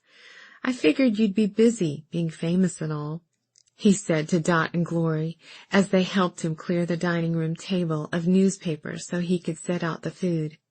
"Famous isn't what we want to be," Glory said. "Yeah, but not homeless is," Major said. "So if it takes Mr. Crow and the Mobile Press-Register drumming up support for the house, I'll take the fame. I'll be upstairs shaving if anyone needs me." "No one's coming to take your picture, Major," Glory called as he left. She turned to us. "I'd better go talk some sense into him. He'll be down here in his Sunday best before long." She hurried up the stairs behind him. With the room blessedly empty, Crawford pulled me to him. "I've missed you," he said into my neck, his lips tickling my skin. He put his hands on the sides of my face and kissed me. "You're in a good mood for someone whose hard work may be about to meet the wrecking ball." "Not going to happen. I have a feeling for these things." "Oh, you do?" I asked. "Mm-hmm. I also have a feeling we need to get out of here soon. I love your roommates, but—" Bert rounded the corner from the hall, his gaze down on yesterday's mail, and walked right into us. "Don't mind me," he said, disentangling himself. "I'll be out of your hair in a jiff." "See what I mean?" Crawford whispered. He kissed me again, soft and quick, then called out to Bert, "I brought enough food to feed an army, Bert. No need to run off." He handed me a cup of coffee, but before I could take a sip, the doorbell rang again. "No rest for the wanted," he said. "Better see who it is." I was just starting back up the front steps after chatting with a man from the Baldwin County Preservation Society when I heard a rustling in the azalea bushes at the side of the house. Clark Arrington pushed his way through, carrying a pair of loppers in his hand. "Oh, hey," he said when he saw me. "I always tried to keep these bushes from growing too tall for Mrs. Van Buren. I just figured I'd keep cutting them back until someone tells me to stop. But if you'd rather me not—" "No, it's okay. Before I probably would have told him we could take care of the bushes ourselves, but in light of everything that had happened, I appreciated Clark's desire to continue this trivial means of keeping the Hideaway in shape. "I'm sorry about what's happening to this old place," he said, his hands busy in the bushes along the edge of the porch. "Sammy's been talking about it for a while, but I didn't think he'd actually go through with it." So this was what Clark had been dropping hints about on the dock, and I'd thought he was just being a nuisance. "Thanks," I said. "Yeah, I've been doing some work for him here and there over the last year or so. He wanted me to help him on this deal, but I just couldn't do it. Not if it meant tearing down your grandmother's house. I kind of like the old bird." I laughed. "I'm glad to hear it, Clark." I wasn't sure, to be honest. She was nice to me. She used to pay me in vegetables for my work around the yard, and if they ever had any leftover pie, she'd bring a slice across the street and leave it on the steps leading up to my apartment. She always covered it in plastic wrap to keep the ants away. Clark bent down to pick up the branches he'd cut, then, without saying goodbye, retreated through the space in the azalea bushes. By lunchtime, a banner had been erected at the end of the driveway facing Highway 55. "Sweet Bay supports the Hideaway," it said. Several smaller homemade signs dotted the grass. "Protect our town," "Go away, Sammy," and "Save Sweet Bay." The flood of neighbors and well-wishers slowed in the afternoon. I sank down in a chair at the dining table next to Bert, who was folding dish towels. "I can't even wrap my brain around what's happened today," I said. "It's been a big day," Bert agreed. "I think it's been successful, though. Maybe Sammy will pull the plug on the whole deal." "Sammy won't do it, but if the mayor fears he's angered too many people, maybe he'll back off." I reached over and grabbed a towel to fold.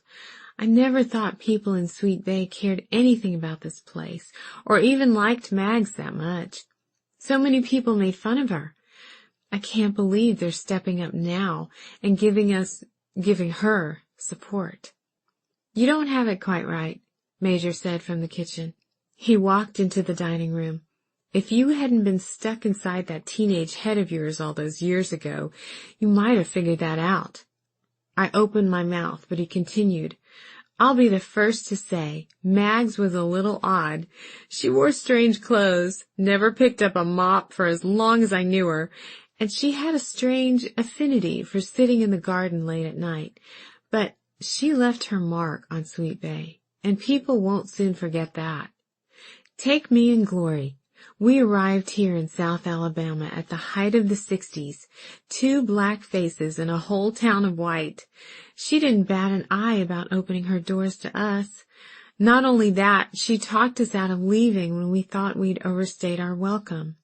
She was a strong woman, a step ahead of the times.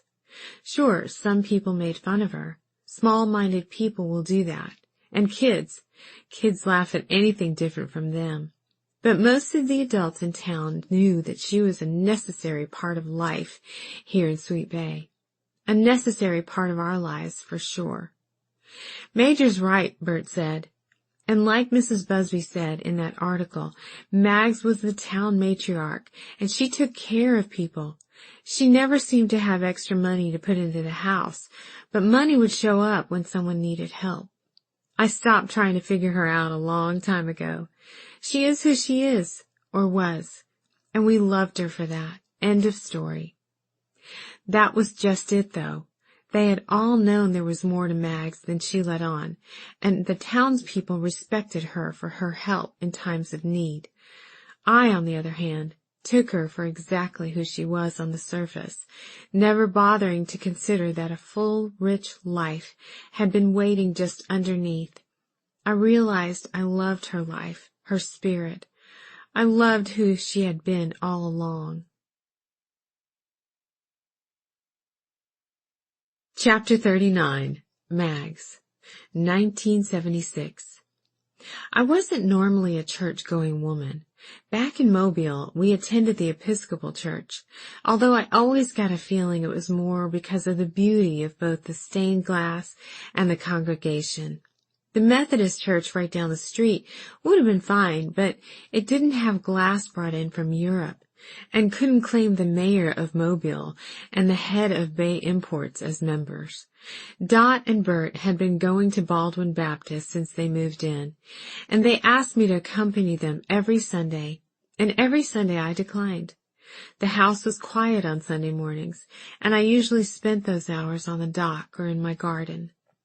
Why mess up a perfectly good morning with fire and brimstone and a healthy heap of guilt to go on top? You should try it just once, Dot said to me one Saturday evening as I tiptoed through my garden, picking bell peppers. What can it hurt? It might even help. What makes you think I need help? Just think about it, Dot said. No one's going to make you walk the aisle if you don't want to, and it may make you feel better to let go of, well, anything you may be holding on to. Dot was many things, but settle wasn't one of them. Why do you think I need to feel any better than I do right now? I'm fine. Dot moved closer to me, sidestepping a tall pepper plant. I've been here for 16 years. That's 16 years of watching you walk around with a weight on your shoulders that you never talk about and pretend isn't there, and watching you love someone who's never coming back. I drew in a quick breath and stepped back. Don't get mad. Just listen to me for a minute. You are a strong woman in every area except one, William. You've told me 1,000 times that you're over him, but it just is not true. I know he came in here and set your world on fire, but it was a long time ago, and life goes on.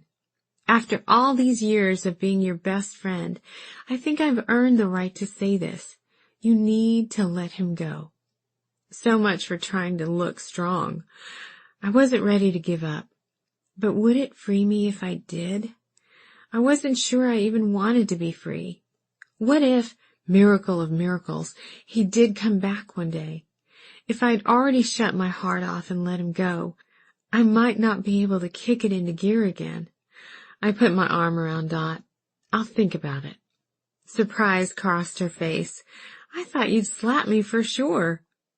Have I ever done anything to make you think I'm a violent person? She smiled. Maybe not, but after Robert left, I told Bert to hide the oyster knife just in case he ever came back. Not long after that conversation, I gave in. I won't even ask what changed your mind. Just be ready at 11, Dot said, and try to wear something normal. I didn't tell her, but what made me change my mind was a simple question from Jenny that literally stopped me in my tracks. She and I had taken a stroll before dinner, and after chatting about her biology homework and the roses growing outside Grant's Hardware, Jenny took a deep breath. I knew something was going on in her mind, but I also knew just enough about teenagers to know if I came out and asked her what was wrong, she'd never tell me. Mama, how did it feel when you and Dad fell in love? I was so unprepared for that question. I stopped putting one foot in front of the other. She turned. What are you doing? We're in the middle of the street. I followed her to the sidewalk, trying to come up with an answer. I know you don't like to talk about him, she continued. Mabel told me Mark Kupek is in love with me. She asked me if I'm in love with him, but how am I supposed to know? What did it feel like with you and Dad? Which one? The man she thought was her dad, or the real one? I still hadn't given Jenny the letter I'd written on the beach in Gulf Shores, even though she was now approaching high school. Every time I gathered the courage to pull the letter out of its hiding place and take it to her, I lost the nerve. She'd be rocking on the back porch with a paperback in her hands, or laughing with friends on the end of the dock, or playing checkers with Bert. She was content with her life and the family she had at the Hideaway, and I couldn't bring myself to shatter the peace. Her question about love made me realize I'd put myself and her into a bind by not laying out the truth and letting her decide how to feel. Instead, I'd chosen the lens through which she'd view her family.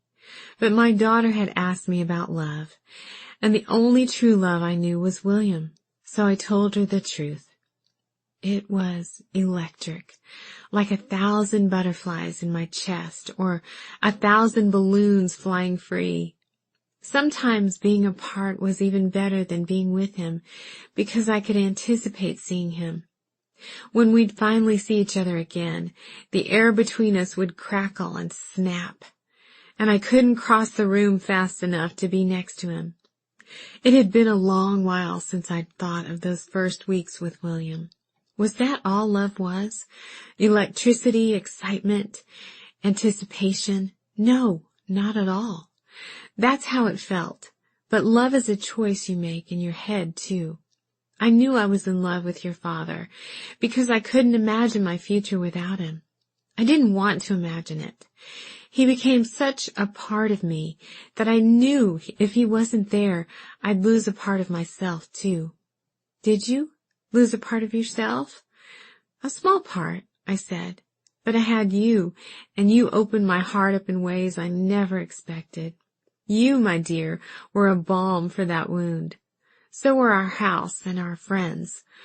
I have a lot of good things in my life, but I still haven't forgotten him. We walked in silence a few moments before she spoke. I'm definitely not in love with him. She might as well have said, I'd rather not have chicken for dinner tonight. My Jenny, so uncomplicated. Who is Mark Kupek? I asked. Just a boy, she answered. I laughed and put my arm around her thin shoulders. My sweet girl. That's how it is. They're always just a boy until they're not.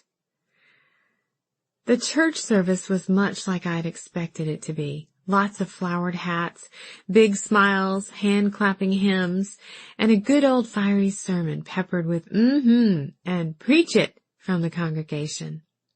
But something happened during the prayer time. After lifting up every injury and ailment in the congregation and the tribulations of every possible extended family member, the preacher stopped and called for a time of silent prayer. His voice lost its showman's edge and grew raspy and honest. I'm sensing there are folks here who need one-on-one time with God. No sweaty preacher up here spouting off about everything they should be thinking or feeling. Just you and God. If that's you, I encourage you to close your eyes right now and listen. The organist started up with a melancholy tune that drew congregants to the front altar like a magnet. My butt stayed planted on the pew. If you hear God's still, small voice, don't worry about me or anyone sitting around you. I just ask you to listen to what he might have to say to you this morning. The church was quiet except for the organ. I closed my eyes and tried to listen for that voice. Since the day Jenny asked me about falling in love with William, I'd been more aware than usual of his shadow trailing me. He'd been gone for years, yet he was still a very real presence in my life. Dot let me know in no uncertain terms that the weight I'd thought I'd hidden well still sat on my shoulders in full view of everyone around me. I wasn't always on the best terms with God, but I was thankful he had given me William at all. If William hadn't been living at the Hideaway when I moved in, there was no chance I'd still be there now. I would have stayed a few nights, felt the heavy weight of that fancy ring on my finger, and probably gone right back to Mobile and to Robert, continuing to scratch out an existence in the thing we called a marriage. But William had been there, and my life was profoundly different because of him and my time at the Hideaway. I was thankful, but Dot was right. I was no longer the 22-year-old I was when I met him. I was almost 40, and my right to be a love-struck girl had passed its expiration date. He was not coming back. With my eyes squeezed shut and that organ droning on, I pulled my shoulders back and lifted my chin. God, I know we haven't talked in a while, but... The preacher clapped his hands. Thank you, Lord, for that time of prayer and silence. Can I get an amen? Mrs. Betty Jo, how about Onward Christian Soldiers? Betty Jo fired up the organ again. Mouths opened in song and hands lifted in praise. The time of prayer finished. Fine then. I looked up at the rafters and winked. I wasn't ready to let go anyway. Chapter 40. Mags. 1980. My Jenny found love at 18, too young in my eyes, but I quickly realized I had no need to worry. Ed Jenkins was no Robert Van Buren. Ed doted on Jenny, but he also pushed her to challenge herself. At his urging, she enrolled in a culinary program at the community college. She was always helping Bert in the kitchen, but I'd never thought of culinary school. Ed took a bite of her seafood gumbo one night and said, "You need to open a restaurant, Jenny." The idea for Jenny's Diner grew out of that early evening dinner, consumed on the dock at sunset, surrounded by our friends. Once darkness overtook the sun, lightning bugs popped out in the shrubs and trees. From the dock, they made the place look alive. Jenny and Ed married less than a year later, and little Sarah Margaret arrived 10 months after that. Sarah had the good fortune of loving, attentive parents and a multitude of grandparents who doted on her day and night. As Jenny's Diner grew in popularity, our job as stand-in parents grew in importance. Bert learned how to operate an easy-bake oven. I became proficient in the rules of Go Fish, and Glory's knitting needles became fairy wands in Sarah's little hands. Back then, Sarah thought the Hideaway was a magical palace, and I never corrected her because, in a way, it was. Sarah looked a little like Ed, but a lot like me. She had my skin coloring and dark, rebellious curls. That hair flew behind her as she ran from room to room through the house. She'd flee from anything resembling a brush or a hairband, so her hair grew long and wild, especially during the summers, when she was out of school and spent most of her time at our house. I sometimes tried to imagine what Sarah would look like as a young woman, or as an adult, but I couldn't see anything other than the carefree child before me. I got to where I couldn't allow myself to imagine William coming back for me, or even Jenny, especially once she became a woman with her own family, her own roots. For some reason, it was easier to think of him coming for his granddaughter. Occasionally, I'd allow myself the luxury of imagining Sarah and William together. I'd give myself over to an afternoon's worth of a daydream about the two of them finding each other later in life and knowing immediately that something connected them, something potent and essential. They'd be drawn to each other, and they'd trust it, even if they didn't know why. Jenny's death on the rain-slick highway shattered me. It was unspeakable. Not only had I lost my daughter, but I'd lost the last tie I had to William. I'd loved my daughter for the person she was, and she knew that, but I also loved William through my love for her. When Jenny was gone, it felt like he was finally gone too. But the real truth was, William was gone the minute he made the decision to leave the Hideaway all those years ago. I should have accepted that fact much earlier, but it was easier to hang on. After all, I hadn't decided what exactly I was going to tell him in his workshop that day. I wasn't going to ask him to leave. I don't think I was, anyway. I suppose I thought we'd figure it out together, like he'd said about so many things. I may have made the choice by not outright refusing my father all those years ago, but William took the decision out of my hands by leaving on his own. I don't know how he knew Robert was back in the picture, but I suppose he did what he thought was honorable. All I had left of him were the few things he made for me during our short time together. The pieces of furniture, the bench in the garden, the tiny replica of the house, the one that should have been ours, built into a quiet cove on the bay, undiscovered by anyone but us. But life doesn't always work out the way it's supposed to, does it? Chapter 41. Sarah. August. I called William at the number he gave me, and we made plans to see each other the next day. He said he'd make a day of it and visit some friends from his days at the Hideaway, Gary and Starla. Starla? I asked. She gave herself that name back when she wore all black and smoked 20 cigarettes a day. It's a miracle she's still alive. I think her real name's Betty. When he arrived in town, I directed him to the outrigger for lunch, where we found a table on the deck overlooking the water. I wanted to tell him about the possible fate of the house, not to mention our family connection, but I was nervous about his reaction to both. To stall, I told him about leaving Sweet Bay, landing in New Orleans, and opening bits and pieces. But couldn't you have opened your shop here?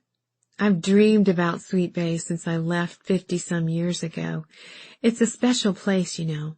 And the house, it has a pull. I get it now, I said. I think my time away finally showed me that. But after living with Mags for a decade, I guess I needed a break. Back then, she was a little odd. What do you mean, odd? Maggie was many things, but I wouldn't describe her as odd. I think it happened after you left. I understand more now, but as a clueless teenager, I just wanted out. And in coming back, I'm finding pieces of her life that I never knew existed. He smiled, but it was half-hearted. If it took her passing on for you to come back to your home and understand more of who she was and who you are, well, maybe something good can come from something so sad. I shrugged. Maybe so. Bubblegum snapped as someone approached behind us. Y'all ready to order something? The waitress asked without looking at us. I recognized her as the same waitress from my dinner here with Alan. William glanced over the menu and ordered a fish sandwich. I chose the grilled shrimp salad, and we both ordered sweet tea. You sure you don't want a glass of wine? Or 3? The waitress asked. I looked up at her and she winked. No thanks, I'm fine. I'll have that out to you in a few. She snapped her gum as she wrote our orders on her little notebook and walked away. I took a deep breath. I left something out the last time we talked. I wasn't ready to tell you then, but I don't think I can keep it in any longer. Then you'd better tell me. That little girl you saw the day you came back to the Hideaway? William nodded, and I swallowed hard. You're right that she was my mother, but she was not Robert's daughter. William's brow creased between his eyes.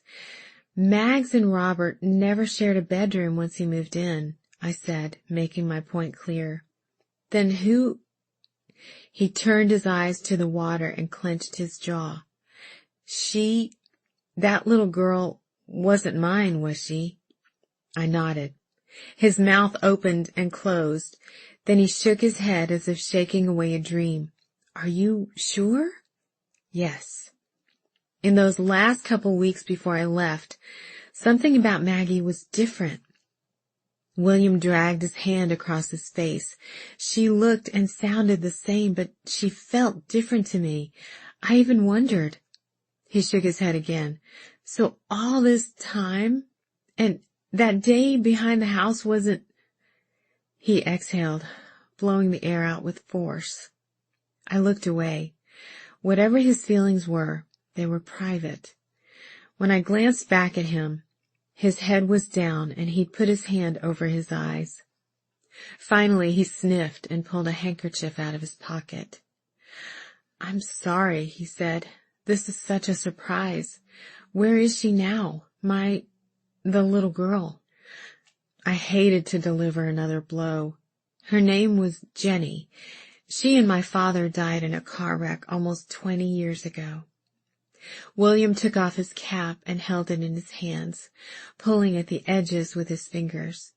This man had lived most of his life under a wrong presumption, and I'd just thrown open the shutters, letting in the light of truth. Should I have kept my mouth closed? He turned back to me. "Up until I met Maggie, I'd lived much of my life without a family. My parents died young, like yours did. When I met her, I thought that would all change, that I'd finally be a part of something bigger than myself. But it wasn't to be," he shrugged. "Not then, anyway." He pulled the corner of his mouth up in a small smile as he wiped his eyes again. "This must be strange for you, too, but I'm glad you're here. Does that make sense?" "It does. I understand." The waitress brought our food, and we ate mostly in silence. I began to dread the silent car ride back to the house, but then William began to talk about his life after he left Sweet Bay. Despite the failed marriages, his life had been mostly good. When he left the Hideaway, he moved around for a while, finding odd jobs to support him while he worked on his furniture. I was constantly on the road in my old truck, the bed filled up with planks and boards I'd pulled out of abandoned houses. I was always covered in sawdust. Still am, really. He looked down at his hands and dusted them off on his pant leg, even though they were clean. He found a few shops that agreed to carry his pieces, and his business took off. After coming back and seeing Mags and Robert together, he settled in Still Pond, a small farming community an hour north of Mobile, and he had been there ever since. It's a nice town. I've had friends over the years. I have a church, people who look in on me.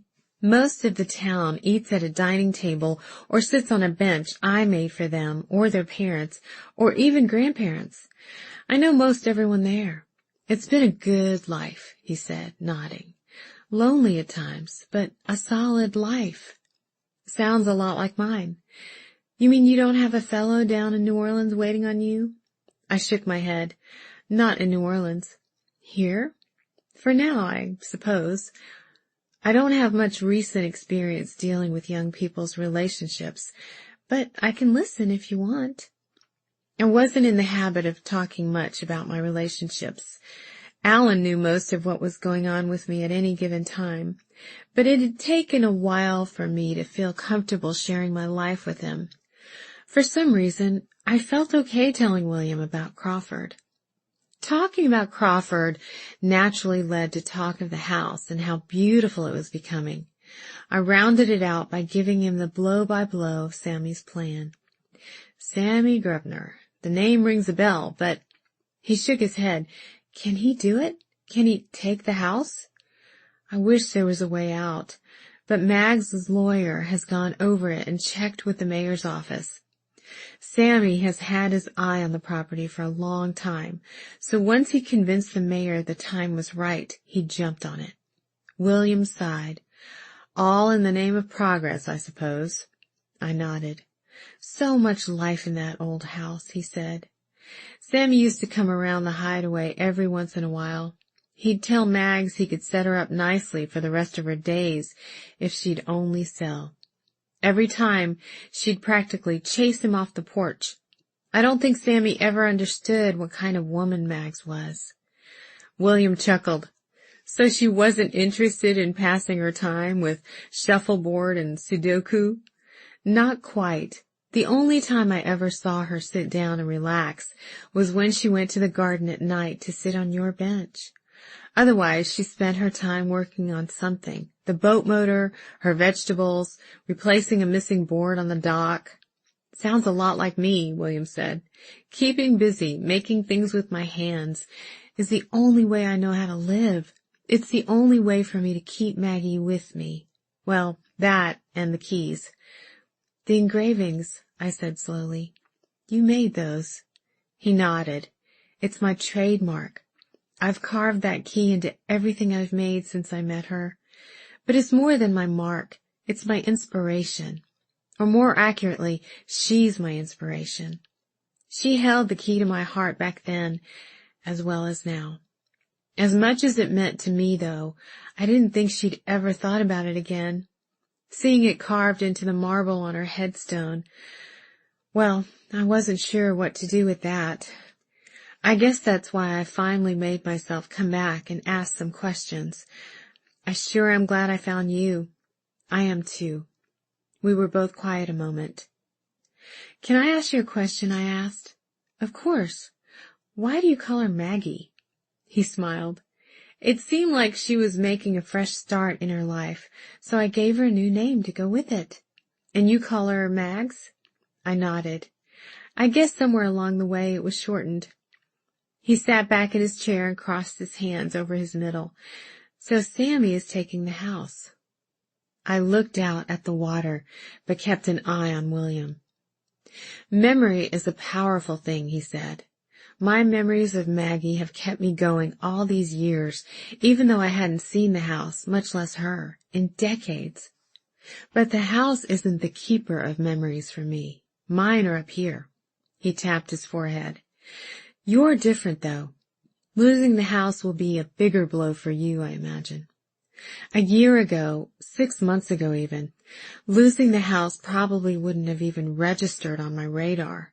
But now, everything about this new, unexpected chapter of my life was tied to the house in some way. Losing it felt like losing a part of my body I'd just learned how to use. After lunch, William drove me home. We made no immediate plans to see each other again, but I wasn't worried. We had a lifetime of absence to make up for. I hugged him before I left his car, and he patted my cheek. That night, long after Dot and the others had gone to bed, I walked through the house, dark except for a light in the kitchen. In the downstairs hallway, I paused in front of Mag's bedroom door. Dot and Glory had done a little cleaning out, taking bags of odds and ends to Goodwill and Sweet Bay United Methodist for their annual rummage sale. They told me they were leaving Mag's clothes and personal belongings for me to go through. I turned the knob and the door creaked open. I'd requested that Mag's room be the last one to undergo renovation, so everything looked as it always had. Single bed pushed up against one wall, a dresser along the opposite wall, chair and ottoman in one corner. Her vanity sat under the window that overlooked the backyard and the bay. I turned on a lamp and sat on the small stool in front of the mirror. A pot of Pond's cold cream sat on the top next to a tube of Jergens lotion, a couple prescription bottles, and an old silver-handled hairbrush. I twisted the top off the Pond's and inhaled. It was Mag's scent. Granted, the scent was usually mixed with something else, dirt, brackish water, motor oil, but the Pond's was always underneath. The top drawer of the vanity held a variety of hairpins, travel-sized shampoo bottles, a box of needles, and small spools of thread. In the middle of all these trivial items, a pearl necklace gleamed in the lamplight. I smiled. Most people would have wrapped something like this in tissue and protected it in a jewelry box, but not Mag's. She just dropped it in with everything else. The bottom drawer appeared to be empty, but when I pushed it closed, I heard something inside skid across the wood. I pulled the drawer back open and leaned down to peer in. Way at the back was an envelope. I reached in and pulled it out. My mother's name was written on the front. I turned the envelope over. It was still sealed, never opened. I moved my fingers over the envelope and felt a folded piece of paper inside. It wasn't for me, but it had been for my mom, and for some reason she'd never read it. Should I? I slid my finger under the flap and opened the letter. My dear Jenny, as I write this, you are a lovable 9-year-old running around the beach with salty air in your face. The thought of telling you what I'm about to share on paper is unfathomable. That's why I plan to give this to you when you're much older. Hopefully by then you'll be able to better understand the complexity of the human heart and how it can clutch both hope and pain in the same tight fist. Up until now, you've been told that your father, Robert, died of a heart attack years ago when you were a toddler. It is true that a man named Robert Van Buren died when you were 3 and of a heart attack, but this man was not your father. When I finished the letter, I ran my fingers across my mom's name on the front of the envelope. Then I wiped my cheeks and replaced the letter inside. It was late and I was tired, but instead of going upstairs, I lay down on Mag's bed. I slid the envelope under the pillow and closed my eyes. Chapter 42. Sarah. August. Despite the signs and pleas from Sweet Bay, Sammy and Mayor McLean did not relent. The mayor sent a firm but apologetic note explaining that we would be compensated for the value of the house, which none of us cared about. Sammy showed up on the doorstep 2 days later with a court order in his hands. You have 30 days to vacate the premises. You don't want to be here after that. He backed down the steps and walked to his car, but he stopped before he opened the door. Miss Jenkins, this doesn't have to be all that bad. You'll get on back to New Orleans and go about your business. I'll set things in motion here and move on to my next acquisition. He opened his car door and sat down. Life goes on.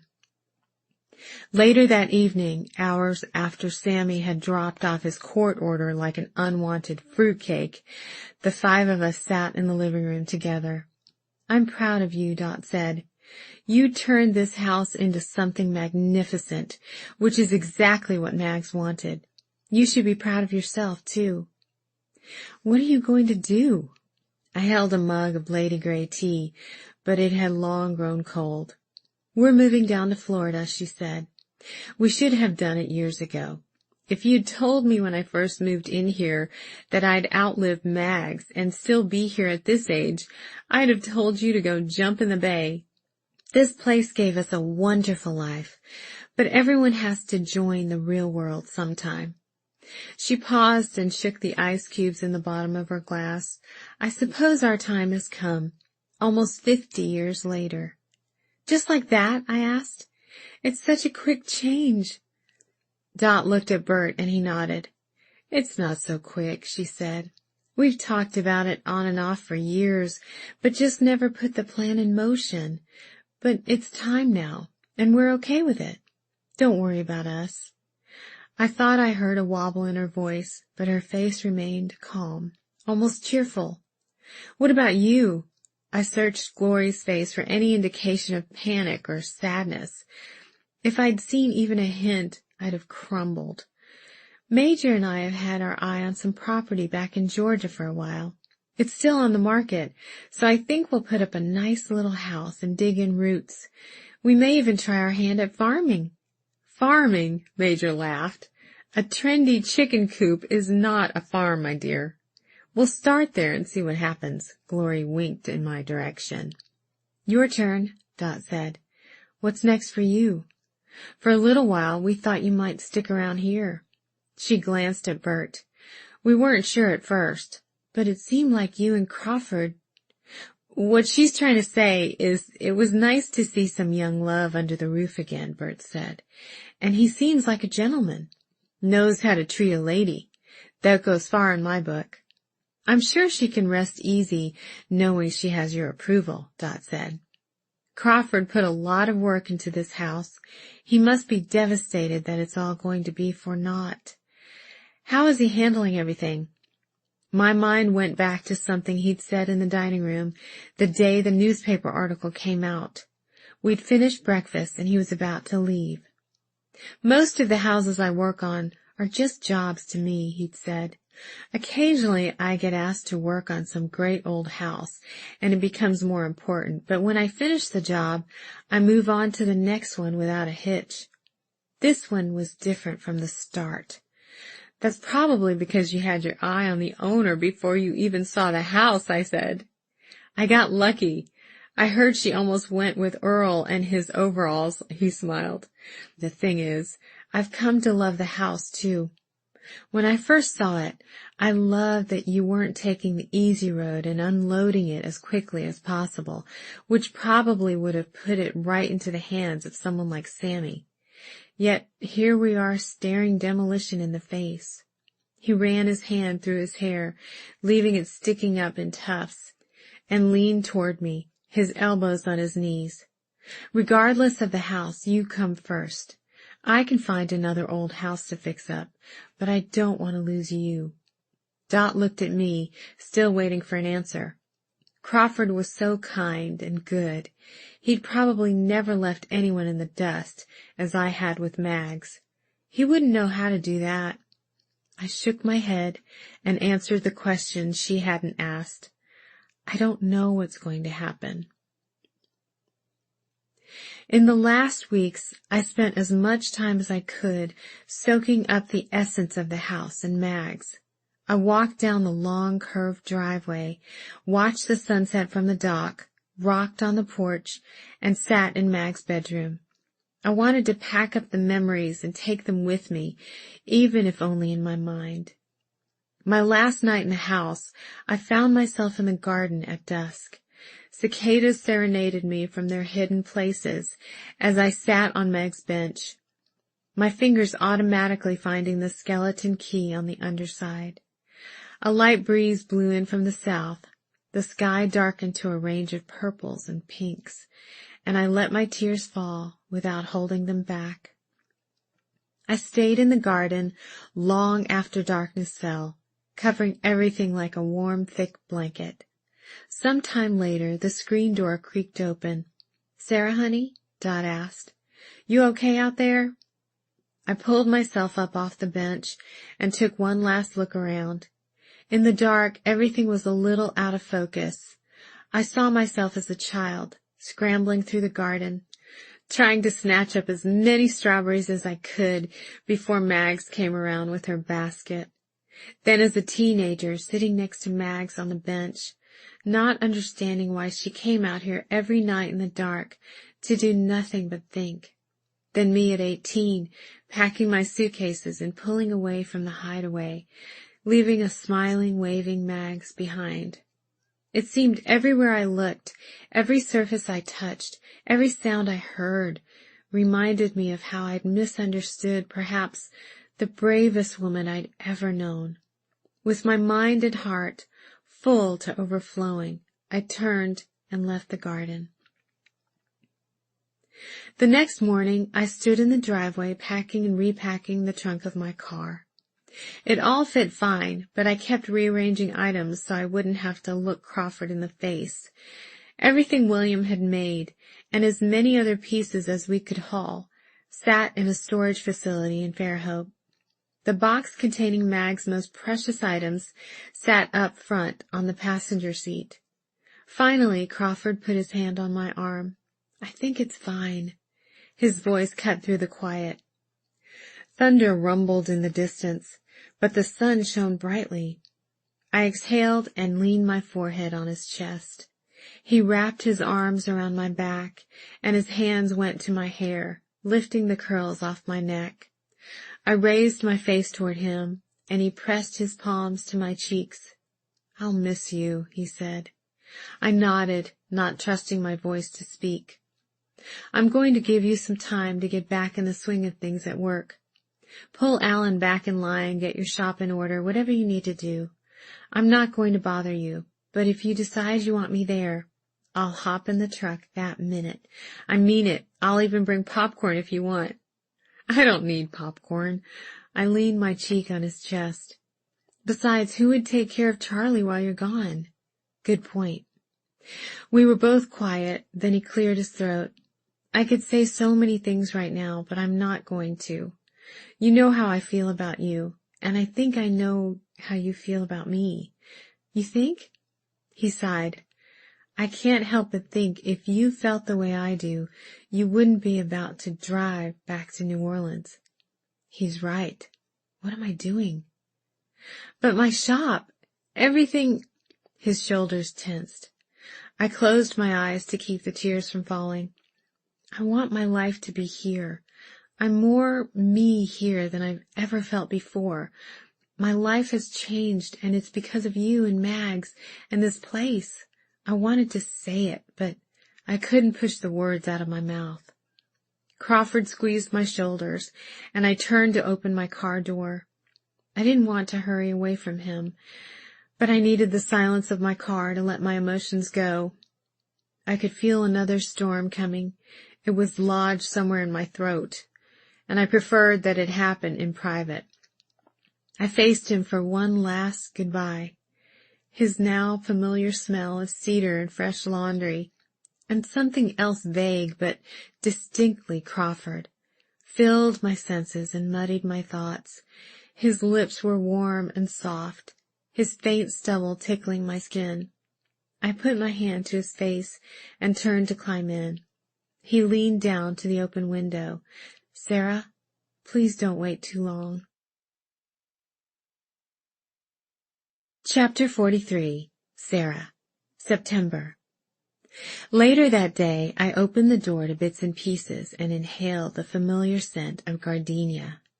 I walked through the shop, running my fingers across chair backs, plump down pillows, and dustless tabletops. Alan had been hard at work. I walked behind the counter into our makeshift office. Alan was hunched over the laptop with his head in his hands. The glow from the screen made his face appear pale and sickly. Hey, I said. Alan jumped, almost toppling his can of LaCroix on the table. I didn't hear you come in. I've been trying to figure out all this QuickBooks stuff. Couldn't you just use a notebook and a calculator? He nudged a chair out to me with the toe of his boot. I sank into it. So, you're back, he said. I'm back.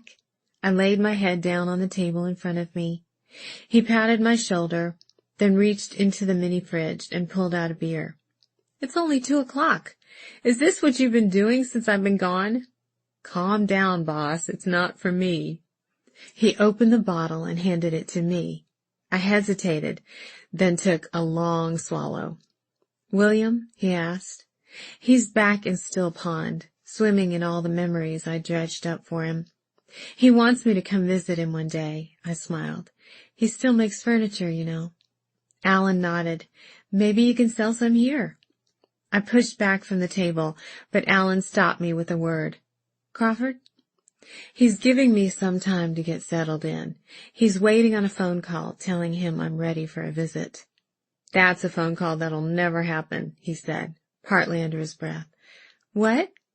You'll get back to work here, pick up some new clients, take off on salvaging trips, do what you do, and just not be able to find a free weekend for him to come. I shook my head. No, I don't think that's what will happen at all. You and I both know how this will go. Alan cut off my babbling.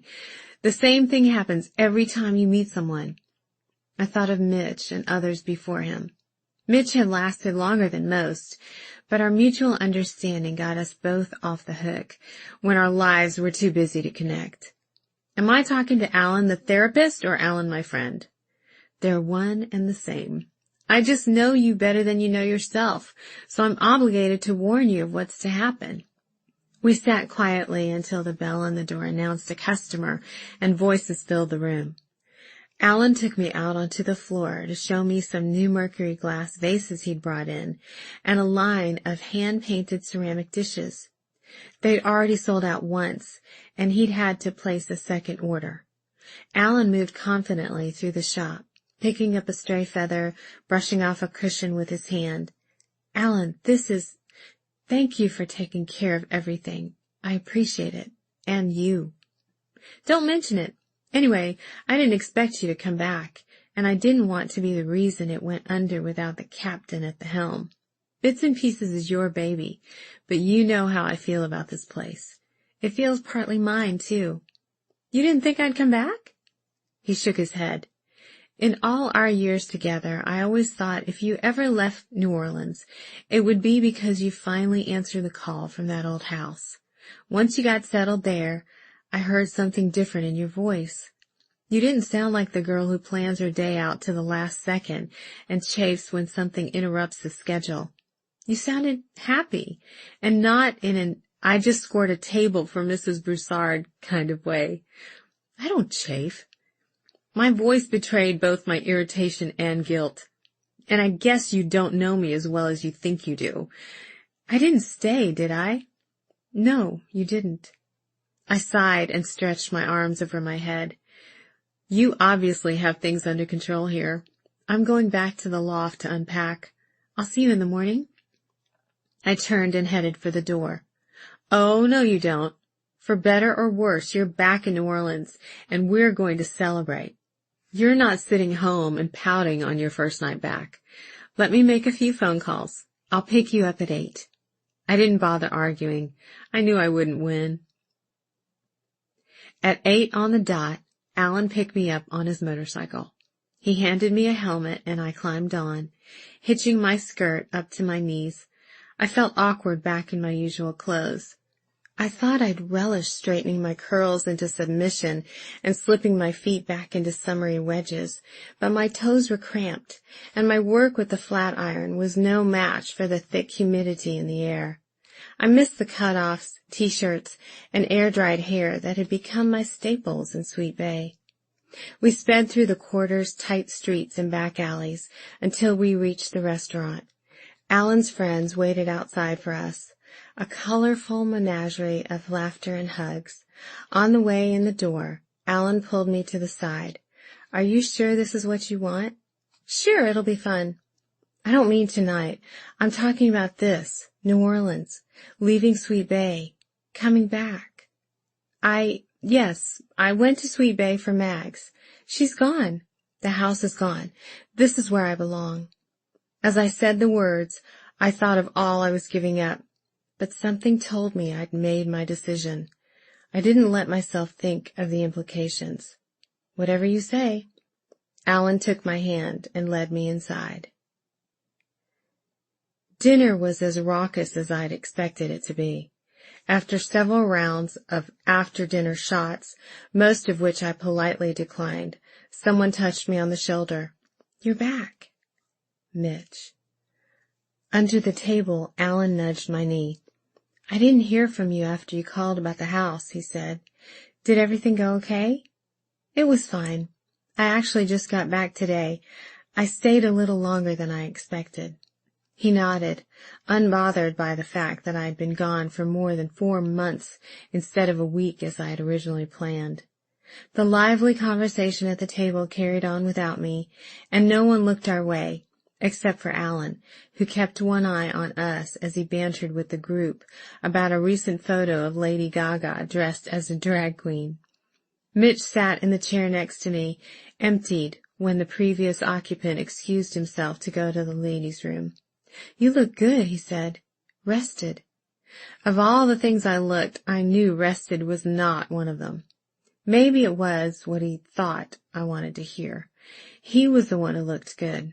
Sleek charcoal suit, white shirt unbuttoned at the throat, confident smile. It wasn't Crawford's torn khakis and wrinkled cotton, but it was nice. Just then, a wispy blonde with legs too long to be real sauntered over from the bar and put her hand on Mitch's shoulder. Your drink is ready, baby. She gave me a once-over, then glided away to a small table in a dark corner. Mitch and I both watched her as she settled herself in her chair and gazed back at us with a look of amusement on her smooth face. It's not what it looks like, he said. It probably is, and it's okay. I'd love to call you, or better yet, what if I stop by later tonight? I don't think that's a good idea, I said. Tomorrow, then. I'm free after 3. I can pick you up and take you somewhere quiet. I know you don't like places like this. I thought about it. I could slip back into my life like nothing had changed. Go back to the shop, back to fancy dates with Mitch every 2 weeks, back to my routine. It was tempting, if only because I knew I could bury myself in it. But everything had changed, and I'd be cheating everyone, Crawford, William, Mags, to pretend otherwise. I looked up at Mitch. His body was turned toward me, but his eyes were on the blonde. I cleared my throat, and he turned back to me. "What do you say?" he asked. "Go on." I nodded toward his date. "Enjoy yourself." He kissed me on the cheek and followed his date's path to the corner table, leaving a musky scent in his wake. Alan pushed my drink closer to me, but I nudged it away. "Sad to see him go?" he asked. "Not really." "So, small-town Alabama woodworkers are more your thing now, huh?" I smiled. That covered both Crawford and William, sort of. Something like that. Alan dropped me off at my loft past midnight. I'd let him and his friends talk me into a dash to the revolving carousel bar at the Hotel Montleone after dinner. Thankfully, Alan whisked me away after one round, much to the dismay of the rest of the group. I dismounted at the curb in front of my loft and handed Alan the helmet. He was about to pull away when I stopped him. "Was there a part of you that hoped I wouldn't come back? You would have been the captain at the helm, after all." "No, Don't worry, I'm not mad," I said. "In fact, I totally get it. You can run bits and pieces with your eyes closed, just like I can. It's your baby, too. I'd never wish for you to not come back. Understand that first. But if we're being honest, sure, I thought it'd be fun to have the run of the place. That is, if you even left it in my hands. You could just as easily have sold the shop and gotten a nice chunk of money out of it. I wouldn't have blamed you a bit. I couldn't sell the shop. There's too much of me in it. And you. Same thing with the Hideaway," he said. "You could have sold that, but you didn't because there was too much of you and your family in it. You're funny that way. You hang on to things that mean something to you, but you have a hard time hanging on to the people who do the same. Other than me, of course. I know you could never let me go." I pinched his shoulder. "You're right. We're stuck at the hip. Lucky for both of us. But unlucky for Crawford." He revved his engine, but before he pulled away from the curb, he pulled his helmet back up. "You may think you have nothing left in Sweet Bay, but you're wrong. You do have something, regardless of the house. You have love, and you have family now. William, Dot, and Glory, and their old men. You can't tell me that's nothing." He snapped his helmet back into place and sped off. Chapter 44. Sarah. September. The next day began like so many others before it. I had my usual breakfast of yogurt and fruit, showered and dressed, and was out the door at 9:15. The last time I'd left my building on a regular work day, it was a crisp April morning. Now it was early September, cloudy and so muggy you could almost wring the air out like a sponge. I hopped into my car and zipped through the quarter and down Canal toward Magazine. Along the way, other shop owners opened their doors, swept the detritus of the previous night from their sidewalks, and watered thirsty window boxes. I jiggled my key into the lock at bits and pieces, holding onto my purse and to-go cup of coffee. Alan roared into the driveway behind me. "Morning, boss." He tucked his helmet into its place under the seat. Inside, I flipped the lights on, powered up the computer, and switched on the Keurig in the back. When I checked the dish for pralines, I found squares of dark chocolate. The CD player held Michael Bublé rather than the usual Madeleine Peru or Diana Krall. "Just small changes," Alan said, noticing my tension. "You can handle it." And I did. That day drifted into the next, and before I knew it, I'd been back a week. My skin prickled any time I thought of Crawford, but I tried to get through each day without thinking too much. I still felt restricted in my heels and smooth hair, but it fit my surroundings, and the shop was thriving. Nothing, and yet everything, had changed. The Saturday shoppers came early, reminding me why I love retail in a tourist town. Whether they were from Louisiana or Minnesota, they all wanted to buy something embellished with New Orleans' famous fleur-de-lis. Thankfully, Alan had amped up our supply of pillows and knickknacks featuring the symbol. I was blessedly busy all morning, my mind occupied with customer questions and client requests. I visited the site of Mrs. Broussard's new house to ensure the builders remembered to include the east-facing bay window in her walk-in closet dressing area at her special request, and I squeezed in a quick trip to an antique mall in Metairie. Alan and I passed each other in the back hallway once, both hurrying to meet a demand somewhere. "Glad you came back to this?" he asked with a smile. "I haven't sat down since I ate my breakfast this morning, and my feet are killing me, if that tells you anything. Do you still love it?" I nodded. "I think I do. I just may have to take these heels off and go barefoot." "That's the Sweet Bay coming out in you," he continued down the hall to a waiting customer. Early afternoon business slowed enough for me to take a short break on the front porch. I sat in the swing as folks passed by on the sidewalk. I was fine until I saw the little girl. She was probably 4 or 5, with dark curls and still plump arms. Her daddy grabbed her and spun her around, her delighted squeals making everyone around them smile. When he brought her back to the ground, she ran straight into her mother's outstretched arms. All the sadness and longing I'd packed into the most remote pocket of my mind when I left Sweet Bay came flooding back.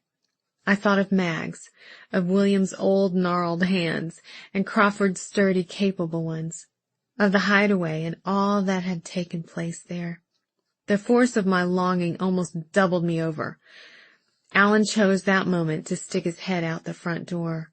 "You okay?" I managed a nod.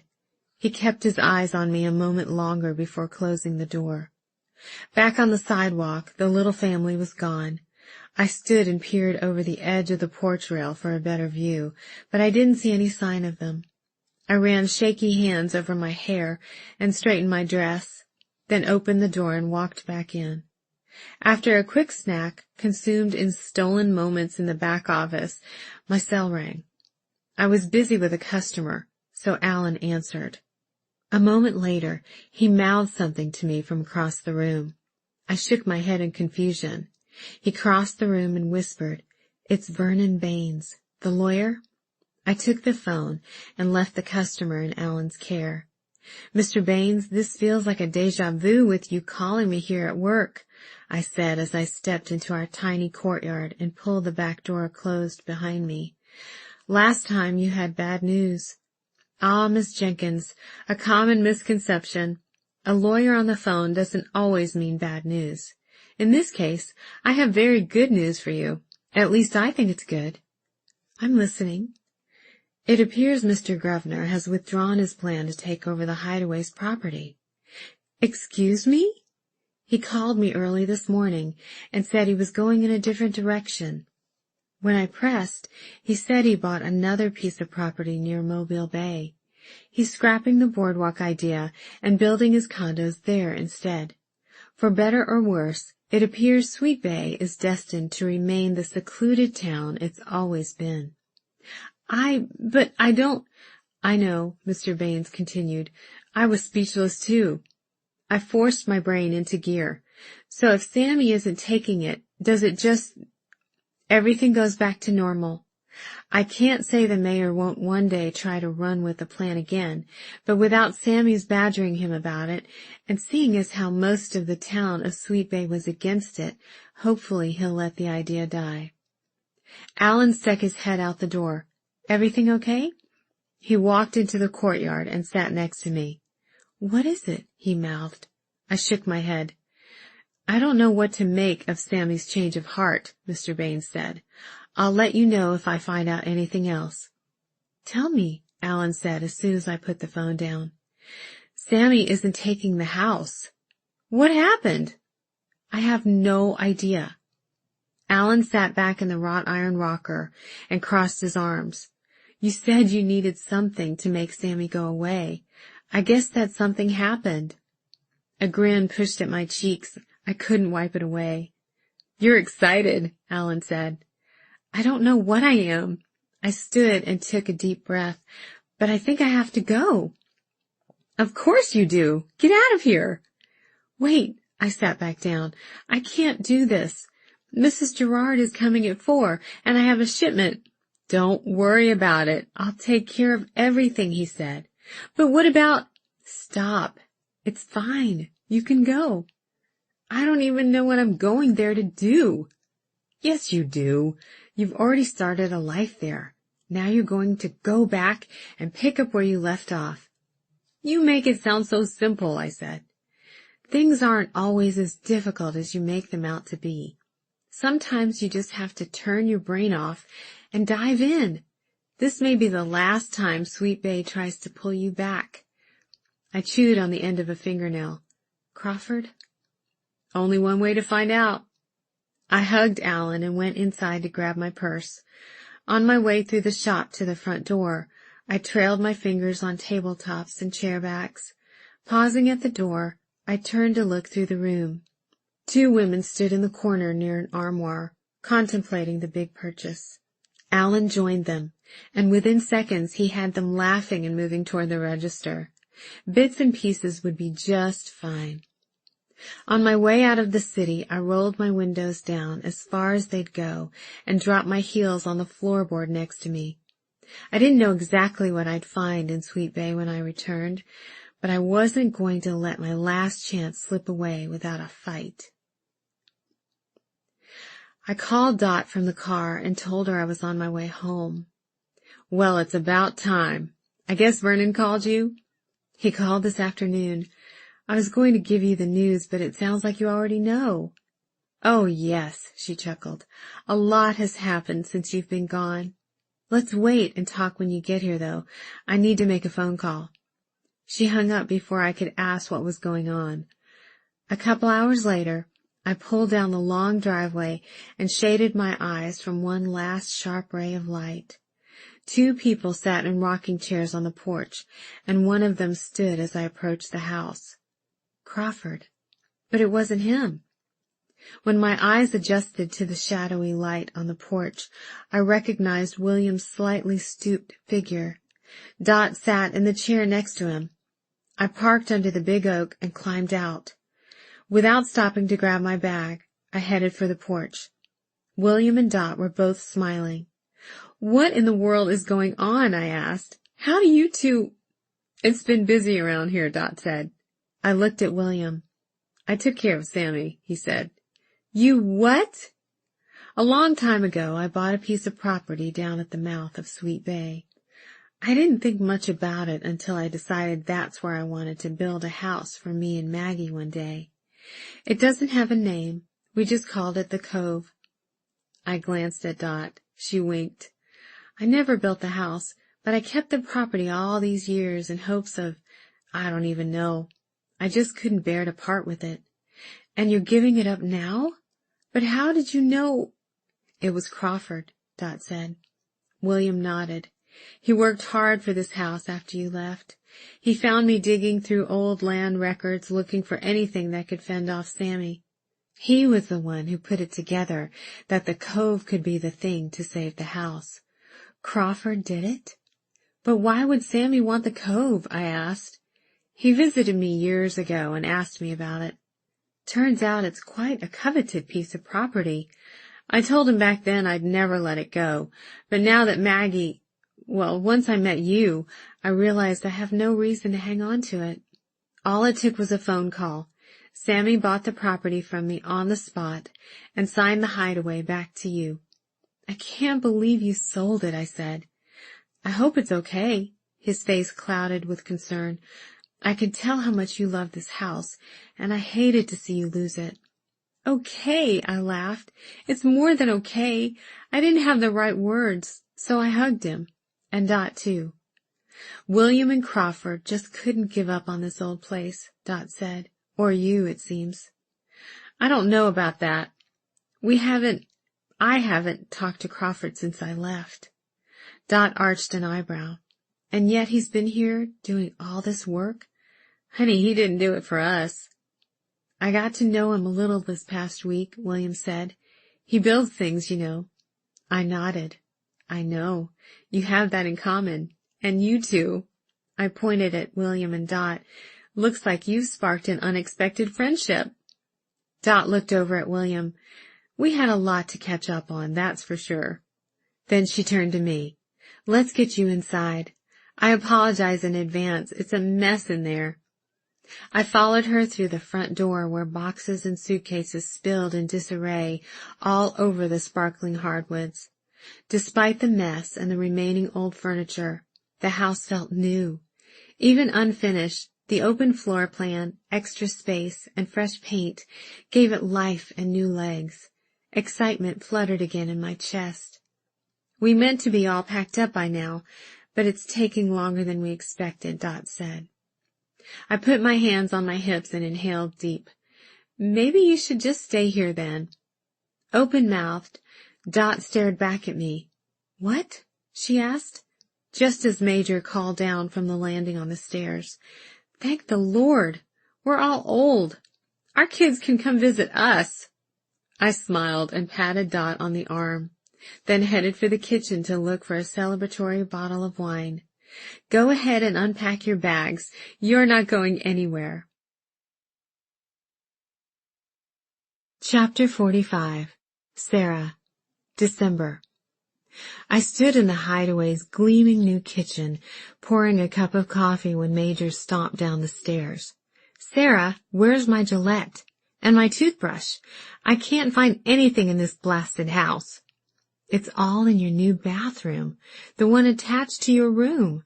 You know you don't have to keep using the hall bath. That's why I built you and Glory your own. Major trudged back up the stairs, grumbling the whole way until Glory called out to him. Stop your whining, Major, or you'll be brushing your teeth on the dock. I took my coffee into the light-flooded dining room and sat at our new heart pine table. I ran my hand across the top, my fingers finding the indentations of the skeleton key at the edge. See, you'd have missed all this if you'd stayed in New Orleans, Bert said from across the table, working on his second apple scone. What would you do without Major's presence in your life?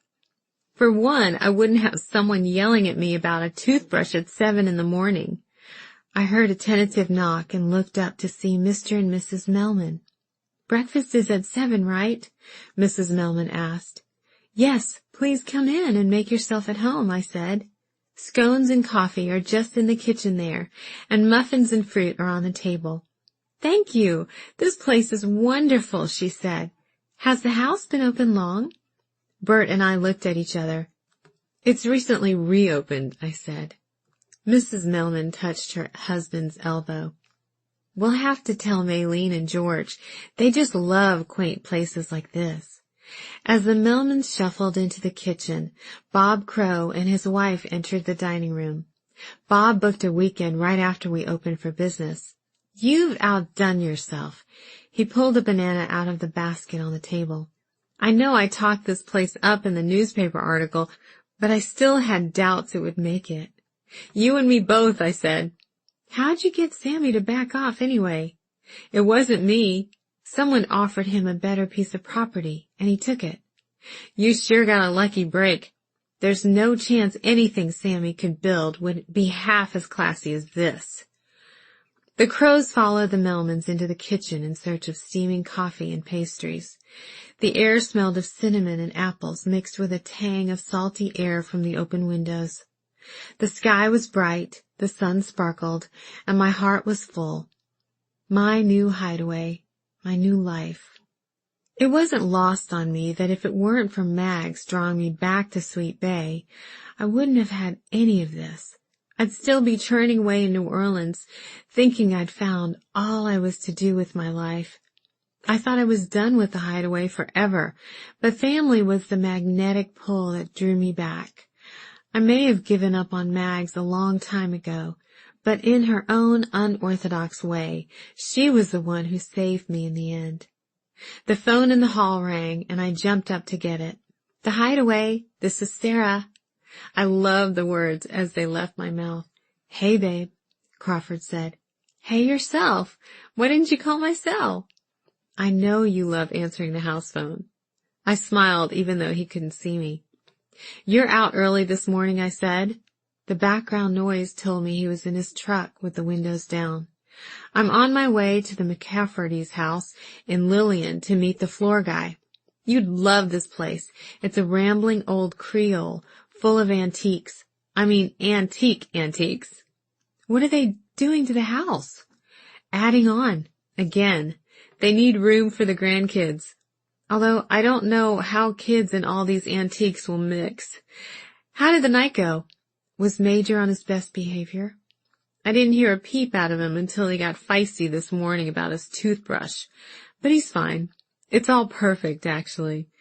It had been a few weeks since the last construction worker left, but the newness had yet to wear off for me. "I can't wait to see you," he said. "I have a few more stops to make, then I'll head your way. Need anything? Just you." At 10, after giving the Melmans a map of the eastern shore of Mobile Bay and suggesting a few places they could grab lunch, I went next door. It was a beautiful thing, my business being 40 feet from my home. Sometimes I missed the clattering streetcars and morning rush of traffic in the quarter, but you couldn't beat walking next door with your coffee mug to flip the open sign around and begin the day. In the 3 months I'd been back in Sweet Bay for the second time, renovations on the Hideaway had wrapped up, and Crawford and his team built a small cottage on the empty lot next door. We were fortunate to have a long stretch of good weather in the early fall, and the builders made quick work of the cottage. It now housed my new shop, Lost and Found. Alan was the one who'd convinced me I could do it. "You started the first shop from scratch. Why can't you do it again? Alabama surely has just as many estate sales and old barns to salvage as Louisiana does. They'll eat your stuff up, just like they do here." Crawford was on Alan's side, of course. They met when Crawford and I drove to New Orleans to pack up my loft and bring a few things back home from the shop. Alan insisted on taking us out to dinner. I picked a sidewalk cafe near Jackson Square, a place I thought would be just noisy enough to distract us from the fact that Crawford and Alan would have nothing to talk about. But I was wrong. I could hardly get a word in between them bantering back and forth, first about farming and motorcycles, then about me.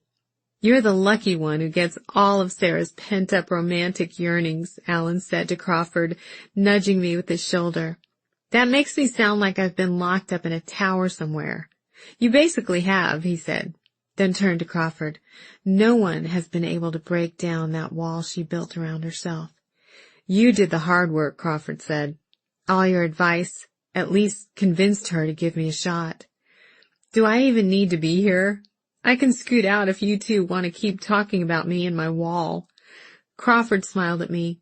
A candle flickered on the table between us, right next to a red glass vase holding a plastic rose.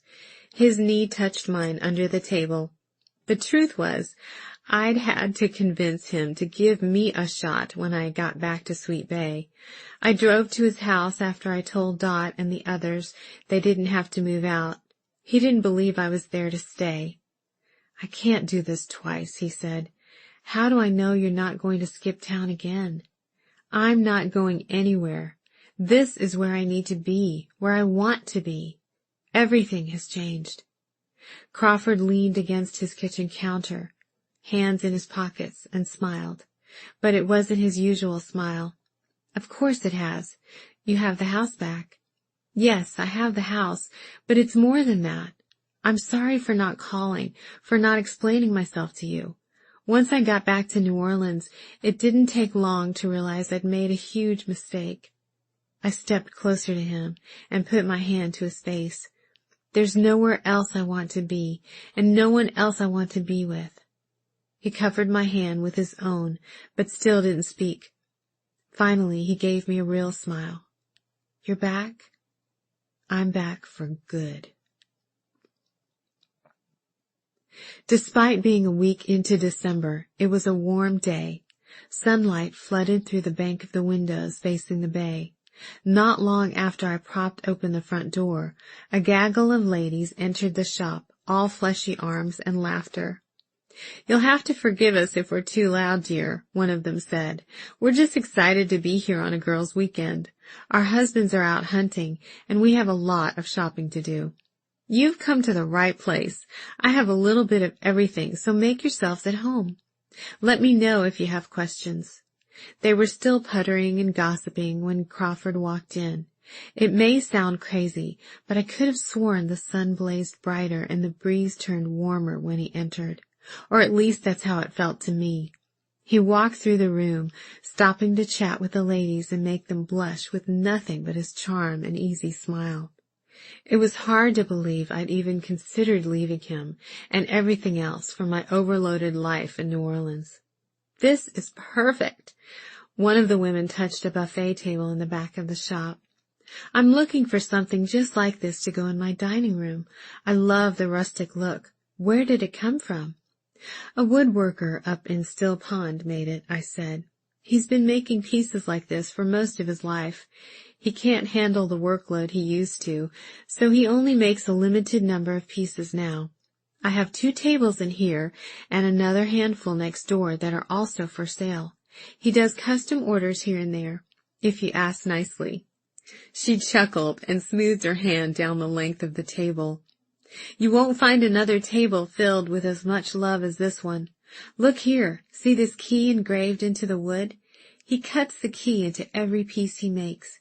He started doing it 50 years ago when he fell in love with a girl named Maggie. He said she held the key to his heart." "Well, you don't hear that every day," the woman said. "What happened to them?" "Tell me they married and lived a happy life together." "They didn't marry," I said, "but they should have. I'm pretty sure she loved him until she died earlier this year, and he still very much loves her." "Sounds like you know this woodworker well." From across the room, Crawford caught my eye and winked. I nodded. "I do. He's my grandfather." That night, long after the last customers found their way out of the shop, most with shopping bags rustling around their knees, Crawford and I relaxed in the rocking chairs on the back porch of the Hideaway.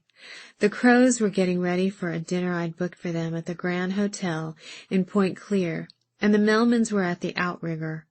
Another group of guests wasn't arriving until the next afternoon, so I had the evening off. I sipped my wine and settled farther into my chair. My legs rested on a blanket in Crawford's lap, and he gently squeezed my bare feet. A scuffle in the house behind us made us both look up to the open doorway. Bert stood with one hand on the doorframe, the other caught in Dot's firm grasp. "Bert, give them some privacy," she scolded. Then turned to me. "I'm sorry. I told him you two wouldn't be interested in his silly games, but he's being very pig-headed." Bert shook his hand free from Dot's and walked out on the porch. "I picked up this new game at Grimmerson's today. George said it's popular with the young people." "It's Pictionary," Dot said, exasperated. Crawford grinned. "What do you say?" he whispered. "I can draw a mean crawfish," I whispered back. "Let's do it," he said. "Here's to another night in paradise." Chapter 46. Mags. March, 9 months earlier. I often went back to the Cove.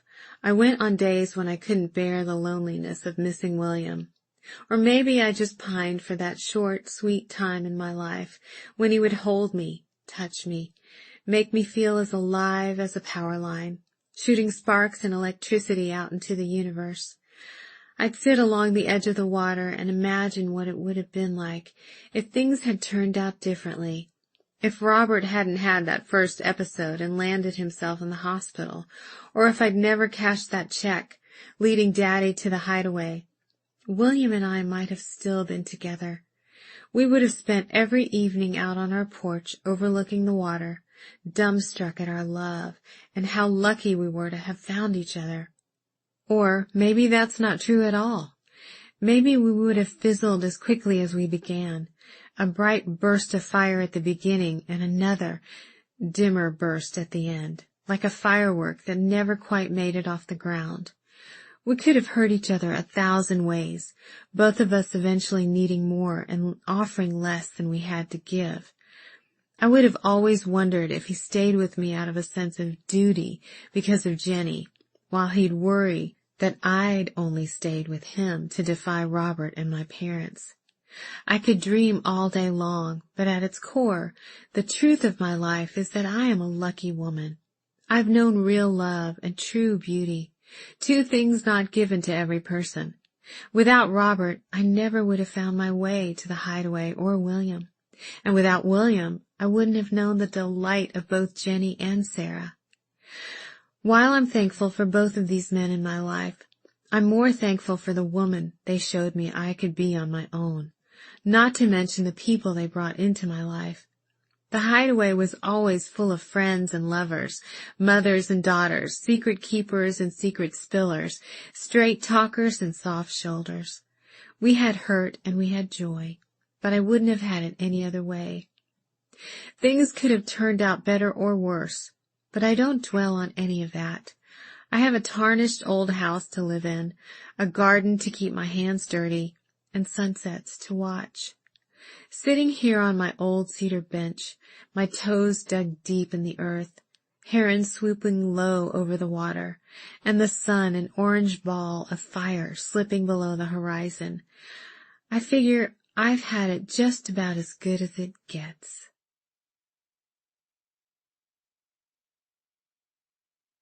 You've been listening to the audio production of The Hideaway. Text copyright 2017 by Lauren K. Denton.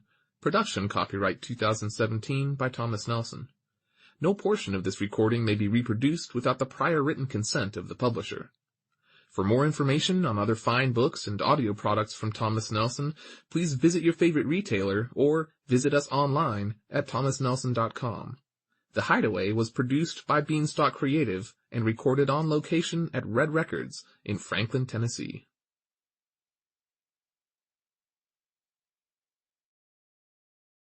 Audible hopes you have enjoyed this program.